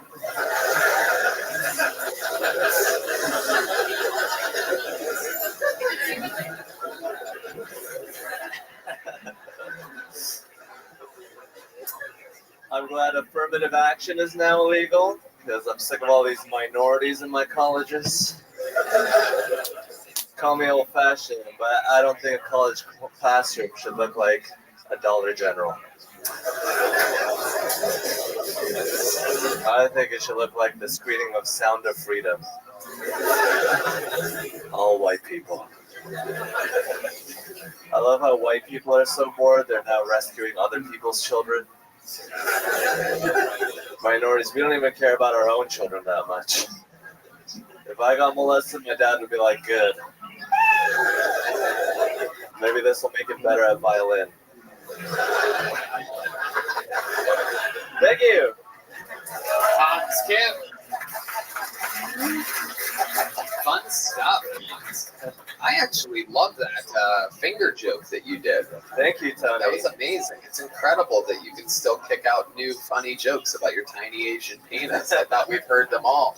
It's a gift that keeps on giving. And you really let the laugh come. I like that. People were laughing, you're ready to talk, and you're like, no, fuck it. I'm going to count down from 60. Let them laugh for a couple more seconds. Good for you. Fucking molesting joke. You were terrific. I enjoyed your life. You started strong, you ended sexy. Indeed, you really did. Did your dad try to make you learn violin? Or did your Asian parents make you try to do Asian things growing up? Can you give us some examples of some of those things? He wouldn't let me watch TV at night or on the weekends, and I got really mad and I punched a hole in the wall. Oh shit, that's an after school special. Dad! Yeah. That's incredible. That is so, like, Asian to punch a hole through the wall. Did you think about kicking the wall first? Did you punch it like that with, like, a hand? Like Tai Mei or something like that, perhaps? I just did an American boxing style. Ah, okay. Fuck you, Dad. Oh, wow, sweet. That was incredible. That made it sound. Do it again. I hate you. The timing of it is just perfect. Can you guys do it one more time? It's incredible to watch you two work together. Fuck you. Amazing. Hans Kim, what else is going on with you this week? Tell us more. I've been killing it on the road. I just did a rally in North Carolina, which is great. It's a practice for my 1 minute, and then I have to fill it in 59 minutes after that. Where was that at? Raleigh, North Carolina. Okay. Did you open with the same joke about fingering a girl? That's a great one on the road. Yeah, it was in there. Good for you. But did you open with it? No. Okay, yeah. Yeah, I don't like really. That's a make or break joke. They're gonna love you or hate your guts. Yeah, it's a good temperature reading. Yeah, literally. My dick. When you finger a girl, Hans, what finger do you use exactly? I use the middle finger. Whoa, he's going for distance. He's going for speed. Yeah. I fucked up. I've used the thumb. That's a real. Hitchhiker. I figure you might go with the pinky. This way, when your dick, you can exceed the expectations of the pinky. You're fucking up throwing your biggest finger out there. Do you have to let it finger? Do you have to? So let me ask you this: your middle finger compared to your dick, what is the length and width difference there? Yeah, it's way bigger than my middle finger. Okay, when you say way bigger, can you give us an example? Would it hurt Lena the plug if you? Not everybody's on TikTok out here. It's a good dick. It's not. It's not like your dick, Tony. I heard some things in the grapevine. That's crazy. You've heard nothing about my dick.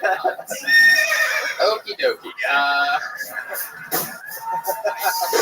God damn it! I don't want people knowing about my huge dick. Stop it, guys. Stop embarrassing me in front of our people. It's very, very normal, guys. I'm just like one of you. Stop with the horse sound. Okay, there's a lady squirting in the corner right now. Hans, anything else we should know about you before continuing on? I drove my girlfriend on my moped, but she was drunk. She sort of passed out on the back. Oh shit! Yeah. Is that a true? I thought that was the setup to a joke. Yeah, that's. She was on there because she was sitting on my dick, and it didn't keep her on there very well. Wait, you had her in front of you? No, I was just trying to put a punchline on it. That's weird because you actually snaked your dick back under you and rode a moped. Yeah, it's more like a ropey hard-on. No, she was a ropey hard-on? The last little cattle with it? Yeah, this fucking guy's a roper right here. His name's actually Ropey Hardon. I don't know if you've met him before. There's a header and a healer. If you don't know what I'm talking about, you don't know shit about shit, because I know all about it. It's called team roping, you know what I mean? You just fucking, you take the rope and you just fucking swing it around your fucking claw and you throw it out there. You see that, Jim? You see this guy? Yeah, I heard you talking to him and I see what you mean. You see what that fucking, he's got a stapler for a right hand. I loved you in Jurassic Park. Yeah.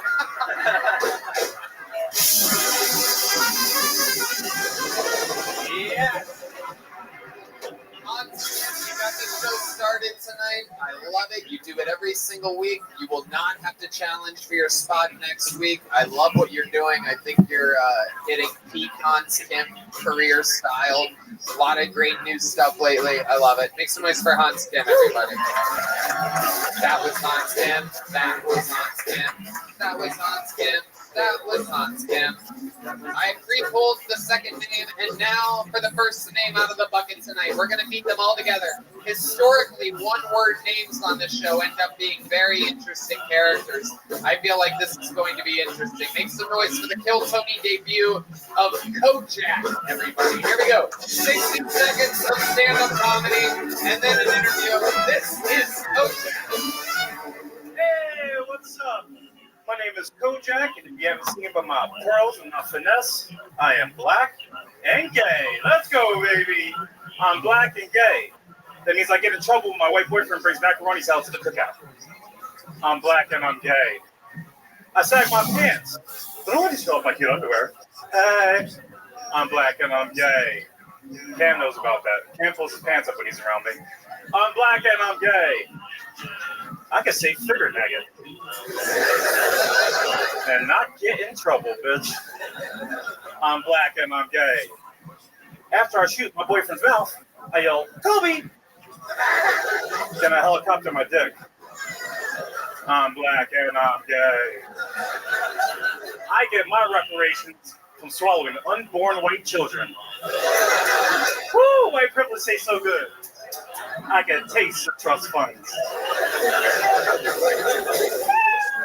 I'm black and I'm gay. All right, there it is. He's got a catchphrase, folks. Welcome to the show, Kojak. This is your first time here. I would remember if I'd seen you before. I'm here for the horse cock. I heard a horse cock. No. It's very, very, very tiny. Very tiny. Oh, I'm here for it. Very tiny. Nice to meet you, Kojak. I'm Tony, and believe it or not, I'm white and I'm straight. I believe you. I love it. Are you really black and gay? I am black and I'm gay, baby. Holy shit.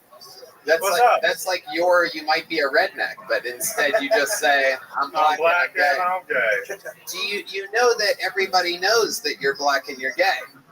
That with the necklace and the skin color, it is a dead giveaway. You are a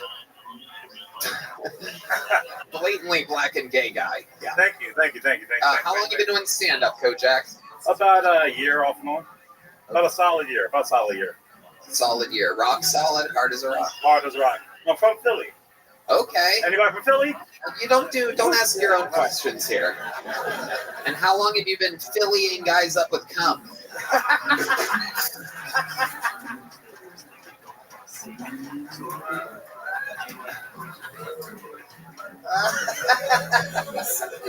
I lost my gag reflex at 14. Oh, wow.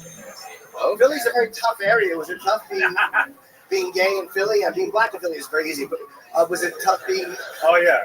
I was in the hood, 22nd and Diamond, baby, Temple University. Oh, my God. Now the only time you're in the hood is when you're with an uncircumcised guy. Now you have the hood inside of you. My boyfriend's Puerto Rican. Oh, really? Yeah, he's cut though. Okay. Yeah, most Puerto Ricans have been cut at some point. Normally by a shank in prison, but. Oh yeah, he cuts. Okay, where'd you meet the Puerto Rican boyfriend at? Grinder. Okay. And you saw his bio, and it just said, "I'm brown and I'm gay," and you're like, "This is gonna be good." Were you seeking someone cut, or was that just a bonus? Oh, that was a bonus. I don't like all that extra. It's like a deli stick pepperoni when you have to peel the skin back. Well, I'll never be able to eat one of those again. Yes. Not a Slim Jim. Yeah. I don't put no thin pipe in my windpipe. Wow, you have a lot of gay catchphrases. Yeah, My goodness. All right. Run HIV. I like your style. This is incredible. I'm black and I'm gay. That's a lot of AIDS.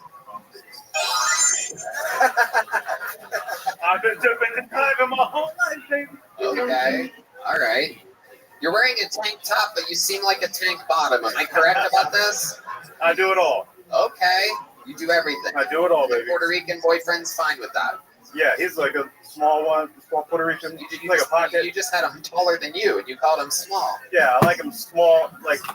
I like it. You know when like a small dog mounts a big dog, and it's kind of funny. Yeah. Oh, I love it. He's a spinner. Yeah. It's like a Chihuahua on a Great Dane. Okay, I got you. You don't need to name any more dog breeds. I got it. It's a little guy getting fucked by a big guy. I got it. Only in a horse. It's like a wiener dog and a mastiff. It's like a terrier and. We got it. What do you do for work, Kojak? I'm a waiter. You're a waiter. Full time, baby. Okay. Selling steaks. What? Selling steaks. Okay, at a steakhouse. Yes, sir. All right, very good. I was asked why the name Chloe. Is that a nickname or is that your actual name? It's a high school nickname. Why'd they call you that? Bald head, baby. Who loves you, baby? Kojak from the old show. Yeah. And then under 50. You're like, what the fuck are you talking about? I get it. We're old. I look young, but we're the same age, probably. Really? How old are you? Yeah, 44. You look older. Hey! I love it. Kojak, you live here now? Huh? What? You live here now? Yeah, here. Okay, how long have you lived here? About a year and a half. What do you love about Austin, Texas? Oh, I got a hand job from a twink with a mullet at the lake. They don't have that in Philly. Okay, was his name Uncle Laser? Yeah.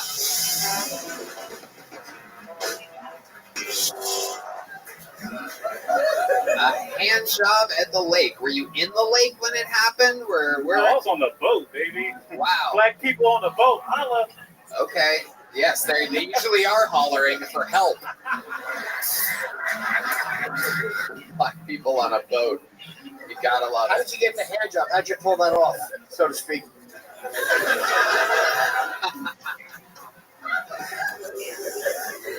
was an all nude.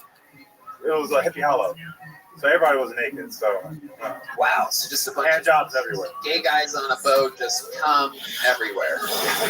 God, I'd rather take a submarine down to the Titanic than. Exhausting. It's like a lot of dick to get here. Okay, all right. Awesome. To get here, you know, you just signed up on a piece of paper. The guy behind the curtain wouldn't open it. You gotta sign my dick. You're not going out there. Incredible.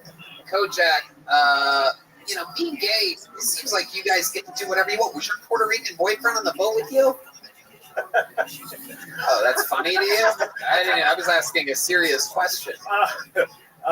Yeah, he was with some black people. Oh, okay. We're semi-open. Okay. Yeah. Don't get any ideas. No. I'm not. Don't worry. But have you ever had any like close calls? Have you ever thought maybe you got AIDS or something one night? HIV, whatever. I know you guys get like all serious. Yeah, we got a Plan B pill for that. Oh, you do? Yeah, they cured HIV and AIDS, by the way. Okay. Nobody has that anymore. D Madness does not seem to agree with you at all. He's the famously homophobic D Madness. Old school black man just will not go with the flow on it whatsoever. He cannot believe he is literally angry that there is a pill that cures AIDS.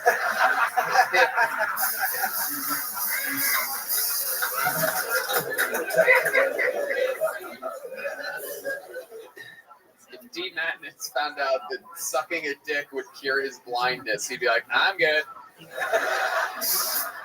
My fault, man. My fault. I don't like sucking dick, man. I'm just good at it, you know.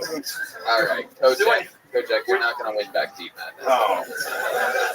All right, Kojak. Fun times. Congratulations. We got a little joke book for you. Actually, you know what? Since you're gay, we're going to give you a keychain. We have new keychains from Bonsai. Handmade. It says KT, go home. There you go. Kojak, absolutely. I love you guys. Thank you. Very fun. He's black and he's gay, folks. Kojak. All right, I pulled another name out of the bucket. Let's all meet him together. Your next comedian goes by the name of Alex Hampman. Alex Hampman. Here we go, everyone.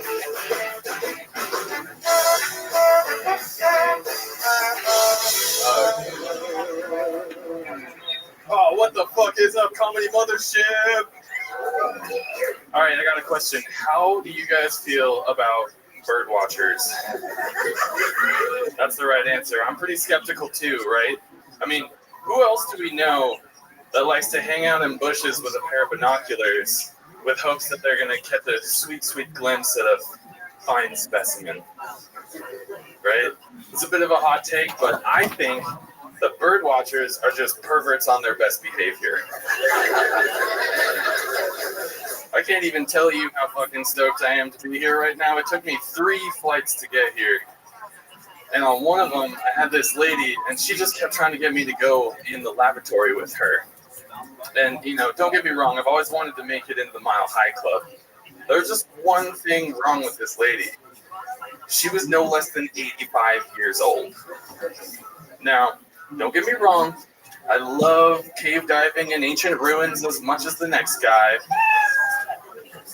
But I work in architecture, and I can recognize an unstable structure when I see one. Alex Ant-Man, you think you like cave diving? You should have seen the last comedian out there. So let's talk about it, Alex. You called it a laboratory? Laboratory. Laboratory? Laboratory. Why do you call it that? That's what you're saying. What? I said because that's what you're saying. What? The lavatory. Okay. Yes. You can call it whatever you want. I've heard it a lot of different ways. You can call it a laboratory. If you want to enunciate it, a laboratory. Laboratory. However you want to. I actually just call it my mouth.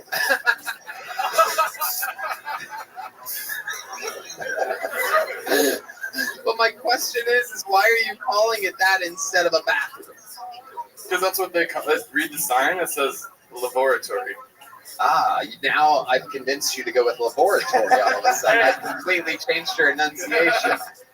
I like that you started with the bird watching. A lot of people are afraid to wade into that because we're such a polarized nation. But you're like, fuck this shit, right into the bird watching. My suggestion would be the opening line of that bit should be, I think that bird watchers are just perverts on their best behavior.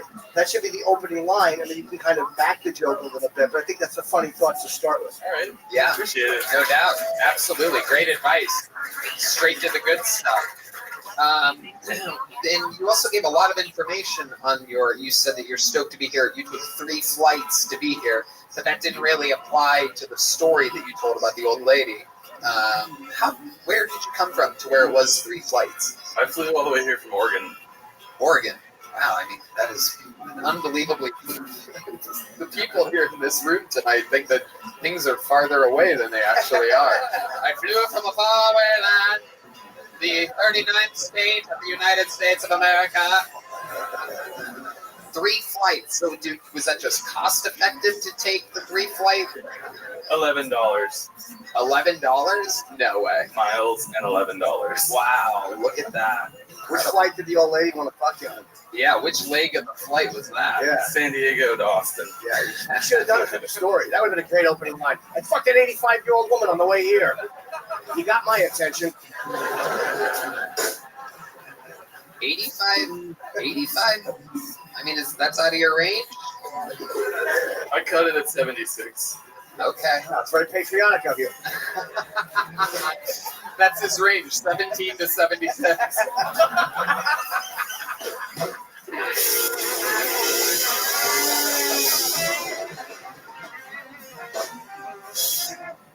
Too much fun. But an 85-year-old doesn't have a chance with you, huh? It's got to be real hot. Wow. Or just take your dentures out. Okay. All right. Look at you, dirty fuck. Alex, what do you do for work? I'm an architect. Ooh. Yeah. So is that guy on Long Island they just arrested, that serial killer. Oh, I didn't hear about this. Is it an architect? Big hulking architect, yeah. Shit. Yeah. That was a bad answer. You're a good company. And how long you been doing stand-up, Alex? About a year. Where at? In Oregon. Where in Oregon? I find it strange that you just keep calling me by the state. Central Oregon in Bend. Okay, like Eugene? No, Bend, Oregon. Oh, got ya. Yeah. How far from Portland? 2.5 hours. Ah. Yeah. I don't know anything about Oregon except if you don't chime in. What do you do for fun out there in the middle of fucking nowhere? You're 2.5 hours away from a dumpster fire called Portland. Mostly mountain bike and snowboard. Okay. What is your love life like? I just broke up with my girlfriend. How long were you with her for? 4 years. 4 years, and you just broke up with her. Why? 2 months ago. What made you break up with her? She was 72 when he met her.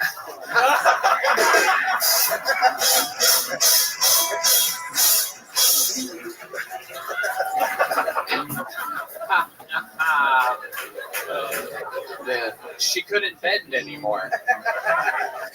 No, she fucked Eugene.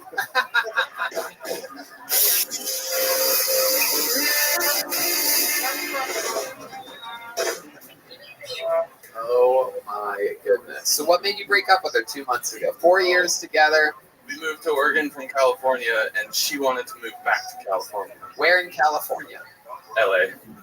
Okay. What made you move from LA to the middle of Oregon? Because I went from a studio apartment to a 3-bed house with a garage for the same price. Right, a 3-bed house with a garage in the middle of fucking nowhere. Yeah. I'm not gonna tell you to try it. No.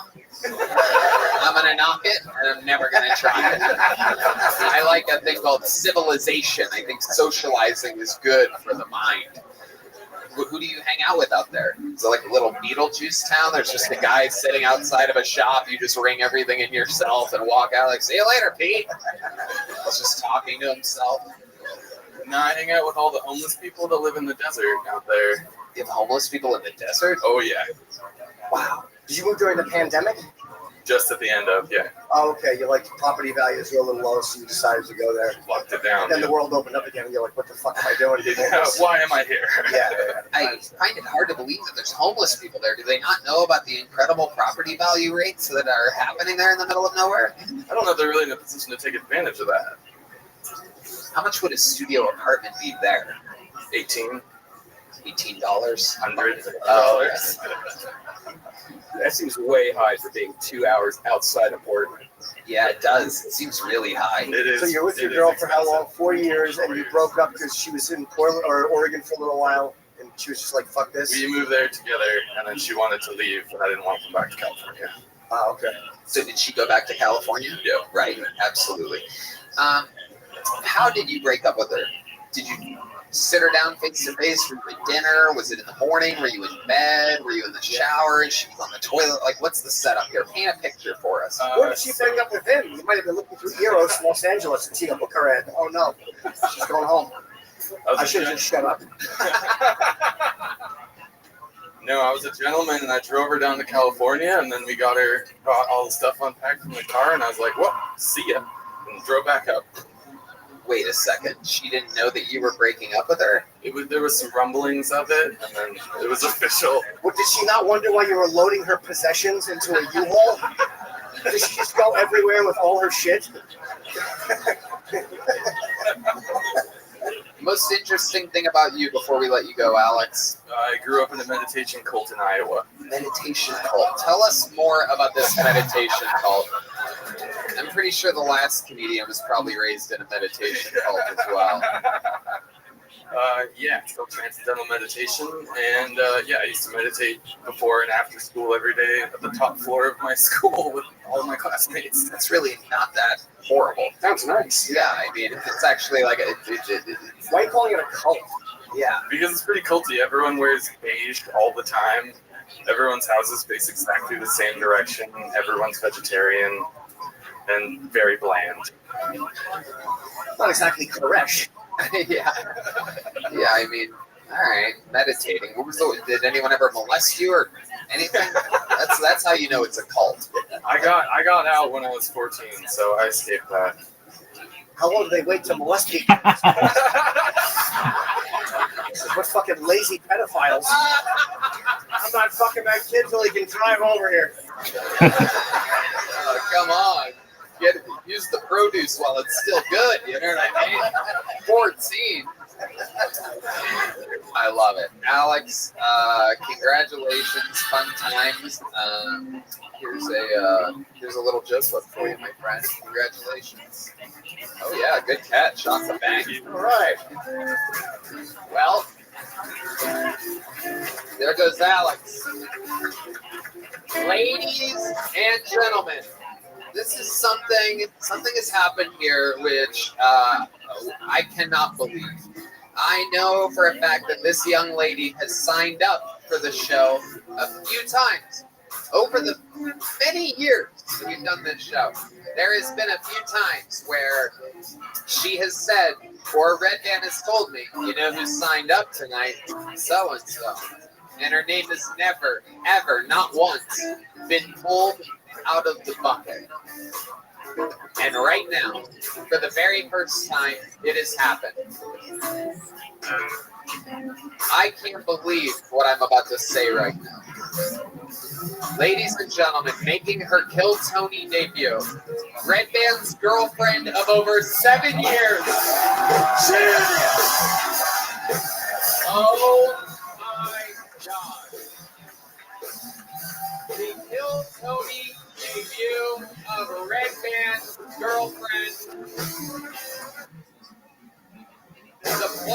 is in chaos.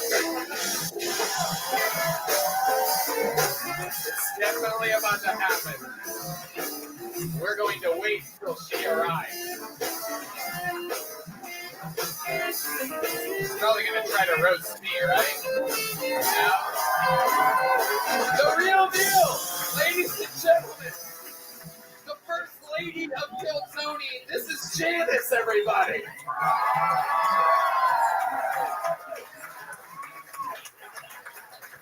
Hi.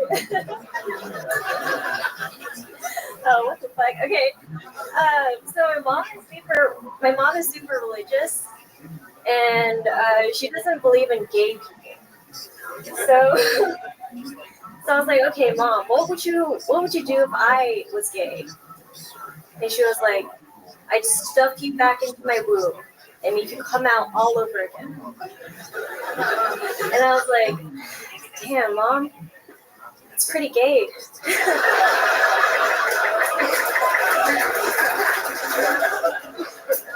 So I have hemorrhoids, and sorry. I was like, so if you have hemorrhoids, it really sucks going to the bathroom, like poop in the public restrooms, because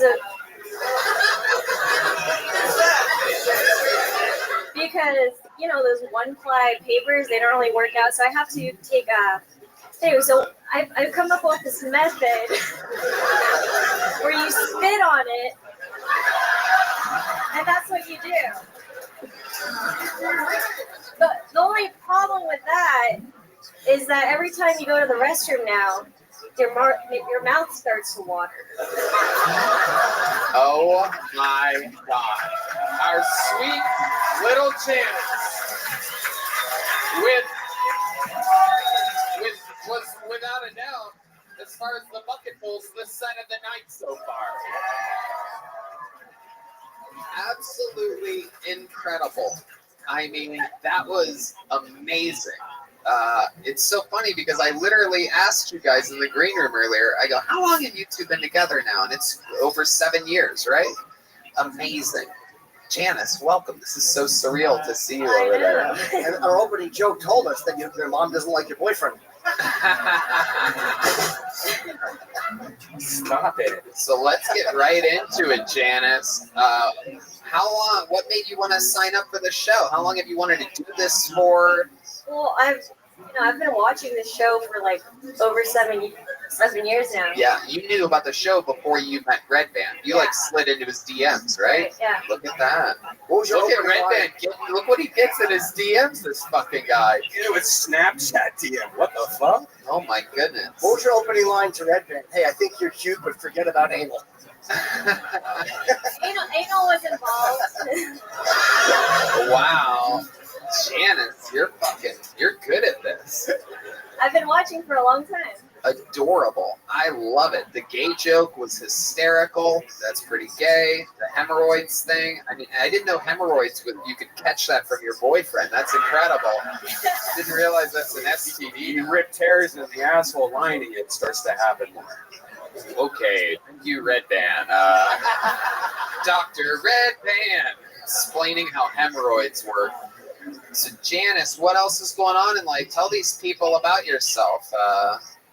Well, I like to crochet. I like to sew. I like to do things with my hands. So I like to do all the things the little kids in China like to do. Yeah, absolutely. She made us all new iPhones for Christmas. It's awesome. And you're Chinese. Korean. Oh, okay. I should have known that. I would never. Oh, okay.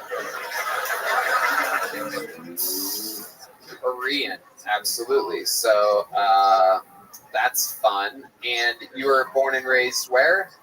Here. Right, in America, the greatest country on planet Earth.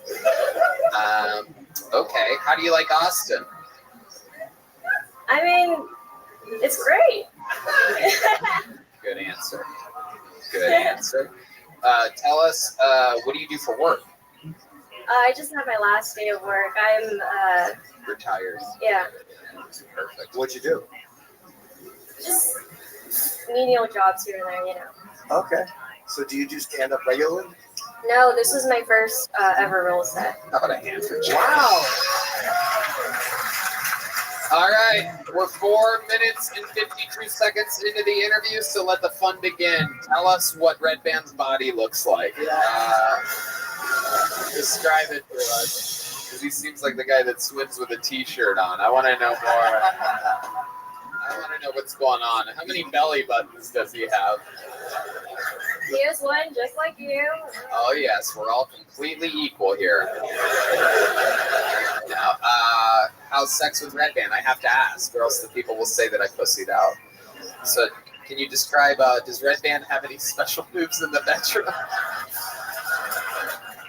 Does he move at all in the bedroom, I guess is a better question.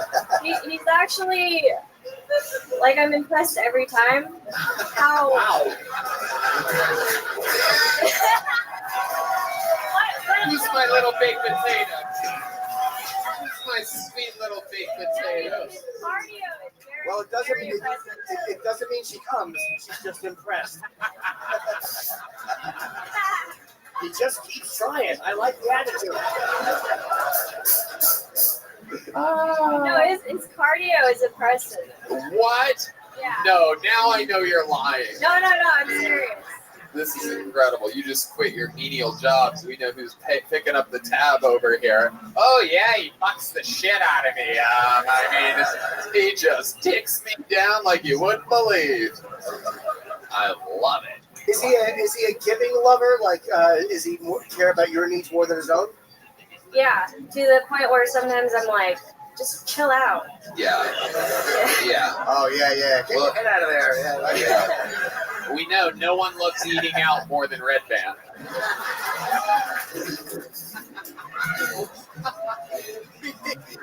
He had to hit his own big sound effect. I've never seen his hat pulled this far down, by the way. It's freaking me out. There's just a nose hanging out underneath the brim. He cannot see anything right now. He has the same visual range as D Madness for the first time ever. What an epic moment this is. I mean, you have been with the show through, I've had, 3 or 4 relationships through the entire time that Janice has been here. Rock solid with you. It is amazing. Can you tell us, what do you love about Red Band the most? Yeah, I know it's gay. Are you sure you want to do this? Whoa. I don't know whether to be sincere or not. Be sincere. Yeah. This is the time to be sincere. Well, I love that he's like a sweet person, kind person, but also that he's always just done his own thing, and he's very like firm in that, you know. And you know, it's worked out really well for him. So proud of him. Oh my God! How cute! Very nice. Can I ask, what do you love about him the least? It's kind of the same thing. Janice, you're a fucking natural, dude. You know what? Next week, you're challenging Hans Kim for a regular spot.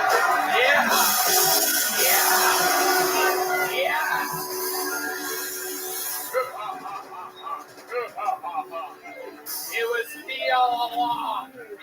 I've been pulling the strings the whole time. Fuck you, Red Band. It's gonna be fun. We're gonna have a fucking not the first time 2 Koreans have battled. It's going down next week. This is incredible. Kim versus Min. Pat versus Tai. Oh boy. General So versus Kung Pao in a battle of the Titans. Janice, you are so naturally likable and funny that it is absolutely incredible. I'm excited to see a new minute next week. We have to do it. You're Thank you. very, very special. It's so sweet. What an amazing performance. And you know what? You're getting a big joke bug. No doubt about it. There you go. And a gel blaster. And I'm pretty sure you can perform on the secret show if you want. First time Red Band hasn't invited a girl to the secret show. It's a cock block, Tony. Woo! Fucked me up, by the way. That really fucked me up. Oh my, that could not have gone any better. I'm so glad that she did so good. Because that could have been fucking awkward as hell. This show's crazy. Anything can happen. I'm re-pulling a name for one poll from now because we have a special treat for you guys. We have a golden ticket winner, famously from 5 or 6 years ago, out of Phoenix, Arizona. He now lives in New York. Golden ticket winner means that when we're doing a road show, if we find someone absolutely extremely exceptional, they can perform a minute on the show anytime they want for the rest of the history of the show. So this guy is now visiting from New York City. We found him when he was, oh my God, we found him the day before his 21st birthday. 20 years old when he started on the show. He's so fantastic. Make some noise for the Mothership Kill Tony debut, a golden ticket winner, Tristan Bowling, everybody. A legend of Kill Tony. Oh, how the fuck we doing, Kill Tony, huh?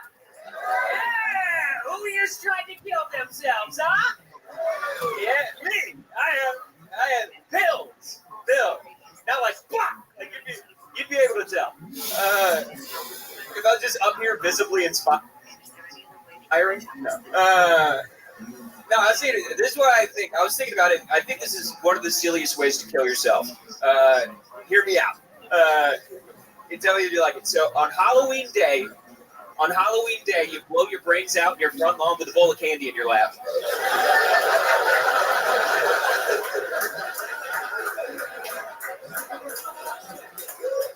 And then all night people were like, his decorations are nuts. Like this. Kind of funny. Like you make the news, if not world star hip hop. For sure. For sure. He's like, this white boy wildin'. Like that's it. Thank you.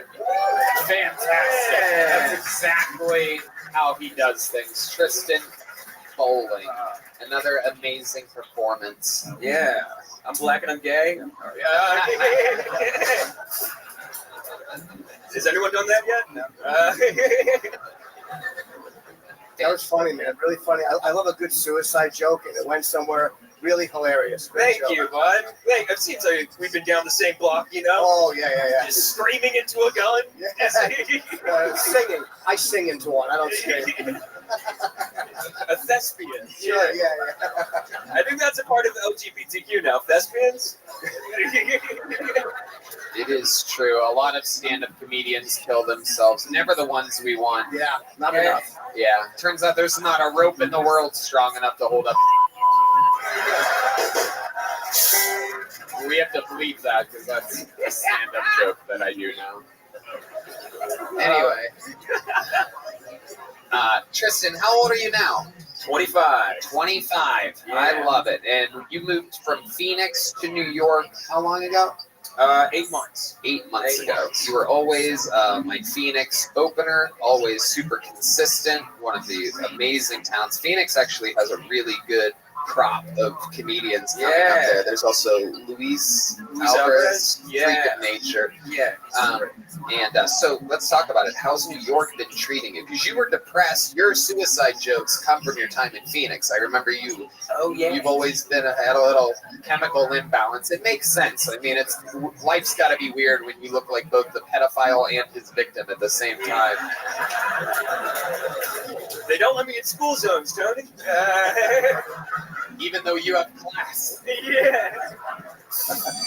They're like, I'm teaching. Get the fuck out. No, it's nice. I do a lot of I've been doing mushrooms during the day. Yeah. Just going to Central Park, staring at other kids, you know. Yeah. Dude, cool shit. No, it's awesome. I've been eating so many hot dogs. Okay. I love it. You eat the bun too? No, oh yeah, I put it in my ass first. It's something else. Eating so many hot dogs, I thought Kojak was back up. The old wiener schnitzel. Yeah. Are you depressed anymore, or are you better? It fluctuates, you know? There you go, folks. That goes to show you the power of hot dogs, everybody. Yeah. Listen, if I gobble a glizzy, days change. It puts a little pep in my step. When was the last time you had a hot dog, Tony? I don't eat those anymore. Why? Are you too straight for hot dogs?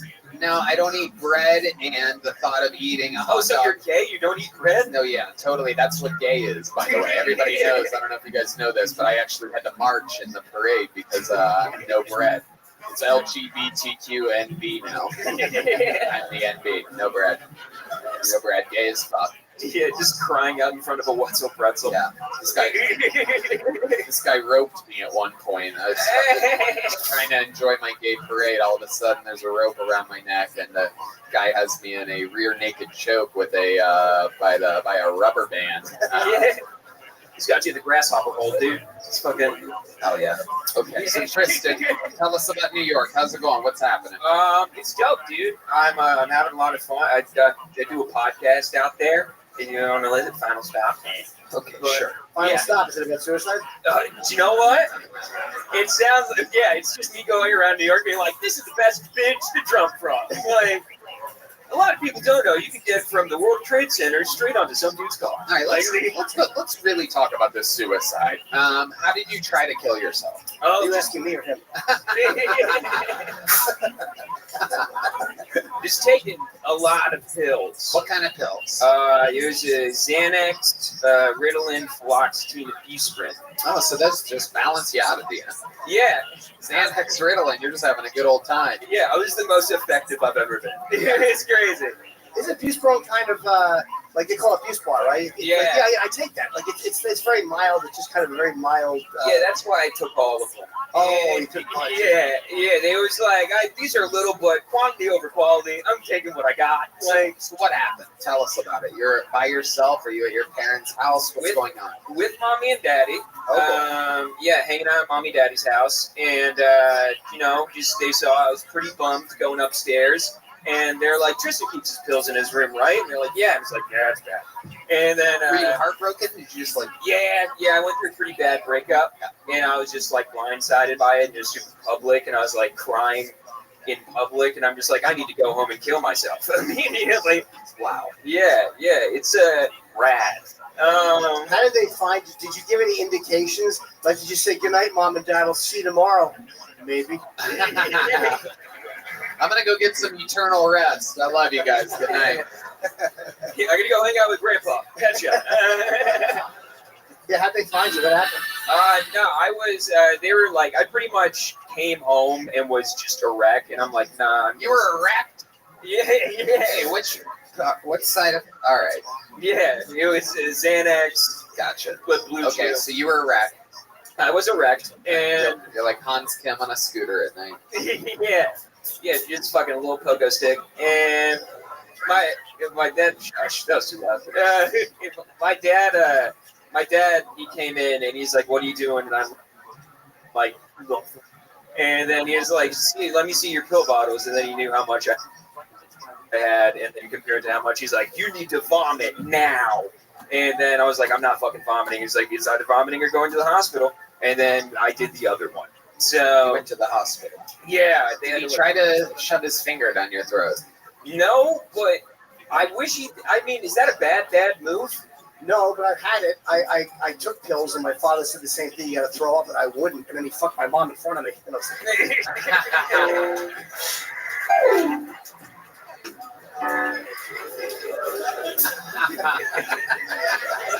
That'll do it. No, it didn't work. Yeah. Feel better already, Dad. He thought you were wrecked when you came in. Look at you, Dad. So you went to the hospital, they pumped your stomach? Yeah, and then I went to the psych ward afterwards. How long were you in the psych ward for? Like 4 days. 4 days. What was the highlight of the psych ward? What was the worst part of the psych ward? The highlight, I'd say, great ice. They have great ice for eating. And ice? Yeah, As ice. in frozen water? Frozen water, like a little popcorn ball ice. Sonic ice. Yeah. Oh, yeah. And they do that so that people don't try to choke themselves on it? Yeah, I guess so, but it's like a snow cone. It's so good. I was just chomping down things of ice. I did almost get raped, so that was it. Tell us more about this. Tell us Yeah. about the raping. This is Kill Tony Gold, right? Yeah, I would. It was not fun. It was my roommate, who his name was Rakesh, and you can just assume what he looks like. And I do believe. I do believe that's Kojak's current boyfriend. Yeah. And like he would wake up and he would just be around with morning wood all day, and then I would be asleep and he'd be sitting on my bed and like touching my leg and shit, and just love. He was like, "You bringing me cigarettes tomorrow?" And I'm like, "I don't know." And he's like, "I love you, Tristan." And I'm like, "Oh shit, this is going too quick for me." Was the ice good enough to make you go back and chance it? Now that I hear it's at Sonic, I can't stop going back. I didn't know that was Sonic ice. I thought that was buttfuck ice. And then I've been chomping down on. Did he try to force it, or was he just kind of trying to seduce you? He was trying to. He got handsy. He got handsy with it. He like kind of came in for a hug, squished the buns a little bit. Oh. Touched. Yeah. Little gay dual banjos. Yeah. Jeez, Rakesh, this is incredible. Yeah. Handsy in the psych ward. All right. That sounds like now let's hear some of the good news of your life. Let's hear it. What's the good news? You should see what it's like for the guys that aren't trying to get raped. Yeah. And twice as bad for them. No, shit's going great. I still got my girlfriend. You know, she moved with me from Arizona. It's in New York. She fucking loves it. She's Emily Paris in New York, and I'm like going to Brooklyn Mike's, being like, my dick is getting stomped, and it's a lot. Yeah, they stomp your dicks there. It's fun. No, but just doing what? Stomp dicks? It's like an emotional dick stomping. You know, you just go to open mic and then just have a bunch of these kids nowadays. They use terminology. Yeah. Red Band knows he's got a Discord server. I mean, that's something different. I've watched videos of girls stomping dicks, but you're talking about something totally different. Good old cock and ball torture. Tristan, very fun times. Always a pleasure to have you. You're an absolute rock star. It's fun to watch you come up through the ranks. Very, very hilarious all the time. I'm excited for you that you've made it out of Phoenix to a real comedy city like New York. And I think you're going to continue to thrive. Congratulations. Thank you, God. You'll never need to try to kill yourself again. Yeah! Tristan Bowling, everybody! Give it up for Tony and Click and all you guys. I love you. 5-year veteran of the show. All right, now we're going to meet somebody else. That's how we met Tristan 5 years ago, just pulling a name out of a bucket. Anything can happen. Make some noise for your next bucket pull. Riel Silva, everybody. Riel Silva. Come on, these people wait all day for this. Make some noise for Riel, everybody. What up, everybody? Y'all been thinking about your health recently? Because I have. I've been trying to cut back on the drinking a little bit, try to eat a little cleaner, because I feel like there's a fairly high likelihood that our future doctor ate a Tide Pod. So I think our future health is more in our hands than we wished it was at this point. Speaking of health, I had COVID twice. My immune system really let me down over the last few years. I never got the quintessential symptom, though, of loss of taste. Totally. Everything just kind of tasted like pierced nipples. And for those of y'all who don't date trashy women on the regular, if you ever have the misfortune of wearing jeans here in July and you have like loose change rattling around your back pocket, just give one of them a little lick-see. That's exactly what I'm talking about. I gave up on dating apps, man. Dating in Austin's trash altogether, but dating apps the worst. I go to Target now. Because in Target, there's 10 girls for every one guy, and they're already in there looking for shit they don't need, so they might as well bring me home too, right? There you go. All right, Riel Silva. Hello, welcome to the show. Am I saying that correct, Riel? Yes, sir. Okay, how long have you been doing stand-up? About 6 months. Where you're at? Mostly in Austin, Texas. Is this where you live? I do. For how long? I've been here a little over 2 years. What do you do for work? I work in tech. What do you do exactly in tech? EH&S, EHS&S, Environmental Health, Safety, and Security. Okay. Yeah. So you have to like show up to an office every day at 10 a.m.? Basically, yeah.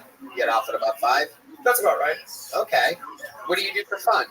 I shoot archery. I do stand up, obviously, a little bit here and there, and hey, Joe Rogan's not here. Tell us what you really do. I used to shoot archery on the pro circuit for like 3 years. It's a small niche, but I did. Where did you come from? Monterey, California, Westwood, California, did a little time Reno, Nevada, Little Rock, Arkansas. I was a military guy. Oh, okay. You're stationed in Reno? I was. All right. You were in the military yourself, or your family was? I was. I've been here for 12 years. Okay. What branch? Air Force. Yes, sir. That's the smartest one. I went to Iraq years ago with the Air Force to entertain troops, and you guys get the best food. Air Force, they take care of the fucking pilots. That's the best one to be in. I did fly C-130s actually. So yeah, I know. C-130s, yeah. Yeah, that's what took us around. They did those combat takeoffs and landings. Oh yeah, 4 fans of freedom, 16 blades of justice. You lost me. I know what that means. Man, Jesus. All right, 16 blades of justice. My God, it's incredible. What ethnicity are you? My dad's a white guy. My mom's Brazilian. Mom's what? Brazilian. Brazilian. Yeah. Okay, yeah. They usually use 16 blades of justice over there too. So I'm told. What were you saying, Jim? Isn't real Brazilian money? It might be. I don't know. The economy's crashed a couple times over there, so I don't know what they're using. Isn't a real a denomination of Brazilian?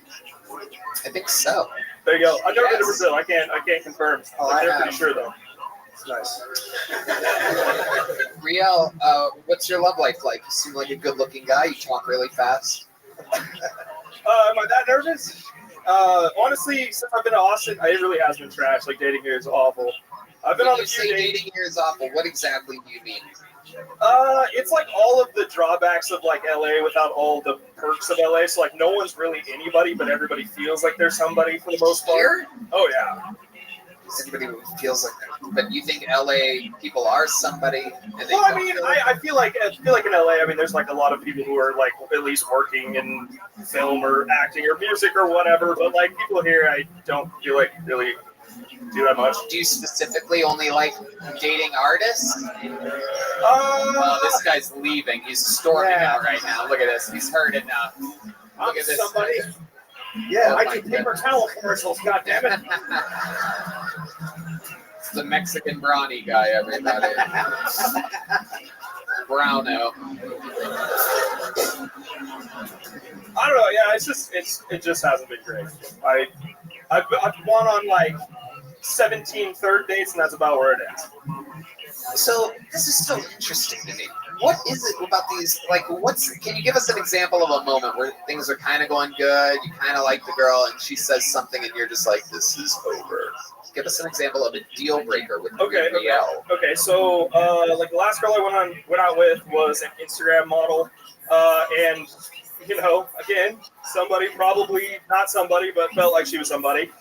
I mean, those are the somebodies nowadays. That's true. I mean, Instagram is probably the biggest modeling agency there is now, I guess. Yeah. But anyway, so we went out on like probably 4 dates with that one.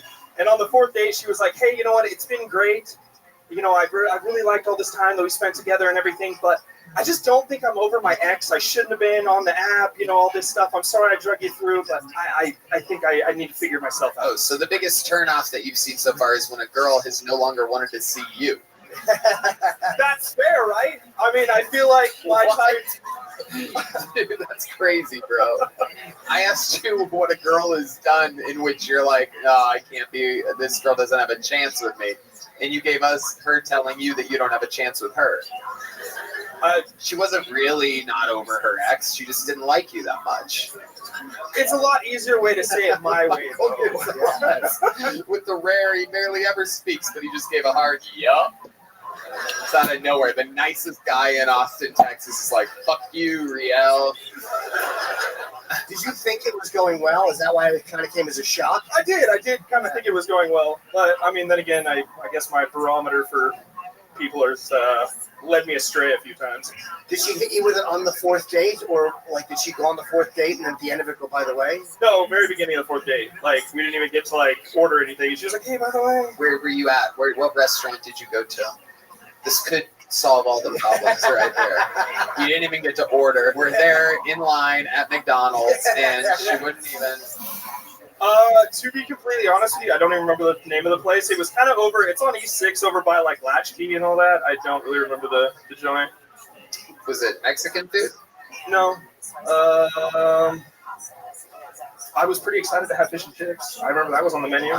Fish and chips. What do we got? What do we think? Fish and chips. Perfect date. Oh, revelry. Could have been revelry.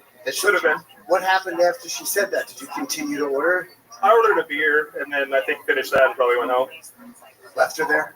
Well, I mean, she had left, obviously, before that, you know. Before you finished your beer? Yeah, she was like, whatever. Okay, all right, well, see ya, handshake, I don't know. And then I was like, I guess I'll have a You're like, fuck women. I'll have a Bud Light.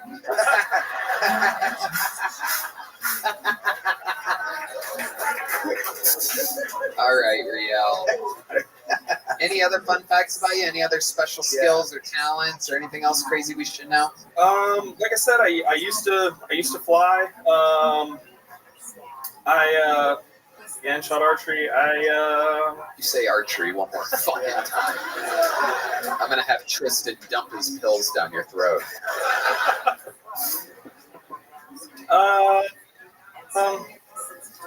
No, I guess that's really the only. What are you scared of? What scares you? Is there anything that scares you in this world? I wouldn't say I'm like scared of bees, but I don't fuck with them. Like, bees? Yeah, bees, dude. Yeah, bees, yeah.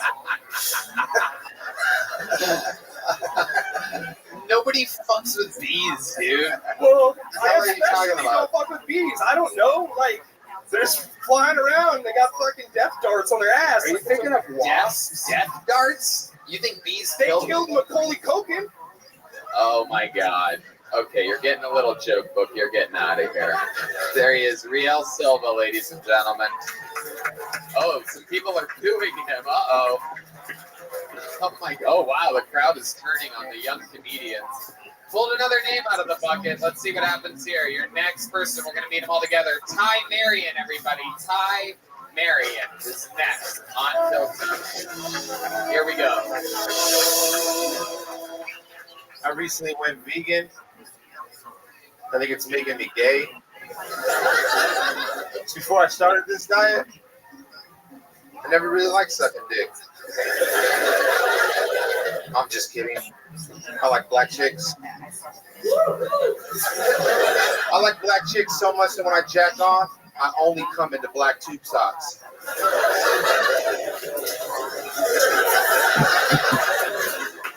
Cats are weird. You scratch a cat up by his neck and his eyes will get real close. Move your hand down his back a little bit, his eyes start to open. A little more, a little more. The cat's eyes will damn near pop out of their head. You get all the way to the end and you jam your thumb up their ass.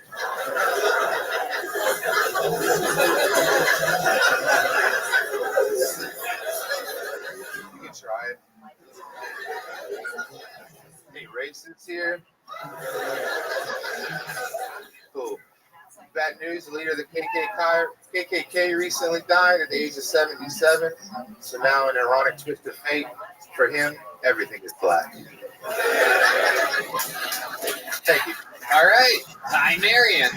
Welcome to the show, Ty. How are you? I'm doing well, sir. How are you? Absolutely. How long have you been doing stand-up comedy? 3 months. 3 months. Okay. All of it here in Austin?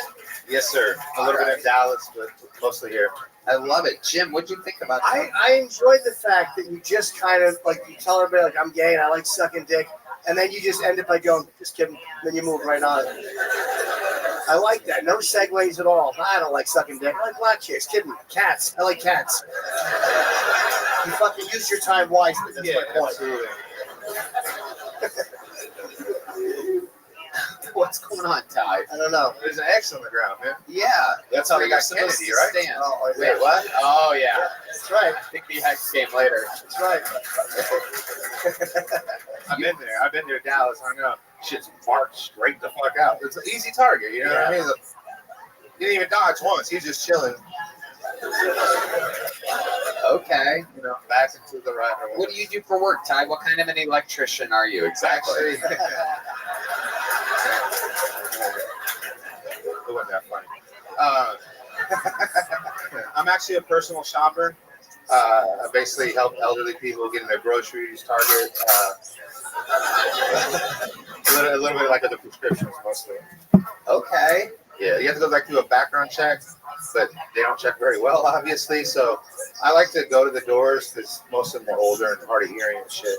And so I'll lean on the door, like on the doorbell, and just bing, bing, bing, and they're coming. And then they'll, you hear them roll. Like, damn, I'm coming, shut the fuck up and shit. And when they get to the door, they're like, God, you got fucking saw me coming, yelling around. Like, hey, thank you, you have a good day.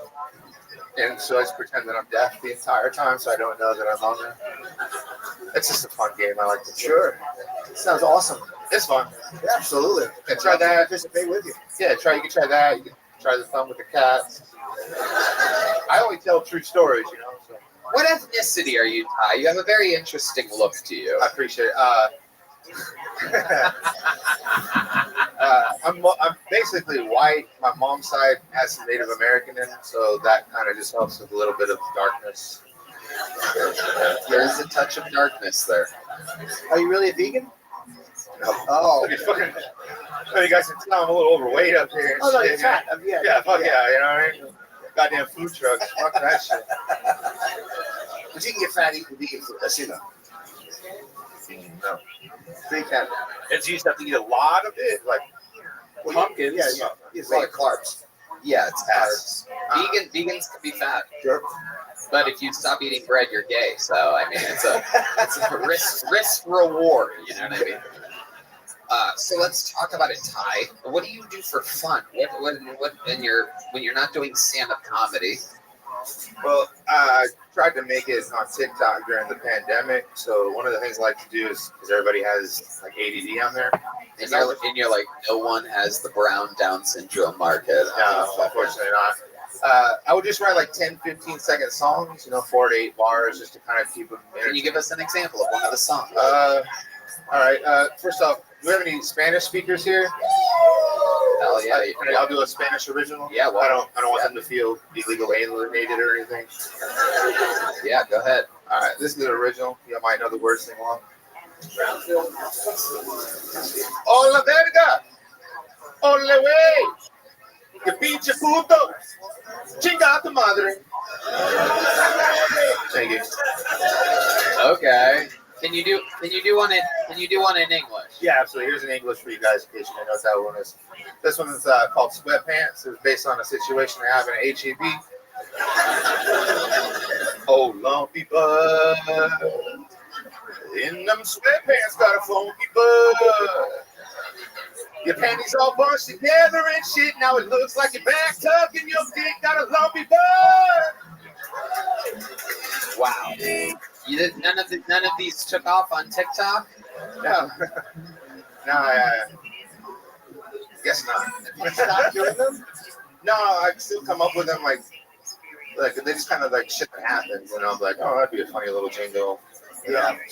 You see all these people going viral during the pandemic doing and you do this and stuff. just a lot of this shit. It's like, oh, that's 2 million views. What the Yeah.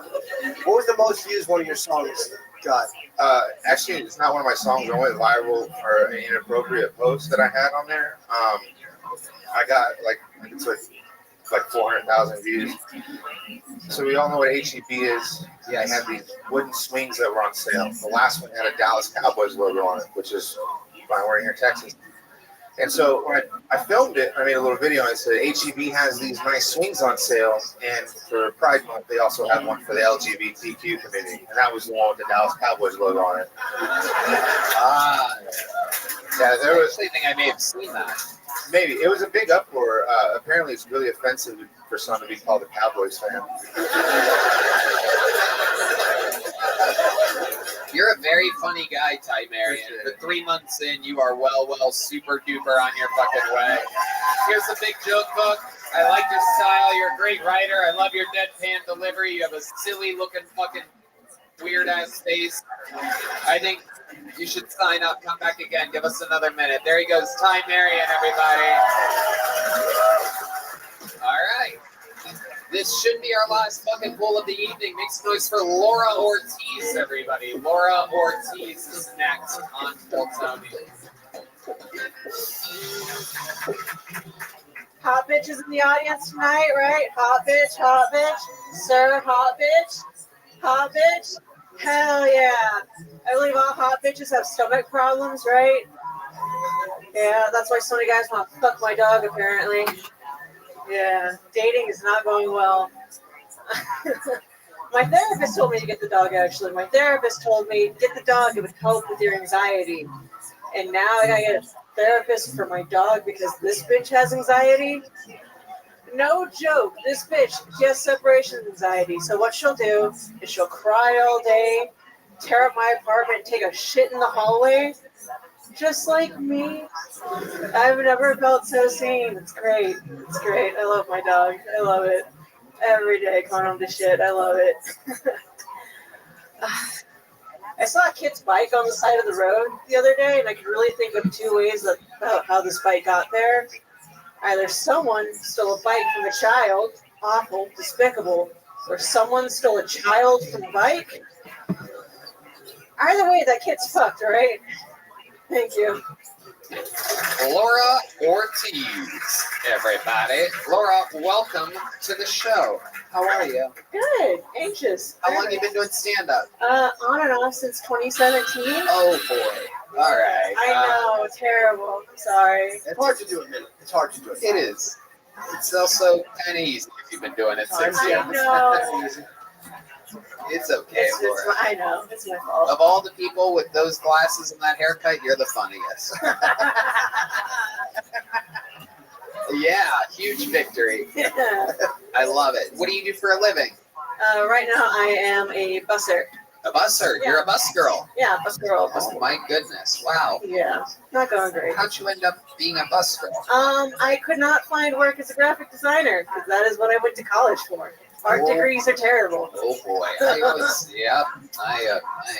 I can't believe college still exists. It's unbelievable. Did you really expect anything else from these glasses and this haircut? Yeah, barista. Or a blogger. You look like a blogger. I lost the barista job due to anxiety. Really? Yeah, I got anxious that I would burn the customer. Oh, what? By mistake? Yeah, just by gripping the cup too hard. Oh, you're crazy. That was a glass.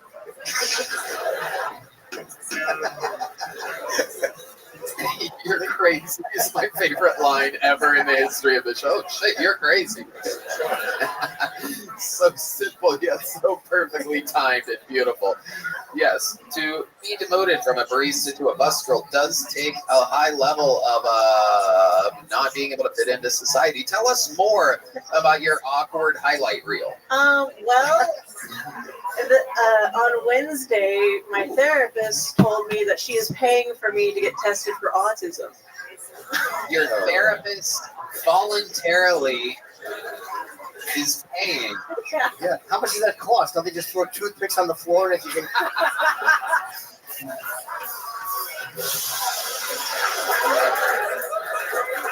I wish I had the genius kind. I really did. Apparently there's two types, the genius kind and then me. I think you're absolutely adorable. The fact that you can laugh at yourself in these ways and own it, and you seem completely unaffected by the lack of laughter throughout your set, and you know what I mean? Like, you seem to be having fun. It seems like you love doing this. How many times a week do you get up and perform? With this job, it's only been once a week here lately. Right, because you're busing at night. Yeah, busing at night, so it's a little bit hard. So I had to really try and pick my days. Why are you so anxious? I grew up with very controlling parents who just told me that everyone's judging you all the time, and now I think everyone's judging me all the time. So you decided to go into comedy where nobody will ever. Right. Yeah. Yeah. You signed up for a show that has 1 million viewers and a table of judges, literally. It's very autistic of you to do. Yeah.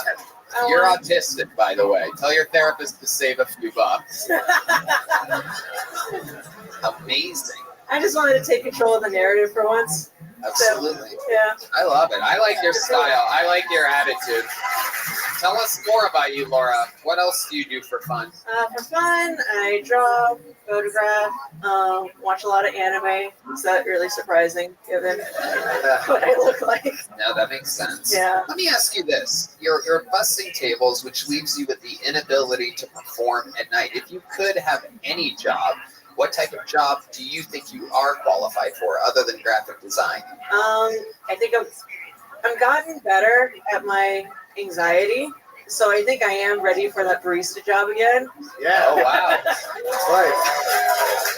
But only like cold brews. You know? Yeah. Yeah. I'm a summertime employee, all right? Only cold drinks. Oh my god, that is hilarious. What else other than a barista? Because these are such entry level jobs. How old are you? I am 29. 29. So yeah, it's time to amp it up. I'm gonna try to figure out how we can help you. So give us one more job. Ooh, That's not something that any 18-year-old off the street could beat you out at.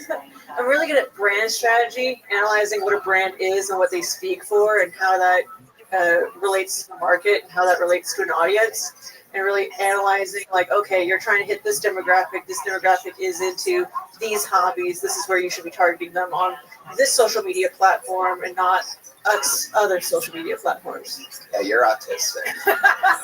That's what most busboys do. What's an example? So, in college, I worked on this hypothetical app called Stasher, where you're supposed to like sign in and keep your luggage at like a random cafe if you have like a long layover or something. And so we were targeting like travelers, people in their late 20s to early 30s with lots of money, you know. And I think the project turned out really good. Wait, were there people who would actually leave their luggage in a cafe? Yeah, if it's a locked room. Oh. Yeah. It's one of those. So they get a little bit of the money, like the cafe would get a little percentage. Yeah. That's actually a really interesting business model. Mm-hmm. Yeah. Why wouldn't the people take their luggage with them? They just want to like go out for a bit. Hands free. Like if it's like an 8-hour layover in like Atlanta or something, and you want to spend the day looking at something in Atlanta, you don't want to carry. Did that app end up succeeding? Is that still out there? I think it still exists. There's people just cracking I up know, at the idea right? of Stasher. Just laughing about how they would never leave their bag in a fucking cafe. I left my luggage at coffee house. Yeah. I don't know what the future is for them. I know they're mainly located out of the Northeast area. You seem like such a sweet girl. You seem so employable. You seem like you should not be a bus girl at all. I'm trying to figure, is anybody out there hiring for anything cool during the day? Yeah. This guy just raised his hand. I think he just wants to fuck you. What are you hiring for, sir? Yeah. To San Antonio, Texas. Yeah. So you're gonna get murdered. Yeah. Yeah. Exactly. Actually, I know exactly where that is. What's the job?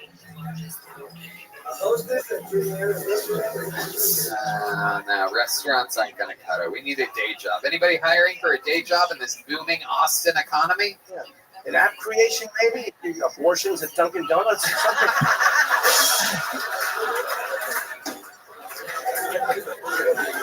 Hot and ready. Oh, that's Krispy Kreme. Come on, somebody's got to be hiring. This would be such a magical moment if we could find her a job right now. Anybody? Nobody needs a brand fucking something? Nobody wants to increase their company? What is it? What do you think? A new university? Wow. It took me 8 years to graduate from college, dude. I don't think I could do another 12. Wait, hold on. What kind of university are you pedophiles starting back there exactly? Oh, that's a real original idea. This is good. You guys like fucking with us right now? Because you do. You guys look like nerds, so I'm guessing you are starting. It seems like you would start a college. Can you actually offer her a job or no? Oh, Jesus. Bunch of pussies out there. Fuck you, dude. Yeah. Fuck you and fuck your fucking university. Exactly. I'm going back to Trump University. Fuck Yeah.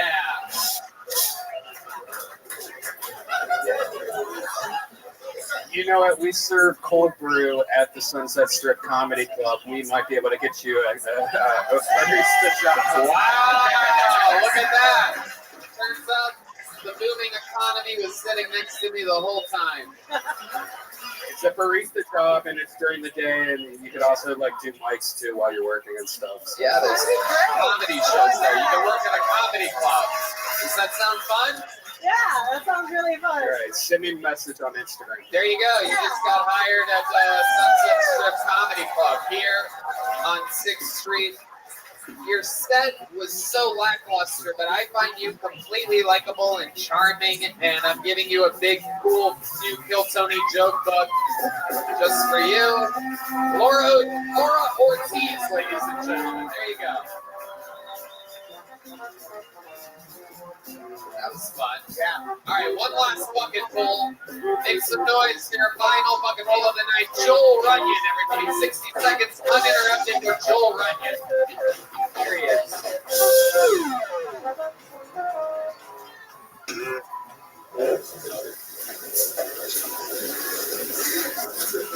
I just beat the worst video game of all time, guys. Not to brag. Have you played it? It's called Bumble. I don't want to spoil the ending for anyone, but you just swipe your way all the way to the end. It's a big yellow wall of disappointment. It says that's everybody. Not a great ending. Just kidding, I don't play video games. I don't like dating apps. Dating apps don't work because women will put one thing on the profile, and guys think something completely different. You see this? No? Like women will put a photo of their face in a filter, and they think it makes your skin look great. But when a guy sees it, we just immediately know that's the insecurity we're going to have to put up with for the next 3 weeks. Women will put a phrase like, I'm not here to play games. Please don't waste my time. And they think it means setting healthy boundaries. When a guy sees it, all we're thinking is challenge accepted. But the best part is when a woman will put a photo of far off vacation, so for my personal favorite. It's a long way to get there. You want to finish it? Yeah. Okay. They think it means I'm fun, I'm adventurous, I love to travel. And when a guy sees it, all we're thinking is, who the fucking has a jet? All right. Joel Runyon, everybody. Your final bucket full of the night. Joel, I feel like I've seen you before. You've been on this show before, correct? Yeah, I went way too long that time. So this time? Last time. Last time. Brought it back a little bit. You went way too long both times. Yeah. Okay. I like the opening joke. I thought you seem a little hesitant, a little. I know it's nerve wracking, but maybe a little strong on the delivery, like a little more confidence in what you're saying, because the line wasn't bad. It was, yeah. How long you been doing this? Like 2.5 years. All of it here in Austin? Yeah. Okay. Is this where you've always lived? I lived in Chicago, San Diego, but started doing comedy in Austin. Okay. What do you do for work? I run a business called Impossible. Okay, what's Impossible? We do like performance supplements and formulations. So we have like an energy product, a sleep product. You sell an energy product?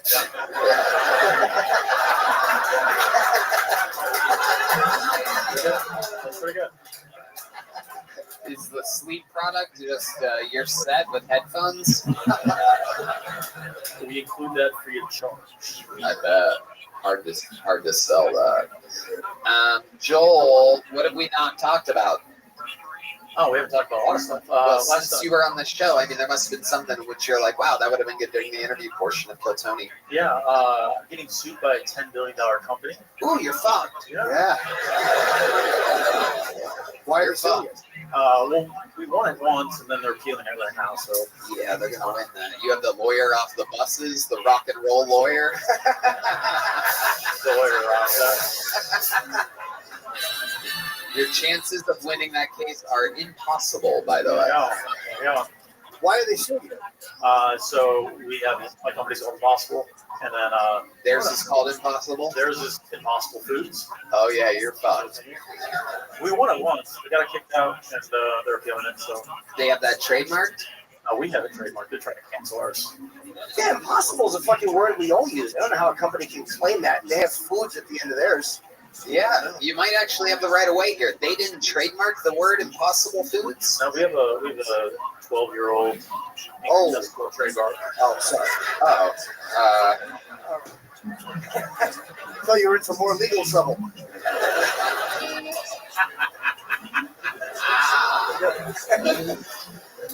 All right, Joel, tell us something else interesting about you. You're being sued. What else?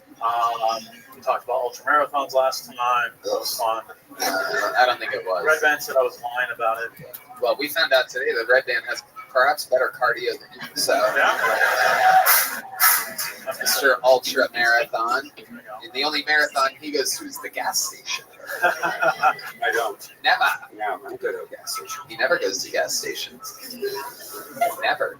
Never. Tesla guy. Yeah. That gets Postmates all the time. That's right. No need for a gas station. That's right. No need to grab like one of those little sausages. Okay, so Joel, what else? What's your love life like? You seem like a rapist.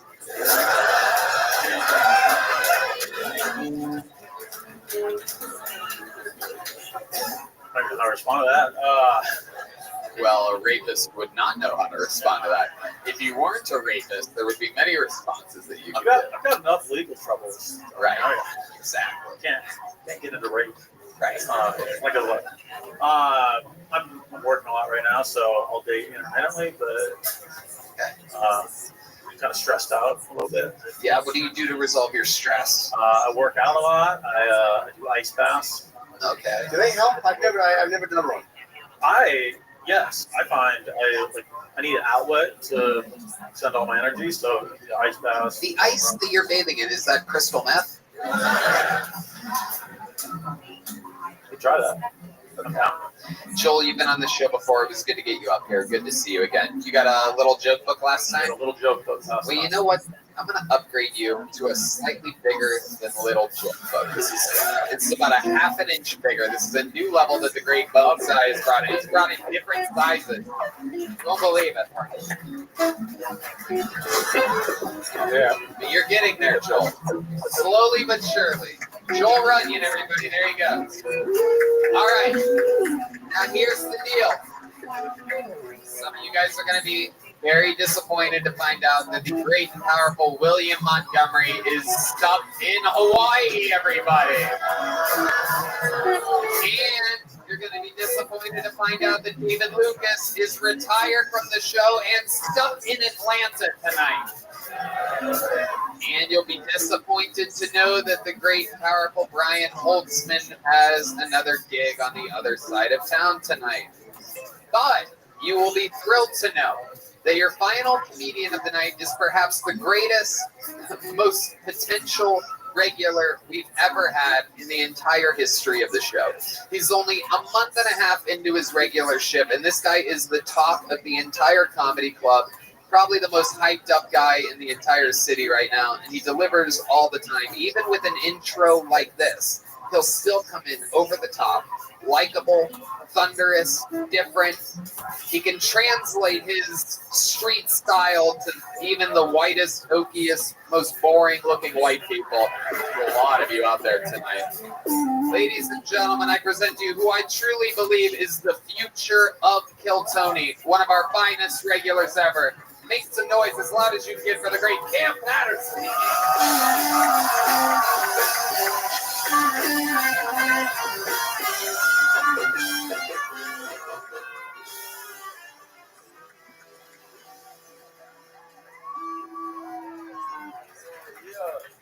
That nigga on crazy as shit. can't put that nigga right there. That's kind of crazy. Fuck you, nigga. We not the same, bitch. I used to work at a grocery store, and I hated it, dog. Cause there's a lot of people like y'all there, you know? A lot of y'all, too many of y'all, but it wasn't like y'all. It was like y'all parents. Like we had a bunch of old white people, like old to the point where, like, I think they remember when slavery ended. You know what I'm saying? That's how old it was. And there's a lady who would come in every day, and she was in a wheelchair. And I always helped her, and I hated that bitch. Because every time I would help her, I would think that she thought to herself, this just like the good old times. And one day I helped her, right? And she was like, thank you so much, Jeffrey. Are you behaving yourself? Now, y'all know my name is Cameron. Who the fuck is Jeffrey? So I stole that bitch wheelchair. Yeah. Beats on beats. An unbelievable appetite for destruction. The kid is different. How old are you again? 24 years old. And you've been doing this how long? 2 years. And how long in Austin? Like 3 months. 3 months in Austin, a real comedy city. 2 years, most of that in Orlando, which just simply isn't much to do there. Nah, but go to Disney World, but that's not the same though. You know what I'm saying? If you ever go to Orlando and you go to Disney, you think that's all in Orlando, come to where I'm from, and I'll show you it's not. Oh shit. What's it like? What are we missing out on? Niggas died there. You know what I'm saying? You have a good time, Gage here, nigga. You would love it. I like your tattoo, nigga. No problem. Yeah. Great timing. Great timing, and I love that you ended on that joke. And I knew you wanted to say something else, but you're like, fuck it, that's a big laugh. I had great instinct to take the laugh. Yeah. Really funny. Yep, exactly. Knowing when to get out is a huge part of, usually, again, something that people learn years and years and years in. You seem like a fucking natural all the time. Everybody talks about it. All the comedians talk about it. It's a very fun thing. It inspires everybody all the way to the top comedians that come here, and everybody lives vicariously through that. It reminds them that there's people coming for all of our jobs, that we have to keep writing and working and fucking focusing. It pushes everybody. Tell us how life's been the past week being Cam Patterson. It's been good, man. White people been giving me a lot of rocks and shit. The rock thing is taking off. Yeah. I got tagged in something. Somebody reposted that thing from the 10-year, and I'm not big on fucking numbers and stats, but there is a clip that blew the fuck up of you talking about rocks. Like, you got famous as fuck this past week. There's people coming up to me like, I heard you like rocks. In front of police, they be like, sell crack. You gotta sell crack. You don't know what you just have rock in. Yeah. This nigga has crack. Listen, if you see a police officer close to you, you could be like, I heard you like rocks. I heard you got rocks in your pocket. Leave me the fuck alone. But I will take y'all rocks. And I like them. I do enjoy them. This fucking kid loves rocks. Jim, just to catch you up, he loves rocks. He finds rocks and he keeps them in his pocket. Look at those. Wow, those are actually beautiful fucking rocks. I can tell these aren't the street rocks that you were used to. Well, there's one street. Look, you can tell he's getting rocks from girls that are like, this one needs energy and power. This is fucking money, all right? This is gonna make you money. This looks like a kidney stone. Yeah, that's those are his rocks. You can tell the rocks that he found and the ones that were given to him by one of these fucking Austin girls with bangs and bad tattoos. You can just see. Why do you like rocks? I like how they feel. We're gonna do this shit again. Fuck! Oh, god damn it! I just like how they feel. Oh, man. Yeah, I might got a little chisel. Maybe, yeah. Touch. Sprinkle. Speech. It's a little shit. I might be a little taught. And you said they help you fall asleep and stuff. You keep them in your hands when you fall asleep? Yeah, I keep it in my bed and shit. Okay. I wake up, just rock around there. It's a good time. Wow. Look at you, bedrock. Yeah, man. Talk to him. Hell yeah. Absolutely. What a great thing to collect. You'll never be able to not collect that. Like some people like fucking cars or jewelry, just rocks. You always have access to that. Well, I'm at. I see a rock. I like that. Sure. Yours for the taking. Yeah. Man, anybody gonna tell that I can't have it? No. I get the feeling that when he gets as rich as we all think he's going to end up being, he's probably going to spend money on fancier rocks. He's going to take a vacation to the Grand Canyon, right? Give me half of that right there. I want half of the Grand Canyon. That's what I want in my house. He's going to spend that money, I can tell.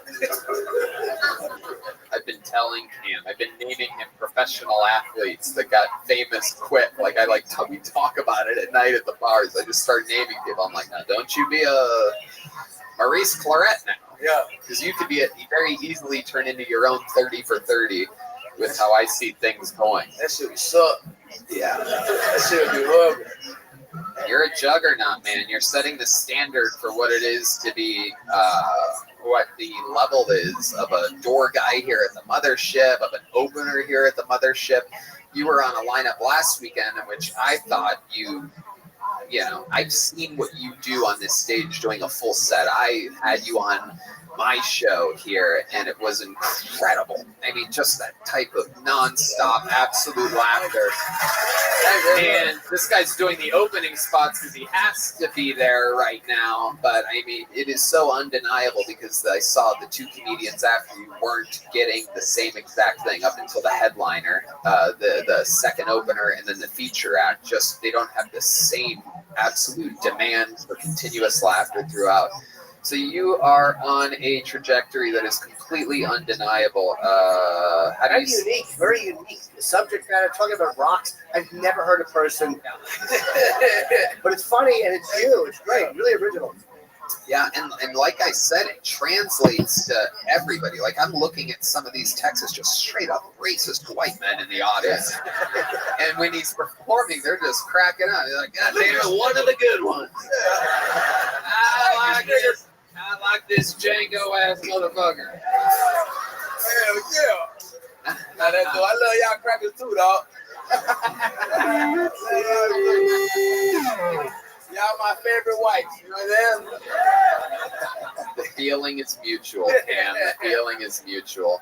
I mean, you're an absolute star. Thank you so much. So pumped for next week. We're going to keep it going nonstop. Cam Patterson, everybody. And that was this episode of Kill Tony. Did you guys have fun? How loud can this place get for the great and powerful Jim Norton? Goddamn motherfucking right. The drawing from Ryan J. emailed is in. It looks like that. Make sure you check out Jim's store dates at jimnorton.com. He's going to JFL. He's got some crazy gigs coming up all over. Of course, my favorite fucking radio show, Jim and Sam on Sirius XM. He's on the Degenerate Season 2 on Netflix. One more time for Jim Norton, everybody. He's the fucking man. Thank you, Jim. Truly one of my favorites in the world. Such an honor to have you here. Thank you.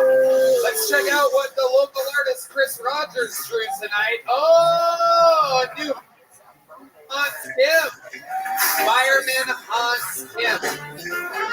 How about one more time for the best damn band in the land, the Kill Tony Band? Michael Gonzalez on the drums, Paul Deaver on the horns, Dee Madness on the bass guitar, Sean Dees on the keys, and Matt Bueling on the electric guitar. Some very exclusive Kill Tony merch available only tonight on your way out. You get a chance of getting that. You cannot get it online. You can only get it in the lobby here immediately after the show. So if anybody's interested in that, that's the thing. And yes, thank you to Gel Blast for the Red Rose, the Yellow Rose, Austin Security Guard Service, and Screwball Peanut Butter Whiskey, #1 Tequila, and the IV Drip. Red Band, Check out the Sunset Strip Comedy Club next door, Sunset Strip, 8 ATX.com. I love you guys. HEB Center, it's 75% sold out for New Year's Eve. It's going to sell out in the next few weeks. It's going to be an unbelievable weekend of incredible Kill Tony debauchery. So, for those of you listening around the world, this is truly your last chance to get tickets for New Year's Eve. The first ever Kill Tony in an arena here in Austin, Texas.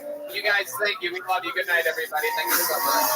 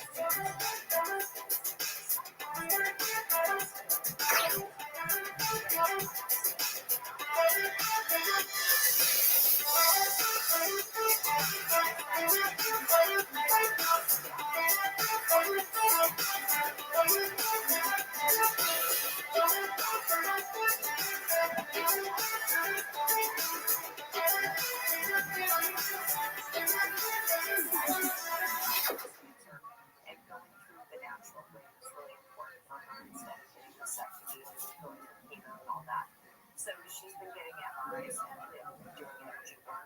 And she went and had an MRI done. This is like last week. What's something you think we should know about you as we get to know you? What do you think the 3,000 people in front of you, what's something interesting about you? I'm not retarded, but I like rocks.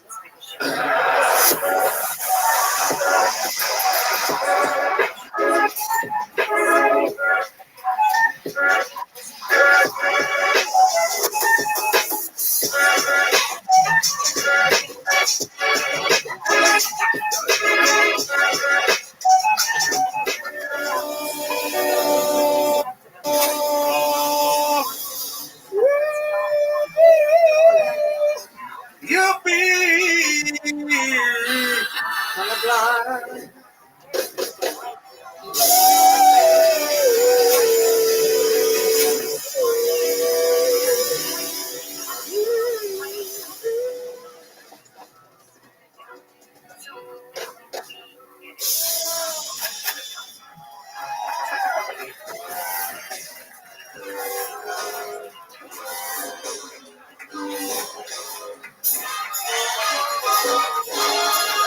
Hey, this is Rabbi coming to you live from the Comedy Mothership here in Austin, Texas, for a brand new episode of Kill Tony. Get up for Tony X-Clan!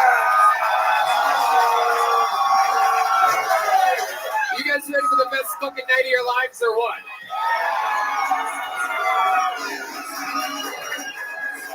Yippee! How about a hand for Red Band, everybody? Oh my goodness, we get to do it again. This is the #1 live podcast in the world. Brought to you by Gel Blast for the Red Rose, Yellow Rose, CM Smokehouse, Connect Mobile Health, which can give you IV drips when you come into town. Hit them up at cmhus.com. And Screwball Peanut Butter Whiskey, which presents to you the best damn band in the land. That's the Kill Tony band. That's the great Michael Gonzalez on the drums. Paul Deaver on the horns. Matt Mueling on the electric guitar. And this is indeed the one and only, the anomaly, D Madness on the bass guitar. We have a lot of fun things in store tonight, but before we start, here's a little bit more from the amazing sponsors that made tonight's episode available for you right now. Hey y'all, it's official, it's announced, it's out there, my largest stand-up tour of my entire life. All the biggest theaters in all my favorite cities. Toronto, Canada, Royal Oak, Michigan, San Antonio, Texas, Chicago, Illinois, Charlotte, North Carolina, Atlanta, Georgia, Columbus, Ohio, Kansas City, Missouri, Indianapolis, Indiana, Philadelphia, Pennsylvania, Tysons, Virginia, just outside of D.C., Milwaukee, Wisconsin, Minneapolis, Minnesota, Youngstown, Ohio, Cincinnati, Ohio, San Francisco, California, Sacramento, California, San Diego, California, Phoenix, Arizona, New York, Clearwater, Florida, and Jacksonville, Florida. Tickets available at TonyHinchcliffe.com. Come see the crazy Texas fucking stand-up that I've been working on. You're not going to believe it. Let's have some fun. Hey, this is Redman, and if you don't know, I now own a comedy club, the Sunset Strip Comedy Club on 6th Street in downtown Austin, Texas, right next door to the Comedy Mothership. Check it out. We have shows every single night, but most importantly, every Thursday, I put on The Secret Show, which you might hear all about in Kill Tony, but you have to go to sunsetstripatx.com to get your tickets.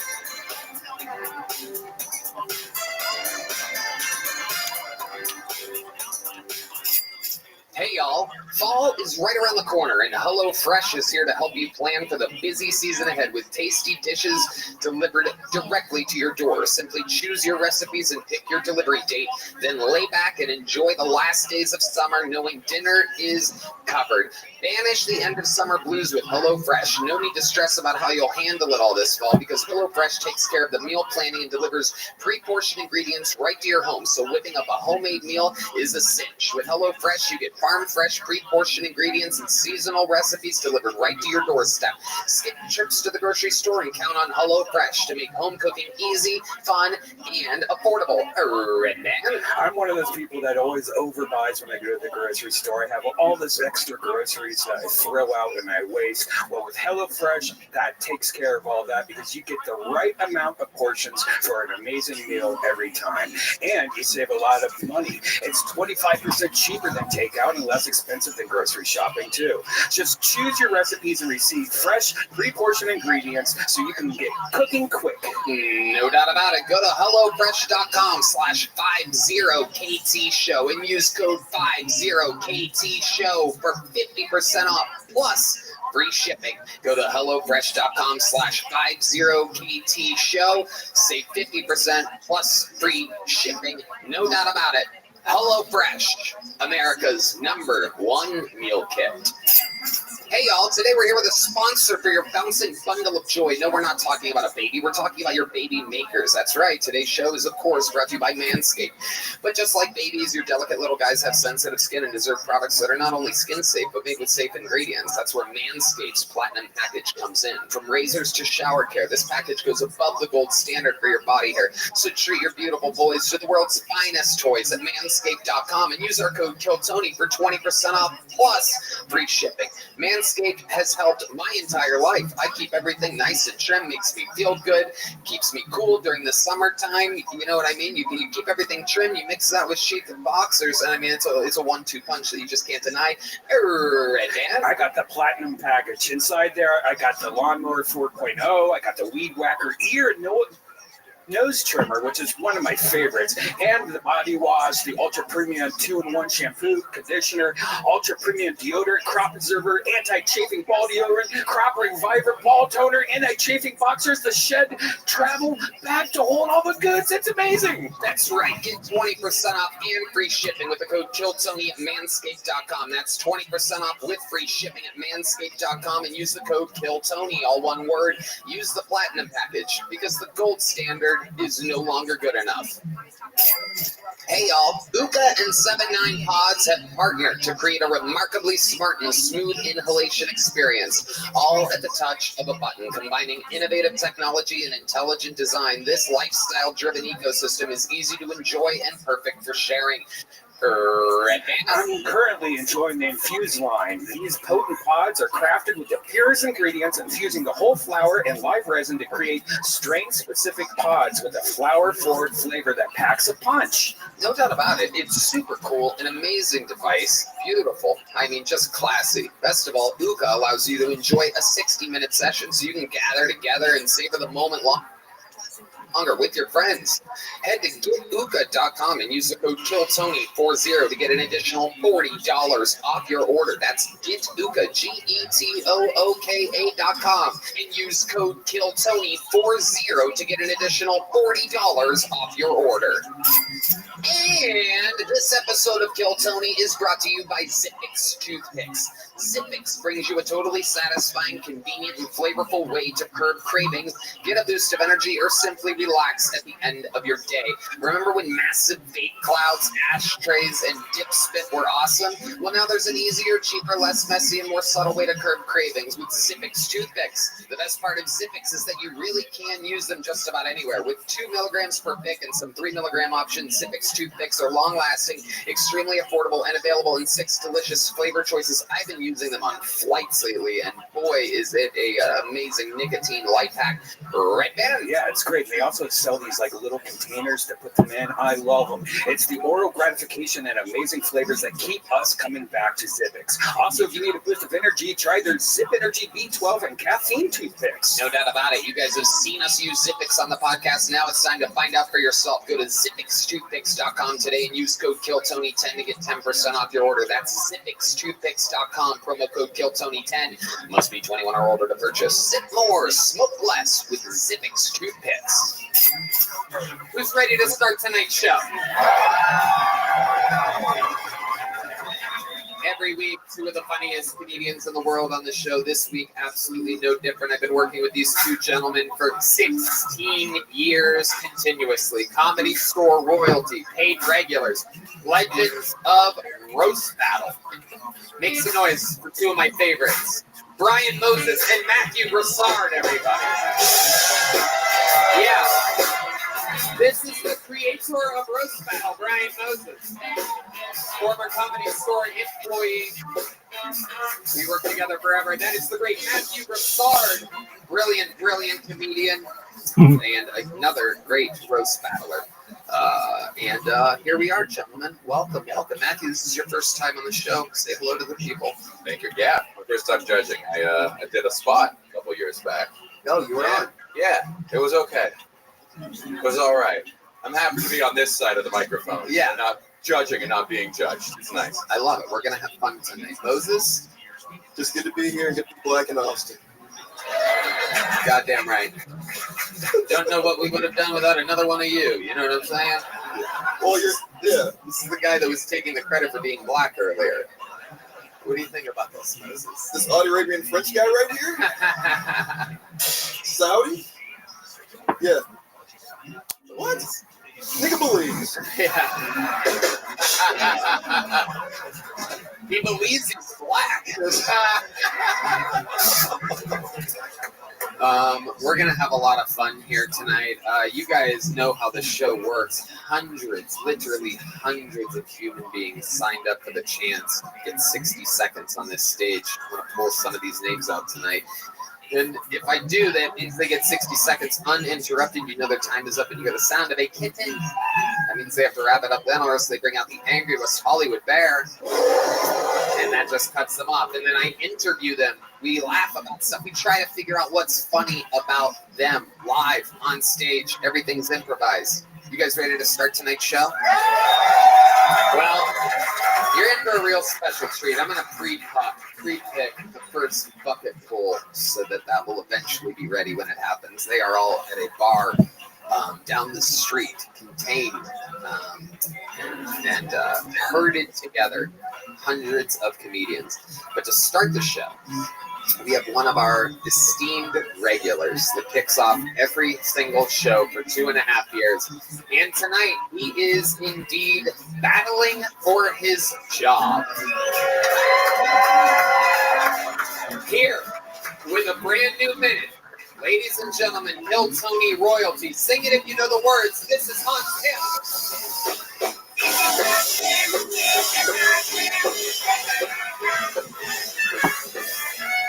Hey.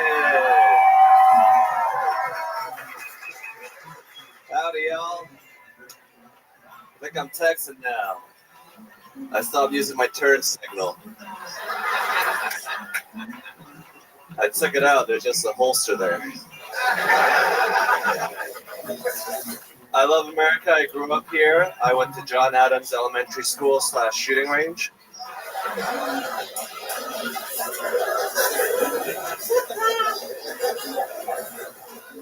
A lot of people don't think that trans women should be allowed to compete in women's sports. I personally don't think that women should be allowed to compete in women's sports. Why do we have a category of sports for people that suck at sports? It's called the Special Olympics. Thank you. There it is, 58 seconds, 0.9. The boy is on fire. A great set, many punchlines, little local references, which I absolutely loved, and an overall encompassing great jokes about women sport. The old elephant in the room. Everybody wants to say it, but no one wants to talk about it, but you're just out here fighting for your life, willing to joke about anything, and we appreciate it. The turn signal joke, really, really, I love it. I mean, these fucking people out here are driving me completely fucking insane. It is unbelievable. Literally the worst drivers on planet Earth. It is the one catch with living here. It's insane, and if you don't think that, that means you're one of them. If you disagree at all, you're one of them. You're just in the left lane going the same speed as the person next to you with someone flashing their fucking lights behind you, and I'm gonna kill you. I'm gonna find each and every one of you and slowly kill you. I'm gonna take you to the rainy street river and I'm gonna drown you with my bare hands. I've been doing it. Don't tell anybody. It was me all along. All right, Hans, a great set. How do you feel? Do you feel under pressure tonight? I feel extremely under pressure. There's all downside, no upside to beating someone who's only done comedy once in her life. Well, hold on. Don't blow the load. I haven't revealed to the audience exactly who you're going up against. All right. I mean, you're really talking shit. I think you should keep the likable face on right now. Women don't have their own division of comedy like they do in sports, so they should though, right? Hey now. So Hans, anything else happening interesting in your life this week that we should know about before moving on to your competitor? Yes, I was in Portland recently. I was flying my drone, and some Portland woman was like, "I did not consent to a drone." To a drone. Yeah. Oh my God, Portland is just one of those dumpster fires right now. Incredible. Worse than Belize. Yeah, you know it. You guys been to Portland lately? Real shithole. Used to be lovely. Very progressive city. They recently legalized crime. See what I mean? This guy's a fucking sharpshooter over here. I've been to Portland. A lot of wiggers though. Yeah. White guys with dreadlocks and mixtapes. Yeah. Any brown ones that wear Trump hats? No, Portland's like white trash Paris. There's a revolution every weekend, and they don't know which side they're on. Like, Black Lives Matter. I'm like, where are these black lives? I'll was on that basketball team that never wins. Okay. Hans, Kim, this is the moment that you have been waiting for. Put the mic back in the mic stand, and I guess what do we normally do? Do we keep you on the stage? No, usually not for these. Okay. ones. Okay. Well, go on backstage. We're gonna bring you back out in just a second because the audience decides tonight whether Hans Kim stays the regular or not. Ladies and gentlemen, he kind of leaked something very, very interesting that you may have noticed. His opponent tonight has only done stand-up comedy one time ever, and that one time ever was last week here on Kill Tony. She had signed up many times over the years. 7.5 years we've known this girl, because for 7.5 years she has been the girlfriend of Brian Redband.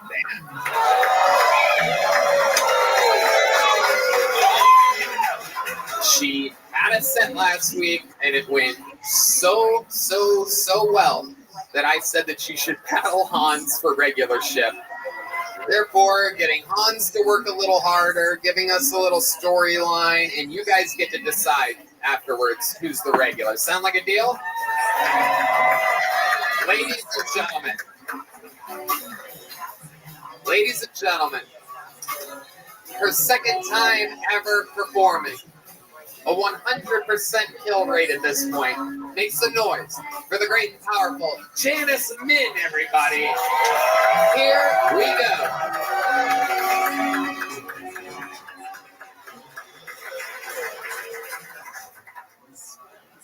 Hello. There's a lot of Asian stereotypes. Some are true, some aren't, but that's for another time. Here's a new one for you, and you can actually test it out for yourself. So every time an Asian person is startled or wowed, like impressed, they'll make this noise. Ooh! Oh! Oh! Oh! Okay, you can surprise someone and see for yourself, or friends, whatever. Speaking of noises, does anyone know who the Grape Lady is? She went This is viral so on funny. Fox News, like this Fox News segment, where she was stomping on grapes really hard and she fell over and made this funny noise. Anyway, so she's my safe word now.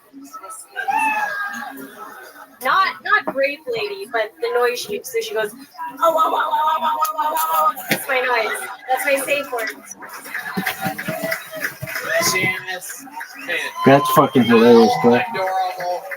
How Super likable adorable. can you possibly Super be? likable. Amazing. For a second time ever on stage, I love it. The setup's a little bit long, but the payoffs were there. And very, very much fun. How do you feel like that went? How do you feel up here? What's been on your mind this past week since your Kill Tony debut, your stand-up comedy debut? Honestly, I tried not to think about it too much because it would make my heart beat really fast. Right. Yeah, that happens. It also made Redband's heart beat very fast. He's been sweating bullets all day. I think he's more nervous than I am. Yeah, I think so. Redband, how do you feel like that went? What are your thoughts? It went good. She stumbled on the first joke. She missed a couple of her tags. Ah. And so I bet she doesn't even know that she did that. Wow. The stereotypes. You guys- Stereotypes. Oh, man, someone's getting beat later. You know what I'm saying? Yeah, I'm beating him. Yeah, absolutely. Absolutely. Ooh. Oh. Very surprised. All right, let's bring him out. Make some noise for Hans Kim, everybody. Here he is. Probably smiling ear to ear. Still nervous. Look at him. He still doesn't think he pulled it off. What do you think about this situation, Matthew Broussard? It looks a lot like women's sports versus the Special Olympics. Yeah, it does. It does. Yeah, I like how Kill Tony's doing Squid Games now.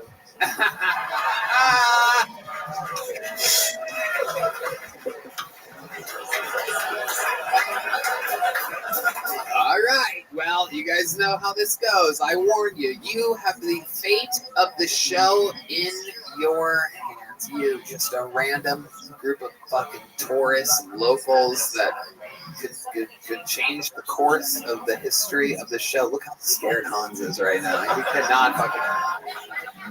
cannot hide it. So, how many of you have Janice winning this competition here tonight? Oh, that's a lot. That's okay. How many of you have Hanskin? Whoa, that was close. Look how happy he is. He can't hide his emotions. Thank you guys so much. You got to make the surprise noise now.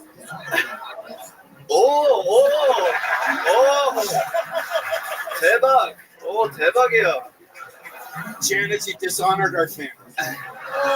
Janice, it is amazing. I put you in under a ridiculously high-pressure situation that no one that's done stand-up comedy once should ever be in, but I look at it as a win-win. You came out funny, likable again, up for the challenge. So cool. It's amazing to see. And Hans beat someone that's only done comedy twice. That's really impressive. Yeah. Good job. You just got roasted, you homo. You did better than Uncle Laser, so.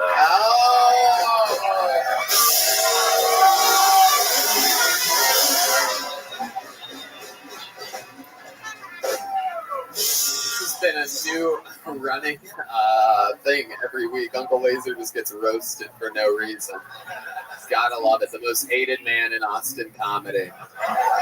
Hans, how many battles have you won for your regular shift? 4-0. 4-0, undefeated. He refuses to let anybody have a chance. Make some noise for the great Hanskin and Janice Min, everybody. That's a way to get a fucking show started, am I right? All right, I pulled a name out of the bucket. This is where shit gets interesting because we're going to meet these people all together. Anything can happen. They could be completely fucking insane. They could be the future. Anything can happen.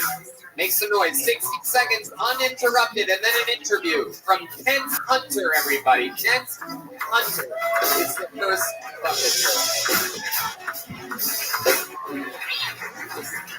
I've been trying to work on my Spanish, so I started watching Dora. I thought it'd be funny if they did an episode where Dora explores the U.S.-Mexican border. Oh no, Swiper swiped my green card. What am I going to do? Can you say hop the fence? Next thing you hear, breaking news, Dora the Explorer arrested at the border. She was found with a kilo of coke shoved up her pussy. Apparently it was so far up there to find it they had to use the map. I used to play sports in high school, and I come to the conclusion that sports are a little gay. I had a football coach who used to smack me on the ass to tell me good job. One time I made a really good play, and he said, "Kid, you're making me moist." I'm a big words of affirmation guy, so I just came instantly. I think different races have different flavored vaginas. White pussy, a little bland, needs some seasoning. Latina's a little spicy, got some kick to it. Black pussy, tastes like lemon pepper. Okay. Said lemon pepper and just looked me dead into my soul after that. So I'm guessing he's done. Let's talk about it, Kent Hunter. Why do I get the feeling that you've never actually eaten a black pussy before? And if so, is that how you got that chain around your neck? I'm trying. Have you ever done it? What does the X on your hand mean?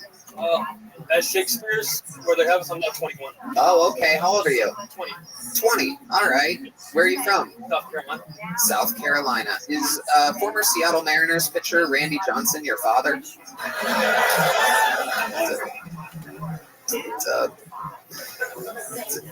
It's not a great reference, but for the ones that know what I'm talking about. You look a little trashy, white trashy. Would you agree with that? A little bit, yeah. Yeah, absolutely. What do you do for work? I work at HEB. HEB in South Carolina? Oh, here. I live here now. Oh, okay. How long ago did you move here? January. We love HEB. Tell us one of the things that you love about working at HEB. I mean, I just work with some amazing people, and they let me work my jokes out with them in the back, so that's always nice. Wow, look at that. Absolutely amazing. And the response is always, see?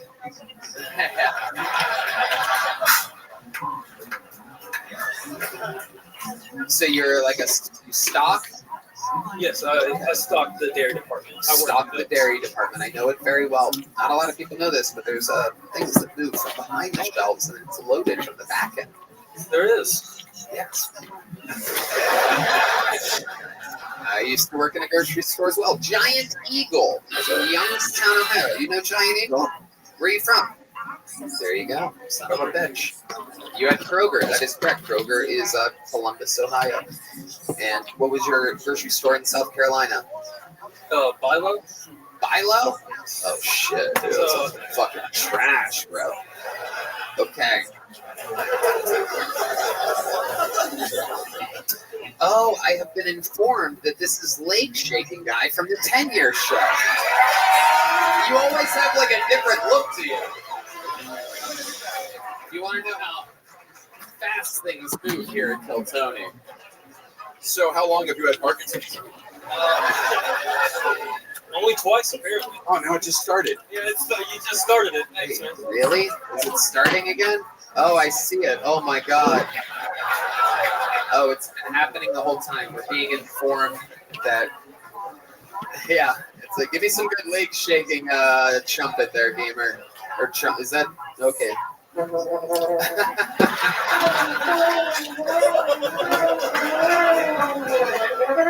Yeah, do the shaky leg. Wobble with it, wobble with it. So, Kent, let's talk about it. How's living in Austin Take it been going easy, for you? Rabbi. What's something that we haven't talked about that you think would be interesting to talk about during the interview portion of Kiltony? You've been on the show twice now. Yeah. I went on a date recently. Oh, tell Pope us about the Francis date. died. Did she sit on your lap and come on your vibrating thigh? It's the old. I thought that motherfucker was dead Santa Sibian over here. already. Come here, babe. Take a seat. Make sure the microphone's close to your mouth when you're telling us about this date. Go ahead. Tell us. Put him in that coat. This motherfucker, baby. Why? Murray the greatest man by the fish of mankind. Might not be ahead of those assholes. It was great. I mean, we had a good time. The show was good. What comedy show did you go to? It was a smaller showcase that one of my friends ran. It was called Make Comedy. Okay. All right. Well, let's get to the meat and potatoes of it. So you pick her up? No, we met there. Okay. You met there, so you drove your wagon with horses there. Yes. And then you met her there, and then what happened? Well, we watched the show, and then afterwards, we just sat outside talking for like 2 hours. Wow. Oh my goodness. Did you Moses? We've been doing this for like 5 minutes. Nobody's talking about this fucking list.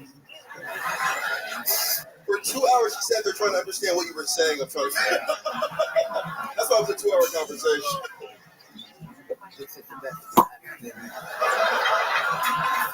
You're really insane. And someday. All right. I think the leg shake and the lisp have something together. Right. I think the lisp is like the 9th weirdest thing that I'm not even really worried about it. Do you drink too much milk or something, maybe? Like you? I don't think I drink enough, actually. Whoa. Getting high on your own supply over there. I like it. Okay. What do we got? What are you pointing at? Oh, yeah. You have a crazy scar on your arm as well. We're finding out you're a Cuban freak show. What's the scar from? I broke my arm playing football my sophomore year of high school. Wide receiver? Offensive lineman. You were an offensive lineman? Yeah. Your lanky, shaky ass was an offensive lineman? Yeah. I was too slow. Oh, my God. No wonder your arm's broken. Some fucking big guy just threw you to the ground. You didn't gonna make you I poke? threw someone to the ground. And I Not this tripped time around. over him and landed on my arm. Tripped and over. snapped it. Yeah. Every fucking post I get gets at least one. Come on, Blue Sky. You gotta do something up there. Every fucking post gets at least one. Amazing. Get him. She told me that there was someone else. Dude. Come on, Blue Sky. Wow, Michael can Gonzalez with a little rare input. He said, "At least she told you." My goodness, what the That's fuck? fucking hilarious. What is going Come on on, back Blue there? Sky, you got to do something. Giving a little. That was interesting.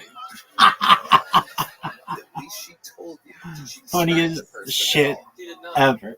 She just said, That's just I really the like- fucking bee's knees, kids. If bees had knees, this is it. I had a great time with you. Come on, Blue Sky.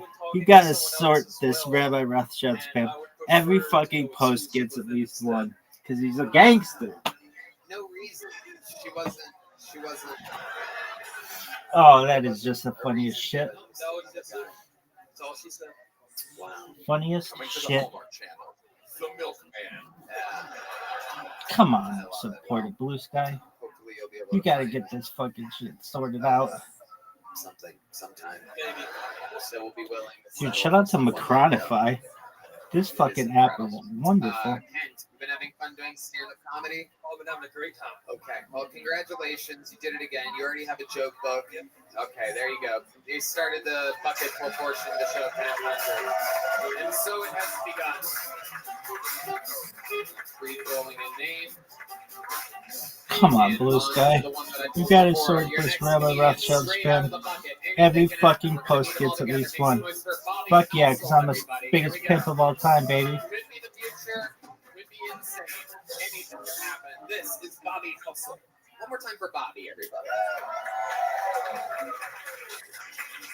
How's it going, guys? My name is Bobby Housel. This is my company, actually. It's called Founders Cupid. I'm actually a college student, and I just got 7 other college students to move down to Austin with me to work on their startup companies. Now, if you're not familiar with startup, it's kind of like the cool way of saying you're an unemployed white guy. And it's interesting. You might be asking yourself, Bobby, how did you get these guys to move down here?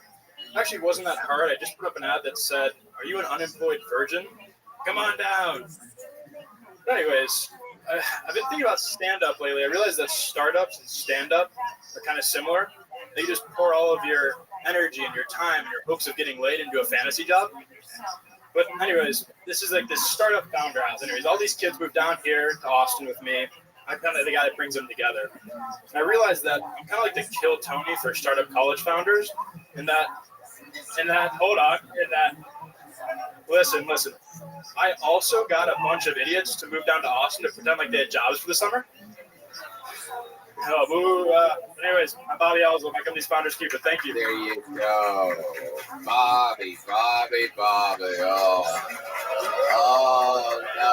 Oh, shit. Bobby, there's only so much I can do to help you at this point. Maybe take a breath for a second, Bobby. Talking hasn't helped you up to this point. Just relax. I can tell you really want to talk right now. Just give it a moment. Soak it in through your nose, out through your mouth. Your mouth breathing right now, Bobby. I want you to have a chance at this. Matthew, what did you think about what just happened here at this monster? I thought the last joke actually had like some it was a joke. It was not terrible. It got no laughter. I like that. But anyways, indicated where he thought he was going to get a laugh. There was a lot of moments there where it seemed like you thought there was going to be laughs. You promoted your company that was not described at all from the get. You've decided to wear it on your hat and your shirt. Its stock, which it isn't even existing, went down during your set. Is this the first person who's tried to Shark Tank Kill Tony? I think so. At this point, like this, it is not good. Did you get an Office Max gift card? Like, why do you have such like generic clothing on right now? He's trying to promote his company, which is just fucking weird. And you know what? I'm out. Have you ever done stand-up comedy before? I have 2 times I've done stand-up. 2 times. And people tell you that you're funny or something like that? I did decent the 2 times. Do you always wear your company's stuff on stage? We actually just made it. Okay, so I want to know this startup, because it seems like you're a real startup guy. I'm going to have a startup. It's my identity. I'm a startup. What is Founders Cupid? So we help other college students build their companies. So,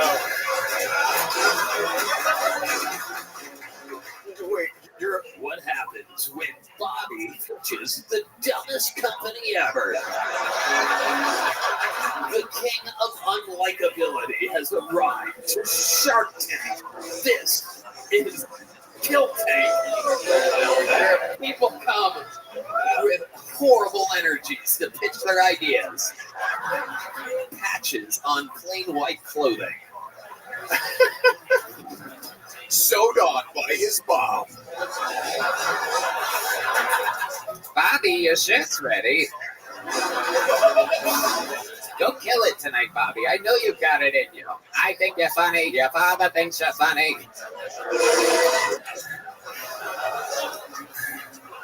Holy shit. So this startup company, it does what? Repeat yourself? So basically, it's really quite hard to build a company at college. And colleges aren't really set up to help you build a company. And what we do is we bring together the top 5% of kids building companies at college. We help them scale up what it is that they're doing. Okay, so you have a college startup for college startups. That is literally MLM. It's a bit meta, I understand. But the truth is, like, some of the most impressive companies are being built at college, and colleges don't want to help you do that. And so we're trying to fill in the gaps where colleges aren't helping kids scale their companies. So where's the money coming from? So part of the business, we help get college founders in front of investors. So we run what's called a syndicate. We basically put them in front of high net worth individuals like you guys and place some investments. It's called a scam. Yeah. And you get a percentage off all these kids. It can't be a scam if he has a shirt and a baseball cap. You know what? I want 20% of the company, and I'm willing to give you less than fucking nothing. I want to start a pool over what white-collar crime he goes to prison for. Oh, yeah. Oh, it's definitely going down. How old are you? I'm 22. Oh, yeah. Oh, yeah, dude. You're going to be hoping that you get a job working the dairy section at HEB any fucking day now. Oh, my goodness. Founders Cupid. I mean, that's a bad name, too. Have you accomplished this at all? Have you gotten money for this company? How much have you raised? So for our first Tell me your work and everything. Let's keep the Shark Tank thing going. So we've been building the community for just over 2 years, and we helped one of the first startups in the community just raise $190,000. So that was a win. Okay. Was that just your father that gave that money? Yeah, I know. All right, as long as you don't tell me another one of your fucking jokes. Here's the check. All right, Jesus Christ, get out of here. Founders Cupid sounds like my mom forgot the name of Destiny's Child. What's the name? What's the name with the three girls? Found this. What a small song. The three Belize-looking women, you know that.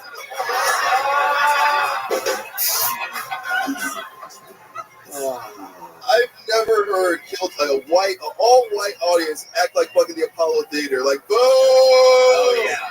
These are my people right here. They travel from faraway lands like Iowa to be here in Belize.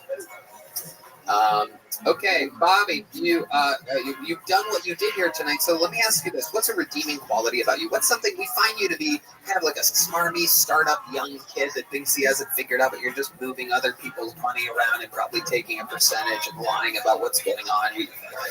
So give us a redeeming quality about you. What's something about you that'll make these people like you? You're set-ended in a roar of booze. Fix it right now. What can turn us around and like you? What would we like about motherfucking you?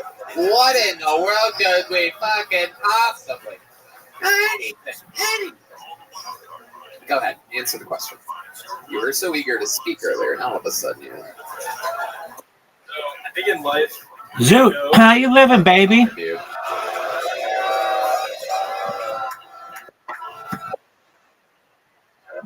I know. Yep.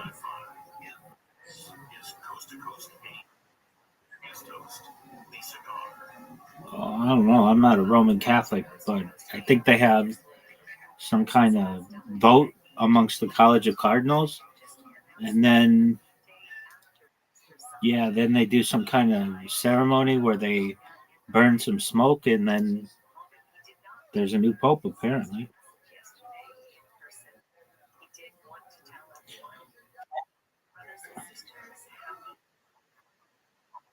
I think you'd make one of the shittiest popes in the history of mankind.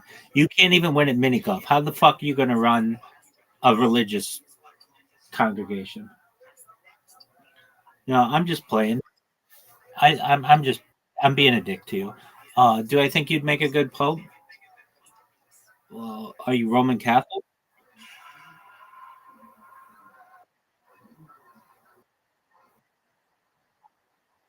All right. Well, I think you have to be Roman Catholic to be a pope.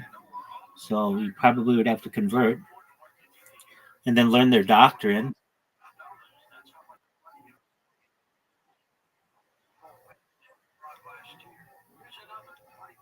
Yeah. Okay. I don't know if you need a conversion. I don't know what their rules are.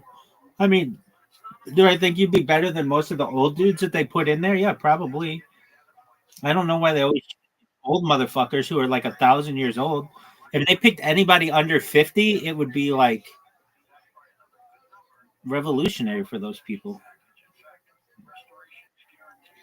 Dog, this is so funny to me. The way that I found out about it, somebody wrote, I would like whenever I do the spam thing, I all I have to do is check the word rabbi and then just see who's typed anything about any rabbi. And 50% of the time I'm the rabbi who they're referencing. So somebody wrote "Take it easy, Rabbi" 17 minutes ago, and I looked to see who they were talking about, whom they were talking, and then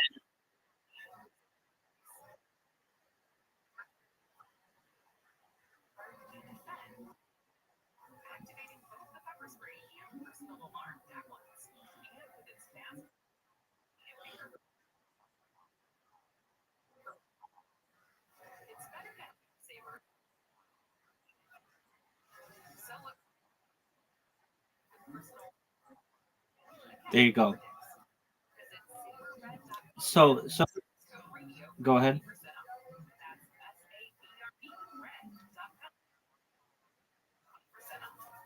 There isn't really a stated age. It's really about the learning that you've done and the community standards. Usually, about the youngest is about 21.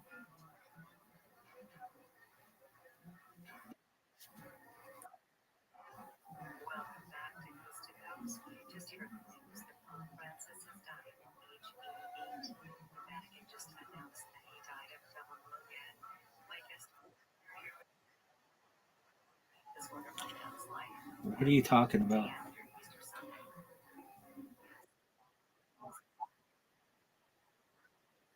Yeah, yeah, that's incorrect.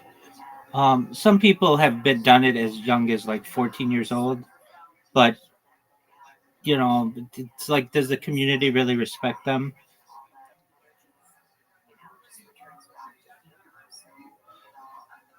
There isn't a hard and line number though.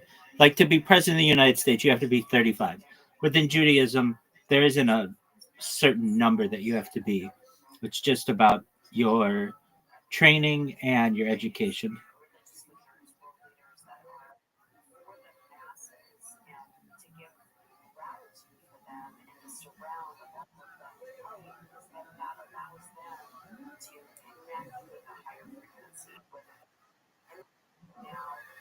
Very good.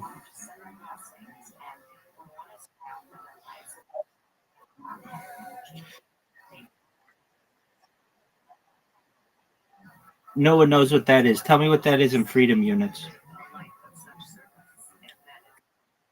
Yeah.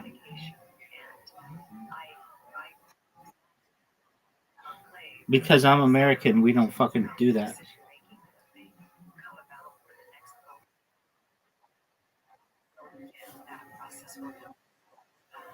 Okay. All right, Zoot. Are you ready to lose? Well, firstly, did you listen to the game?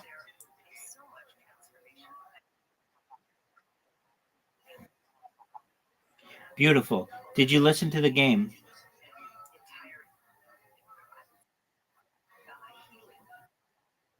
All right. Well, you got to do some work on that, dog.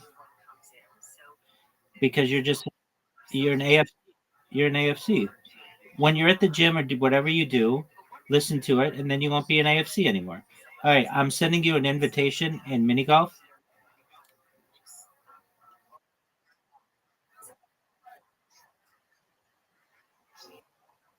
Okay. Cool story, bro. Have they ever played mini golf?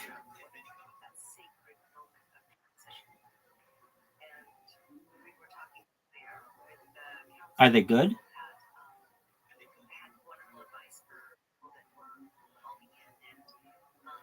So, do you know how you want me to judge your shot? Your shot was a 2.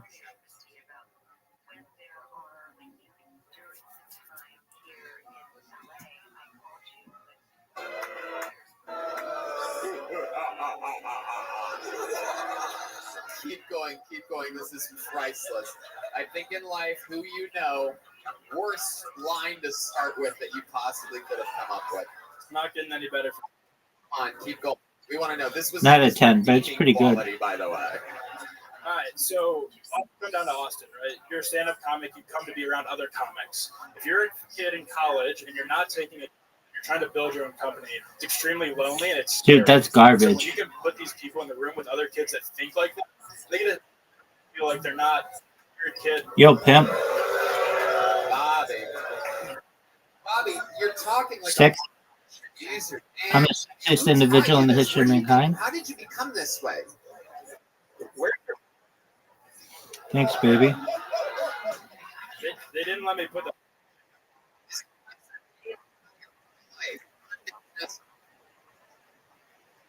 Oh, tons of people. They tell me that like every 15 minutes.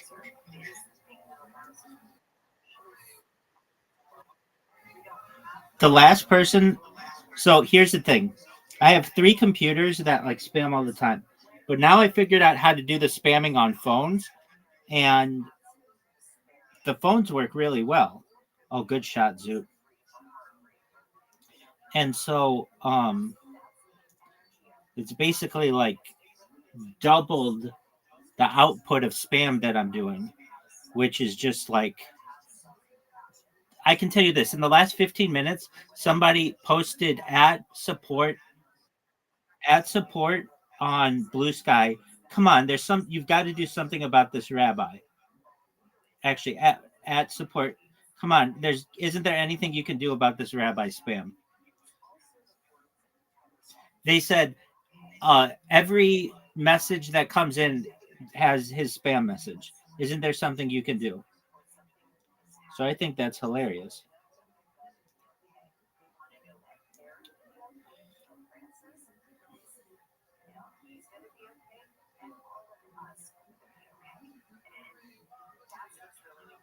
Oh, Zoot, is this going to have enough speed? Zoot.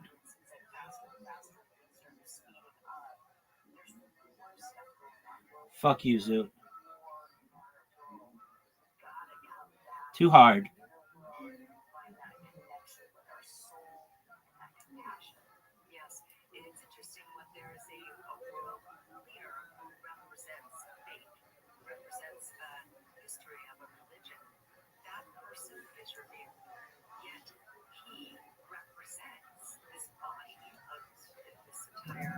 No pitch, no founders Cupid, anything about your life that would make us kind of like you. You can reference anything that you've ever done, that you do on a daily basis, perhaps something that you love, perhaps maybe you're nice in some way, maybe you do some type of nice thing or good deed, perhaps. Because right now you break puppies' necks, but with hands. That was my last and then I startup take idea. a percentage from the family. and we diverse that capital into and I think it's important that give us one thing before I let you go. This has gone on way too long. Make us like you. I don't know. You say what you want, but I think bringing people. Oh, get the fuck out of here! Get the fuck out of here! Get out of here! This is an official "You Suck" Kill Tony and Extra Small. Here you go, buddy. Hey! Oh yes, this is Kill Tony. I tried to warn you. Is that Shark Tank? Is that Shark Tank? You guys are so good. Make some noise for your next comedian out of the bucket. You've seen it. Anything can happen. His name is Patrick Carpenter, everybody. Here we go.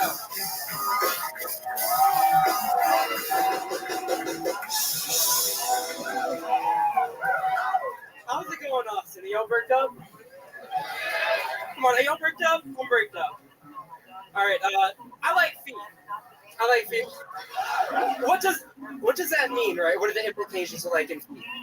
Well, it means I save a lot of money on OnlyFans because I don't have to subscribe to your OnlyFans when I can just put last year's Cancun pictures on Instagram. Does the same thing for me. So stick your toes in the sand, make me pay for it. I keep having this recurring dream that it's 9/11 and 7-Eleven and Arnold Schwarzenegger's my manager. Just like, he sees a second plane hit, he's like, that was not a chopper! Get down! And he's just yelling at me to do stuff like, restock the ramen noodles! Restock the cigars! And then I realized, like, cigars aren't really an appropriate nicotine consumption method after a national tragedy. Oh, whoa, what a weird shot, Smoke a dude. cigarette, you know? Be considerate. All right, No, it wasn't a 10, but it was 2.5 Men. strange. It's called 15 Men. It's just Charlie Sheen, the sober host. All right. Hell yeah, there you go. Yeah, How that you was doing? that was good. Welcome, Patrick. How you doing? You okay? Bricked up. Good. You're. I know, you took a screenshot and sent it to me. California for. I just moved from Boston a month ago. There you go. Salute. Zoot. We all have been through that phase. All of us that.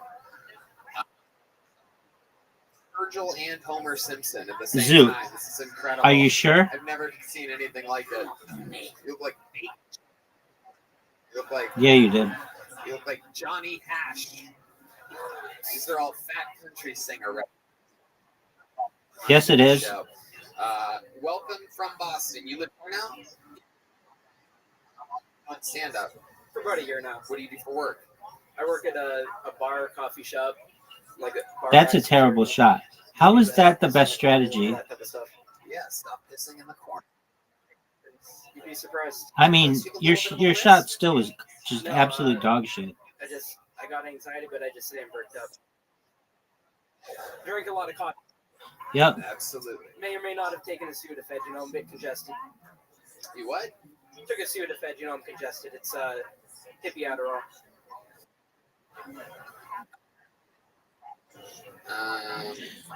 That's a good question. You know, I've seen more Flintstones, but I like the Jetsons more. What do you do for fun? Tell us more about you. Give us some information about your life. Martin Springs is fun. I actually Though the Flintstones movie, back in the day, the one with John Goodman, is phenomenal. They should make a Jetsons movie. Kayak's still afloat because you decided to come do comedy tonight. Adorable. Do you act a lot? Yes. I mean, I don't care who's the dad. You could be the dad, Zoot. All right, Patrick, what's your love life like? I'm trying. They should just make one. Yeah, that would be. Tell us about it. Tell us about how you're trying. The naked Betty Boop test have helped. Birthday. Yeah. So. Yeah, it's Betty Boobs. They got infected. Oh man, it's a bunch of downtrodden bucket holes tonight. I took antibiotics. It's good now. Okay. His face looks like an animatronic. Oh, what a shitty shot. Into like one of those like Sides. It looks like it's a plantation owner. They already made a Scooby-Doo movie. I'm trying to figure out more fact about your life that we're What'd you missing say? here. You seem like something. You seem like it seems like you life, like some type of What the fuck is darkness, wacky sadness races? behind your eyes that I'm trying to figure out. Tell us. Oh yeah. No one knows what I've that been to is. Around like 70 fish shows, so that could have some heart in it. Fish. A bit too much nitrous, you know. Oh shit. You do a lot of drugs. You know, from time to time, just don't tell Well, my Looney boss. Tunes is a lot more Boss? than No, just he probably does a lot of drugs too. probably Looney Tunes. So fish concerts. Oh, look at anything you, else? Zoot. Any special skills or talents or anything like that?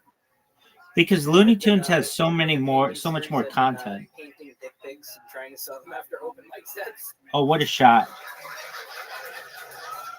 Wait, feed pics and dick pics. You putting Tarantino? Who are you? Good job, Zoot. I'm also writing a couple scripts, but let's not get into that yet. Are they prescriptions? What are we talking about?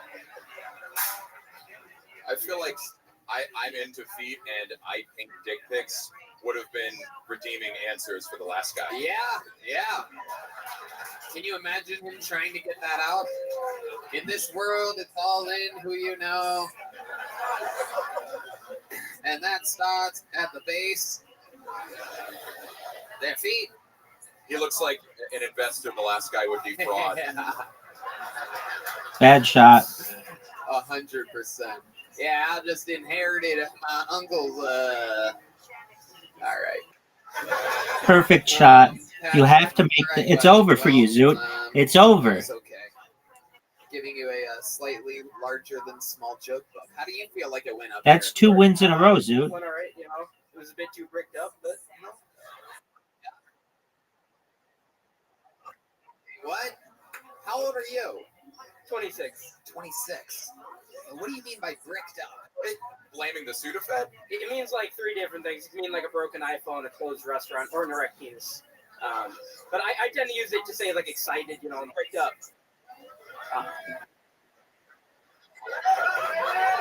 That's relative. It's subjective. That's subjective.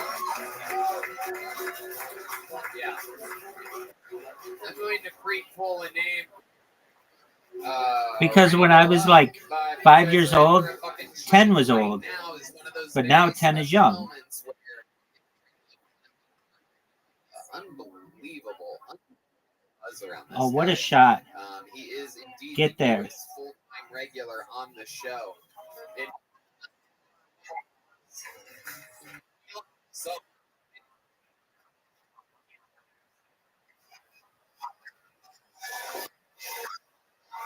Okay.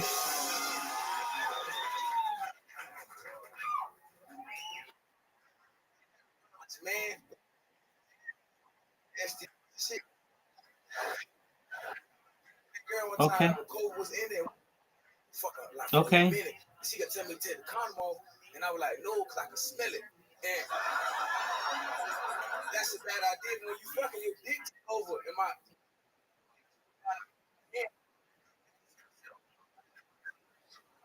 In treacherous waters. Now I mean, it's whatever you want it to be, dog. when I swam in treacherous waters, at 2 weeks after I fucked her, right? I was at work and I was pissing lava, and I went to the doctor and did all the tests. This right when COVID was ending, I had already got my vaccine shot. I'm not happy about that, but I got it, right? And then he was like, hey man, did you just take the vaccine? I was like, yeah, I did. He was like, oh, don't worry about it, just the side effect of that. I was like, for real? So now nigga, you got chlamydia. Hey guys, look. there it is, 58 seconds. The throw. The future and the present has arrived. Cam Patterson did it again. Another brand. This nigga crying. Yeah. I ain't even robbed you yet, bitch. This is dope, dude. This shit beautiful. This is a tough shot.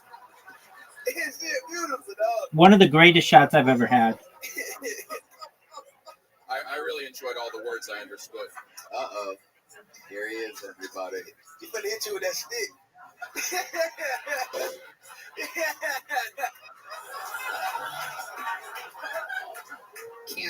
ask you something. During the commercial break, we found out that this gentleman in the front row is from Belize, and he said that he's black. What do you think about that? You think he's black?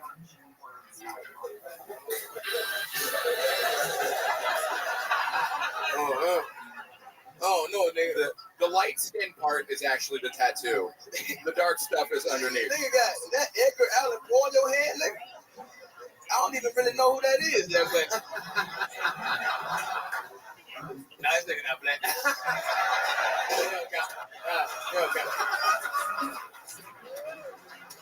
Yeah, don't talk to Nipsey Lazy over there. Shit. Nipsey Hussle. Hey, can I ask a question? Listen, where is Belize? It's a salon in East Austin. Okay, cool. All right. Black girl through your hair there. Yeah. Okay, cool. Yeah. Yeah, you can't say nigga, but I fuck with you. I feel like he says it, but only when black people aren't around. Am I right? You use it sometimes? You are wearing a Trump hat, so technically you can use wait a minute, I ain't even see that shit. That shit don't even count. Fuck no.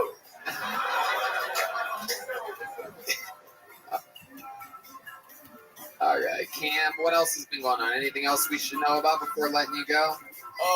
I'm getting less successful now, so I'm trying to fuck white women. Oh, hell yeah.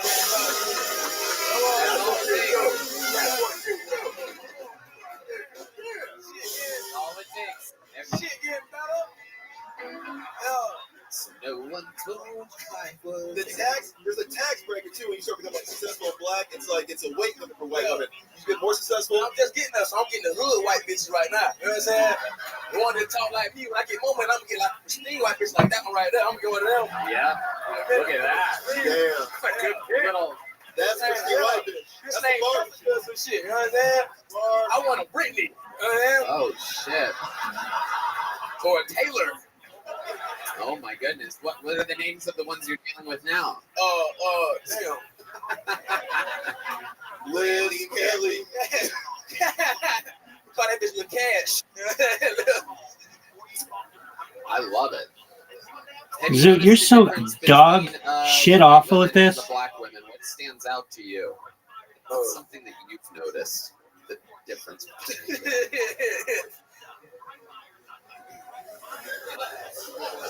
White women suck dick so well. Oh, shit. There's a bunch of angry white in the middle of the country. Fuck this shit.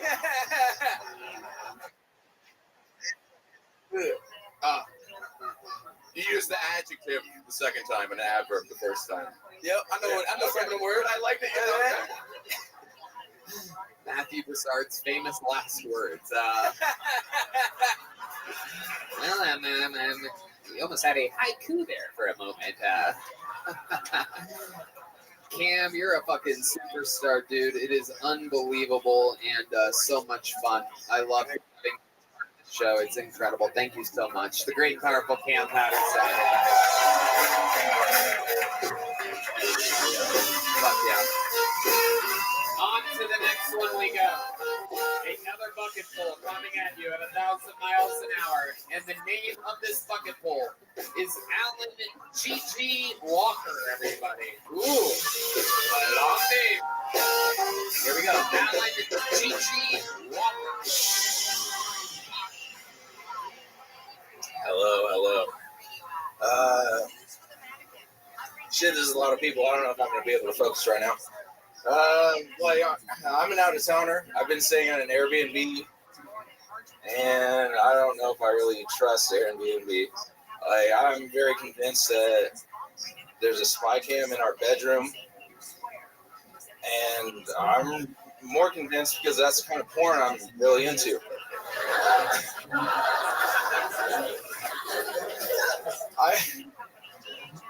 I can't get over the fact that, like, I just think every morning someone's waking up to me waking up at 8 a.m. and just slowly masturbating as I get through the recipe of what I'm going to make for breakfast. Zoot, you got your ass kicked. Come back after dinner. I don't know how I feel about that. Has anybody here ever slept with a coworker? All right, Lynn, dude, this is a better crowd than I'm fucking used to. No one wants to say that. It's weird. It can get weird. It's fun at first, but like after a while, you don't know where the relationship's gonna go. All right, there you go, Alan Gigi Walker. Welcome to the show, my friend. How Dude, are you ya? just got fucking spanked. How's it going? It's going. I did. You did a really great impression of an AFC. When are you going to listen to the game, son?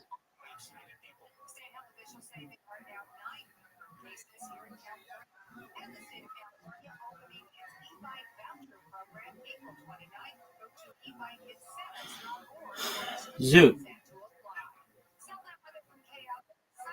I think the game will make you a better communicator.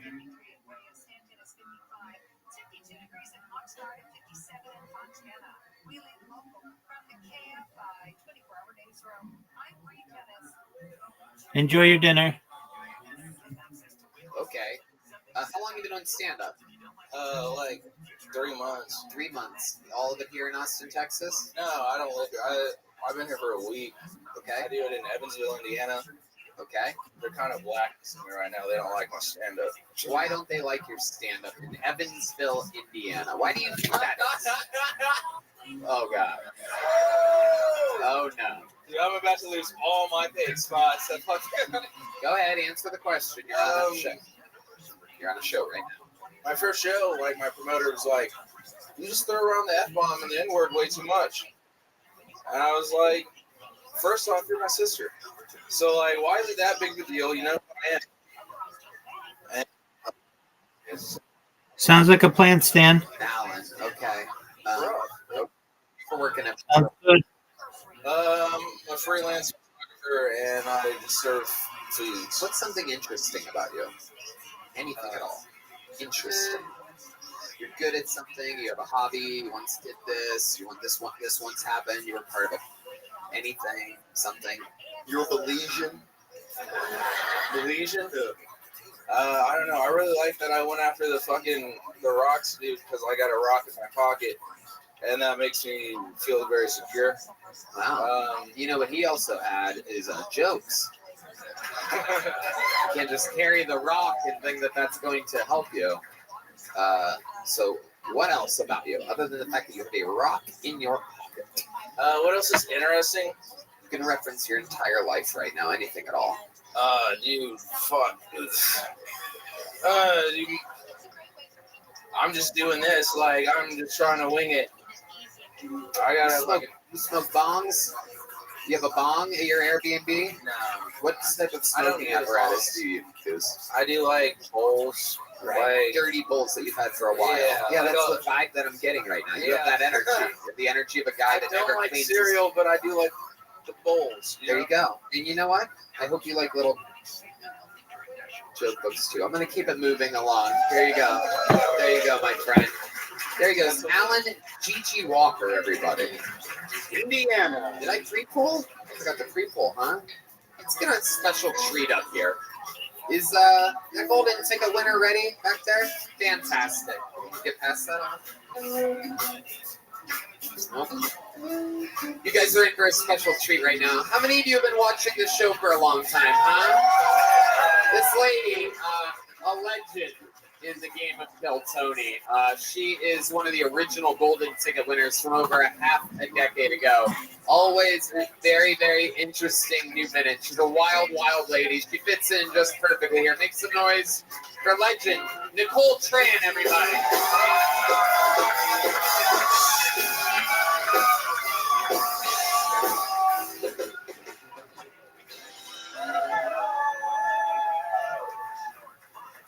Guess what, Tony?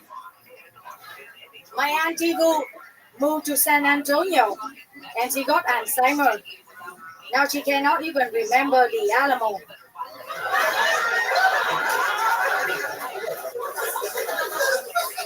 I saw a restaurant right next to an immigration office in El Paso. They say it's better to eat after you swim.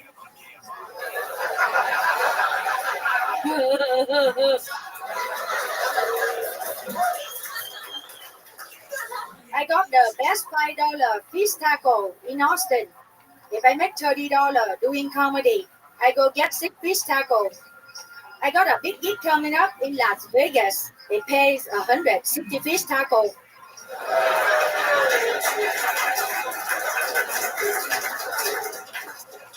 It gets so hot in Texas, man. You can fry an egg on the sidewalk. Who wants to eat that? Not me. Make me a pancake. There's a Walmart that's bigger than Oklahoma in Austin. In fact, aisle 7, 8, and 9 are Oklahoma.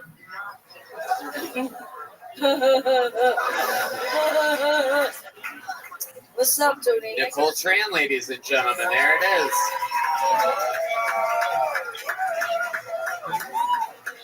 This is what would have happened if Hans and Janice would have tied earlier. Is this would have created a hybrid regular. My blue eye, Tony. My cousin Bing Bing, say hi to you, man. Your cousin Bing Bing? Yeah. Okay. My cousin Bing Bing just got her eyebrow tattoo. That guy did it too high. Now she looks surprised all the time. She said, this guy charged me too much for the tattoo. I say, surprise. Wow. Bing Bing loves frozen food, man. She spent $3,000 on frozen carrots, frozen peas, frozen meat. Now her credit is frozen. That's what, everything is frozen. that's what we she call gets. we call her the ice queen. She found liposuction much cheaper in Mexico, but it's located in a piñata factory. Really, it's not liposuction, Tony. They just knock the sugar out of you with a baseball bat. Actually, I got some merch for cousin Bing Bing. The merch. For girls, if you get the sexy Bing Bing t-shirt for the back, you get bonbon. And you're going to be selling this merch in the lobby after the show, right? Okay. You cover my airplane cloth. This is for guy. If you get the sexy Bing Bing t-shirt, I guarantee you get bang bang. Hey, that's a much. This is a much better Shark Tank pitch than what we saw earlier. This is like Sushi Tank. I see that Nicole said, Pink, I loved you in Oppenheimer, by the way. Oh, she was. Man, I love your show, Tony. Your shows make me famous, man. Now I move from West Hollywood. Everybody knows Nicole Tran, Q Tony podcast. Good. That is true. I really like changing people's lives. So you moved from Bay Area to West Hollywood. So I just opened 5 checking accounts. If one bounce, I use another one. If that one bounce, I bounce again. Eventually, I'm bouncing more than Dolly Parton on the trampolines. Oh my goodness. Matthew Broussard, what do you think about this? I really like her delivery. She has the timing of an automated voice messaging system. Please press 1 for more options. My friend Bing Bing says hello, Tony. If I bounce again. Trời ơi, để cho nói chị đi mà. Let me tell joke, man. Somebody, listen, man, I come here to tell jokes, man. I don't come here and let you make fun of me, man. I spent $1,000 to make people laugh, man. Somebody stole my identity. They did not know I was wanted by immigration. That poor guy ended up slapping pigs in Phnom Penh.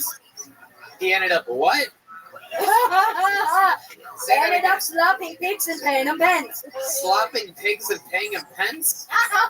What? Phnom Penh. Say it again. Say it again. Say it again. I want you to say it again. He ended up what? He ended up slapping pigs and Phnom Penh. Slopping pigs and paying them pens. That's why I like white guys. They always laugh at me. Can you spell it for us? Oh, shit.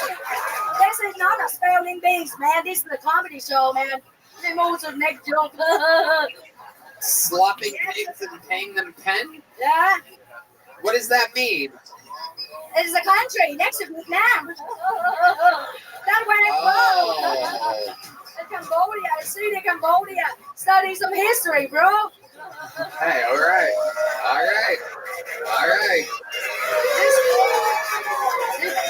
This lovely blue-eyed white dude needs study Asian history, man.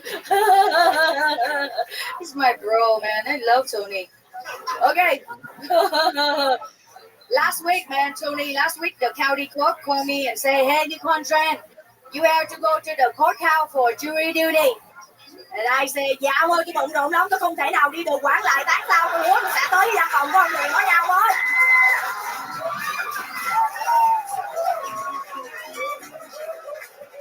And he says, okay, never mind.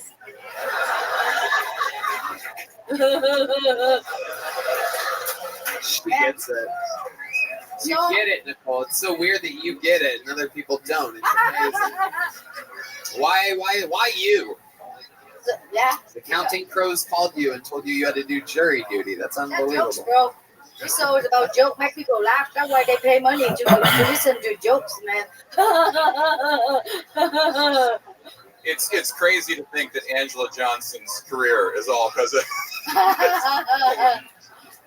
Okay, by the way, if you Angela Johnson is not a crossover there. Yeah. If you have Instagram, please follow me on Instagram. I need Instagram follower. Instagram is Nicole Tran Comedy. NICOLETIAN Comedy.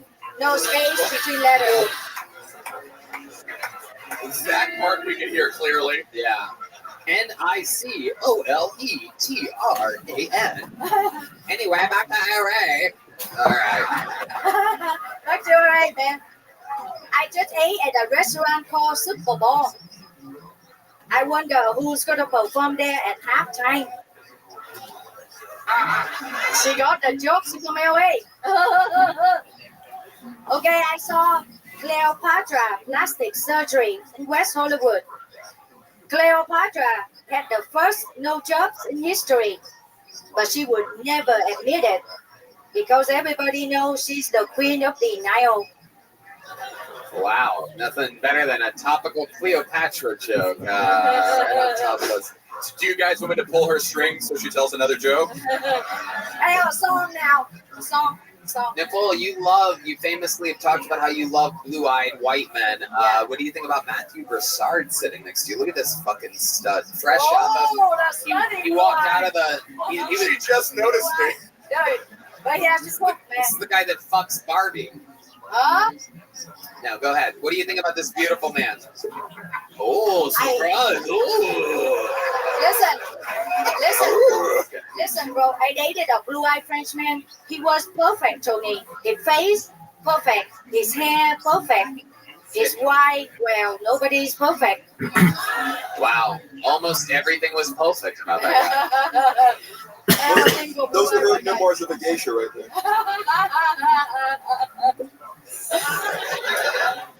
Oh, I have a big news coming up, Tony. Oh, yes. I'm doing a comedy special at Open Bar Comedy. Sounds like you're big open. news. Big news, bro. Let me talk. Let the blue eyes white guy let you do the talking, man. It's an Asian show business, man. It's gonna be filming on Tuesday, February 27th. It's a big deal.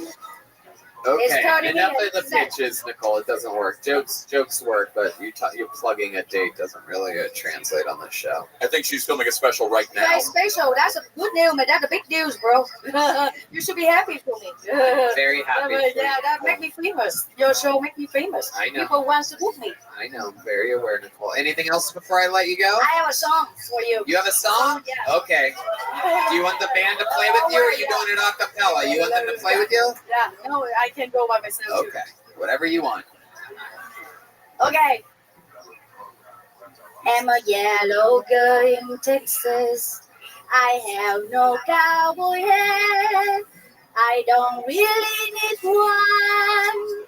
I got a 10-gallon butt. I know Tony loves me. He buzzed me like a beast.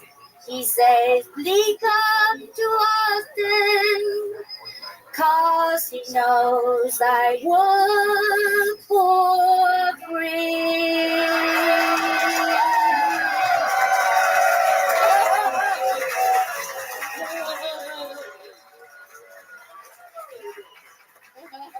Unbelievable performance. You guys gotta buy these very, very, very limited edition Nicole Tran shirts on your way out. Thank you. The big thing. She literally flew those here. Make some noise one more time for golden ticket winner Nicole Tran, everybody. Thank you, Tony. Thank you, Rick. There you go. That's it, Nicole. There you go. Thank you, Nicole. That bitch talks a lot. You should see her in the fucking green room. I did tell her like 5 words. Like, Nicole, fucking relax. Jesus.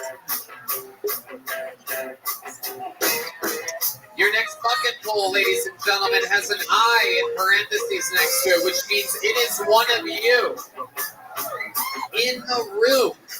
Make some noise. This is always exciting. One of your own. Tyler Bowe, everybody. Tyler Bowe is next. Right there. It's happening. Wow. Oh, he's taking a shortcut. Okay. There you go. Go that way. Go to the set. Go that way.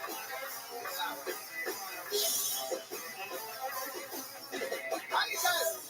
One more time for Tyler Bowe, everyone. I was just about to yell in this thing. How you guys doing tonight? Thank you very much for having me. Let's get this out of the way. I'm a white guy. No, don't cheer for that. Don't cheer for that shit. I mean, we're practically supervillains at this point. Shit. Speaking of whiteness, let me talk about slavery real quick. Hold on, people. I gotta roll here. All right. So, you expect me, a white guy, another white guy, went ahead and sailed to Africa. Sounds about right so far. But then you expect me to go ahead and throw a net and catch a black guy that runs from lions and shit and hunts them with a spear. Let me tell you, from a white guy's perspective, we don't have the fucking stamina. We do not. Well, another thing about me.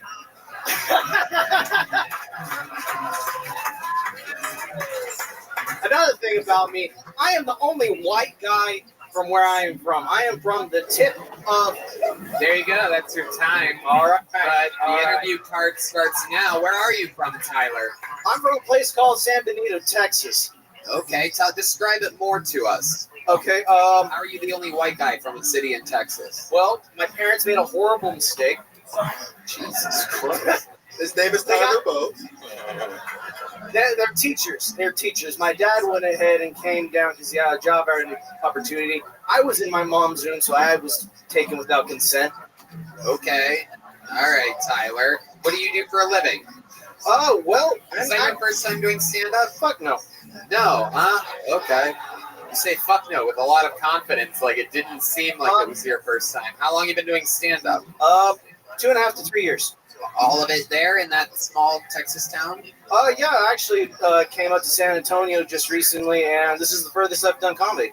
How does it feel? It's a little awkward. I can't see everybody. The light is in my face, and to be honest... She magic. Our sweet, sweet D-Magic. Never misses a fucking beat, this guy. Can I be honest with you, Tony? Sure. This is the first time I ever heard about you. Okay. Well, Tyler, can I be honest with you? Yeah, go ahead. Yeah. This is the first time I've ever heard about you, Tyler. But I'm serious. I never heard about Kill Tony about a month ago, and I'm just a total loser. My friend over here, Tyler, stick with me. You're getting a little excited with this pre-planned self-sabotage that you're doing right now. Was it a month ago, or was it right now? Because you just said I never heard of you until right now. But yeah, you just said a month ago. Yeah, a month ago. So how'd you find out about the show? Well, I went ahead and heard about the rock guy. Well, how did you hear about the rock guy? Oh, my friend went ahead and showed me a video over here, Harvey, and then he was like, you know, it'd be nice to go ahead and get tickets. Right. And then, like, so you bought tickets to some No, show he bought tickets. I just went ahead and paid for gas money. Right. So you paid money to come to a show so that you could tell the guy hosting it that you've never heard of him before? Until right now, even though it was a month ago, it's just like I everybody just else. feel like found out we about gotta be honest with each other. You what? We gotta be honest with each other. That's all. Let's find out how honest you actually Oh, are. you don't want to know. Tell us more about your actual life. Tell us something that we would be surprised to know. You talked about the logistics side of slavery during your 60 seconds. You said that you're a white guy and that they're villains now. A lot of really hard-hitting subject material. Very much, yeah. But no, I am the only white guy pretty much down in the valley, and I was the only white guy on the football team. I had a nickname, Powder. So this is your identity? Is that you're the white guy? And No, now you're here in no, Austin? that's just how I lived my life. That's just how it is. Okay. No one else will let me live any other life Tyler, down relax there. a little bit. You're talking a lot now, Tyler. You're not in San Benito anymore, dude. True. What kind of powder was it? Meth? My coaches thought it was coke because one day they went ahead and pulled me into the head coach's office, and I think this was their attempt to go ahead and sexually assault me.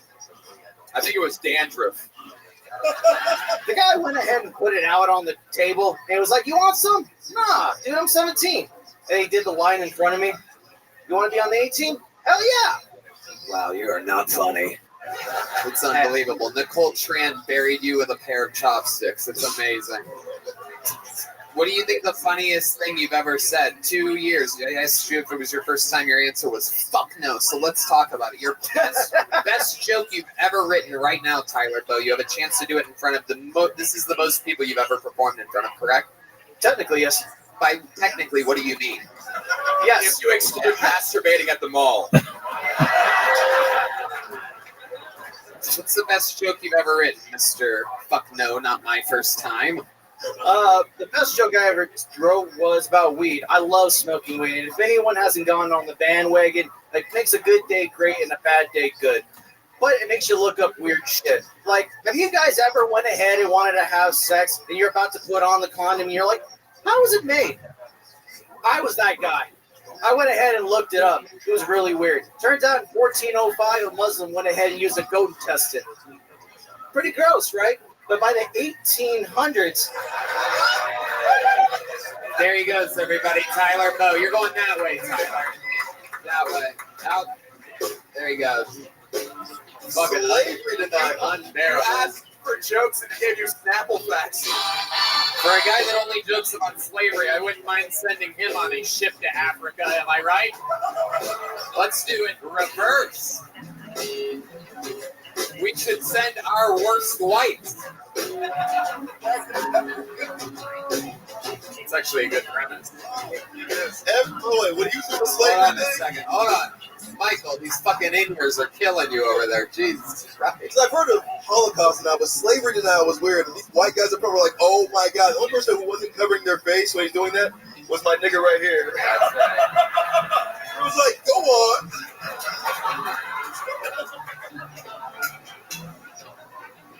Isn't it nice to be able to call someone in a Trump hat the N-word?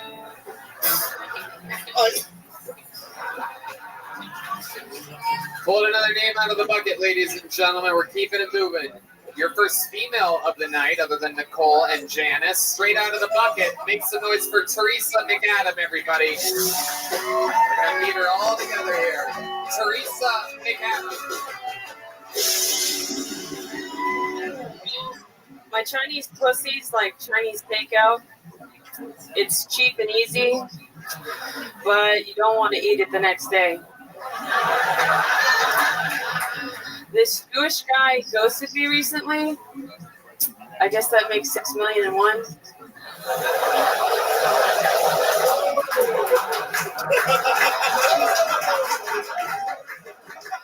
When I try to look sexy, I just chug NyQuil because the most irresistible I've ever looked, I was unconscious.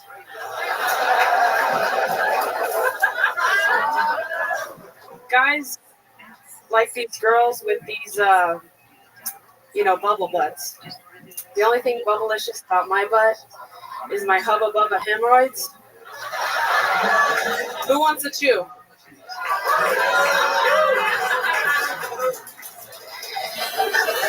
I think I have a really short taint.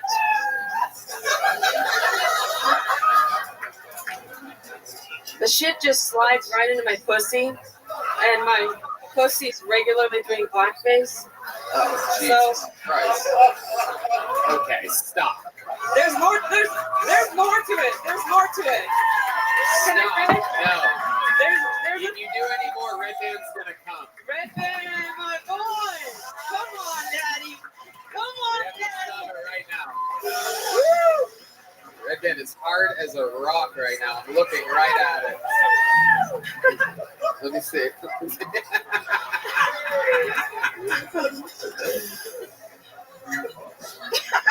I'm sorry. You just touched it, by the way. Yeah, I know. This is what I have to do to keep myself entertained nowadays. It's fucking. Was that it, or was that your second belly flap, or whatever that is down there? I don't know what that was. It was soft, that's for sure. Was it your actual penis? That was the tip of it. Yeah. Yeah, hell yeah. Turtle. It was like a turtle. Yes. There's another part of it. I'm just throwing it out there. Okay, what's the rest of it? The pussy does blackface, or shit all over your pussy. Shit all over my pussy. Yeah. So I get these raging yeast infections. And yeah, ew. And I Googled, can you get eaten out when you have a yeast infection? Oh, yeah. Probably. And it feels like the best back scratch. You know, like up a little bit, down a little bit, left to the right harder. Like blow cottage cheese all over his face. Wow. You are fucking disgusting. Matthew Broussard. Yeah, I'm Jewish, and just as a note, I can't eat out pussy if it has a yeast infection, if it's on Passover. I have to wait for it to leaven. Okay. Heck yeah. I also, for many reasons, could never eat your pussy. Teresa, let's talk about it. How long you been doing stand-up? 3 months. 3 months. Okay, already better than somebody I know that's been doing it 2.5 years.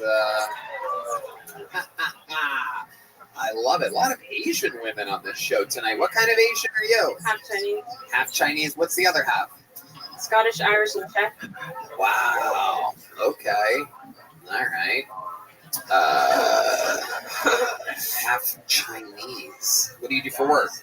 I'm a pre-K special education teacher's aide. Oh my God. Is that who's writing your material for you?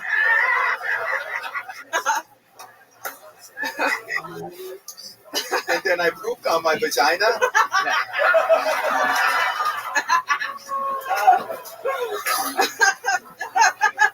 Come on, don't sneak in extra fart noises. So Teresa, you seem a lot of your set has to do with sexual things. Are you very sexually active? I'm recently separated from a 10-year divorce to an autistic firefighter. Wow, damn. So at least you could spray your pussy down before eating it. That's incredible. No. He was too scared to fuck me, believe it or not. Really? Yeah. Why was he scared to fuck you? Because of the autism. Oh, really? Yeah. What kind of autism are we talking about? Was he afraid he'd give it to you? I have it too a little bit, but I think he's way more, Yeah. So how long have you been separated from the autistic fire? 3 months. 3 months. So you've just been on a tear. Yes. So what's been going on? Describe some of your actual interactions with other humans with us. Okay. I am excited about this. Yeah, so I've been on a Hispanic frenzy. Ooh, is that a dating site? It should be. No, it should be. Yeah. I wish it was. Who's Gone Wild, perhaps one could say. God. Hey, what's all the shit on your pussy? Hey, your pussy's so blackface. Oh. Yo, your pintos are black beans. Dude. Hispanic frenzy. So you're just out there with the Hispanics. What's going on? Tell us about it. I had sex with 3 different guys named Angel in 1 month. Oh my God. It's not called running train. It's just a regular sized car. There's a lot of people in it. Damn. I didn't know angels go to hell too. That's incredible. Founders Cupid, am I right? So stupid. This is the dumbest show of all time. 3 angels in a month. So tell us more. Describe what's going on here. Tell us. You want to know about the angels? Yes, anything. Keep going. Any of the angels, Salvadors, fucking Mijos. Okay, so Angel, I met on Live Links. What's Live Links? You call in this number and then you This talk to sounds guys. old school. This is like from the 90s or something. Yeah. Are you still up? T Madness knows what it is. Live Links. Yeah. 1-800 Live Links. Yeah. Okay. So he's like, yeah. He's on fentanyl tonight, everybody, for the first time. He's experimenting. I'm kidding, D. We know you're not on fentanyl. Yeah, so. Okay, D. Let's keep listening then. Chatty. So Angel was like, come to Dallas. I'll give you gas money, pay for a hotel. I get to Dallas. Didn't get any gas money. He asked me to pay for the hotel. Oh, shit. And then he said he'd Venmo me for some Plan B, and he fucking didn't. So I was like $300 out. That was like an expensive Mexican hooker. Yeah, that is incredible. You got fucking. I got fucked. Yeah.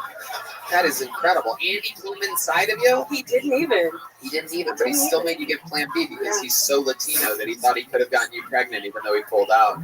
That is a true Hispanic. Angels do miracles. So. Yeah. Yeah, you were touched by an angel.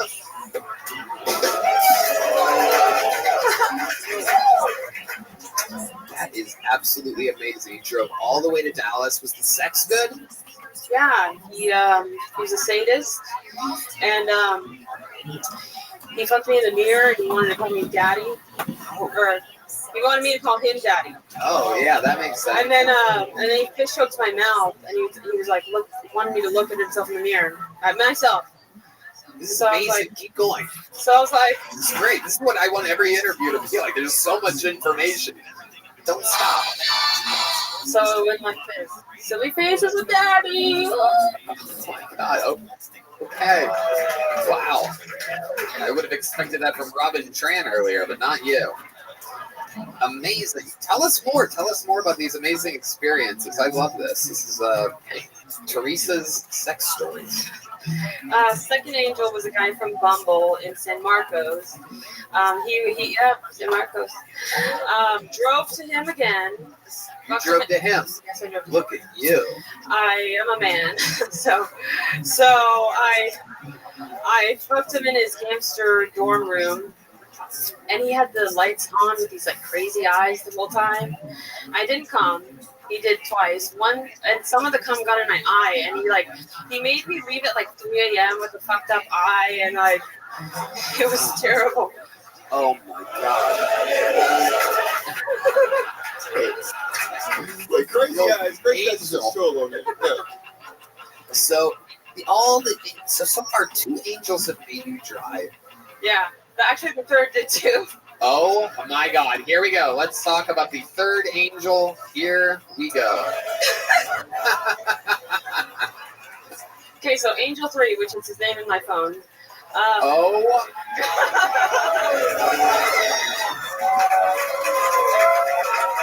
not even lying. It's Brilliant. literally Angel 3. Brilliant. So I drive like 45 minutes to Angel 3, and he has this like degenerative hunchback condition. Oh my. And this is like when you hear like dating in LA is hard. It's like, have you met my friend Teresa? Okay. Just getting her. So, and at this point, I think I had like given out like 8 orgasms in a row from like, 4 different guys or whatever. Right. And so we have sex, and neither of us come because he has to go to a birthday party. Oh, that is so Hispanic. That is incredible. But I respected it. And then next time we fucked, Then he goes, "Oh, I just want you to know, I've never cheated on my girlfriend before, but until now with you." Was that after he came in your eye or in your pussy? No, that was Angel 2. Don't get him mixed up.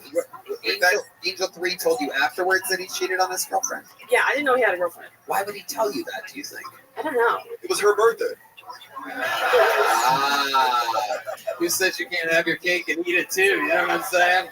The old chocolate cake, because your pussy's covered in shit. That's a callback. I thought it was a kid's party and he just showed up cocked and loaded. It's unbelievable. 3 angels. Do we have? Can you name some other names? But this is. The next guy was Mexican. His name was John. That was kind of weird. Oh, Mexican John. Okay, tell us about Mexican John. Also, live links. He picked me up. We Whoa, hello. That is my new favorite sound effect, by the way. Let's go. I can't believe we found a new one here. It took 3 angels for us to find the hallelujah button for the first time in 10 years. Amazing. Yeah, so then he took me to that outlook that looks over the city, smoked some weed, grabbed my ass. Then we went to his car. We went to 15 different hotels that were all booked. Ended up in a parking lot, and then backseat. So you end up in a parking lot. Are you guys in the front seats, the back seat? Front. And this car was the biggest piece of shit you could even imagine. Right. Yeah. Red man in the zone right now. Yes. Okay, so you're in the front seat of his car. What happens? Stick shift? Automatic? Automatic. Okay. Yeah. You crawl over, he comes over to you, you put the seat back. What goes on here? A lot of people are the confused. seat's back. He let me taste his leche. Whoa, that's basically Mexican third base for the other two that don't know. Once you try the leche, you okay. Turn into his leche. Sometimes I can't compute the setup that I force myself to. Once you try the leche, you turn into his leche. Yeah, there you go. Absolutely. You kept thinking about it. I forced myself to have a half a second there, so you got it. Yeah, right. That, sex. Somehow the condom came off. Whoa. And then what else happened? Oh, and that's when we finished in my mouth. The old switcheroo. Absolutely. Yeah. The old dolce de leche. That's how they're sneaking in the country. All right. But he didn't. But I didn't come, so we never talked again. Have you ever been with a black man before? Actually, I recently fucked a half-black comedian. Half black. Yeah, he's been on the show. Half black. Half black. Yeah. Half black. Is that a rubber ducky? Half black. Yeah. All right. So tell us about the half black. So the half black was totally not my type. You know, should I say it? He's been on the show. No. Don't say it. No, we don't want to know which half black comedian. This ain't no Joker. What the fuck? Sorry, that's snitching. Am I snitching? Am I triggering you?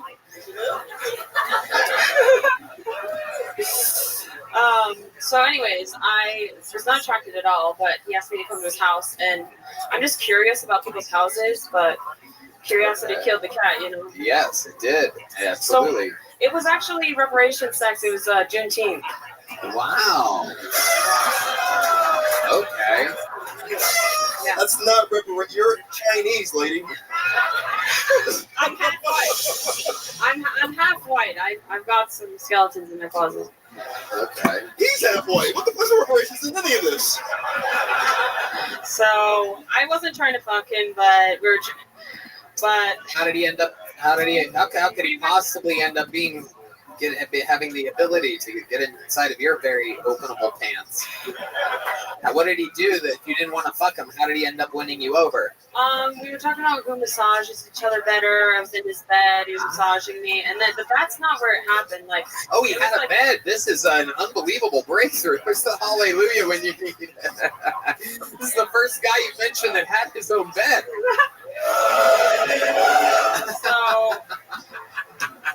So yeah, he he's trying to get it all night. Finally, at like 4 a.m., he puts my hand on his big black cock. Wow. So his cock is on the black part. Yeah. Of the half black. I'm used to. This episode brought to you by Half Black. The way you said Half Black opened up a part of my brain. I'm used to my little Chinese brother doing that, not a big black brother. Wait, what? What? Okay, relax. It's enough. What? I'm used to my little Chinese brother doing that, not a big black brother. Okay. So was that the best sex that we've had? The half black? Well, I was actually falling asleep here and there. Oh, was it Bill Cosby? And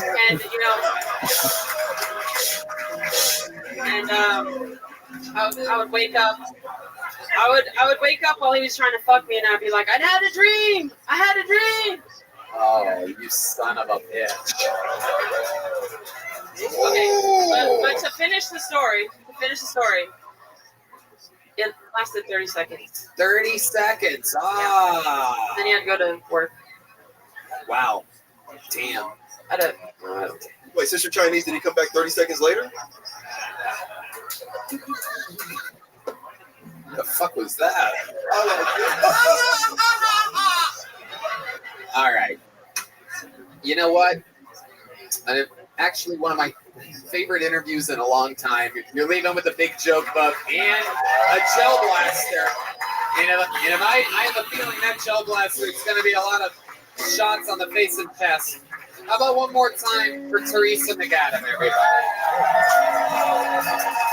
All right, we have one last bucket full. We're going to get through it real quick. We're running into overtime. Make some noise for your final bucket full tonight. Alex Reyes, everybody. Here we go. In and out, Alex Reyes after an 18-minute interview with Teresa McAdam. Come on, everybody. Your final bucket full tonight. One more time for Alex, everybody. These people wait for hours for this. I'm 38 years old. I'm going back to school. I'm taking a DWI class.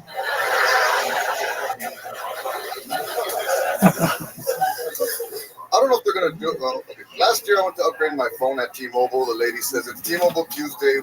We're giving away stuff. Everybody gets a pair of socks. The socks are rainbow because we're celebrating Pride. They have the T-Mobile logo. All you have to do is go on your phone. I said, ma'am, I don't want the socks.